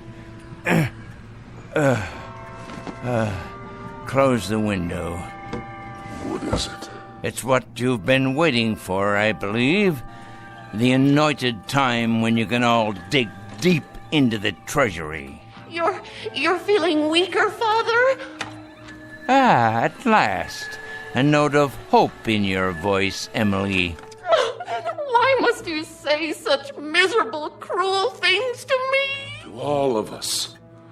What have we ever done to you? Because you're a pitiful excuse for a family. That's why. This is the only language you understand.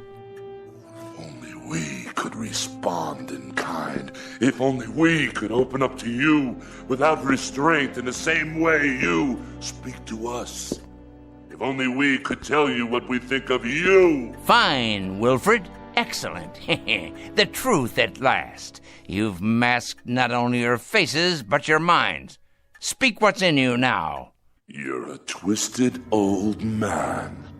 Yes! Yes! Tell him, Daddy! You dangle us like puppets. You always have, taunting to get a response. You play with us as a cat does with mice. There is no humiliation you wouldn't subject us to. And for what reason? We've done everything you wanted, always. We've remained at your beck and call, your slightest whim. My whim? What have I ever asked you to do before tonight? You visit when you see fit and have nothing to say when you do. Well, we do now. We sure do. You're a stinking old man. That's what you are, and it's time you die. Past time. Why don't you? Even the clown has found his voice, huh? I agree with them. Do you hear me, Father? I agree. It's time you let go of your grip on us. My grip, indeed. I have no grip on you. I tried to hold you once, but none of you respond to love. You, Emily, you respond only to what your petty self-absorption dictates. That's enough, Jason. Wilfred responds only to things that have weight and bulk and value. He feels books with his hands. He doesn't read them. He appraises paintings. He doesn't seek out their truth or their beauty. And Paula there. Paula has lived her life lost in a mirror. The world is nothing to her but a reflection of herself and her brother. Humanity to him is a small animal caught in a trap to be tormented. His pleasure is the giving of pain, and from this he receives the same sense of fulfillment that most human beings get from a kiss or an embrace. So unfair, Father. You're caricatures, all of you, even without the masks. And this last note. I haven't held any of you here. You were always free to go. What's held you here has been my daughter's weakness, my son-in-law's greed, my granddaughter's vanity, and my grandson's cruel subhuman sadism. As soon as the clock chimes 12, you will all be very rich. It's as good as done. Now you own everything I have owned. You've kept your bargain. You've worn the masks. So now enjoy yourselves, my pretties. Live full lives. And may God have pity on you.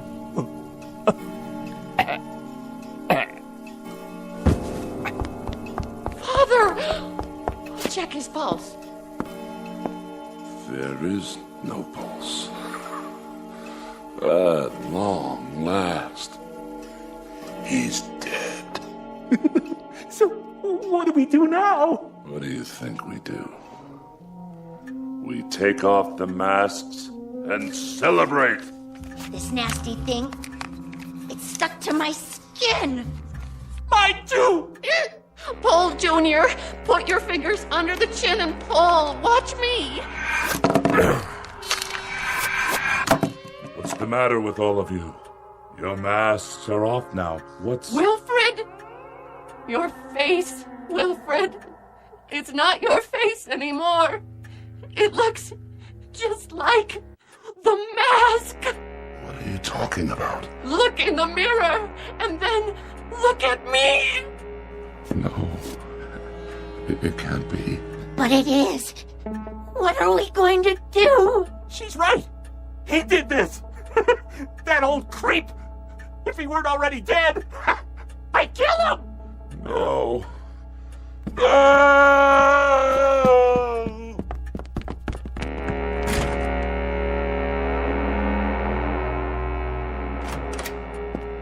Mr. Foster, are you all...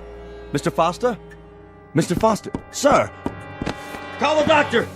Nola! Call him now! Where is he? In here. I called you right away, even though I knew. Strange mask. Like a death's head. Where are the others? In the room, sir. They practically ran upstairs. Jason. I'll take this mask off for you. You won't need it now, old friend. Would you just look at him? His face. So peaceful. Oh, Mr. Foster. Mr. Foster, sir. Don't cry for him, Jeffrey. This is his true face. Not a line on it. Not a care. No horror, no fear. Nothing but peace. I'll call the funeral home. This way, sir.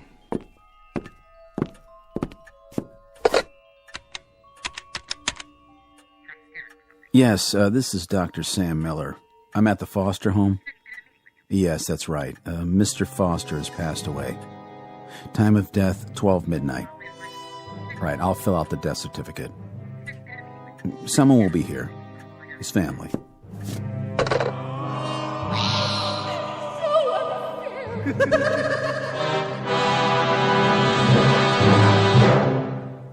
Mardi Gras incident. The dramatis personae being four people who came to celebrate. It might be said that they partied with a vengeance. They now wear the faces of all that was pent up inside them. But unfortunately, they'll wear it on the outside for the rest of their lives. Said lives to be lived from this point on in the shadows. Tonight's tale of men, the macabre, and masks in a section of the Big Easy called The Twilight Zone.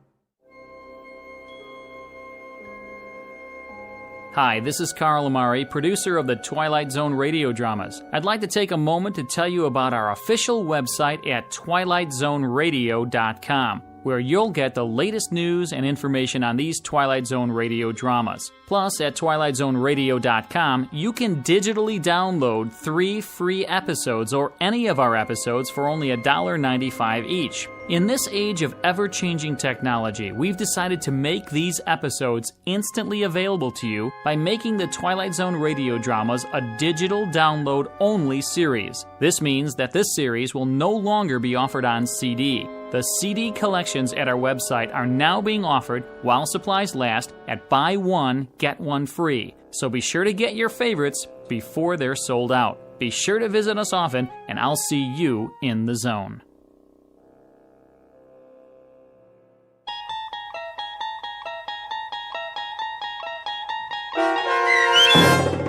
The Masks, starring Stan Freberg with Stacy Keach as your narrator, was adapted for radio by Dennis Etchison and written for The Twilight Zone by Rod Serling. Heard in the cast were Mike Starr, Maggie Carney, Craig Brawley, Elizabeth Lado, Jeff Lupetin, Doug James, Kurt Nabig, Sarah Marks, and Carl Amari. To learn more about the Twilight Zone radio dramas and to obtain audio cassettes and CDs of these programs, visit our website at twilightzoneradio.com.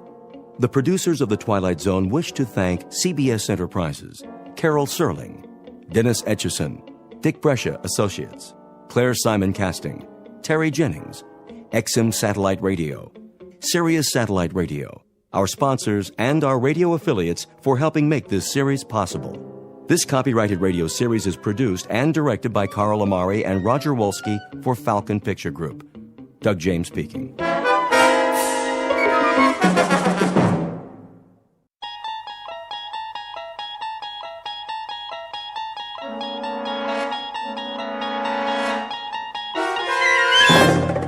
You're traveling through another dimension. A dimension not only of sight and sound, but of mind. A journey into a wondrous land whose boundaries are that of imagination. That's the signpost up ahead. Your next stop, the Twilight Zone.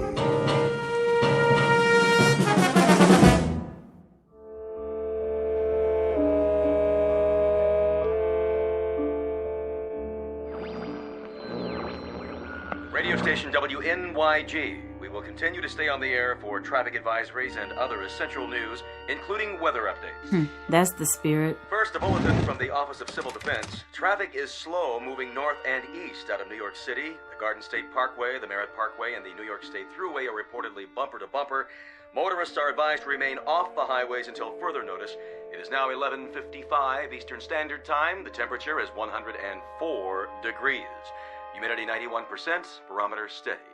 Forecast for tomorrow. I got your forecast. More of the same.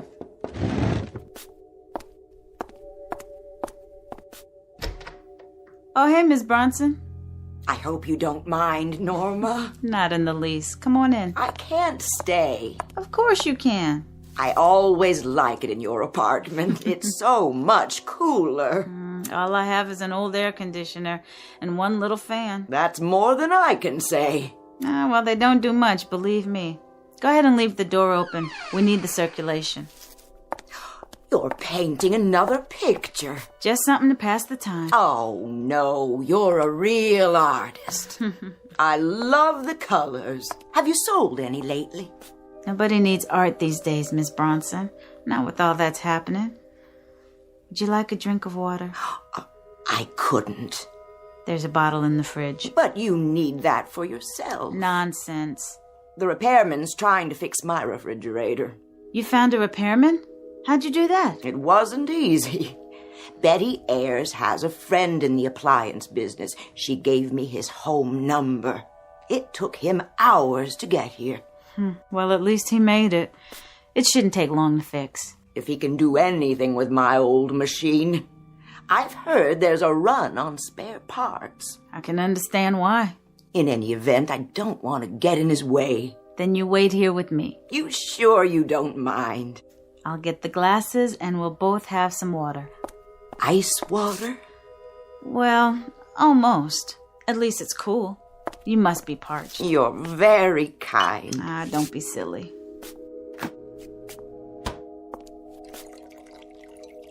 Thank you, Norma. I haven't had anything cold to drink all morning. Who's there?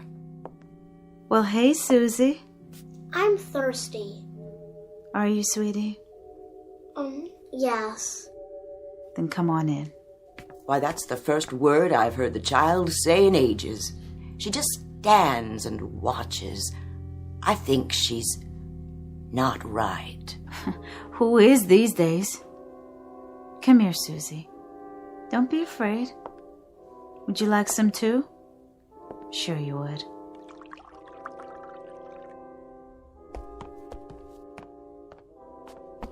Susie?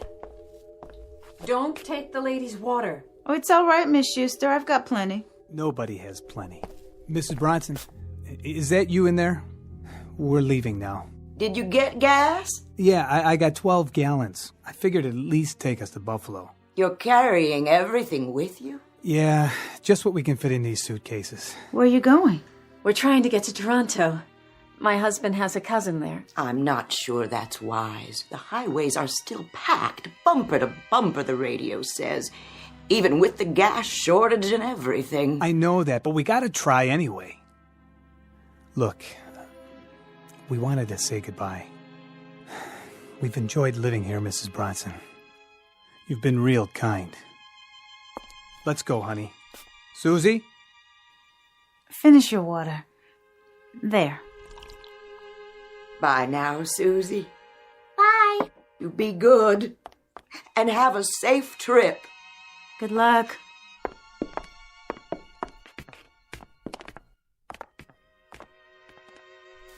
And now we are two. They were the last?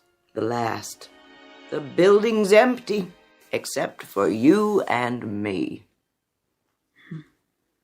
What happens now? I don't know.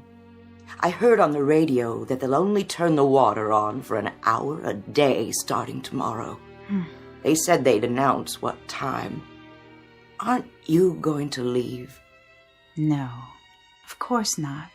You'll stay here and paint your pictures no matter what, won't you?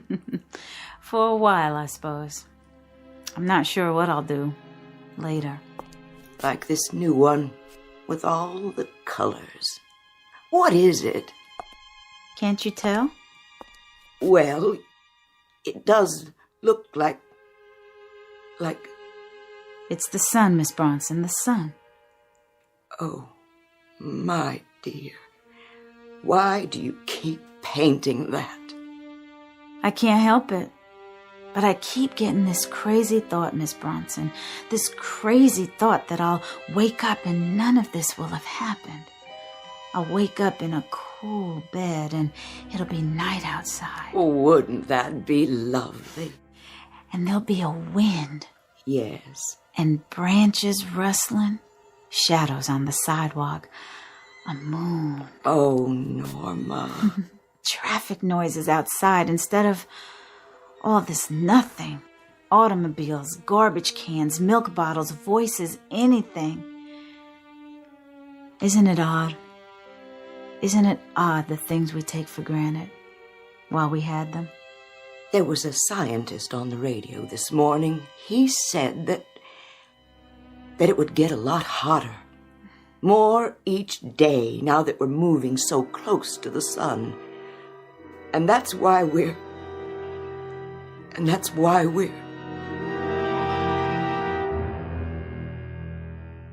The word that Mrs. Bronson is unable to put into the hot, still, sodden air is doomed, because all the people you've met have been handed a death sentence.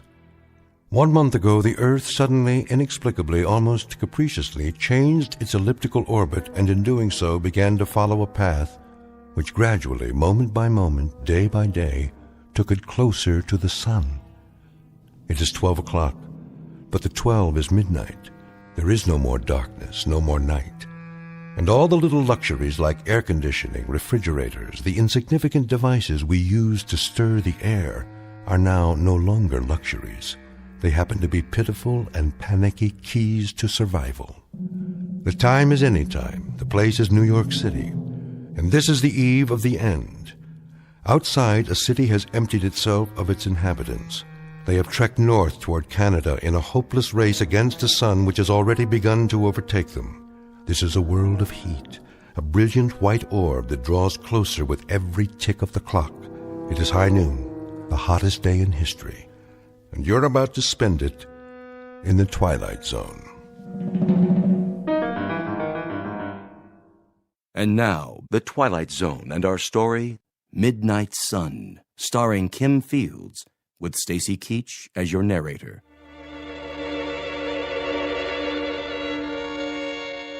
Would you care for another drink of water, Miss Bronson? I've taken more than my share. Forgive me, Norma. Aw, after all you've done for me, don't you talk that way. Oh, there's the repairman. Hey, you looking for Miss Bronson? She's in here. She's running again, ma'am. Oh, I'm so glad. I tell you, I wouldn't sign no guarantee as to how long she'll run, but she shouldn't give you any trouble for a while. Oh, that's such a relief. You don't know. Yeah, I do. I've been to 4 buildings already today. People treat me like I'm a lifesaver or something. You are. Hey, I'm only doing my job. I don't like to ask, but was you going to pay for this in cash?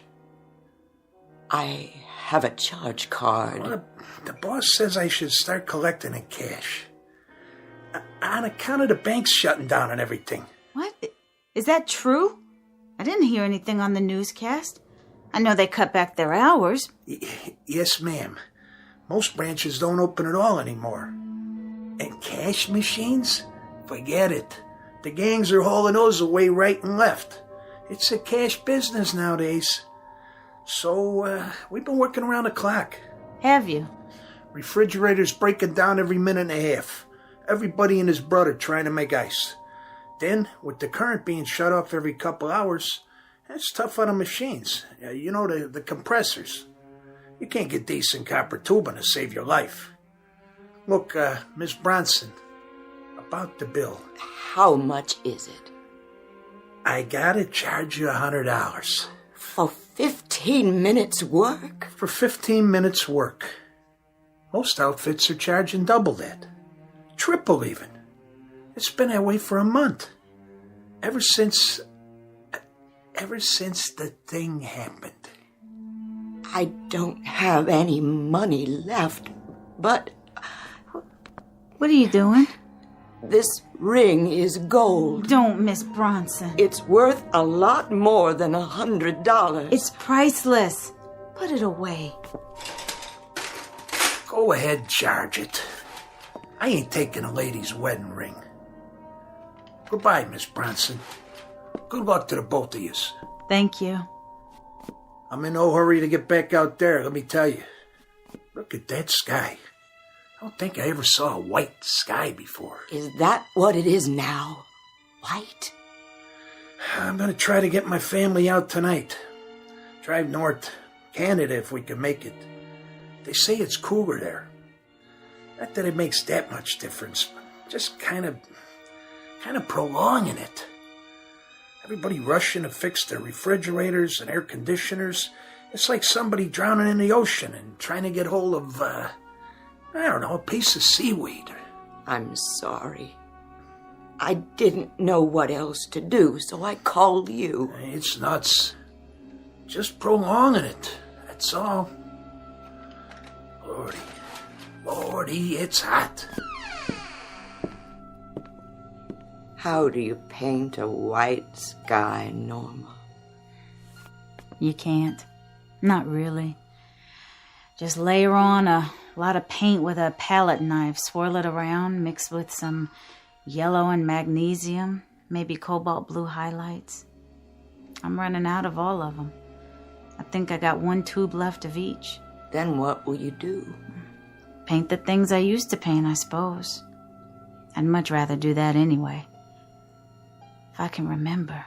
That kind of white you're talking about. It's a color that's not supposed to be. That's what I think. It's not the same as you see in flowers, in things that are alive. I know. It's actually no color. The complete absence, at least on the canvas. With light, it's different. Then it's all the colors of the rainbow, but as if they're on fire. So bright you can't tell them apart. Like outside. Don't open the curtain. I'd just as soon not know. I just want to see what it's like now. Before I go out. Oh, no. Please don't. Just to the store. Yeah, I have to. Before things get any worse. What are they saying on the radio? I'll check.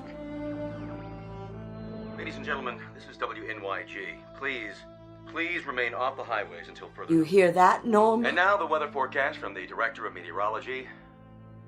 The forecast for tomorrow is...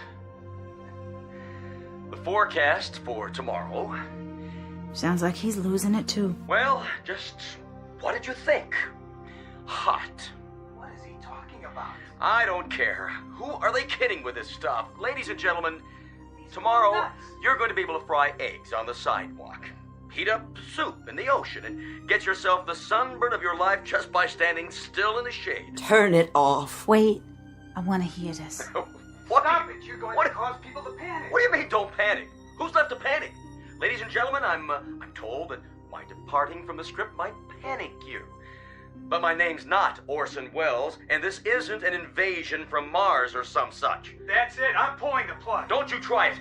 Excuse me, ladies and gentlemen, boys and girls, but it's my contention that there aren't 12 of you left in the city who are listening to me anyway. So I'm starting a special contest right now. Anyone within the sound of my voice can tear off a box top. Oh, no.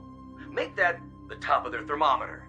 Mail it to me. I'll send them my own specially devised booklet on how to stay warm when the sun is out at midnight. Now, maybe I can find a couple of commercials with real pizzazz for you. How about a nice cold beer? Wouldn't that taste just great right now? Let me alone. Fool, stop it. Do you hear me? Let me alone. Come on. I said let go. You see, honey, you're not the only person who's frightened. What about you? How much longer can you go on? As long as I can. There isn't much choice, is there? So you can keep painting your pictures. Oh, I don't know that I care about that now. But you should. They're a record of how it was. I suppose. But there's no assurance that anyone will be around to see them, is there? Then why do you still paint? Because I always have. It's the one thing I can do. Even if it doesn't matter to anyone else. I don't know how you keep going. I really don't. Neither do I, Miss Bronson. Neither do I.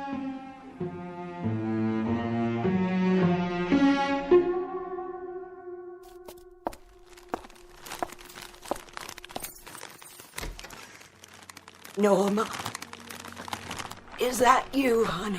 Yes, Miss Bronson. Why, just look at all those groceries. The store was open. Ooh, wide open. I think that's the first time in my life I was sorry I'd been born a woman. This was all I was strong enough to carry. There weren't any clerks, Miss Bronson. Just a handful of people taking all they could grab.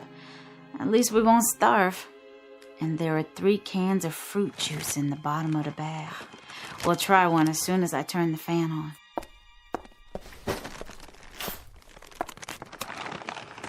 Fruit juice? Oh, Norma, do you think we could open one now? Of course we can open one now. Where's your can opener? In the other drawer. Go ahead while I put the food away. May I? I can do it for you. No, let me. Oh, I'm terribly sorry. I'm acting like an animal, aren't I? Like a frightened woman, that's all. You should have seen me in the store, Miss Bronson, running down the aisles. I mean running. This way and that way, knocking things over, grabbing and throwing away, and then grabbing again. It was that bad. And at that, I think I was the calmest person in the store. One woman just stood in the center of the room and cried. Cried like a baby. Kept pleading for someone to help her. Go ahead. It's grapefruit juice. I can't just live off you, Norma. You'll need this yourself. We're going to have to start living off each other, Miss Bronson. Here's looking at you. Well then, here's looking at you too.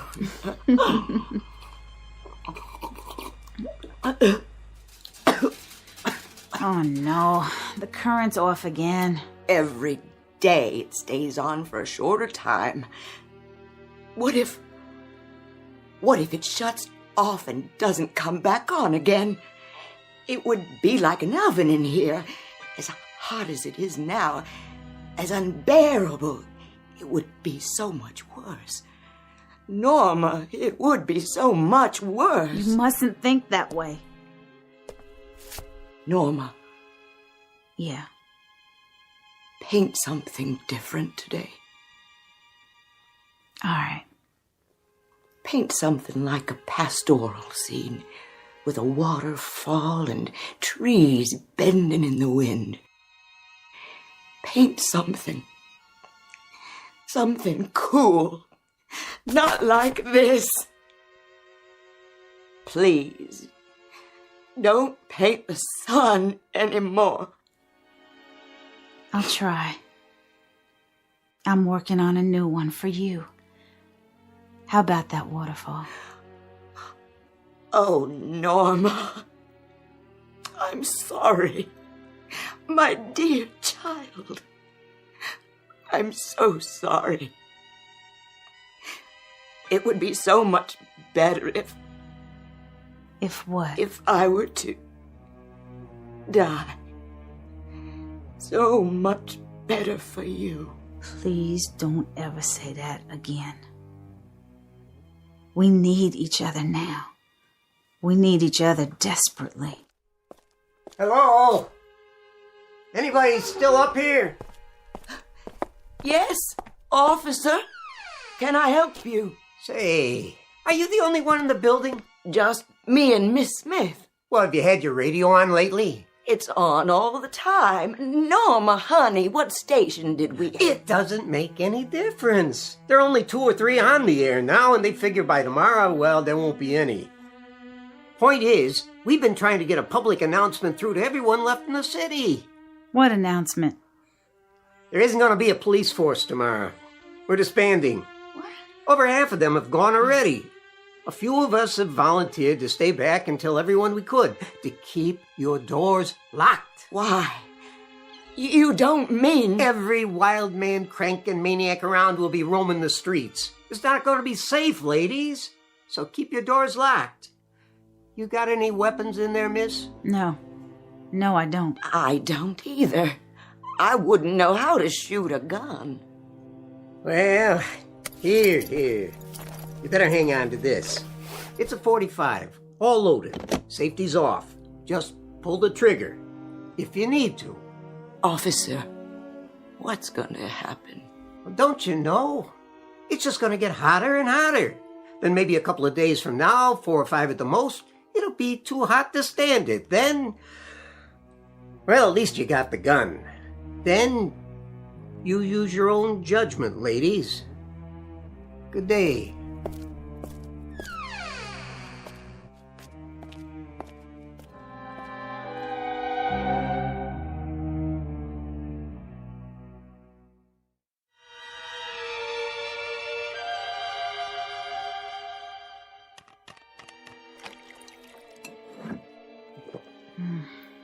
Warm.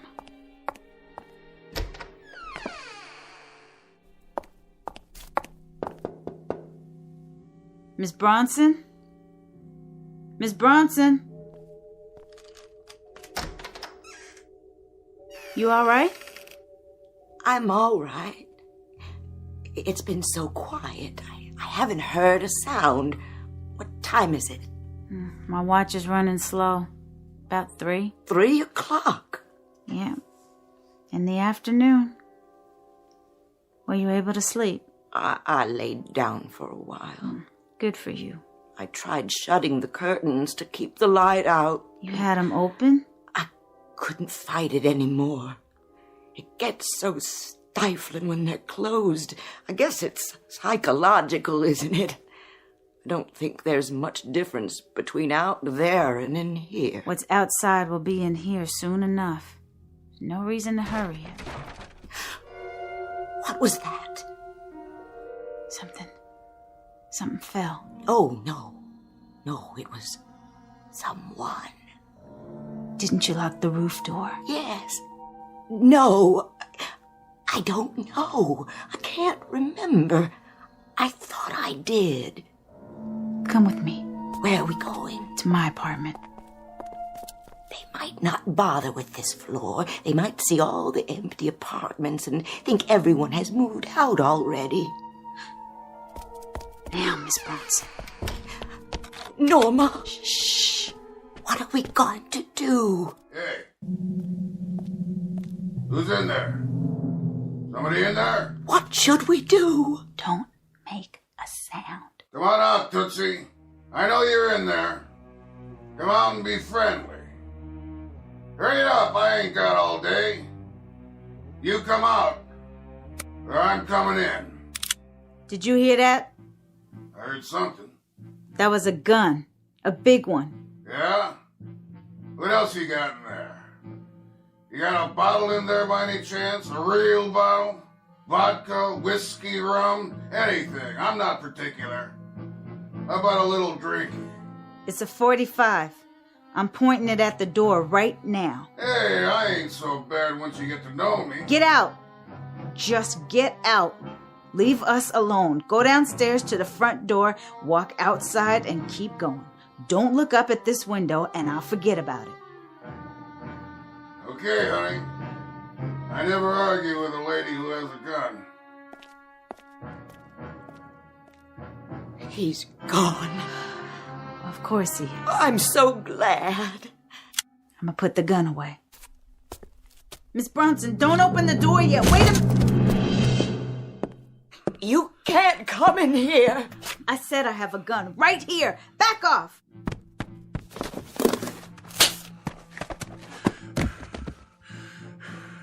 Crazy dames. It's too hot to play games. Much too hot. You got that drink now? No. Sure you do. I got the gun, see? So I'm asking you one more time, real polite like. You can make it easy on yourself or not. Don't make no difference to me. There's water in the fridge. You might have just said the magic word. It ain't cold. It's all I got. It's all she has. It'll do.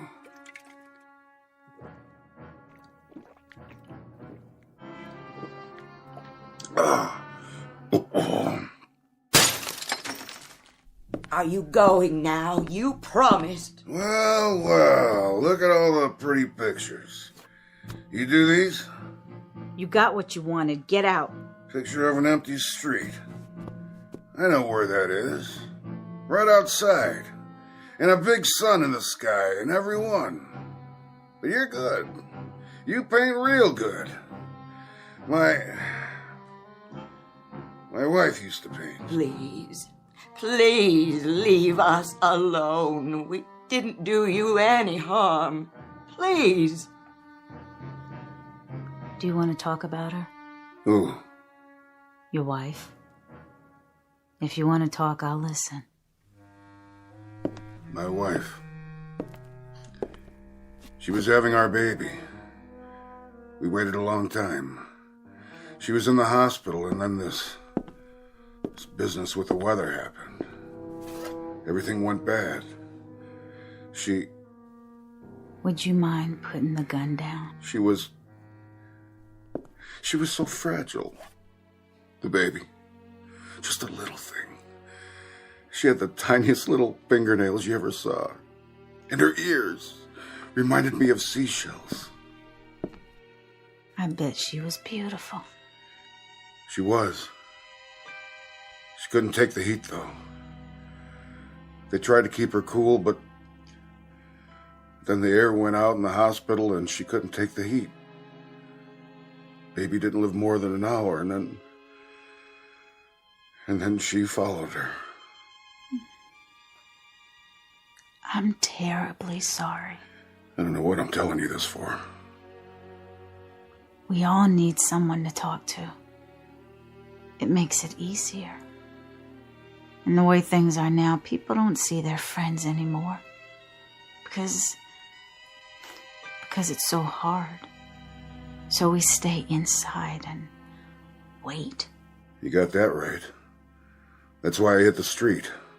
I'm not just gonna sit there and wait for it to happen. But you gotta remember one thing. What's that? We don't know what's next. We can't be sure, none of us can. And maybe, just maybe, it's something better. Some things we're not supposed to know. Otherwise, there'd be no point in being alive, now would there? What made you so smart anyway? You seem like a decent man. I am. I'm not a housebreaker, I swear to you. I'm a decent guy. It's just the heat. That terrible heat out there, no matter where you go. And all morning long, I've been walking around the streets trying to find some water. I didn't mean to do you any harm, honest. I wouldn't hurt you. I know. I can see that. Would you believe it? I was scared of you. That's right. I was just as scared of you as you were of me. And sorry about your water bottle. I'm off my rocker, I guess. I was just so thirsty. Forgive me. Would you? Would you please forgive me? Yeah. That means a lot. Where will you go now? Think I'll go home. Here's your gun. I don't want it. I wouldn't have used it anyway. I don't think I would have either. Will you tell me one thing? If I can. What I want to know is, why don't we just burn up and get it over with? That's all that's left now. Just to have it end. All of it.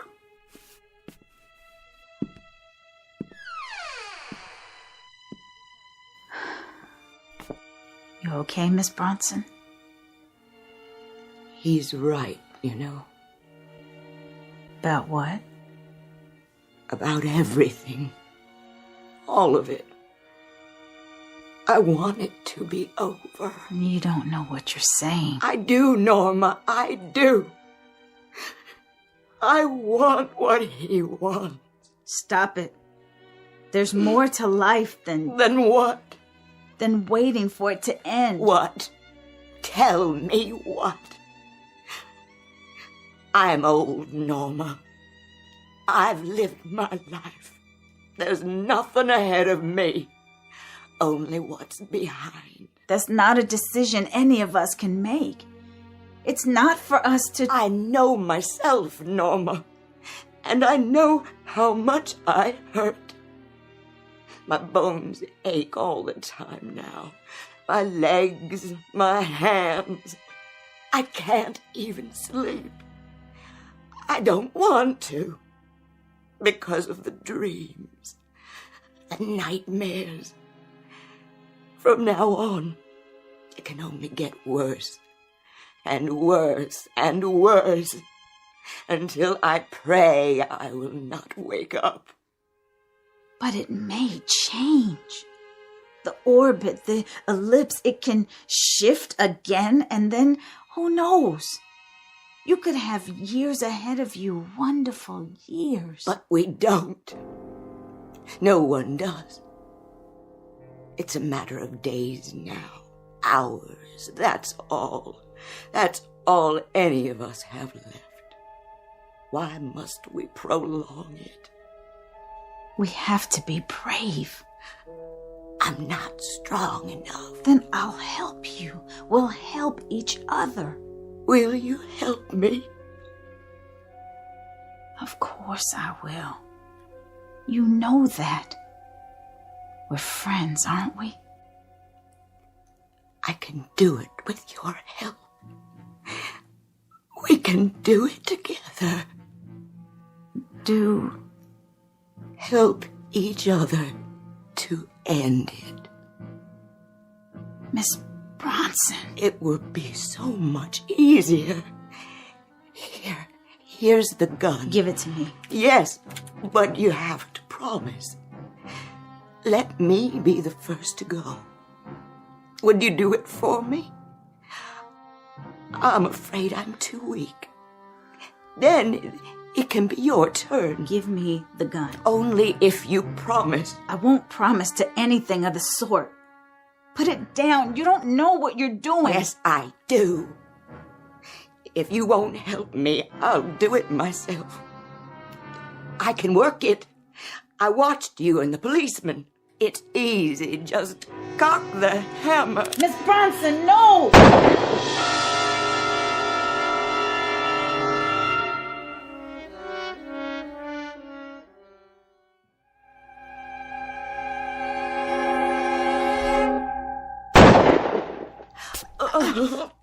I said, give it to me.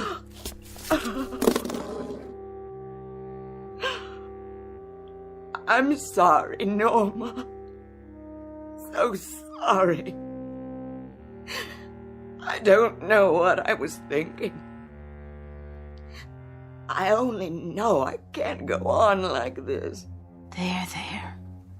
It's all right. All you did was make a little old hole in the wall. See? It went through your new canvas. Oh, Norma, what must you think of me? No harm done. I can fix it. I'll help you. It's your picture now anyway. What? I painted it for you. Norma, no. It was gonna be a gift. You shouldn't have gone to so much trouble. I'll set it right here so you can see it. Do you like it? Oh, I do. You'll have to be careful for a while, though. The paint's still wet. It's beautiful, Norma. You think so? I've seen waterfalls like that. You have? And you have too, I can tell. I was working from memory. I'm not sure when or where. There's one just like it near Ithaca, New York. It's the highest waterfall in this part of the country. And I love the sound of it. That clear blue water tumbling over the rocks. The wonderful, clear water. You hear it? I'm not sure. Oh, no. It's lovely. Just lovely. Why, do you know something? Why don't you tell me? We could take a swim. Now. I think you better leave the window closed, Miss Bronson. Let's do that. Oh, can we? Let's take a swim at the bottom of the waterfall. I used to do that when I was a girl. Just sit there and let the water come down on you. Miss Bronson! Miss Bronson! Miss Bronson! Take them! All the pictures, I want you to have them. Please! Please, take them! They're all wet. That can't be. They should have dried in this heat, but the paint is sticky. I don't believe it. It's melting. Gotta close the window and keep the heat out. The glass is so hot. Even the curtains. Help! Help! Fire! Help! Someone, anybody, please! Fire!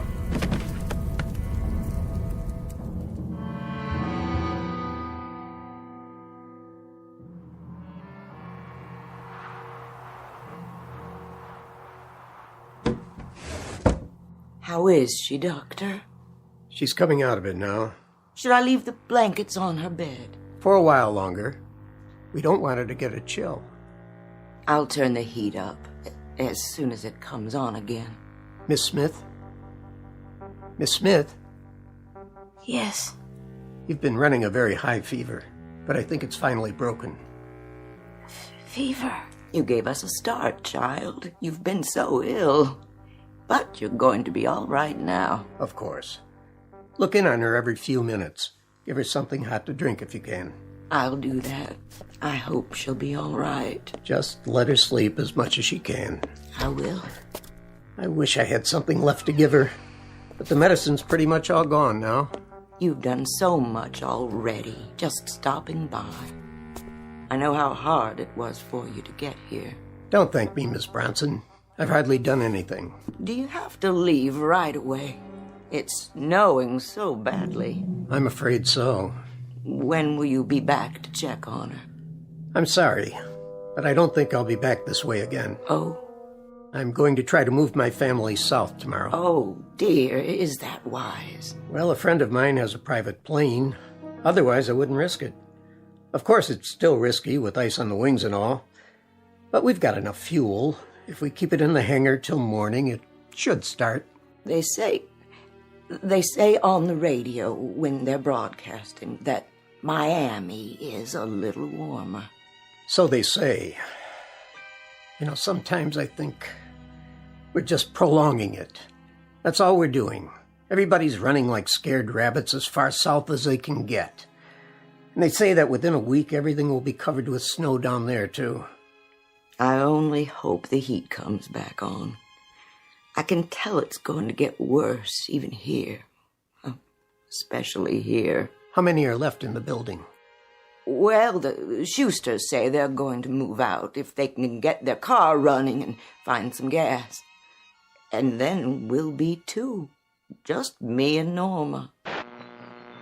Radio station WNYG. We will continue to stay on the air for traffic advisories and other essential news, including weather updates. They're back on the air. Turn it up. This is a traffic advisory from the Office of Civil Defense. Motorists are advised to stay off the highways on all routes leading south and west out of New York City. We repeat this advisory: remain off the highways. Also, please conserve heating oil as government reserves are almost depleted.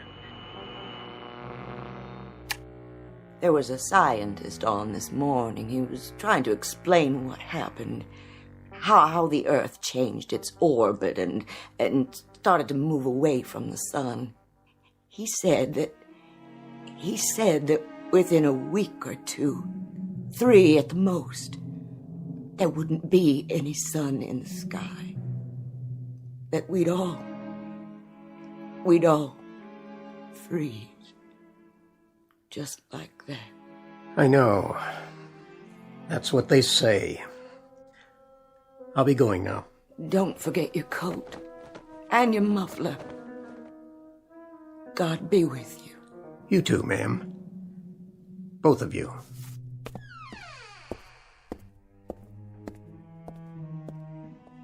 Miss Bronson. I'm right here, dear. And how are you feeling, Norma? I had such a terrible dream, Miss Bronson. Oh, now. It was so hot. And there was daylight all the time. And there was what do they call it? A midnight sun. There wasn't any night at all. No night at all, nowhere. That was quite a dream. Isn't it wonderful? What, dear? Just being here. To have darkness and coolness. You don't know. You can't imagine. Yes, my dear. My dear, dear Norma. It is. It's wonderful.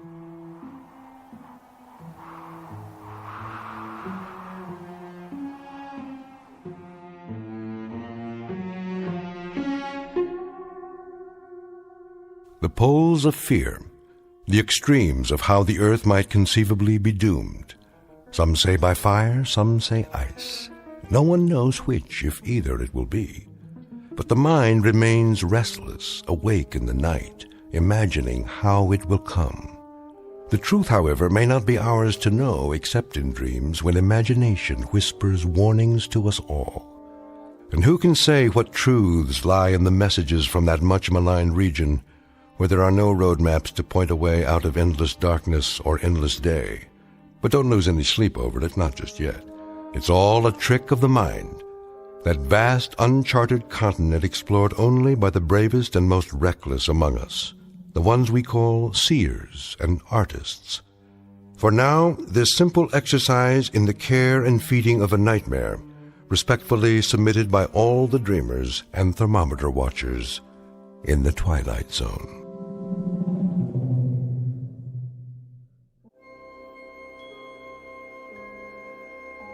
Hi, this is Carl Amari, producer of the Twilight Zone Radio Dramas. I'd like to take a moment to tell you about our official website at twilightzoneradio.com, where you'll get the latest news and information on these Twilight Zone Radio dramas. Plus, at twilightzoneradio.com, you can digitally download 3 free episodes or any of our episodes for only $1.95 each. In this age of ever-changing technology, we've decided to make these episodes instantly available to you by making the Twilight Zone Radio Dramas a digital download-only series. This means that this series will no longer be offered on CD. The CD collections at our website are now being offered while supplies last at buy one, get one free. So be sure to get your favorites before they're sold out. Be sure to visit us often, and I'll see you in the zone.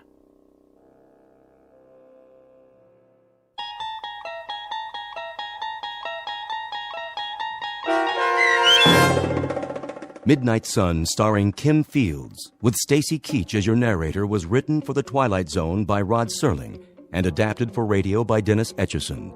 Heard in the cast were Taylor Miller, Doug James, Linda Ryder, Lauren Patton, Rich Kominick, Turk Muller, Lynn Foley, and Guy Burrell. To learn more about the Twilight Zone radio dramas and to obtain audio cassettes and CDs of these programs, visit our website at twilightzoneradio.com. The producers of The Twilight Zone wish to thank CBS Enterprises, Carol Serling, Dennis Etchison, Dick Brescia Associates, Claire Simon Casting, Don Longo, Terry Jennings, the American Forces Radio and Television Service, our sponsors, and our radio affiliates for helping make this series possible. This copyrighted radio series is produced and directed by Carl Amari and Roger Wolski for Falcon Picture Group. Doug James speaking.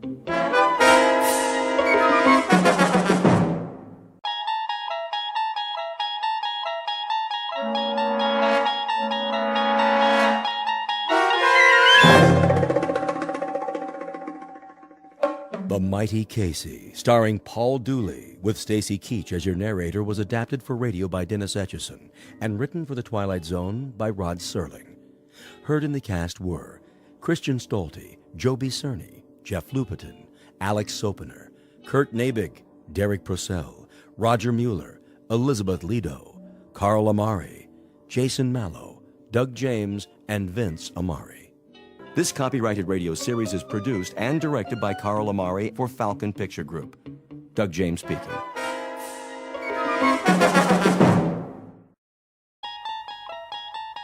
There is a fifth dimension beyond that which is known to man. It is a dimension as vast as space and as timeless as infinity. It is the middle ground between light and shadow, and it lies between the pit of man's fears and the summit of his knowledge. This is the dimension of imagination. It is an area which we call the Twilight Zone.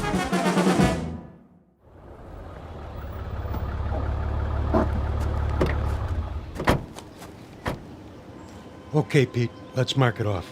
Starting where? The dugout. Run a chalk line in front of the fence all the way to the gate so they can bulldoze it flat. Wait, what's the dugout? Where the team would wait. They'd sit on the bench, shoot the bull. Sometimes McGarry'd chew 'em out but good. Oh, I know what a dugout is. But why'd you call it that? I don't see any bench. Not now, you don't. Used to be right over there, under the bleachers. Near home plate. Okay, I get it. This place used to be a ballpark. Of course, that was before my time. Yeah, I'll bet it was. I always thought this was a track for motocross and monster trucks. My old man used to take me before it was a swap meet, I mean. That right. There was just one truck, the Grave Digger. Oh, man, you should have seen it. Big old tires, rolled right over anything. How old are you, kid? Me, 22. 22? I was out of high school before you were born. You know what? You really missed a lot. Yeah, Pops, back in the day. Hey, you ever see the monster trucks? Afraid I missed that. Ever see the Zephyrs? The what? Only the greatest ball club there ever was. Sure. That's why I never heard of them. Yeah, World Series champs, huh? They could have been. Let me tell you. And they almost did. 1 year in particular. We better get back to work, Corrigan. Wait a while, kid. I want to tell you a story. You bring your lunch? Sure, I brought it in the truck. Then let's take a load off. Good time for a break. It's okay by me.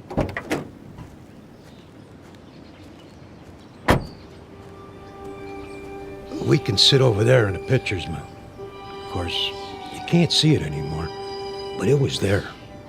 Fletch was the regular pitcher.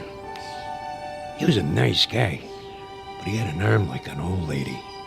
Then one day out of the blue, Oh, you're not going to believe this. Oh, one day what? Well, it was, must have been July. Yeah, that's it. Middle of the season, everybody was talking about the Giants, how good they look, what a lineup, blah, blah, blah. The Zephyrs were stuck in a toilet. Then one day, McGarry, that was the manager, he called for open tryouts. Why not? Couldn't be any worse than what we had. And that was when he came along. Didn't look like much. But when he wound up, man, what an arm. Who? I'm getting to it. Better start at the beginning. It was a hot one that year. No rain, the sun beating down.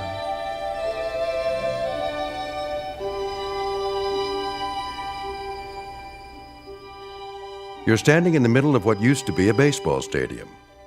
Now the grandstand is falling apart, the field is covered with weeds, and the men who played here are nothing but ghosts. But believe it or not, this was once home to a major league team known as the Hoboken Zephyrs. Never heard of them? That's not surprising, unless you're one of the old-timers. Today it holds only memories and no sound except the wind that stirs in the high grass of the outfield. A wind that on occasion still carries a faint, eerie echo of the crowd that once sat in those bleachers.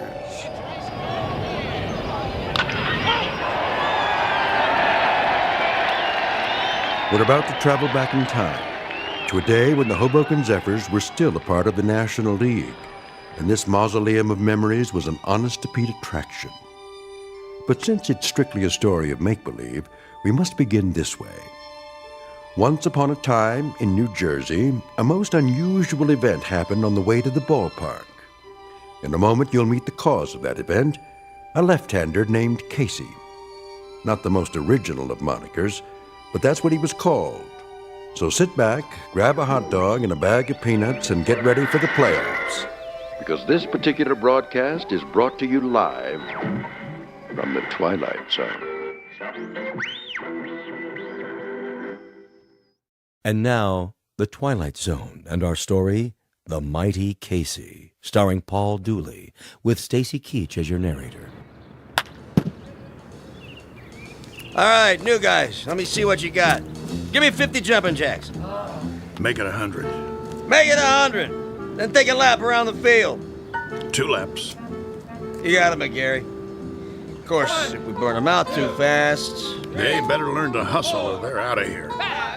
Okay, Mel, if you say so. Let me hear you count. 9, 10, 11, 12, 13, 14, 15. Morning, McGarry. Beasley. 4 great-looking boys, huh? The one with the black socks and the Florsheim's brought a note from his mother. Who are you expecting, the All-Stars? Post a sign for open tryouts in a last-place club that happens to be 31 games out of first place, and this is what shows up. You never know, I guess. Might be some talent out there. Yeah, and you might be Yogi Berra. I can't make something out of nothing. You're the owner of the club. You gotta give me some ball players. Think you'd know what to do with them if I did? 20 games out of 4th place, and the only big average we've got is a manager with the widest mouth in the business. When the Zephyrs win 1 game, we gotta call it a streak. Buddy boy, when contract time comes around, you don't have to. Sure, you let me go. Who you gonna get? Now think of something. You can always manage the team yourself. One more time, Fletch. Ugh, trying to get it over the plate. You okay, Monk? I must have slept funny on my arm last night. How's the team doing? Are you kidding? Last week, Fletch pitched 4 innings and only gave up 6 runs. That makes him our most valuable player of the month. Hey! Okay, let's see some sweat out there. New guys, take a lap. We gotta do it. Jeez, it just goes on forever and ever. I get it. Dugout. What? Who? Just a minute, I'll ask him. McGarry! Yeah? You want to look at a pitcher? You mean someone besides Fletcher? Now, why would I want to do that? Send him down. New boy? Gotta warn you, he's a lefty. Lefty, schmefty. If he's got one arm that works, he's for us. Hey, Monk, Yeah. Fletch can take it easy now. I got a new boy coming in. Catch a few for him? Yeah, sure, Moth. Yeah, okay, Fletch. Go on, shower up. Check.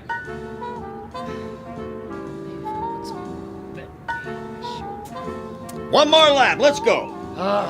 You got the lineup for tonight? I'm working on it. Who's the starting pitcher? I don't know yet. You don't know? Have to see how it goes. Whoever's hot gets a shot. Make that lukewarm. Oh, my. Chavez, that's enough with the laps. They look like they're gonna pass out. Check. Take 5, boys. All right. All right, McGarry, I've seen enough. Yeah, you and me both. What's that? I said I'll see you on the sports page. I'll stop by later. You do that. Mr. McGarry? Over there. Hey, Mouth! Your new man's here. You gotta be kidding. Mr. McGarry, is it? Okay, what's the gag? I don't know what you... Come clean, Gramps. Did old man Beasley put you up to it? I'm afraid Well, tell him I don't need a water boy. Thanks for coming by. Leave your name at the office. There must be some misunderstanding. I'm here about the pitching position. Right. Hardy har har. Oh, I'm not a pitcher, though I've thrown a few baseballs in my time. Of course, that was before the war. Yeah? Which one? The Civil War? You don't look old enough for Valley Forge, but come to think of it, was the winter really as cold as they say? I represent Casey. Oh, Casey. Straight from Mudville, I bet. Even got himself an agent. How much do you get? 10% of nothing? Here he is now. Him? What is he? 115 pounds soaking wet? Listen, no offense, but if a wind comes up, those ears will start flapping and he'll take off like Dumbo. Say hello, Casey. Nice one, Miller. Oh, pleased to meet you. Hey, watch out. I said watch out, the ball's coming down. Step aside, Casey. Now, boy. I said... Ooh. Ow! Right on the old bean. That must have hurt. You okay, fella? Oh, Casey's fine. Just fine. How come he's still standing? Must be out on his feet. I'll call an ambulance. Don't go suing us now. I wouldn't think of it. Casey, as I was saying, this is Mr. McGarry. He's the manager. Hello. Pleased to meet you. Do you want to lie down? Come on in the dugout. Shake hands, Casey. That's all right. You remember how to shake hands, don't you? Yes, sir. Right hand, Casey. Your right hand. Put her there, pal. Oh, ow! You can let go, Casey. That's right. Release now. Whoa! My hand. What a grip. Sorry. Casey doesn't know his own strength sometimes. Some arm. Never would have guessed it. Well, let's see what he can do. Mind if I try him out? That's what we're here for. Right, Casey? Correct. Okay. See that guy over there with the great big mitt? Yes, we see him. He's what's known as a catcher. His name is Monk. Ah. Go out there and throw him a few. Thank you, Mr. McGarry. This I gotta see. Quite. You his father? Casey? Oh, no, he has no father. An orphan, huh? Not exactly. I guess you'd call me his creator. That a fact. It is, actually. Come from around here, does he? You might say so. Uh-huh. How old is he? Well, that's a little difficult to say. What's difficult about it? It's hard to discuss Casey's age in chronological terms. He's only been in existence for a brief time. What I mean is, he has the mind and physique of roughly a 22-year-old, but in terms of how long he's been here, the answer would be 3 weeks. Huh? Approximately. Would you mind going over that again? You see, I'm an inventor. I made Casey. You made? In my workshop. Well, that's swell, pal. There ain't too many homemade left-handers in the league. You don't understand. I'm serious. Sure you are. Anytime you're ready. Yes, sir.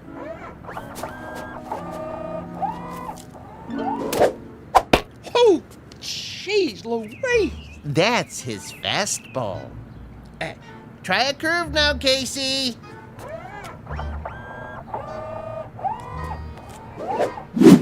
His curveball. Hey, do that again. If you like.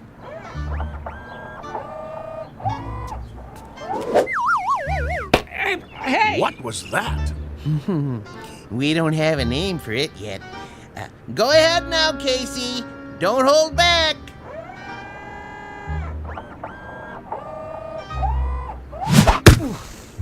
Oh, enough already. Something wrong? Wrong? What, you see him? That kid, he picks up where Feller left off.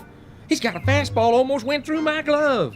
And a curve, and a hook, and a knuckler, or whatever you want to call it. He got control like he uses radar. Oh, it's the best pitcher I ever caught in my life. Thanks, Monk. That's enough for today.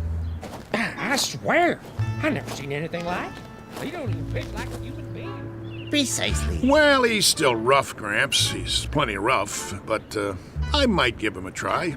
If he can do the same thing when there's a game on. Oh, he can do it. Consistency's not a problem. He's a robot, you know. Yeah, don't say that. Don't ever say the word R-O-B-O-T-T around here. We'll just keep that one between us, okay?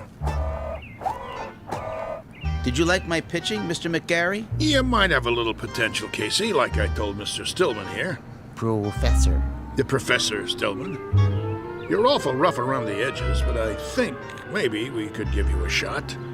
I like to help young ball players. Now you go on into the locker room and find a uniform that fits. He can wear a uniform, can he? Anything you like. Then go and change and come back, and we'll discuss a little contract. Just the three of us. That seems fair. Very kind of you, Mr. McGarry. Don't mention it. Go on now. Say thank you, Casey. Thank you, Casey. Thank you, sir. Come along. You're going to be a real baseball player now, just like I promised you. Isn't that wonderful? Yes. Wonderful.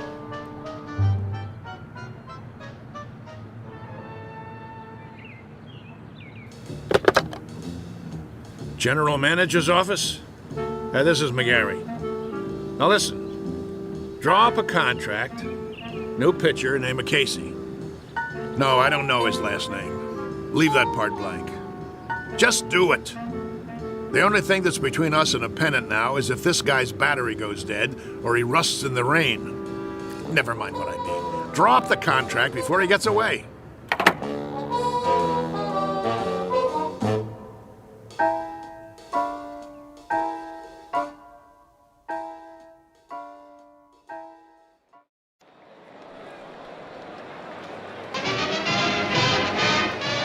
And ready in 3, 2... Good afternoon, sports fans. We're coming to you live for the last in a series of home games for the Hoboken Zephyrs. The Bullets are already on the field, warming up, but there's been a delay. The Zephyrs are still in the locker room. Now, we understand they're getting a last-minute pep talk from their manager, the colorful Mouth McGarry, and knowing him, it's an earful. Peanuts, Red Hots. Well, the Zephyrs are at the bottom of the league this season, which means this is a make-or-break situation. Now, rumor has it there's a new pitcher on the team, but that's unconfirmed. Ah, yes, a beautiful sunny day. Local fans all here, ready to root for the home team. Still, no sign of the boys from Hoboken. Well, this might be a good time for a break before the action starts. But we'll try to get word from the locker room, but till then, let's go to a commercial. And you're off. 60 seconds. How much longer do I have to fill? Beats me. What's with these losers? Well, if I was on that team, I guess I wouldn't want to show my face either. 45 seconds. Beer here, get your ice cold beer. Somebody get me a beer. I'm dying out here. What am I supposed to do? Play tiddlywinks? It's going to be another slaughter anyway. Hey, ask him if he's got anything stronger than beer. You can always read him the stats. There are no stats. If this team was any lower, they'd get stuck in the grass. What am I doing here? Get me another gig. Little League. The weather. I don't care. Just get me out. 20 seconds. The Zephyrs are charging onto the field. No. The Zephyrs look hungry this afternoon. Yeah, sure. Oh, who am I kidding? They're not going to show. The game's canceled. You'll see. 10 seconds to air. Oh, those bums. It's the same old story. Fletcher winds up, he throws, and he drops the ball on his foot. They should send out a bunch of chimpanzees. 5, 4, 3, 2. And welcome back, ladies and gentlemen, to more thrilling baseball action.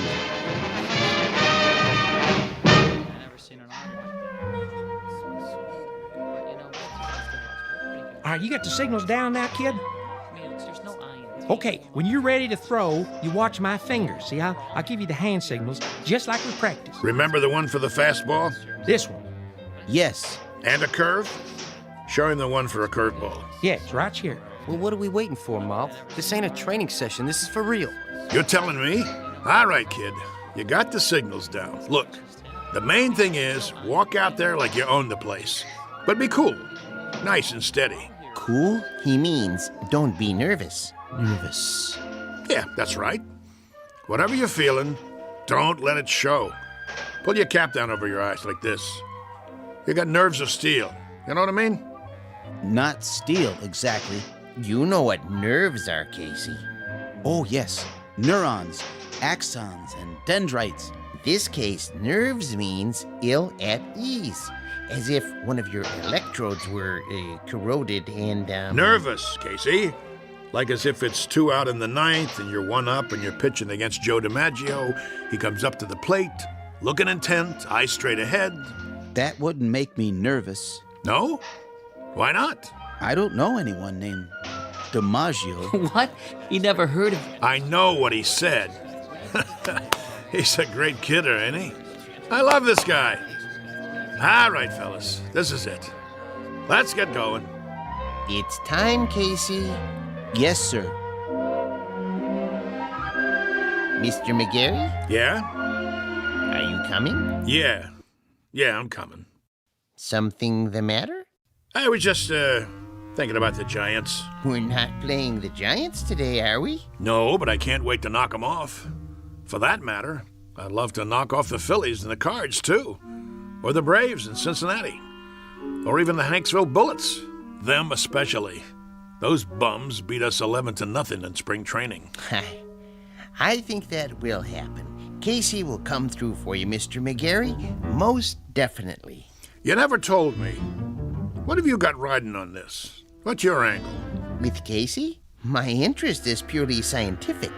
I know he's a Superman of sorts, but I need to have that proven under test conditions. You mean you can't guarantee he'll work? Oh, I have no doubts. Once I built a home economist to run my house. Marvelous cook. I gained 46 pounds before I had to, dismantle her. Now, with a model such as Casey, with his strength and accuracy, I knew he was destined to play baseball. And in order to prove my point, I had to have him pitch in competition. As an acid test, I settled on the absolute worst team I could find. Nothing personal. Nah, of course not. Very nice of you to think of us, Mr. Stillman. Professor Stillman. Professor. I really appreciate it. No kidding.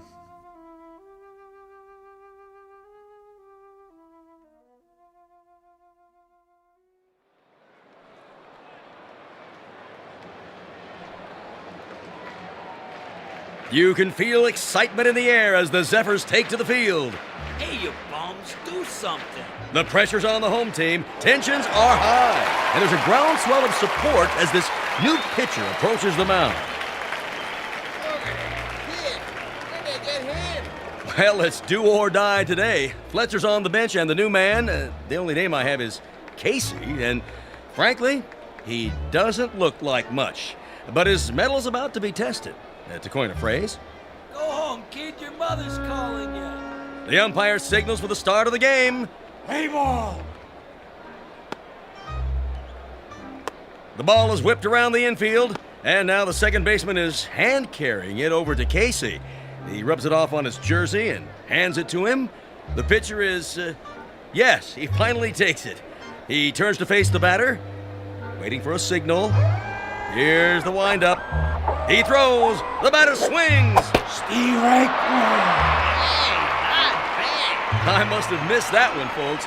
It looks like the batter missed it, too. He went over the plate so fast, he swung a full 360. Good gravy, was that a fastball? Lucky pitch. Let me see you do that again. Take your best shot. Second pitch. Here's the windup. Whoa, Nelly!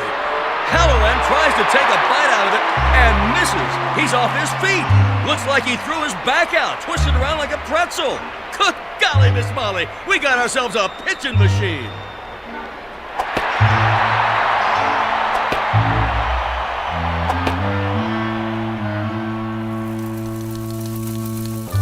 In baseball news, here's a cutie for you. Seems there's a rookie in Hoboken who's pitched 3 straight shutouts. They said it couldn't be done, but with a blistering performance to sew up 9 in a row. In a stunning comeback, the Zephyrs zoomed to 4th place in the National League as Casey gets ready for number 14. And that makes 3 more no-hitters for the mighty Casey. The Zephyrs are locked into 1st place. Questions in the news this morning about the mysterious Casey. Where does he get his superhuman ability? Playoffs temporarily suspended as the Baseball Commission orders an investigation. Today's headline, the mighty Casey. Is he on steroids? Good day.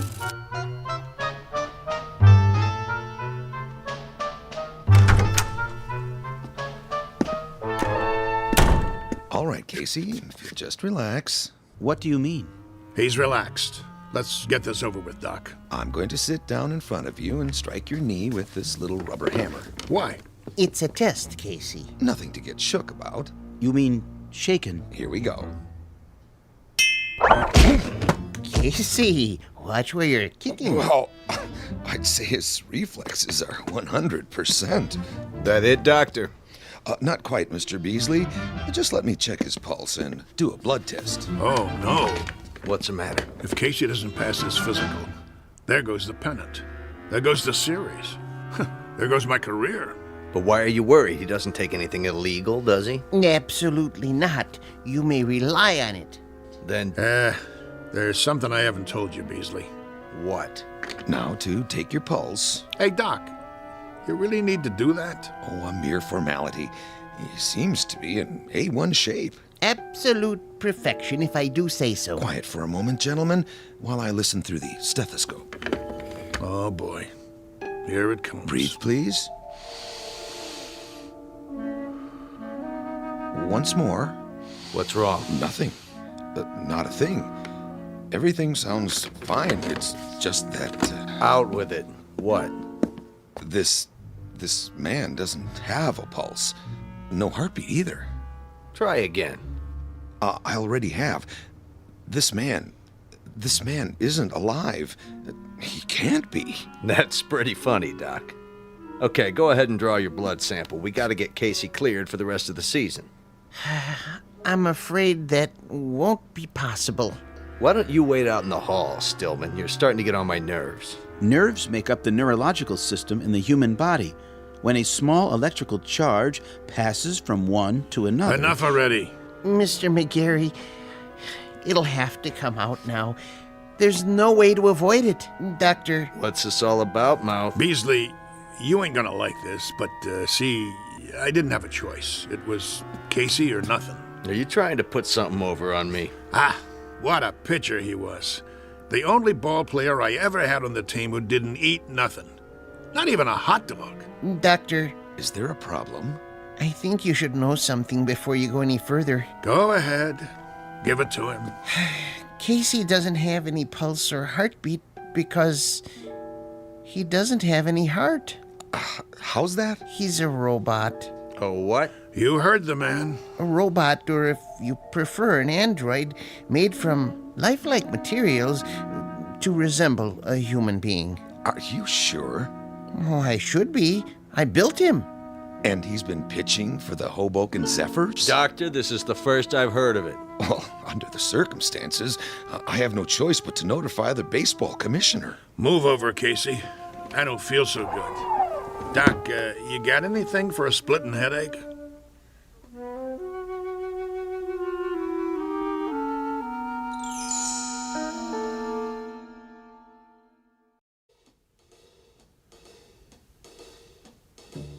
McGarry, you gave me your word. Yeah, that the team would win. I didn't say nothing about... Yes, you did. You brought me Casey and I said I never seen anything like him. Did I lie? Not as such, but you can't run roughshod over the rules. I'm holding you in breach of contract. Me? What did I do? I got you a winner. Know how many tickets we sold? You never had such a season. All right. Knock it off, you two. I'm the commissioner, and I say he's suspended. That's final. On what grounds? He didn't take no illegal substances. He doesn't have to. Everything about him is illegal, from the top of his head to the cleats on his shoes. He's a machine. So? Article 6, Section 2 of the baseball code, I quote, "A team should consist of 9 men." End quote. Men, understand? Not robots, or vacuum cleaners, or mix masters. Commissioner, perhaps there's another way of looking at this. For all intents and purposes, he is human. Casey, would you mind saying a few words? Tell us about yourself. Where should I begin? At the beginning, of course. Yeah, where was he born? All men are born, not to assemble in a machine shop. Go ahead, Casey. What state? I was born in a state of ignorance. There you go. My point exactly. Well, he can talk, can't he? He talks as good as me. That means he's got to be alive. I wouldn't count on it. But he is not human. Easy for you to say. How human do you want him? He's got arms, legs, a face. And ears. But no heart. He doesn't even own one. How can he be human without a heart? Beasley don't have a heart either. He owns 40% of the ball club. That's it, gentlemen. He doesn't have a heart. Ergo, he isn't human. And that's a violation of the baseball code. Therefore, he doesn't play. Mr. Commissioner, suppose this, just for the sake of argument. Supposing I gave him a heart. You gave him? Where will you get one? At the local parts store? Hear me out. If that essential is the only thing that renders him different from the norm, I could try an operation. I think I could do it. In fact, I'm sure I could. Supply him with a self-contained mechanical heart, that is. Now you're talking, Prof. How about that, huh? What do you say? Well, it would be very irregular. If he were to be given a heart, would medical science classify him as... what I mean is, could he then be called a... He had the doc fooled even without one. All right. With a heart, I'll give him a temporary okay until the league meeting in October. Then we'll have to take it up in session. The other teams will scream bloody murder. I can see DeRocher now. Then it's all settled. Casey gets a heart and accreditation as human, and the Zephyrs... Take it, Mouthy. With pleasure. Hoboken wins the pennant for the first time in 23 years.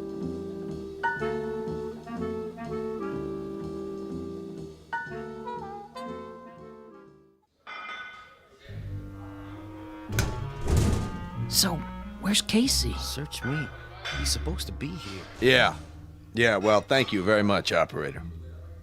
Well, how's Casey? Is he coming? I don't know. What do you mean you don't know? The operator can't get an answer at Stillman's house. Well, maybe he's in the middle of the operation. So he's in the middle of the operation. What's the matter? He can't use one hand to pick up the phone? We can't wait no longer. I gotta turn in the starting lineup. Corrigan? Yeah, Mouth. You'll pitch tonight. All the rest of you, same as before. Now listen, you guys. That's the enemy out there. That's the New York Giants. And while we're out there playing, a fella named Casey is lying on a table struggling to make it. And I know that the last words out of his mouth before the knife went into his chest were, "Go on out there and win one for me." And I'm going to tell you something else, fellas. From now on, there's going to be a ghost in that dugout. Every time you pick up a bat, look over to where Casey used to sit, because he'll be there in spirit, rooting for us, cheering for us, yelling, "Go, Zephyrs, go!" Hello. Oh, hi there, Professor. And I'm going to tell you something else about him. He has heart.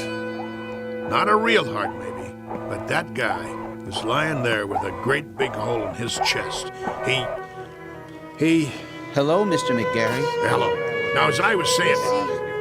Casey? Hey, how you doing? Hey, welcome back. Hey. All right. Knock it off. Quiet in here. Sorry we're late. Well, You got something to tell me? Go ahead, Casey. Listen, Mr. McGarry. I'm listening. He means his chest. Put your ear against it. Go ahead. Okay. Hear it, sir? I hear it. Casey, you got heart. And look at that smile on his face. That's the one thing I could never get him to do. Smile. How do you feel, boy? I feel... Well, frankly, I feel wonderful. Just wonderful. I feel togetherness with everybody. Then, let's go team! Yeah. Casey starts tonight. The new Casey. Now let's get out there and show him what we're made of.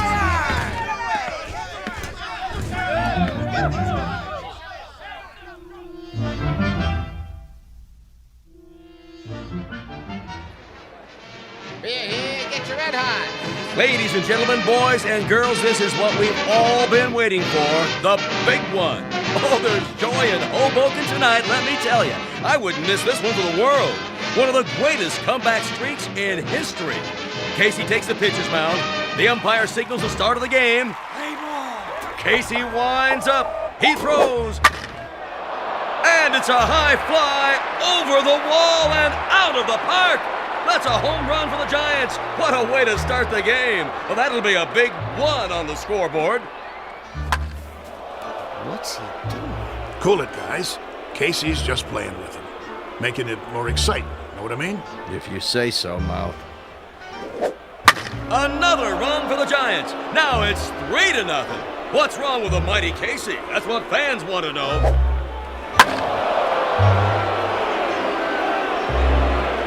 And it's all over. A shutout for the Giants.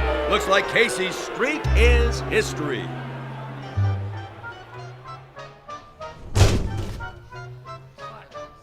Well, 1 minute he's 3 Bob Fellers rolled into 1, and the next minute he's a tanker with nothing. You want to tell me what's going on? It's rather complicated. Then you tell me, Casey. Start by explaining how one pitcher can throw 9 balls and give up 4 singles, 2 doubles, a triple, and 2 home runs. I don't know what to say, Mr. McGarry. Shall I tell him? Tell me what? It's because Casey has a heart now. So? He has heart. Big deal. The thing is, Mr. McGarry, I just couldn't strike out those poor fellows.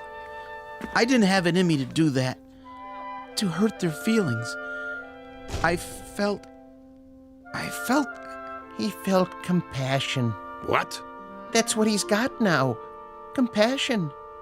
See that smile on his face? Give an individual a heart, Mr. McGarry. Particularly someone like Casey, who hasn't been around long enough to understand things like competitiveness or drive or ego. And it's bound to happen. Oh, my aching back. I'm sorry, Mr. McGarry. I just couldn't hurt their careers. Professor Stillman thinks I should go into social work. I'd like to help people. That's what happens to you. Should I tell you what happens to me? I get shipped off to a baseball farm system that consists of 1 silo and a McCormick Reaper. The only thing we get come spring is a wheat crop. Right now, I'm gonna go have me a drink. Well, Mr. McGarry. What do you want? I was wondering if I might come with you. What for? Do you mind, Casey? Oh, don't worry about me, sir. You go ahead. Good. Now, Mr. McGarry, I've been doing some thinking. About what? The characteristics necessary to make a great baseball player. I figured out the mechanism for hooks and curves and sliders, and I think Casey is the perfect height. But when it comes to temperament, motivation, attitude, that sort of thing, there may be a better way. Such as? I might be persuaded to build another model, new and improved, who would work out even better. I could have him ready, say, for next year's spring training. Who's gonna pay for it? Oh, I've got the funding, don't worry. But I thought if we could go over the plans together. What do you got in mind? Let me draw you a picture.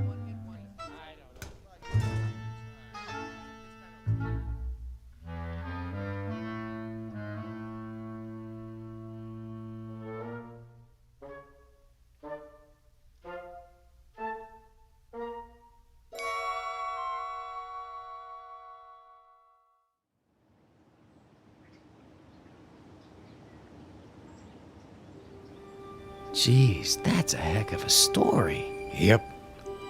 Of course, it didn't work out. The professor didn't have the money, and he wanted certain, well, perks that Old Man Beasley wouldn't agree to. So it fell apart after that. But for a few weeks there, a bright, shining time it was. We didn't just have heart, we had hope. How do you know so much, Mr. Corrigan? Because I used to play with him when there still was a team called the Zephyrs. No kidding. Come on, we better get back to work. You finish your lunch? Yeah. Then let's go. They're gonna flatten this place to the ground tomorrow. We gotta get it marked off. I guess so.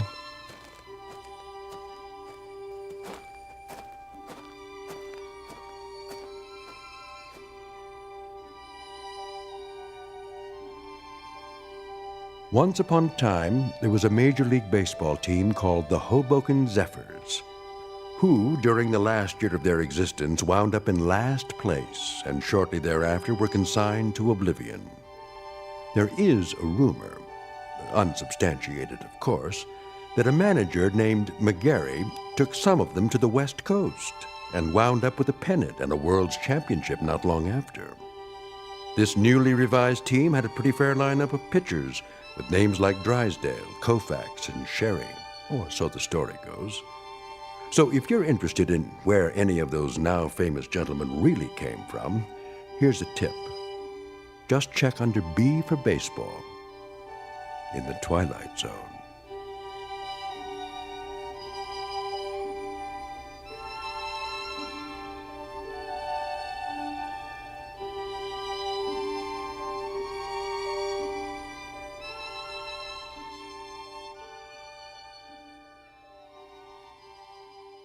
We'll return to the Twilight Zone in just a moment. You are about to enter another dimension. A dimension not only of sight and sound, but of mind. A journey into a wondrous land of imagination. Next stop, the Twilight Zone. Hi, this is Stacy Keach. I'd like to take a moment to tell you about our Twilight Zone website at twilightzoneradio.com. At twilightzoneradio.com, you'll find the latest information on these Twilight Zone radio dramas, including behind-the-scenes photographs, plus the newest product releases, trivia contests, ways to contact us, other Twilight Zone-related info and merchandise, plus links to other fascinating websites. So make your next stop twilightzoneradio.com. Visit twilightzoneradio.com to purchase these Twilight Zone radio dramas on cassette and CD, or call toll-free 1-866-989-ZONE. That's 1-866-989-9663.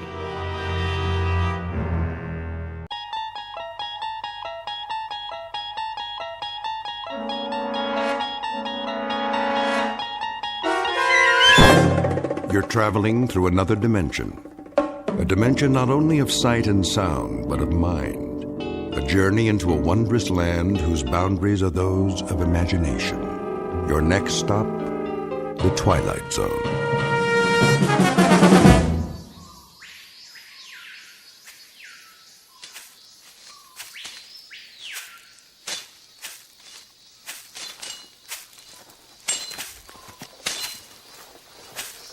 Go on. What is wrong with you? We are behind schedule. The jungle is too thick, Clemente. Use your machetes, all of you. We have used them. Now they are dull. Then sharpen them. The burros need water. He's right, Ramos. If we lose another animal, we cannot make it. Very well. Make camp here. Alto. We rest.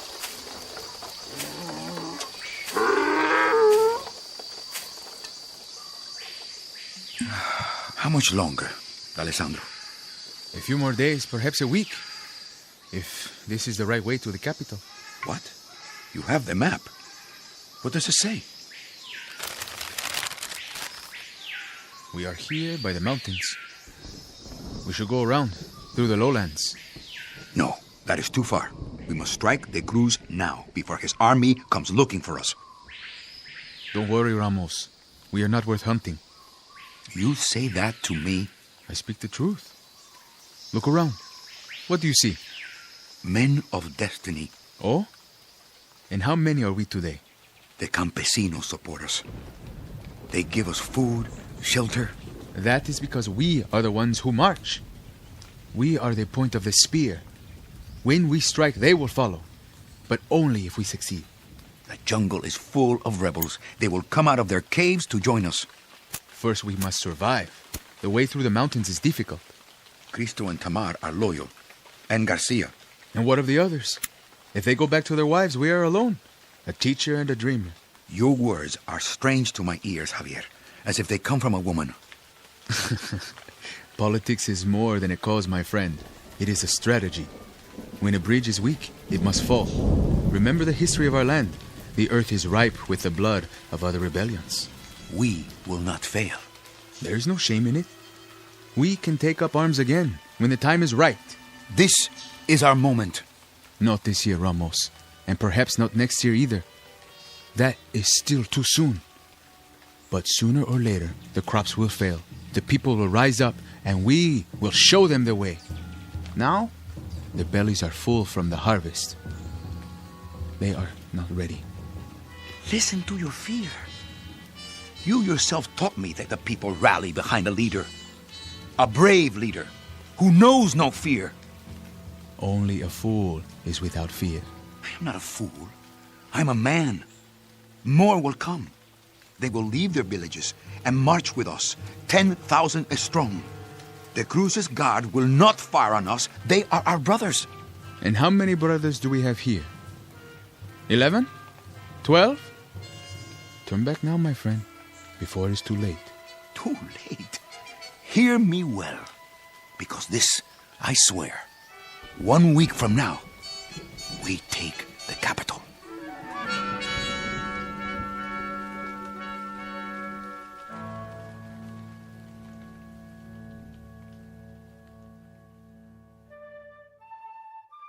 This is Ramos Clemente and his ragtag band of followers. Chief among them, Xavier D'Alessandro, his political advisor and sergeant-at-arms. Clemente is the keeper of a dream.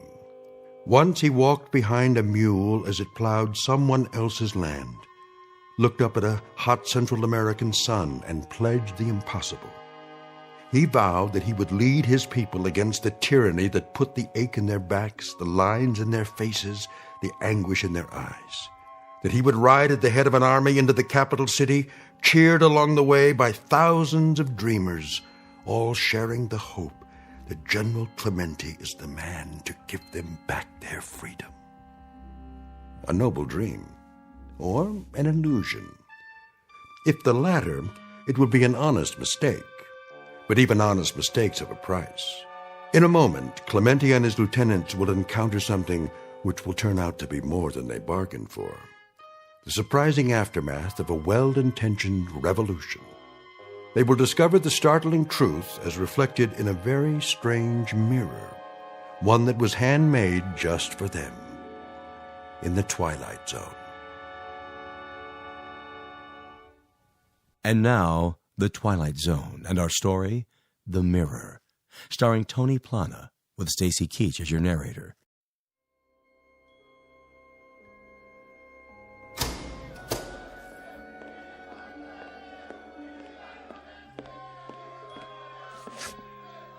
Do you hear that? See me, General. They are calling for you. They are. They are. Let them see you, Clemente. Yes, from the balcony. Perhaps I should. Just for a minute. Go on, Ramos. This is your palace now. It is your right. Very well. Look, there he is. It is him. My countrymen, a new day. I promise you the time has come. The president has fallen.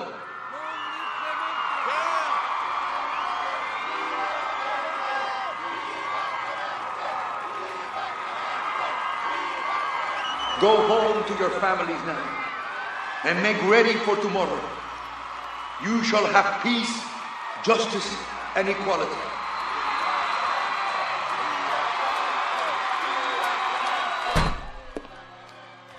Do you hear? Viva Clemente!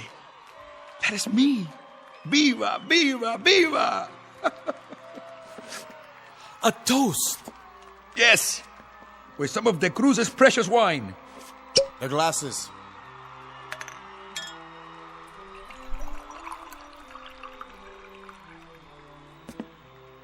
To the revolution.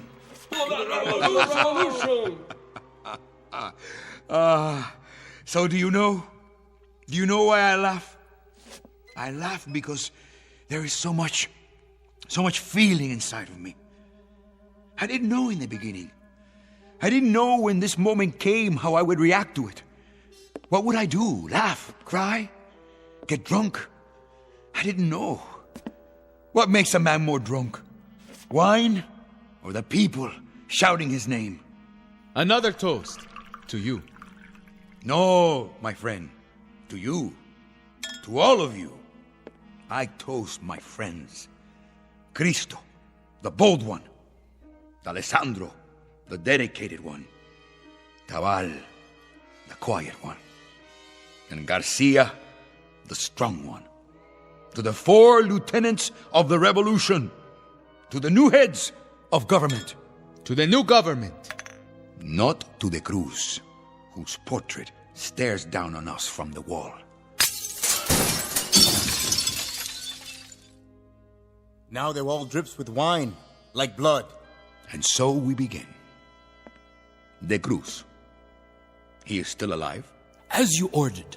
Bring him here. Let that be the first order of business. Yes, sir.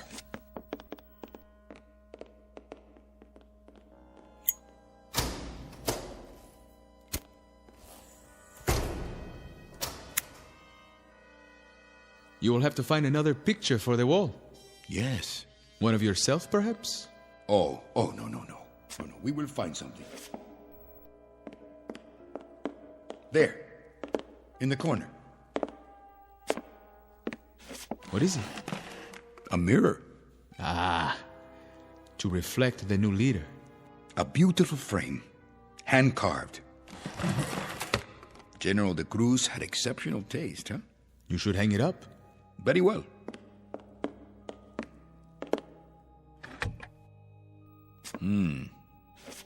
I look tired. Old. It has been a long day. Do you know, Alessandro? 1 year ago, this was the face of a peasant. A beardless, nameless worker of the dirt, whose fingernails were in mourning and whose clothing stank. And now? Now it is the face of a leader. A chief of state. Yes, it is. 1 year. 1 year of starving, hiding, stealing weapons, and having the same dream every hour. And from the dream came an army, and from the army came a rebellion. And now I have liberated the masses of other nameless workers of the dirt. I have broken their shackles. And what of him? The one whose portrait you have taken down? The memory of him will soon be forgotten. What is your plan? A trial, Alessandro. Of course. A lot of trials. A lot of brick walls and a lot of firing squads. A lot of bloodbaths, you mean? To cleanse us of the past. Are you sure that is the way? It is only fair. Their blood now, in repayment of ours. In here, pig. The general is waiting. Take your hands off me. Now, show respect. You disappoint me, de Cruz. You are not like your portrait. Who are you to judge? I don't recognize him. The man in the picture had arrogance, a full braid on his uniform. Where is he now? I see only an old man in dirty, torn clothes. What do you want of me, Clemente? What I want? Not what I want. What they want. Look, the dictator! To the wall with him! To the wall! To the wall! To the wall! To the wall! You hear? To the wall, they say. But I won't stand you against the wall with a blindfold. That is a cheap death for underlings. Firing squads are for followers, not leaders. No. Old man, you are too good for that. You are a special case. You, I will strip naked and cover with honey. I will tie you spread-eagled on the ground under the sun, and then I'll let the ants eat you. And every time you scream, I'll drink wine. And every time you beg for mercy, I'll laugh out loud, because I want you to take a long time to die. 1 part death for every acre of land you stole. 1 part death for every morsel of food you took out of a peasant's mouth. And 1 part death for every voice you stifled by decree. Now, what is your plea? Or will it be a cry for mercy?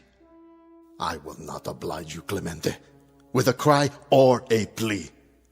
You can strip off my flesh, because it is here for you and easily done by any animal. But my manhood, you greasy little peon. This is as far from you as the moon. Peon? You dare to call me a peon? Stop! He is to be judged, not tormented. He is the animal. And you are not, eh? You are the purists, the idealists, the saviors, the avenging angels. Gentlemen, you will soon be disillusioned. You are me. You are De Cruz. You are Baptista. You are Trujillo. You are Noriega and Duvalier. You are the keepers of the grab bags. You can wave your flags and put up your statues and embrace all the people, from the oldest to the youngest. But we are of the same breed. We are the spoilers. We care for no one but ourselves. You insult me, peon. Enough. He presents his case and we are his best witnesses. We corroborate everything he says. You cannot help but do it. You think this room, the people out there, you think these are the fruits of victory? The spoils? No. They are simply a legacy, Clemente. What I pass on to you. Power you shall have. Certainly, power. Enough to make you giddy. But there are other things in the inheritance. You will find them soon enough. What things? Fear. The chief legacy. Fear of assassination. Fear of disloyalty. Fear of rebellion. Fear of another Clemente hiding in the hills. Fear even of the Norte Americanos who offer you money and supplies. God help you. God pity you. Take him away. On your feet. Guards!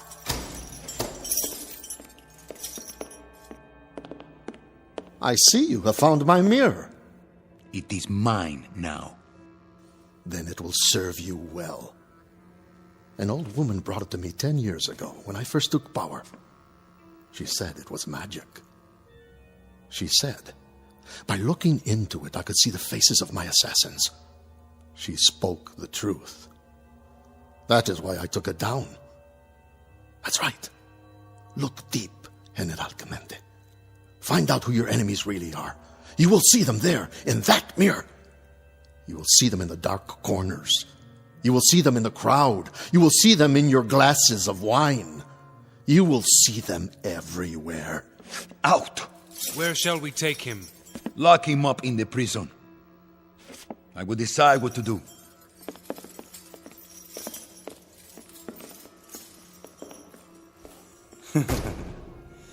Assassins, come out wherever you are. Come on, assassins. Come out of the mirror. Yes, a joke. A stupid, ignorant joke. Assassins in the mirror.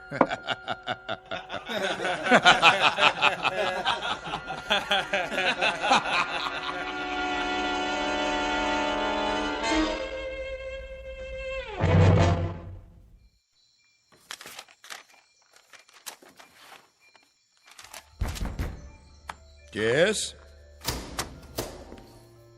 How goes it, my friend? Ah, Alessandro. I'm Glad you're here. It is dark. The chandelier. Let me turn it on.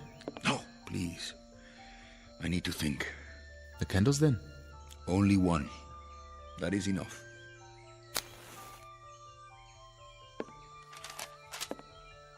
More plans, eh? For the new regime. Come to the windows, D'Alessandro. Look outside. What do you see? Fires in the night. Yes. Many fires. I see the old ways burning to make way for the new. The transition begins. What do you think he meant? Who? De Cruz. When he spoke of dictators. For once he spoke the truth. He is not deluded. He knows his role. But not ours. We will not make the same mistakes. No. But be cautious, my friend. It is easy to slip. Too much blood and the crops will not grow. We will know a season of poverty before the people are reborn. False friends will come to you, offering help. We must make alliances. There is always a price. Their influence, like fish hooks to bind us to them. From our neighbors to the south and the north. From lands across the sea. I will strike a bargain. With those who are so powerful? They will bring ships filled with goods, but also gunboats and helicopters and advisors with pacts to be signed. Their ways are ruthless. Deal with them, yes, but not as a puppet. I am no man's puppet.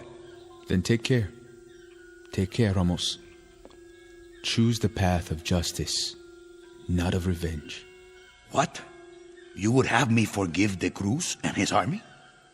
They who have kept our people under the yoke? Not forgiveness, banishment. The prison is overflowing. We do not have enough bullets to liquidate them all. So they go to another land and rebuild their army. That is stupid, Javier. They are our enemies. Where will they live? In the mirror? Cristo. Sir. How many prisoners are there? In the capital, about 1,000. Start shooting them. When? Tonight. Yes, sir. Right away. I see. There is no time for trials. But for murder, there's plenty of time? What are you? A chameleon? The ease with which you strip off one color and put on another. You turn my stomach. I thought you were with me. I am. But not with mass murder. Murderers can never be murdered. They can only be eliminated. You clean your house with a reckless hand. Go, Cristo. Give the order. Gladly. You should look in that mirror and see what face looks back at you.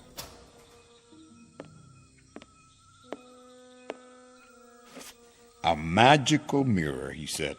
A mirror that reflects the faces of my assassins. How intriguing. Isn't that intriguing, D'Alessandro?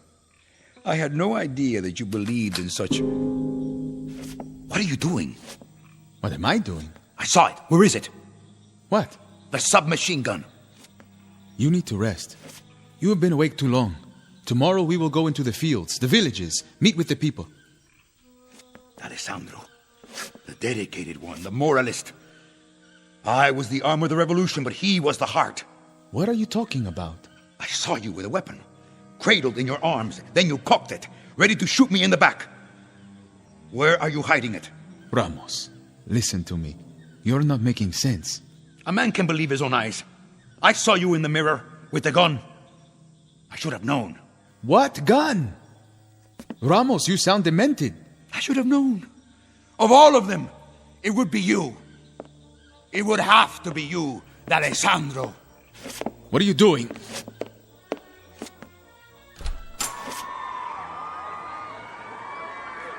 Yes, a traitor. Let go of me! See him with your own eyes. See the assassin. Do with him what you will. I am not an assassin. I am your lieutenant. Your conscience. No!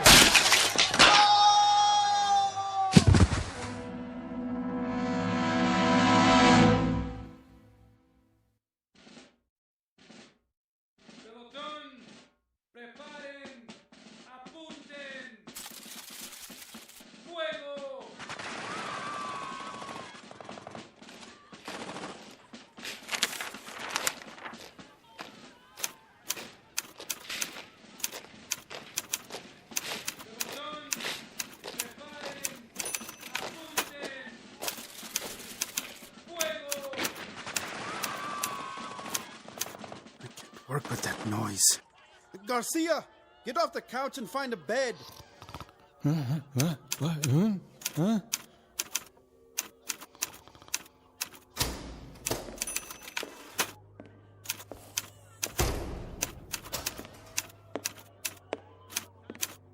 Did you hear that?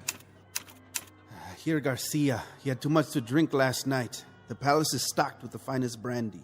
Not that. Outside, in the courtyard. Ah, the firing squad. We've already killed off hundreds.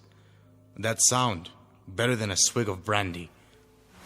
What were you before the rebellion, Cristo? Why do you ask that? Don't tell me. Did you work in a stockyard? You seem to enjoy the butchery. It is a fiesta. Then why do I not hear laughter?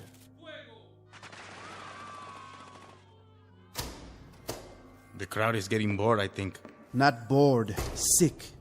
We have given them their freedom. 12 hours of it, and it is such a fine freedom. The right to watch a massacre. 10 executions at least, every 5 minutes. You would like more? Good morning, Clemente.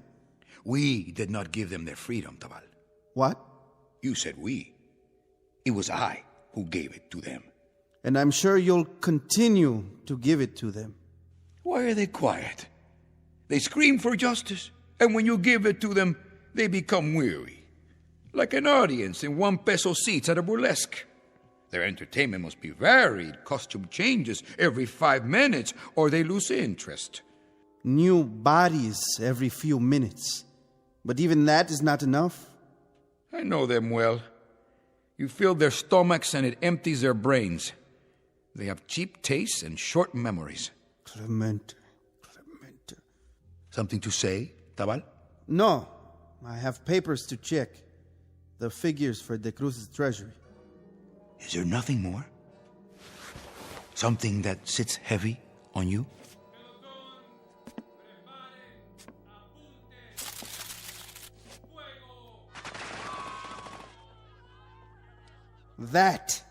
That sits heavy on me, on my ears and on my heart. Why should it? Execution is not a time of joy. But even this is not as bad as the death of a man who was my friend. That is a sword in my chest. D'Alessandro? An assassin? And that's the worst lie of all. It was no lie. He was no assassin. What? What's the matter? What's going on? Oh. Still at it out there, huh? Yes, until their work is done. Good morning to you, Senor Garcia. How handsome you look in the mirror. What do you see there? I see only a tired soldier. A man who needs a change of clothes. Is there a bathtub? Many. Take your pick. Oh, I'll go then. And that is all? You don't see any assassins in that mirror? No, I see nothing but my ugly face. Even an assassin might be better.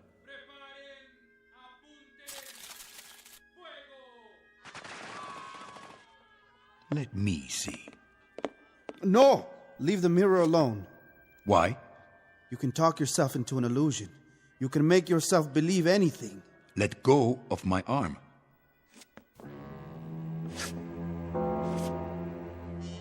What is that? 2 men. With knives. Tabal. And Garcia. What is it, Ramos? That mirror needs to be cleaned.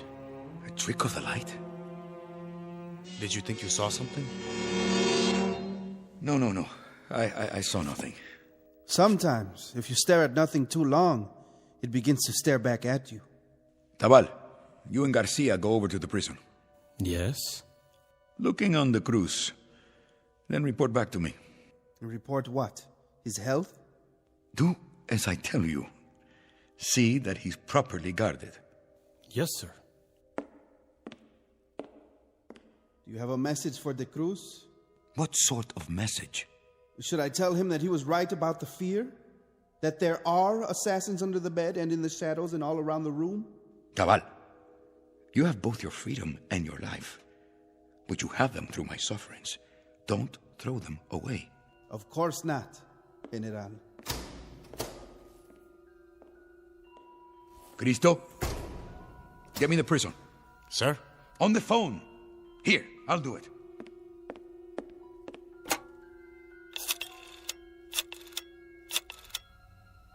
Hello?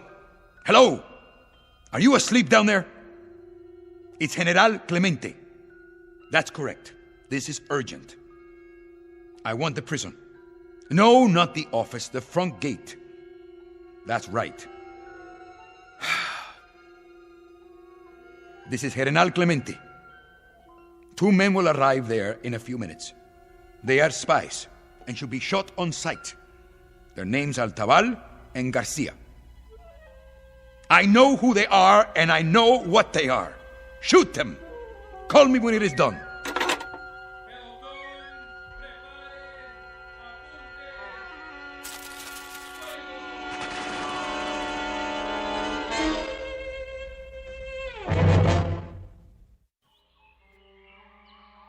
Move the bodies out. Yes, sir. Right away. I think maybe I'm still asleep. I wish you were, and me as well. Did you ever have a dream that... never mind. Go ahead, say it. A dream where you try to wake up, but you cannot. You mean a nightmare? And do you wonder? What? Well, if I hadn't joined Clemente, well, I would be home now with my woman, my little ones. I would be in the fields working the crops. I think now that it wasn't so bad. But it was. Half of your vegetables, your livestock, to the state, that is no way to live. No. Still, I do not like this slaughter. Nor do I. I guess it isn't ours to know. What do you mean? Clemente, he has his reasons. I am not an educated man. The ways of politics are hard to understand. Clemente is not educated. But the Alessandro was. A very smart man. A lieutenant, like us. Closer than that. And now we are 3. Clemente will need us even more. Garcia, listen to me. Watch your back. Huh? Clemente has not slept in 3 days. But he sees. Not with his eyes, with his mind. And what he sees is dark and strange. Like a house of many doors, and behind each door is more darkness. And the way into that house is the mirror. What? A piece of glass? The glass reflects what is before it. When Clemente stands and looks, he sees the doorways of his mind. I do not fear an old woman's gift. We are his lieutenants. Yes, like the Alessandro. Come, we will report on the Cruz. And then we must make a plan.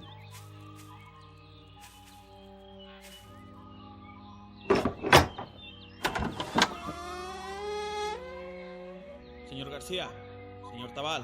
You know our names? But of course. You have come to see the prisoner.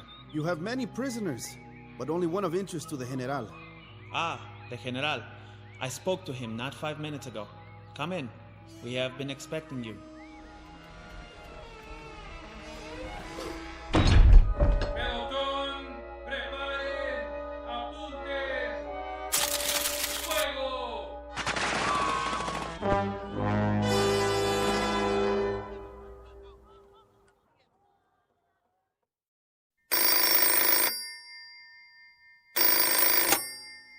Clemente, are they there? Good. Tell me when it is done. The prison? You have any complaints? None. You are sure? Why should I? A pie cut into 2 pieces is better than one cut into 5. A drink of wine? Pie? But we do not speak of pie. Do we? These are the lives of friends. Are you sure? They were very close to me. Very close. You know that. Alessandro, Garcia, Tabal. They were like brothers. Or so it seemed. That is what I don't understand. How is it that they can change so? And even more curious, how can I crush them underfoot like ants and feel nothing? Men cannot be brothers and assassins. No. They must choose. It is to be expected. When a man has power, he has enemies. And now, you have enemies. Enemies, yes. I understand that. But are all my friends to be my enemies? From now on, Ramos, you have no friends. You have only followers and competitors. This is the breakdown of your world. You must live with it. And how do you classify yourself, Cristo? Myself? I am a follower, General. For how long? That is a strange question. For how long will you be a follower? Until some quiet moment when my back is turned? Oh, no. Only until that moment when you prove to me that you cannot lead. Only until the moment when I think that perhaps... Perhaps what? That perhaps I am stronger than you. You'll be eaten by worms before that moment comes. Besides, if my back is turned to you, I will see you in the mirror. As I do now. What is it? What do you see? Only you. At the desk. Holding out a glass of wine. Of course. Here is a glass for you. Now you pour it. Take a drink. It will make you feel better. But you poured it before. I saw you in the mirror.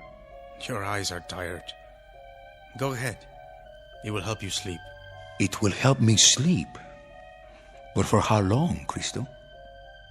How long will I sleep after drinking it?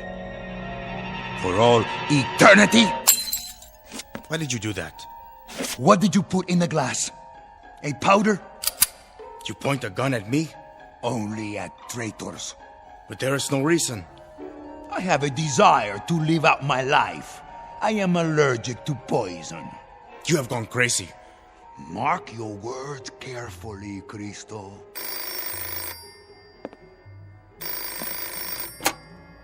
Yes? Yes, he is here. When? All right. I'll tell him. That was the gatehouse of the prison. The guards have shot Tabal and Garcia. They are both dead. And what shall we do now? Mourn for them? If you wish. They were our friends, weren't they?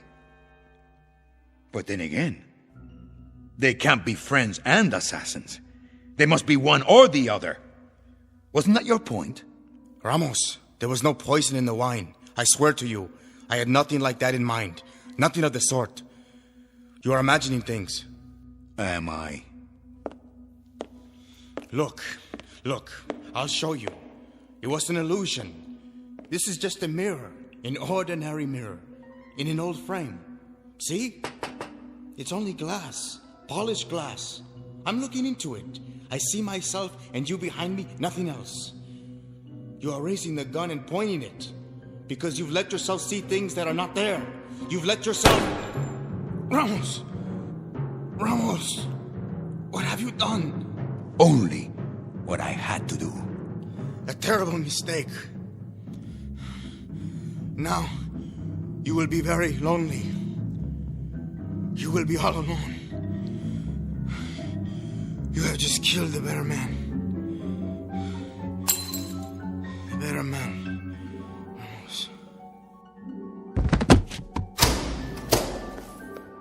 General, I heard a shot. Lieutenant Cristo shot himself accidentally. But how? Did you hear what I said? It was an accident. Now get out of here!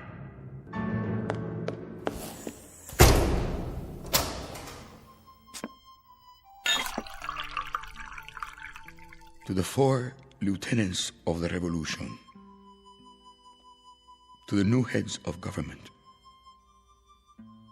to to Alessandro, the dedicated, Tabal, the quiet, Garcia, the strong one, and to Cristo, the bold one.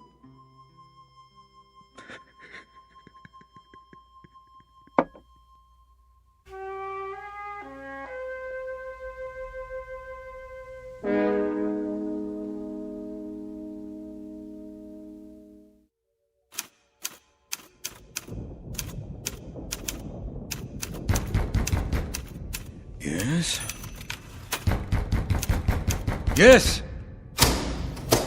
Someone to see you, sir. Who? The Holy Father. What would a priest want with me? Leave us. General? It's all right. Yes, sir. I'll be outside. General Clemente, I'm Father Thomas. So? You will forgive me, General, but this must be said now. What must be said? The executions. The people are appalled. That is no concern of mine. Is this what we are to expect from the new regime? I have my enemies, Father. That is your answer?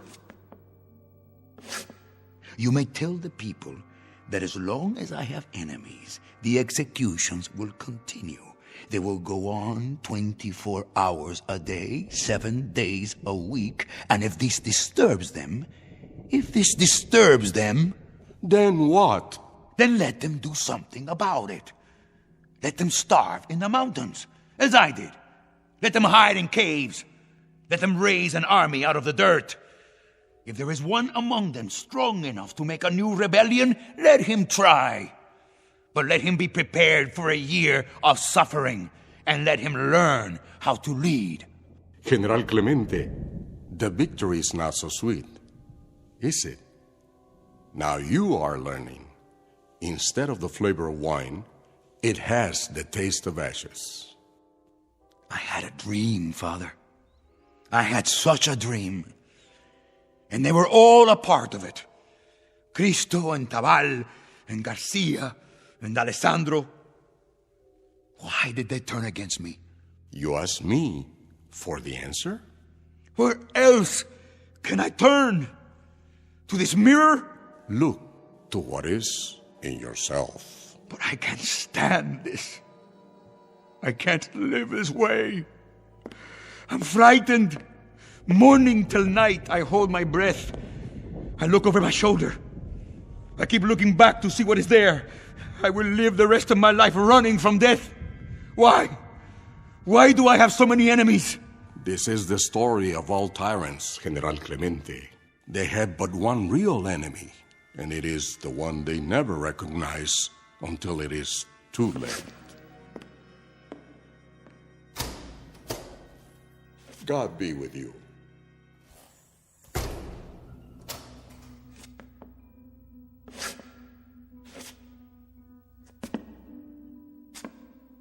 You.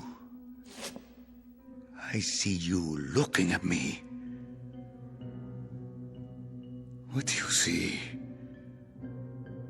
What do you see?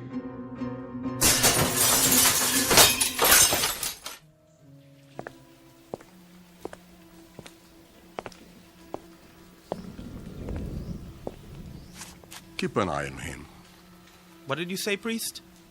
The General. He's not well. General Clemente is a great man. He might have been. He may be yet. He needs our help. I will remember him in my prayers. God be with you, my son.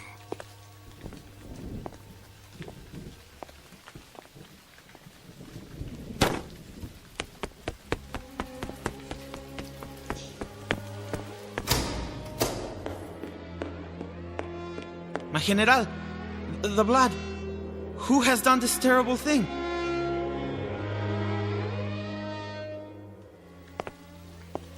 The last assassin. And they never learn. They never seem to learn.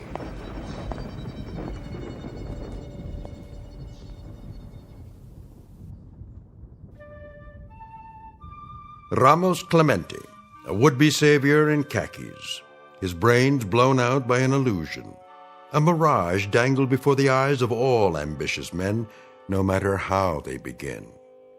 The most vulnerable are the dreamers, when they allow fear and paranoia to make them murderers. Which is not to say that ideals are an illusion, only that revolution requires more than songs and slogans. Courage helps, as does character, a touch of luck, and something along the lines of superhuman strength, whether it be found here or in the Twilight Zone.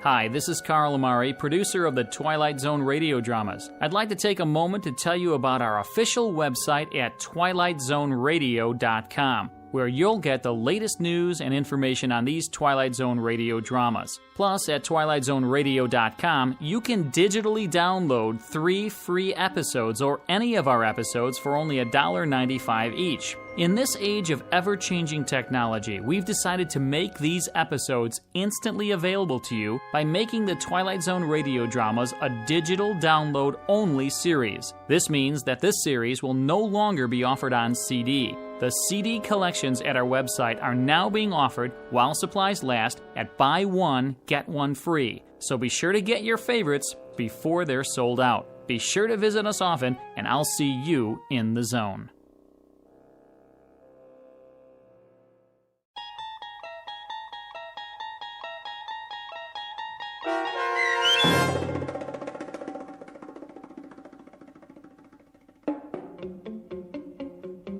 The Mirror, starring Tony Plana with Stacy Keach as your narrator, was adapted for radio by Dennis Etchison and written for The Twilight Zone by Rod Serling. Heard in the cast were Tony Sancho, Rick Vargas, Eddie Martinez, Tony Castillo, Ricardo Gutierrez, Ivan Vega, Florentino Mitchell, Arturo Montemayor, and Oliver Adalpi. The producers of The Twilight Zone wish to thank CBS Enterprises and the Rod Serling Estate for making this series possible. This copyrighted radio series is produced and directed by Carl Amari for Falcon Picture Group and Westwood One. Sound design and custom Foley effects for The Twilight Zone by Cerny American creatives Bob Benson, Craig Lee, Matt Sorrow, Tim Cerny, and Todd Beyer. To learn more about The Twilight Zone radio dramas and to contact us, visit our official website at twilightzoneradio.com. This is Doc James speaking.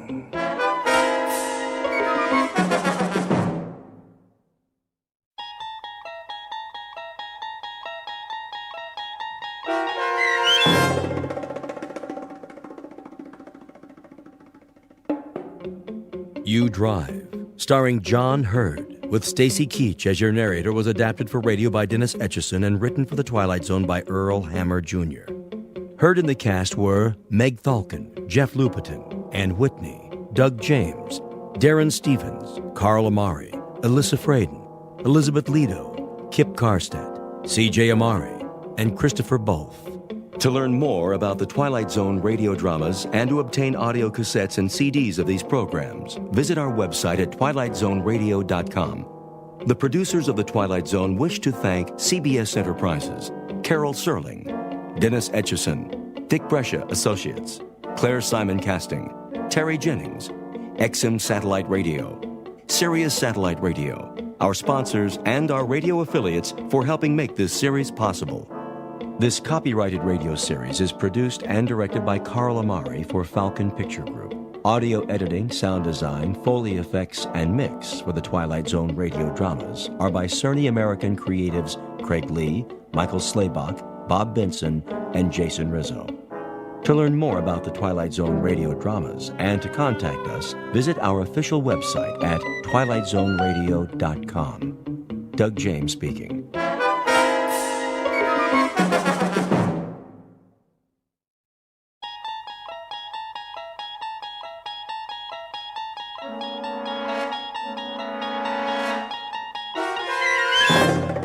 You unlock this door with the key of imagination. Beyond it is another dimension, a dimension of sound, a dimension of sight, a dimension of mind. You're moving into a land of both shadow and substance, of things and ideas. You've just crossed over into the Twilight Zone.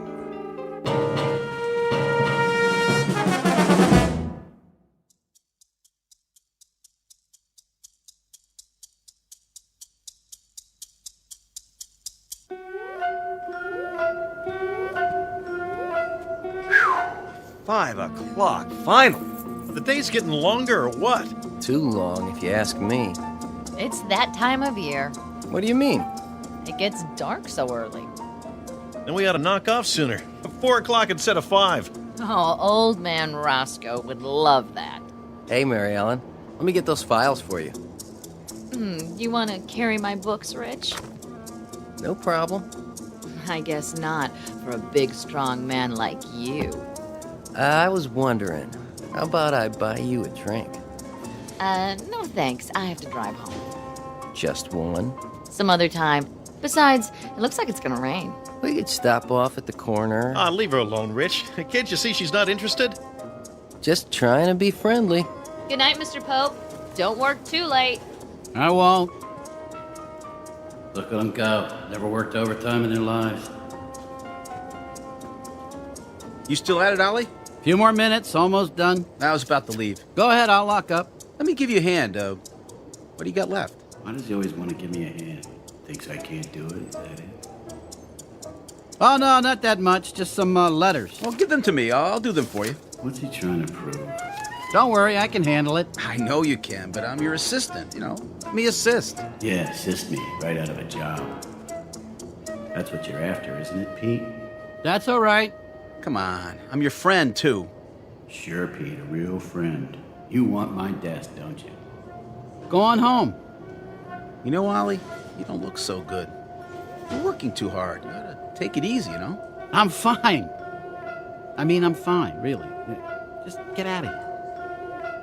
Well, if you're sure. I'm sure.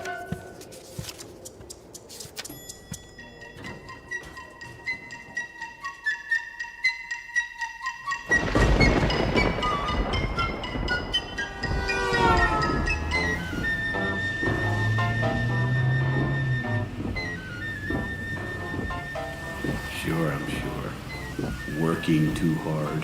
What does he know about it? What do any of them know about it? Look at this traffic. You'd think it never rained in this town before. Pull over, let me pass. What's the matter with these drivers? All a man wants is to get home after a hard day. They probably don't even have a home. Creeping off to the nearest bar, knock back a few. Make the light! Go on through! Punch it! Come on, it's still yellow. Make the turn!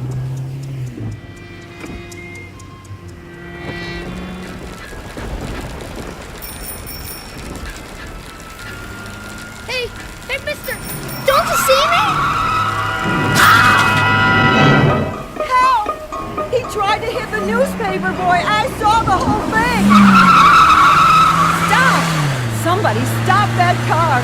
Help! Police!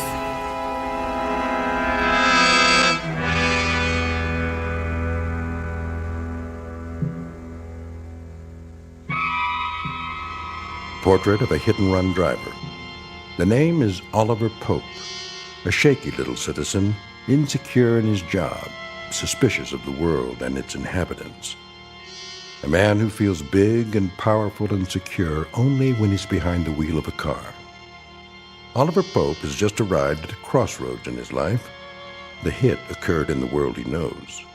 The run will take place in the Twilight Zone. And now, The Twilight Zone and our story, You Drive, starring John Hurd, with Stacy Keach as your narrator.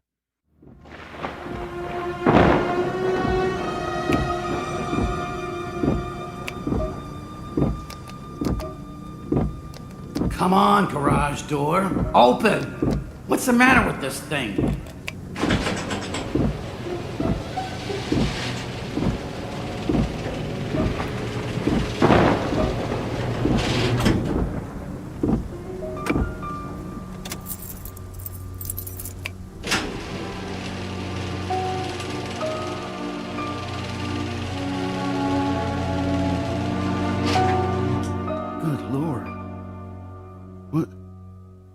What have I done?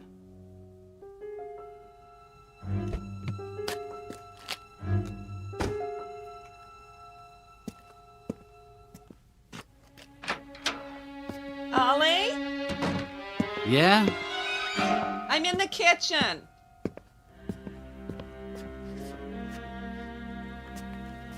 Did you put the car away? What? The car. Why did you put it in the garage? I thought we were going to the movie. It's raining, Lillian. Well, still, it was supposed to stop. Well, it hasn't. Where are you going? Dinner's almost ready. We can still make the first show. I have a splitting headache. Bad day at the office? They're all bad. Well, then, the movie will take your mind off it. You've been under a strain. I'm not under a strain. It's just... Just what? I think Pete Radcliffe wants my job. Oh, come now. He doesn't impress me as that kind of person at all. Why does she disagree with everything I say? Lillian, please. Here, take this. I don't need it. Yes, you do. You're tired and cross and you have a headache. An aspirin will make you feel better. Good for your heart, too. She thinks I got one foot in the grave. Ooh, you're shaking. Let me feel your head. What are you doing? I want to see if you have a fever. You might have the flu bug that's going around. Leave me alone. Stop fussing over me, please. You should be glad that someone cares about your health. I'll be fine. But I don't want to go to a movie. Well, maybe tomorrow night then, if you feel better. I'll feel better if you just leave me alone. Did you lower the garage door? Of course I did. Well, it sounds like someone just opened it. That's impossible. Listen. Probably the cat. I'm serious. Does the cat know how to work the garage door remote? All right. I'll check it out.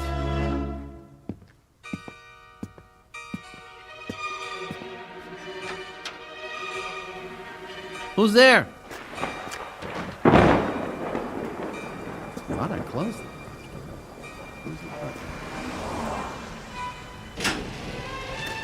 Who did that? I didn't even touch it. The headlights? Somebody in the car? Get out, or I'll call the police. No, you won't. You definitely don't want the police around. I'm not kidding. Nobody. You're cracking up, Ollie, old boy. Then who just turned the headlights on? There. Now they're off. Tell her it was a short circuit. The moisture. But the headlight switch was on. Somebody pulled it out. Did they? And who would that be?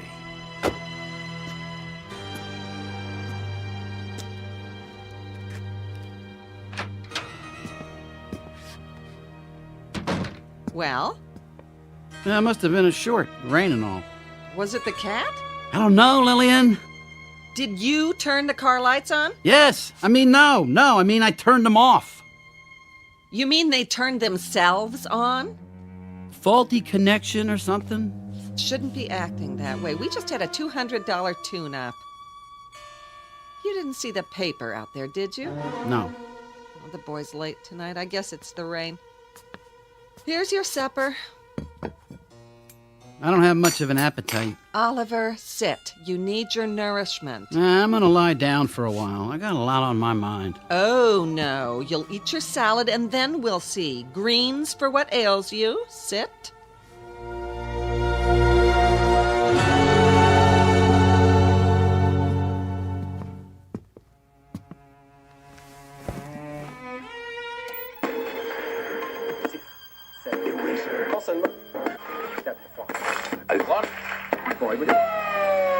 On his rounds in the rain when a hit-and-run driver collided with the bicycle. So far, an eyewitness has been unable to provide a description of the vehicle or a license plate number. We'll bring you any late-breaking developments. Back to you in the studio. John? What are you watching? Nothing. I just thought I'd catch the news. I thought you were going to lie down. I am. Well, try to get some rest. I'll check on you in a little while.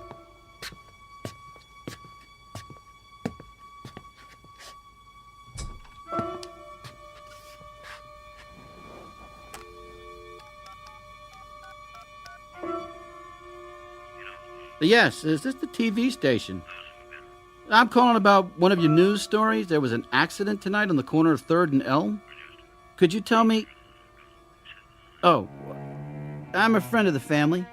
That's right. Could you tell me how the boy is? I see. Yes. That's terrible. Terrible. Critical condition. What do I do now? What if... You don't do anything. You'll be fine. Nobody saw you clearly. Put it out of your mind. That kind of thinking makes a man crazy. But it was me. I did it. Did you? If a tree falls and nobody hears it, did it happen? Answer me that. But I have to do something. That's right. Be a man for a change. In the morning, it'll be nothing but a memory. You'll see.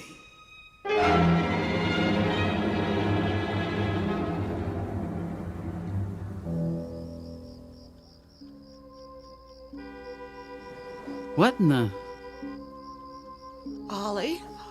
Ollie, what is it? Nothing. Go back to sleep. Oh, come to bed. Why are you standing at the window? I couldn't sleep. Oh, there it is again. I thought I was dreaming. What? Some jerk waking people up in the middle of the night. But that's your horn, Ollie.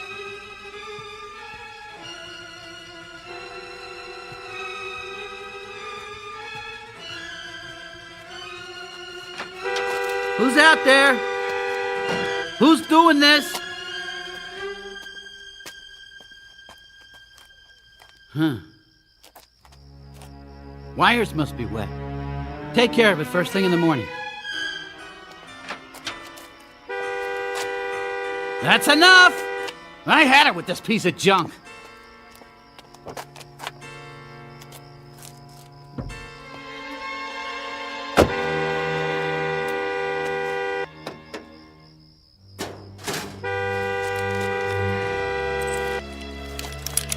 Where's that wire?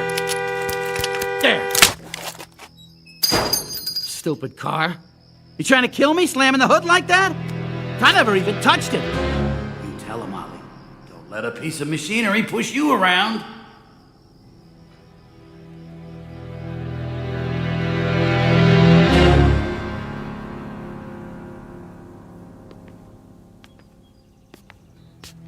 There you are. 1 egg or 2. Just toast. Well, the morning paper came. Oh, terrible about that little boy, isn't it? What little boy? Oh, right there on the front page. Just 12 years old and they don't expect him to live. Oh, I hope they catch the man who did it so he gets what he deserves. How'd you know it's a man? Oh, didn't you read that far? There was a witness. Oh, drink your juice. I'll make your toast. You gotta have more than that. How can you expect to do a day's work on one piece of toast? I'm not going to work. I don't feel so hot. I thought you said you fixed that. I did. Are you sure there wasn't someone in the garage last night? I told you, okay? The car's old. Nothing works right on it. Our other car was old, and it didn't go honking its head off in the middle of the night. I'm going to get rid of it. Oh, well, that's just great. Then what will we drive? You know we can't afford a new car. I don't care. Well, I do. I'm going to take it down and have it looked at right after breakfast. You do that if you want, but I'm still getting rid of it. That's it, Ollie. You tell her. You're the boss of her and that car, aren't you? Well, aren't you?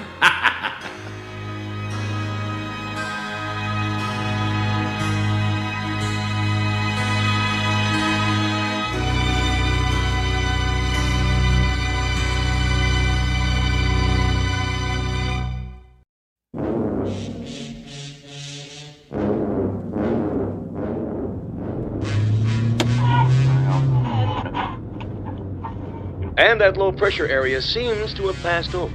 In local news, still no word on yesterday's hit and run. The boy, 12-year-old Timmy Danvers, remains in critical condition. We'll be back with the sports news after this. So sad. Oh, I don't believe it. Now something's wrong with the steering. Turn!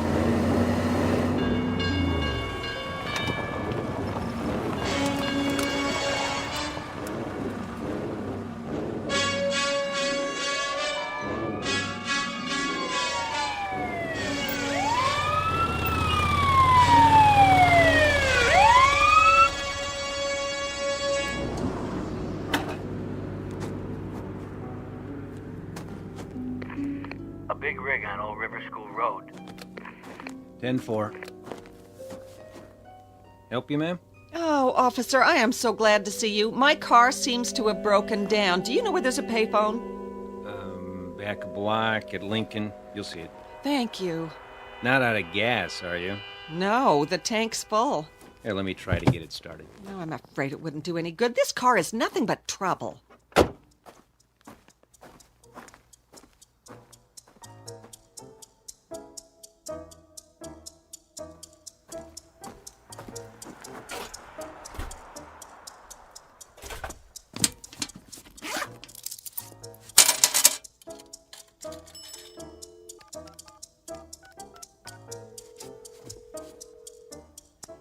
Hello, Auto Club? I need a tow.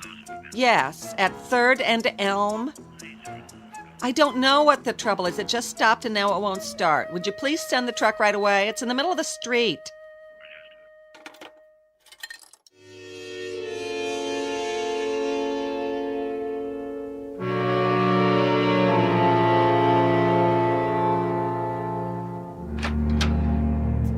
Ollie?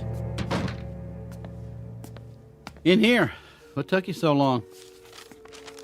Oh, I have never had such a morning. That car! Where is it? I didn't hear you drive up. It's at the garage. I had to take a cab home. What happened? The strangest thing I've ever seen. It all started down there at the corner. I tried to turn right, but I couldn't. What do you mean you couldn't? The wheel wouldn't turn. It wouldn't let me go where I wanted to go. Where was this? Oh, it finally stalled at the intersection near Lincoln. Which intersection exactly? 3rd and Elm.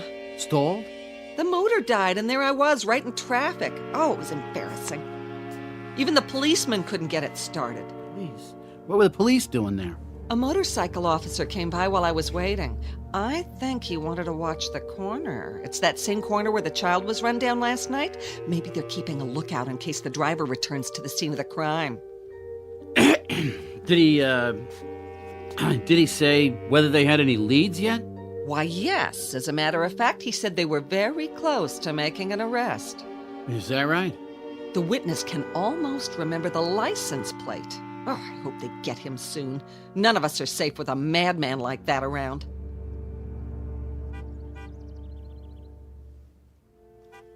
What in the... It sounds like... I thought you said it was at the mechanics.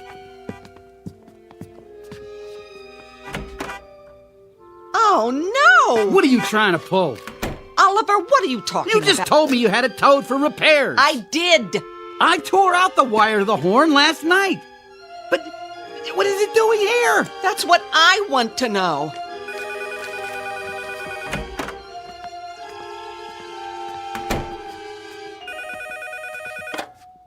Hello? Speaking. No, I didn't pick it up. Neither did my wife.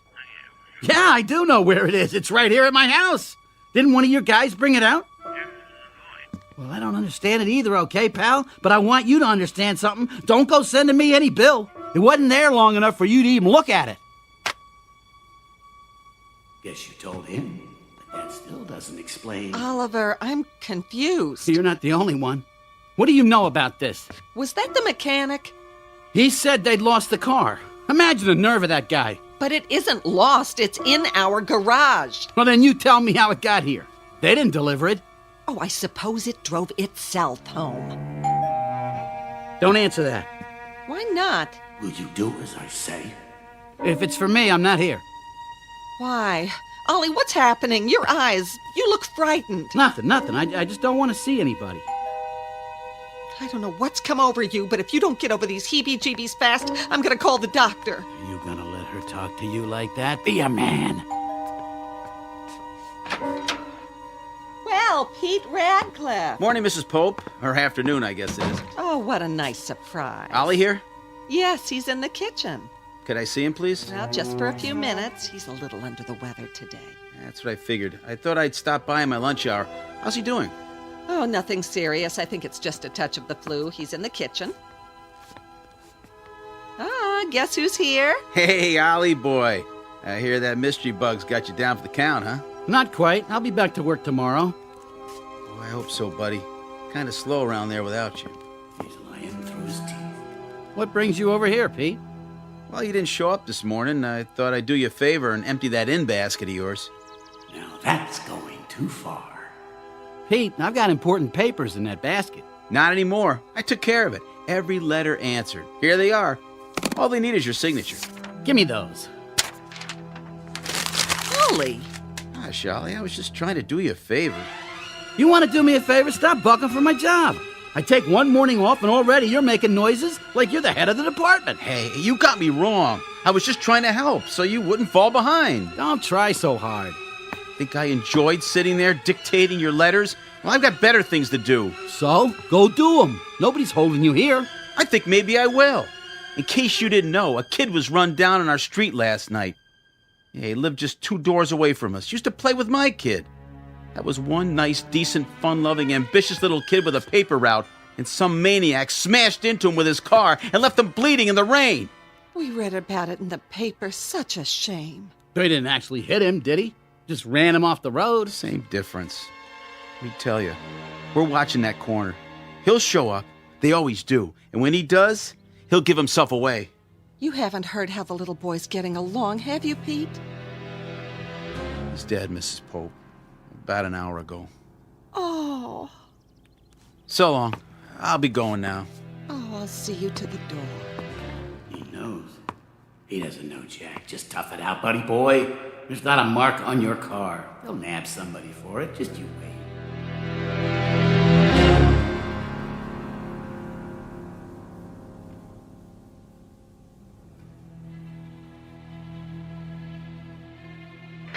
Where are you, 51? Check in. Stakeout, corner of Elm and 3rd. No luck yet. The chief needs you back at the station. That's Big 10-4. Are you leaving, officer? For a while, ma'am. I'll try again at rush hour. You see a suspicious car, you get the license plate this time. Should I try to stop him? No. No way. Keep your distance and call it in. We'll follow up. You simply have to stop him. That little boy was very special on this block. Everyone loved him. I'm sure they did. Officer! Yes, ma'am? I think that's him. Are you sure? No, but... That won't do. You've got to make a positive ID. He's getting away. You know, if I had something more to go on... The car's the same color. Yes, he's the one. I'm sure of it. Wait here.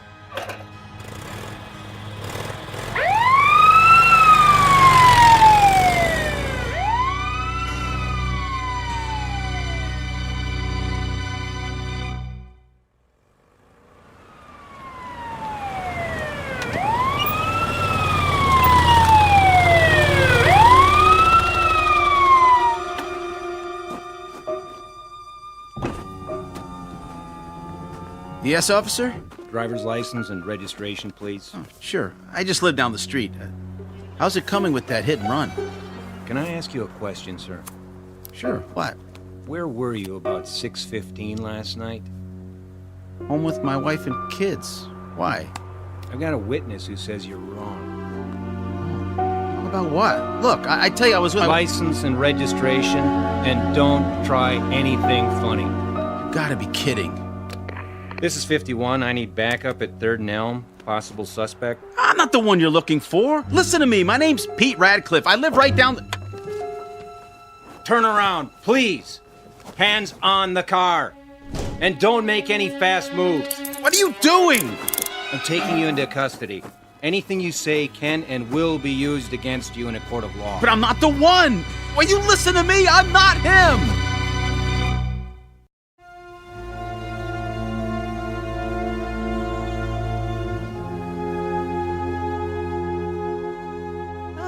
You are, just in time for dinner. You feeling better after your nap? I guess so. Paper come? By your plate.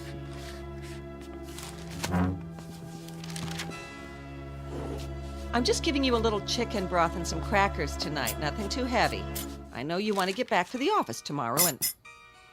Ollie, what on earth is the matter? Did you see the headline? No, dear, I haven't opened it yet. What does it say? They've made an arrest. About what? You're not making sense. The hit-and-run driver. Really? Well, I'm glad to hear it. But is that any reason for you to take on so? You're as white as a ghost. The man they've arrested is Pete Radcliffe. Let me see. I just can't believe it. Read what it says. Positively identified by an eyewitness. Well, I still don't believe it. Why not? You can tell when a man would do a thing like that. Pete just isn't the type. You don't know him like I do. No, I suppose you're right. You've always claimed he was sneaky after your job and all. Yeah, I guess I don't have to worry about that anymore. Ollie, I'm surprised at you. How can you take satisfaction out of someone else's misfortune? I don't get any pleasure out of it. I just said that I don't have anything to worry about at the office. Oh! Stay calm. Ollie, there is someone in the garage, and now I'm not imagining it this time. There's nobody there. Don't you tell me it was my imagination. You heard it. Aren't you going to look? A little noise, that's all. Could have come from anywhere. It came from the garage. If you're afraid, I'll call the police. No. No police. I'll go.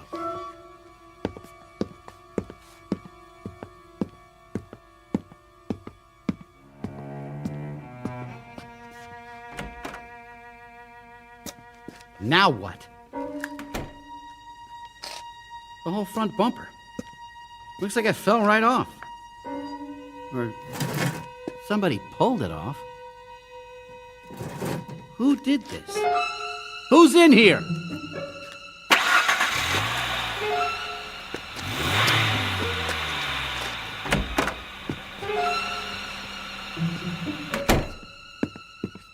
Did you see anybody? No, there's nobody out there. Then what made the noise? That cat. It was pawing around the garbage. It knocked the lid off. Well, it certainly made a racket. Don't you want your chicken broth, dear? No, I don't feel so good.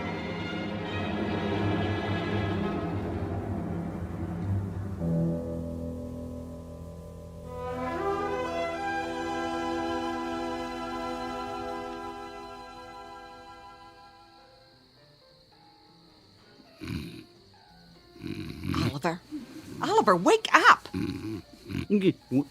What? Did you hear that? Hear what? Sounds like some nut's got his radio turned up as far as it'll go. Oh, see where it's coming from. Where's my robe?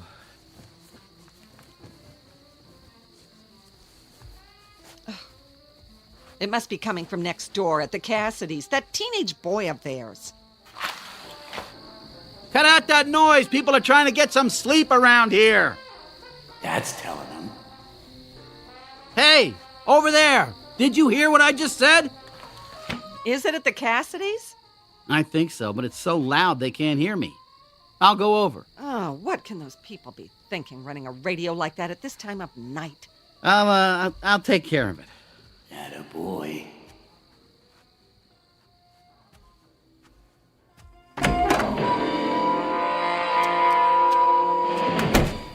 What is this? And now the news. An arrest has been made in the accident that fatally injured young Timmy Danvers. Radio in my own car. Somebody or something is trying to drive me insane. The suspect, Peter Radcliffe, has been identified by Mrs. Daniel Hastings, who was walking her dog at the corner of... Funeral services for the victim will take place tomorrow afternoon at the Church of the Good Shepherd. No! Take charge of it. Kill it. The right tool for the right job. How about a hammer? Yesterday's hit and run. Leave me be, you piece of junk! For the victim will take place tomorrow. Can't see! Turn those headlights off me! Off, I said! That fatally injured young Timmy Danvers. Young Timmy Danvers. An arrest has been made in the accident. Fatally injured Timmy Danvers.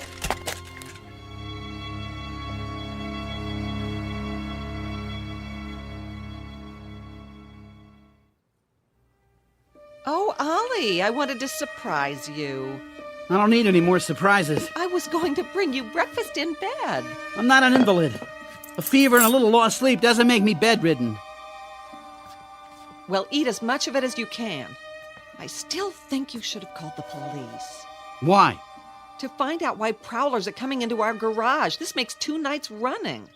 I'll install a new lock when I get home tonight. Ollie, you haven't eaten anything. Not hungry. Ollie? Ollie, are you sure? Please, stop fussing. I have to get ready for work.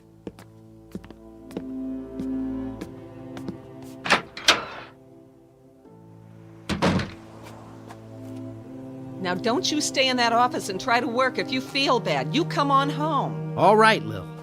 Aren't you going to drive? I thought I'd take the bus. Now? I don't trust the car. It's falling apart. So what should we do? Are you just going to let it sit in the garage? No, I'll put an ad in the paper. Maybe we can unload it on somebody. For now, leave it as it is. If you say so. Bye. Bye. Morning, Lillian. Oh, good morning, Alice. How's everything? Fine, I guess. Are you sure? Oh, it's Ollie. He's so nervous lately.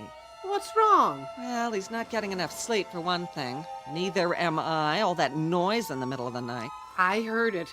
Was it the Cassidys? That's what I thought, but... Oh, you won't believe this. Someone broke into our garage. No. I told Ollie to call the police, but you know how men are. If it happens again, though, I'm calling them myself. You should. Did they steal anything? I don't think so, but they fooled around with the car, turned the radio on and off. It was terrible. Oh, I bet. I hope they didn't do any damage. Well, Ollie says it isn't serious, but he wants to sell it. Now, I suppose we'll have to buy a new car. Well, at least it runs. There he goes now. Oh, looks like it's going to rain. But Ollie's not driving to work. He's walking to the bus stop. Then who's driving your car? Watch out! Alice! Lillian, maybe I'm going blind, but I'd swear there's no one at the wheel.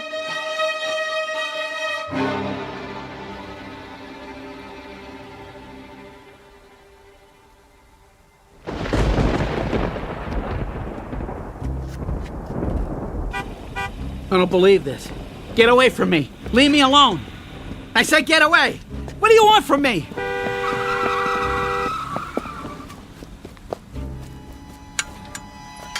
Hey, mister. What are you doing in my yard? I have to get to the next block. Out of my way.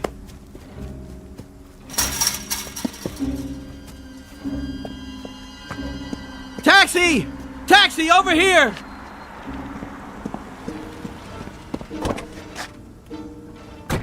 Thank God. So where are you headed? Anywhere away from here. Yeah, sure thing, pal. Just let me turn around here. No. Stop! Well, who's that? Hey, what's going on here? It could have totaled my head. Hey, listen, fella, watch where you're driving. Don't. Just go. Get out of here. Yeah, not till I give that guy a piece of my mind. Hey, who's driving?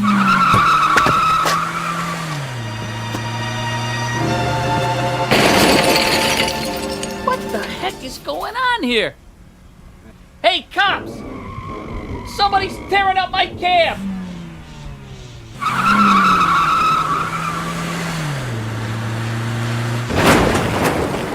Stop! I'll do whatever you want! What am I supposed to do? Get in? All right, I'm getting in, see? See, I'm getting in. Now, where are you taking me?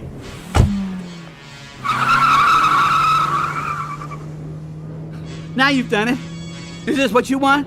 For me to get caught? For your crime? Face it, Ollie, old boy. It's not the car. It's you. There was always you. Stop trying to lay it off on a piece of Detroit iron. Stand up and face it for once in your life. Slow down. You're gonna get me killed. Come off it. Take your punishment. Thought you were pretty clever, didn't you? Well, you weren't clever enough. I am not what I drive. I'm a man. I tell you, a man. That's right, a man. Just think, your name will be all over the papers. You were a man who was not afraid, who would not break, who drove to the police station under his own power and turned himself in. That's it. I am a man. A man who would not be broken. A man who stood up. A man who took his medicine.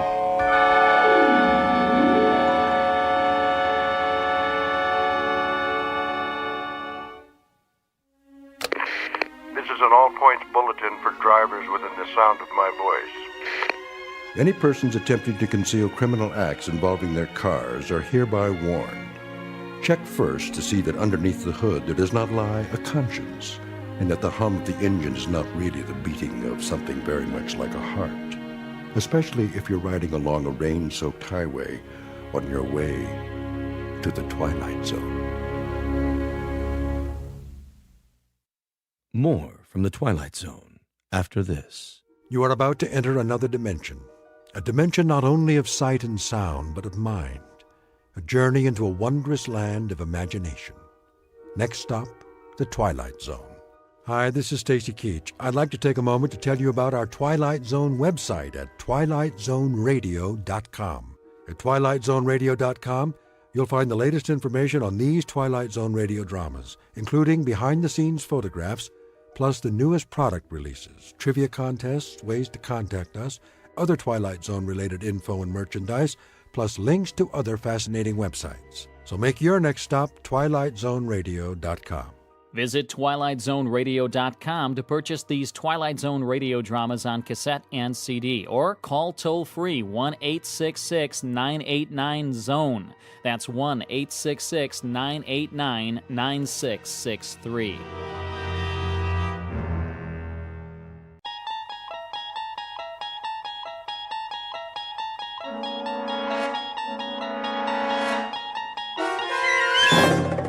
You unlock this door with the key of imagination.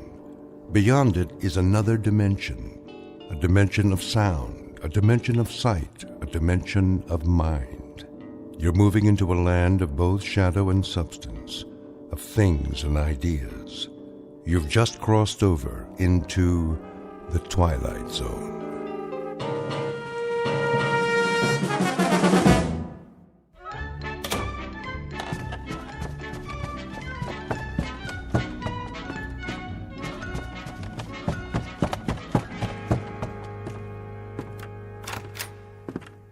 Morning, Mr. Poole. Morning, Mrs. Sullivan. Off to work? You know it. Oh, Mrs. Sullivan. Yes? I meant to drop off the rent last night. Oh, no hurry. It isn't due yet. I know, but I don't like debts. I'll make sure you get it this evening. That will be just fine. Well, have a good day at the bank. The same as every other day. Oh, excuse me. Were you going out? Just to bring in the paper. Oh, let me get it for you. You don't have to do that. No problem.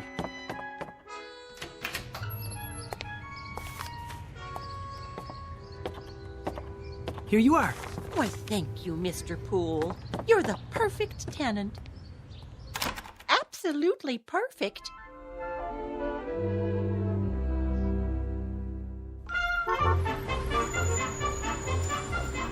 Paper, get your paper. You have the morning sports final? Sure thing. 25 cents, $1/4 of a dollar. Here. Thanks, pal.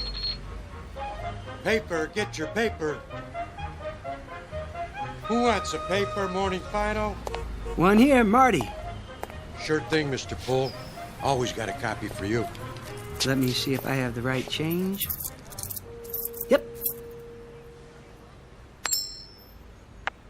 Here you go. Hey, look at that. Something wrong? Your quarter. It landed on the edge. Didn't even fall over. Well, what do you know? That'll never happen again in a million years. This must be your lucky day. Oh, I hope you're right, Marty. A little luck never hurt anyone.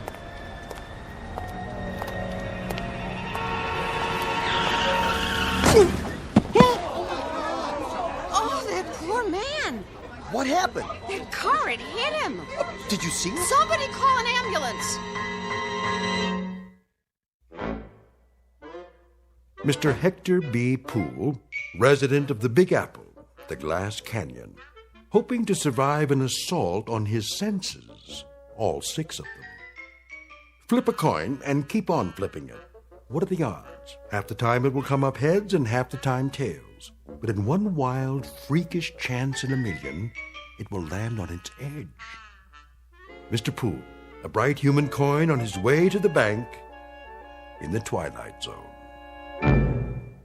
And now, The Twilight Zone and our story, A Penny for Your Thoughts, starring David Eigenberg, with Stacy Keach as your narrator. Stand back! Look what you did! I didn't see him, honest. He just stepped off the curb. Where's the ambulance? Oh, what happened? Easy, mister. You all right? Oh, I think so. Just give me a hand. Look, lie still. I'll get a doctor. Oh, no. I don't need a doctor. I mean, if you'll help me get up. You sure? You ought to take it easy. Yeah, at least get an x-ray. Why? No scrapes, no scratches, no broken bones. I seem to be fine. You should stay down. I would. Something like that, he could sue the guy's pants off. Pardon? Oh, I just said, wait till you get to the hospital. You never know. No need for that, really. Oh, you don't know how sorry I am, sir. Oh, no harm done. I swear, I didn't see you step off the curb. If you were hurt, God, I could never forgive myself.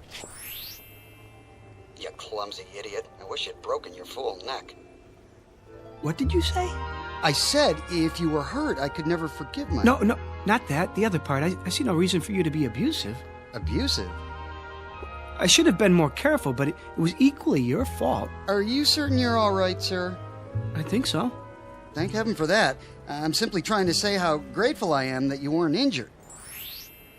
Lame-brained jaywalker. That asinine stunt took 10 years off my life. Now, see here, I'm not Let me brush you off. Where were you headed? I was on my way to work. Well, I'll be happy to give you a lift if you like. No thanks. It's not far. I think I'd rather walk.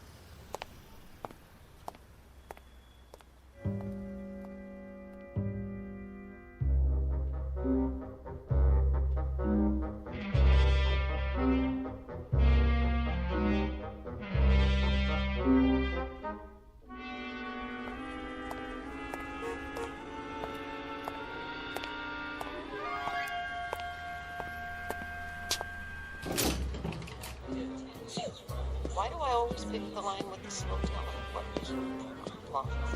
I've got to borrow against the life insurance as long as they don't call my husband. Wow, I hope they don't check my credit history. Did I turn the iron on?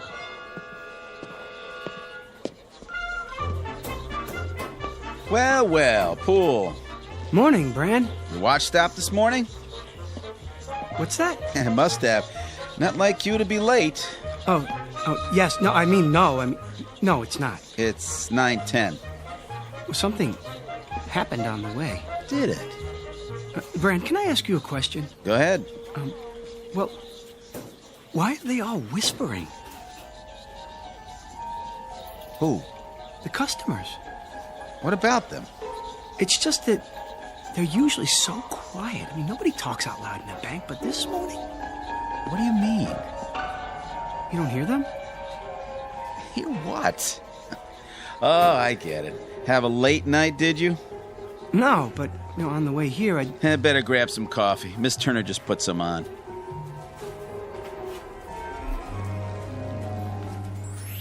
Boy, look at him. Like he doesn't know which end is up. Oh, if Bagby sees him this way, he's finished. Good riddance. Oh, where is he? Huh? Mr. Bagby. In his office. Where else would he be? Oh, thank you, Brand. Well, I better get started. Yes, you do that. Oh, I knew he'd crack sooner or later. Mr. Perfect.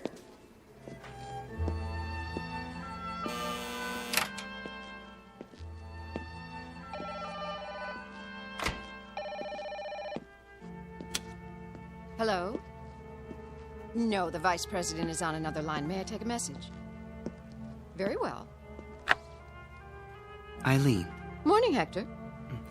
How long has he been here?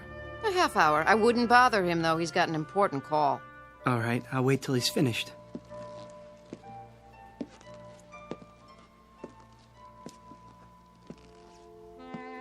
Oh, Felicia, baby, you know I care. But how would it look? And besides, Gladys has a nose for these things. Of course she would. I can see the headlines. Prominent banker divorces wife to marry chorus girl. Oh, no, Felicia, you misunderstand. I love chorus girls. I mean, not all of them. Only you. Yes, that's right. Look, how about this weekend? Just you and me. Yes? Mr. Bagby? Come in. Hold on. Someone's at the door. Yes, what is it, Poole? Mr. Bagby, sorry to interrupt you, but I'd like to explain. Explain what? Why I was late, sir. Were you? 10 minutes to be exact. I didn't notice. Well, as you know, sir, my record for being prompt is spotless. I pride myself on attention to duty. Yes, Poole. Everyone is aware of your devotion to the bank. Well, you see, a strange thing happened. A very strange thing. Yes, uh-huh. Get on with it, you simpering idiot. You think she's going to stay on the line forever? If you ruin my weekend with Felicia, I'll string you up by the thumbs. Your weekend, sir. What? Spoil your weekend. Oh, I wouldn't want to do that. What are you mumbling about? Look, I've got an important call here. Very pressing matter. Get on with it, man. No, of course, I understand. He said weekend. Good Lord. You don't suppose he knows about Felicia? It's impossible. I've been so careful, so discreet. There. I've placed it on hold. Now then, you had something to tell me? Poole? Poole! Another time, sir. I can see that you're busy. I'd better get to my work.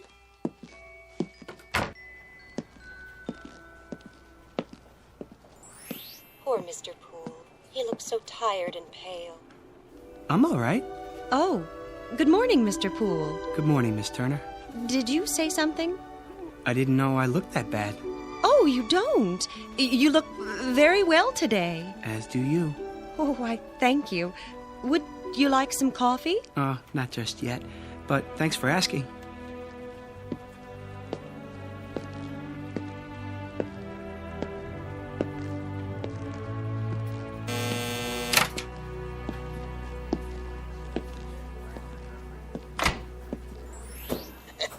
Gotta make it to the game on time. Here's won't steal a bag of popcorn with that southpaw pitching. Who is pitching today? You say something? No, nothing at all. Good day to you, sir. Everything in apple pie order, I trust? Yes, thank you. Thank you very much. I'll bet you're the one who sent me that overdraft notice. No, sir. No what? I don't have anything to do with overdrafts. I work over there in the loan department. You do? Just see one of the tellers. I'm sure that they can straighten it out for you. Sure. Sure. I'll do that.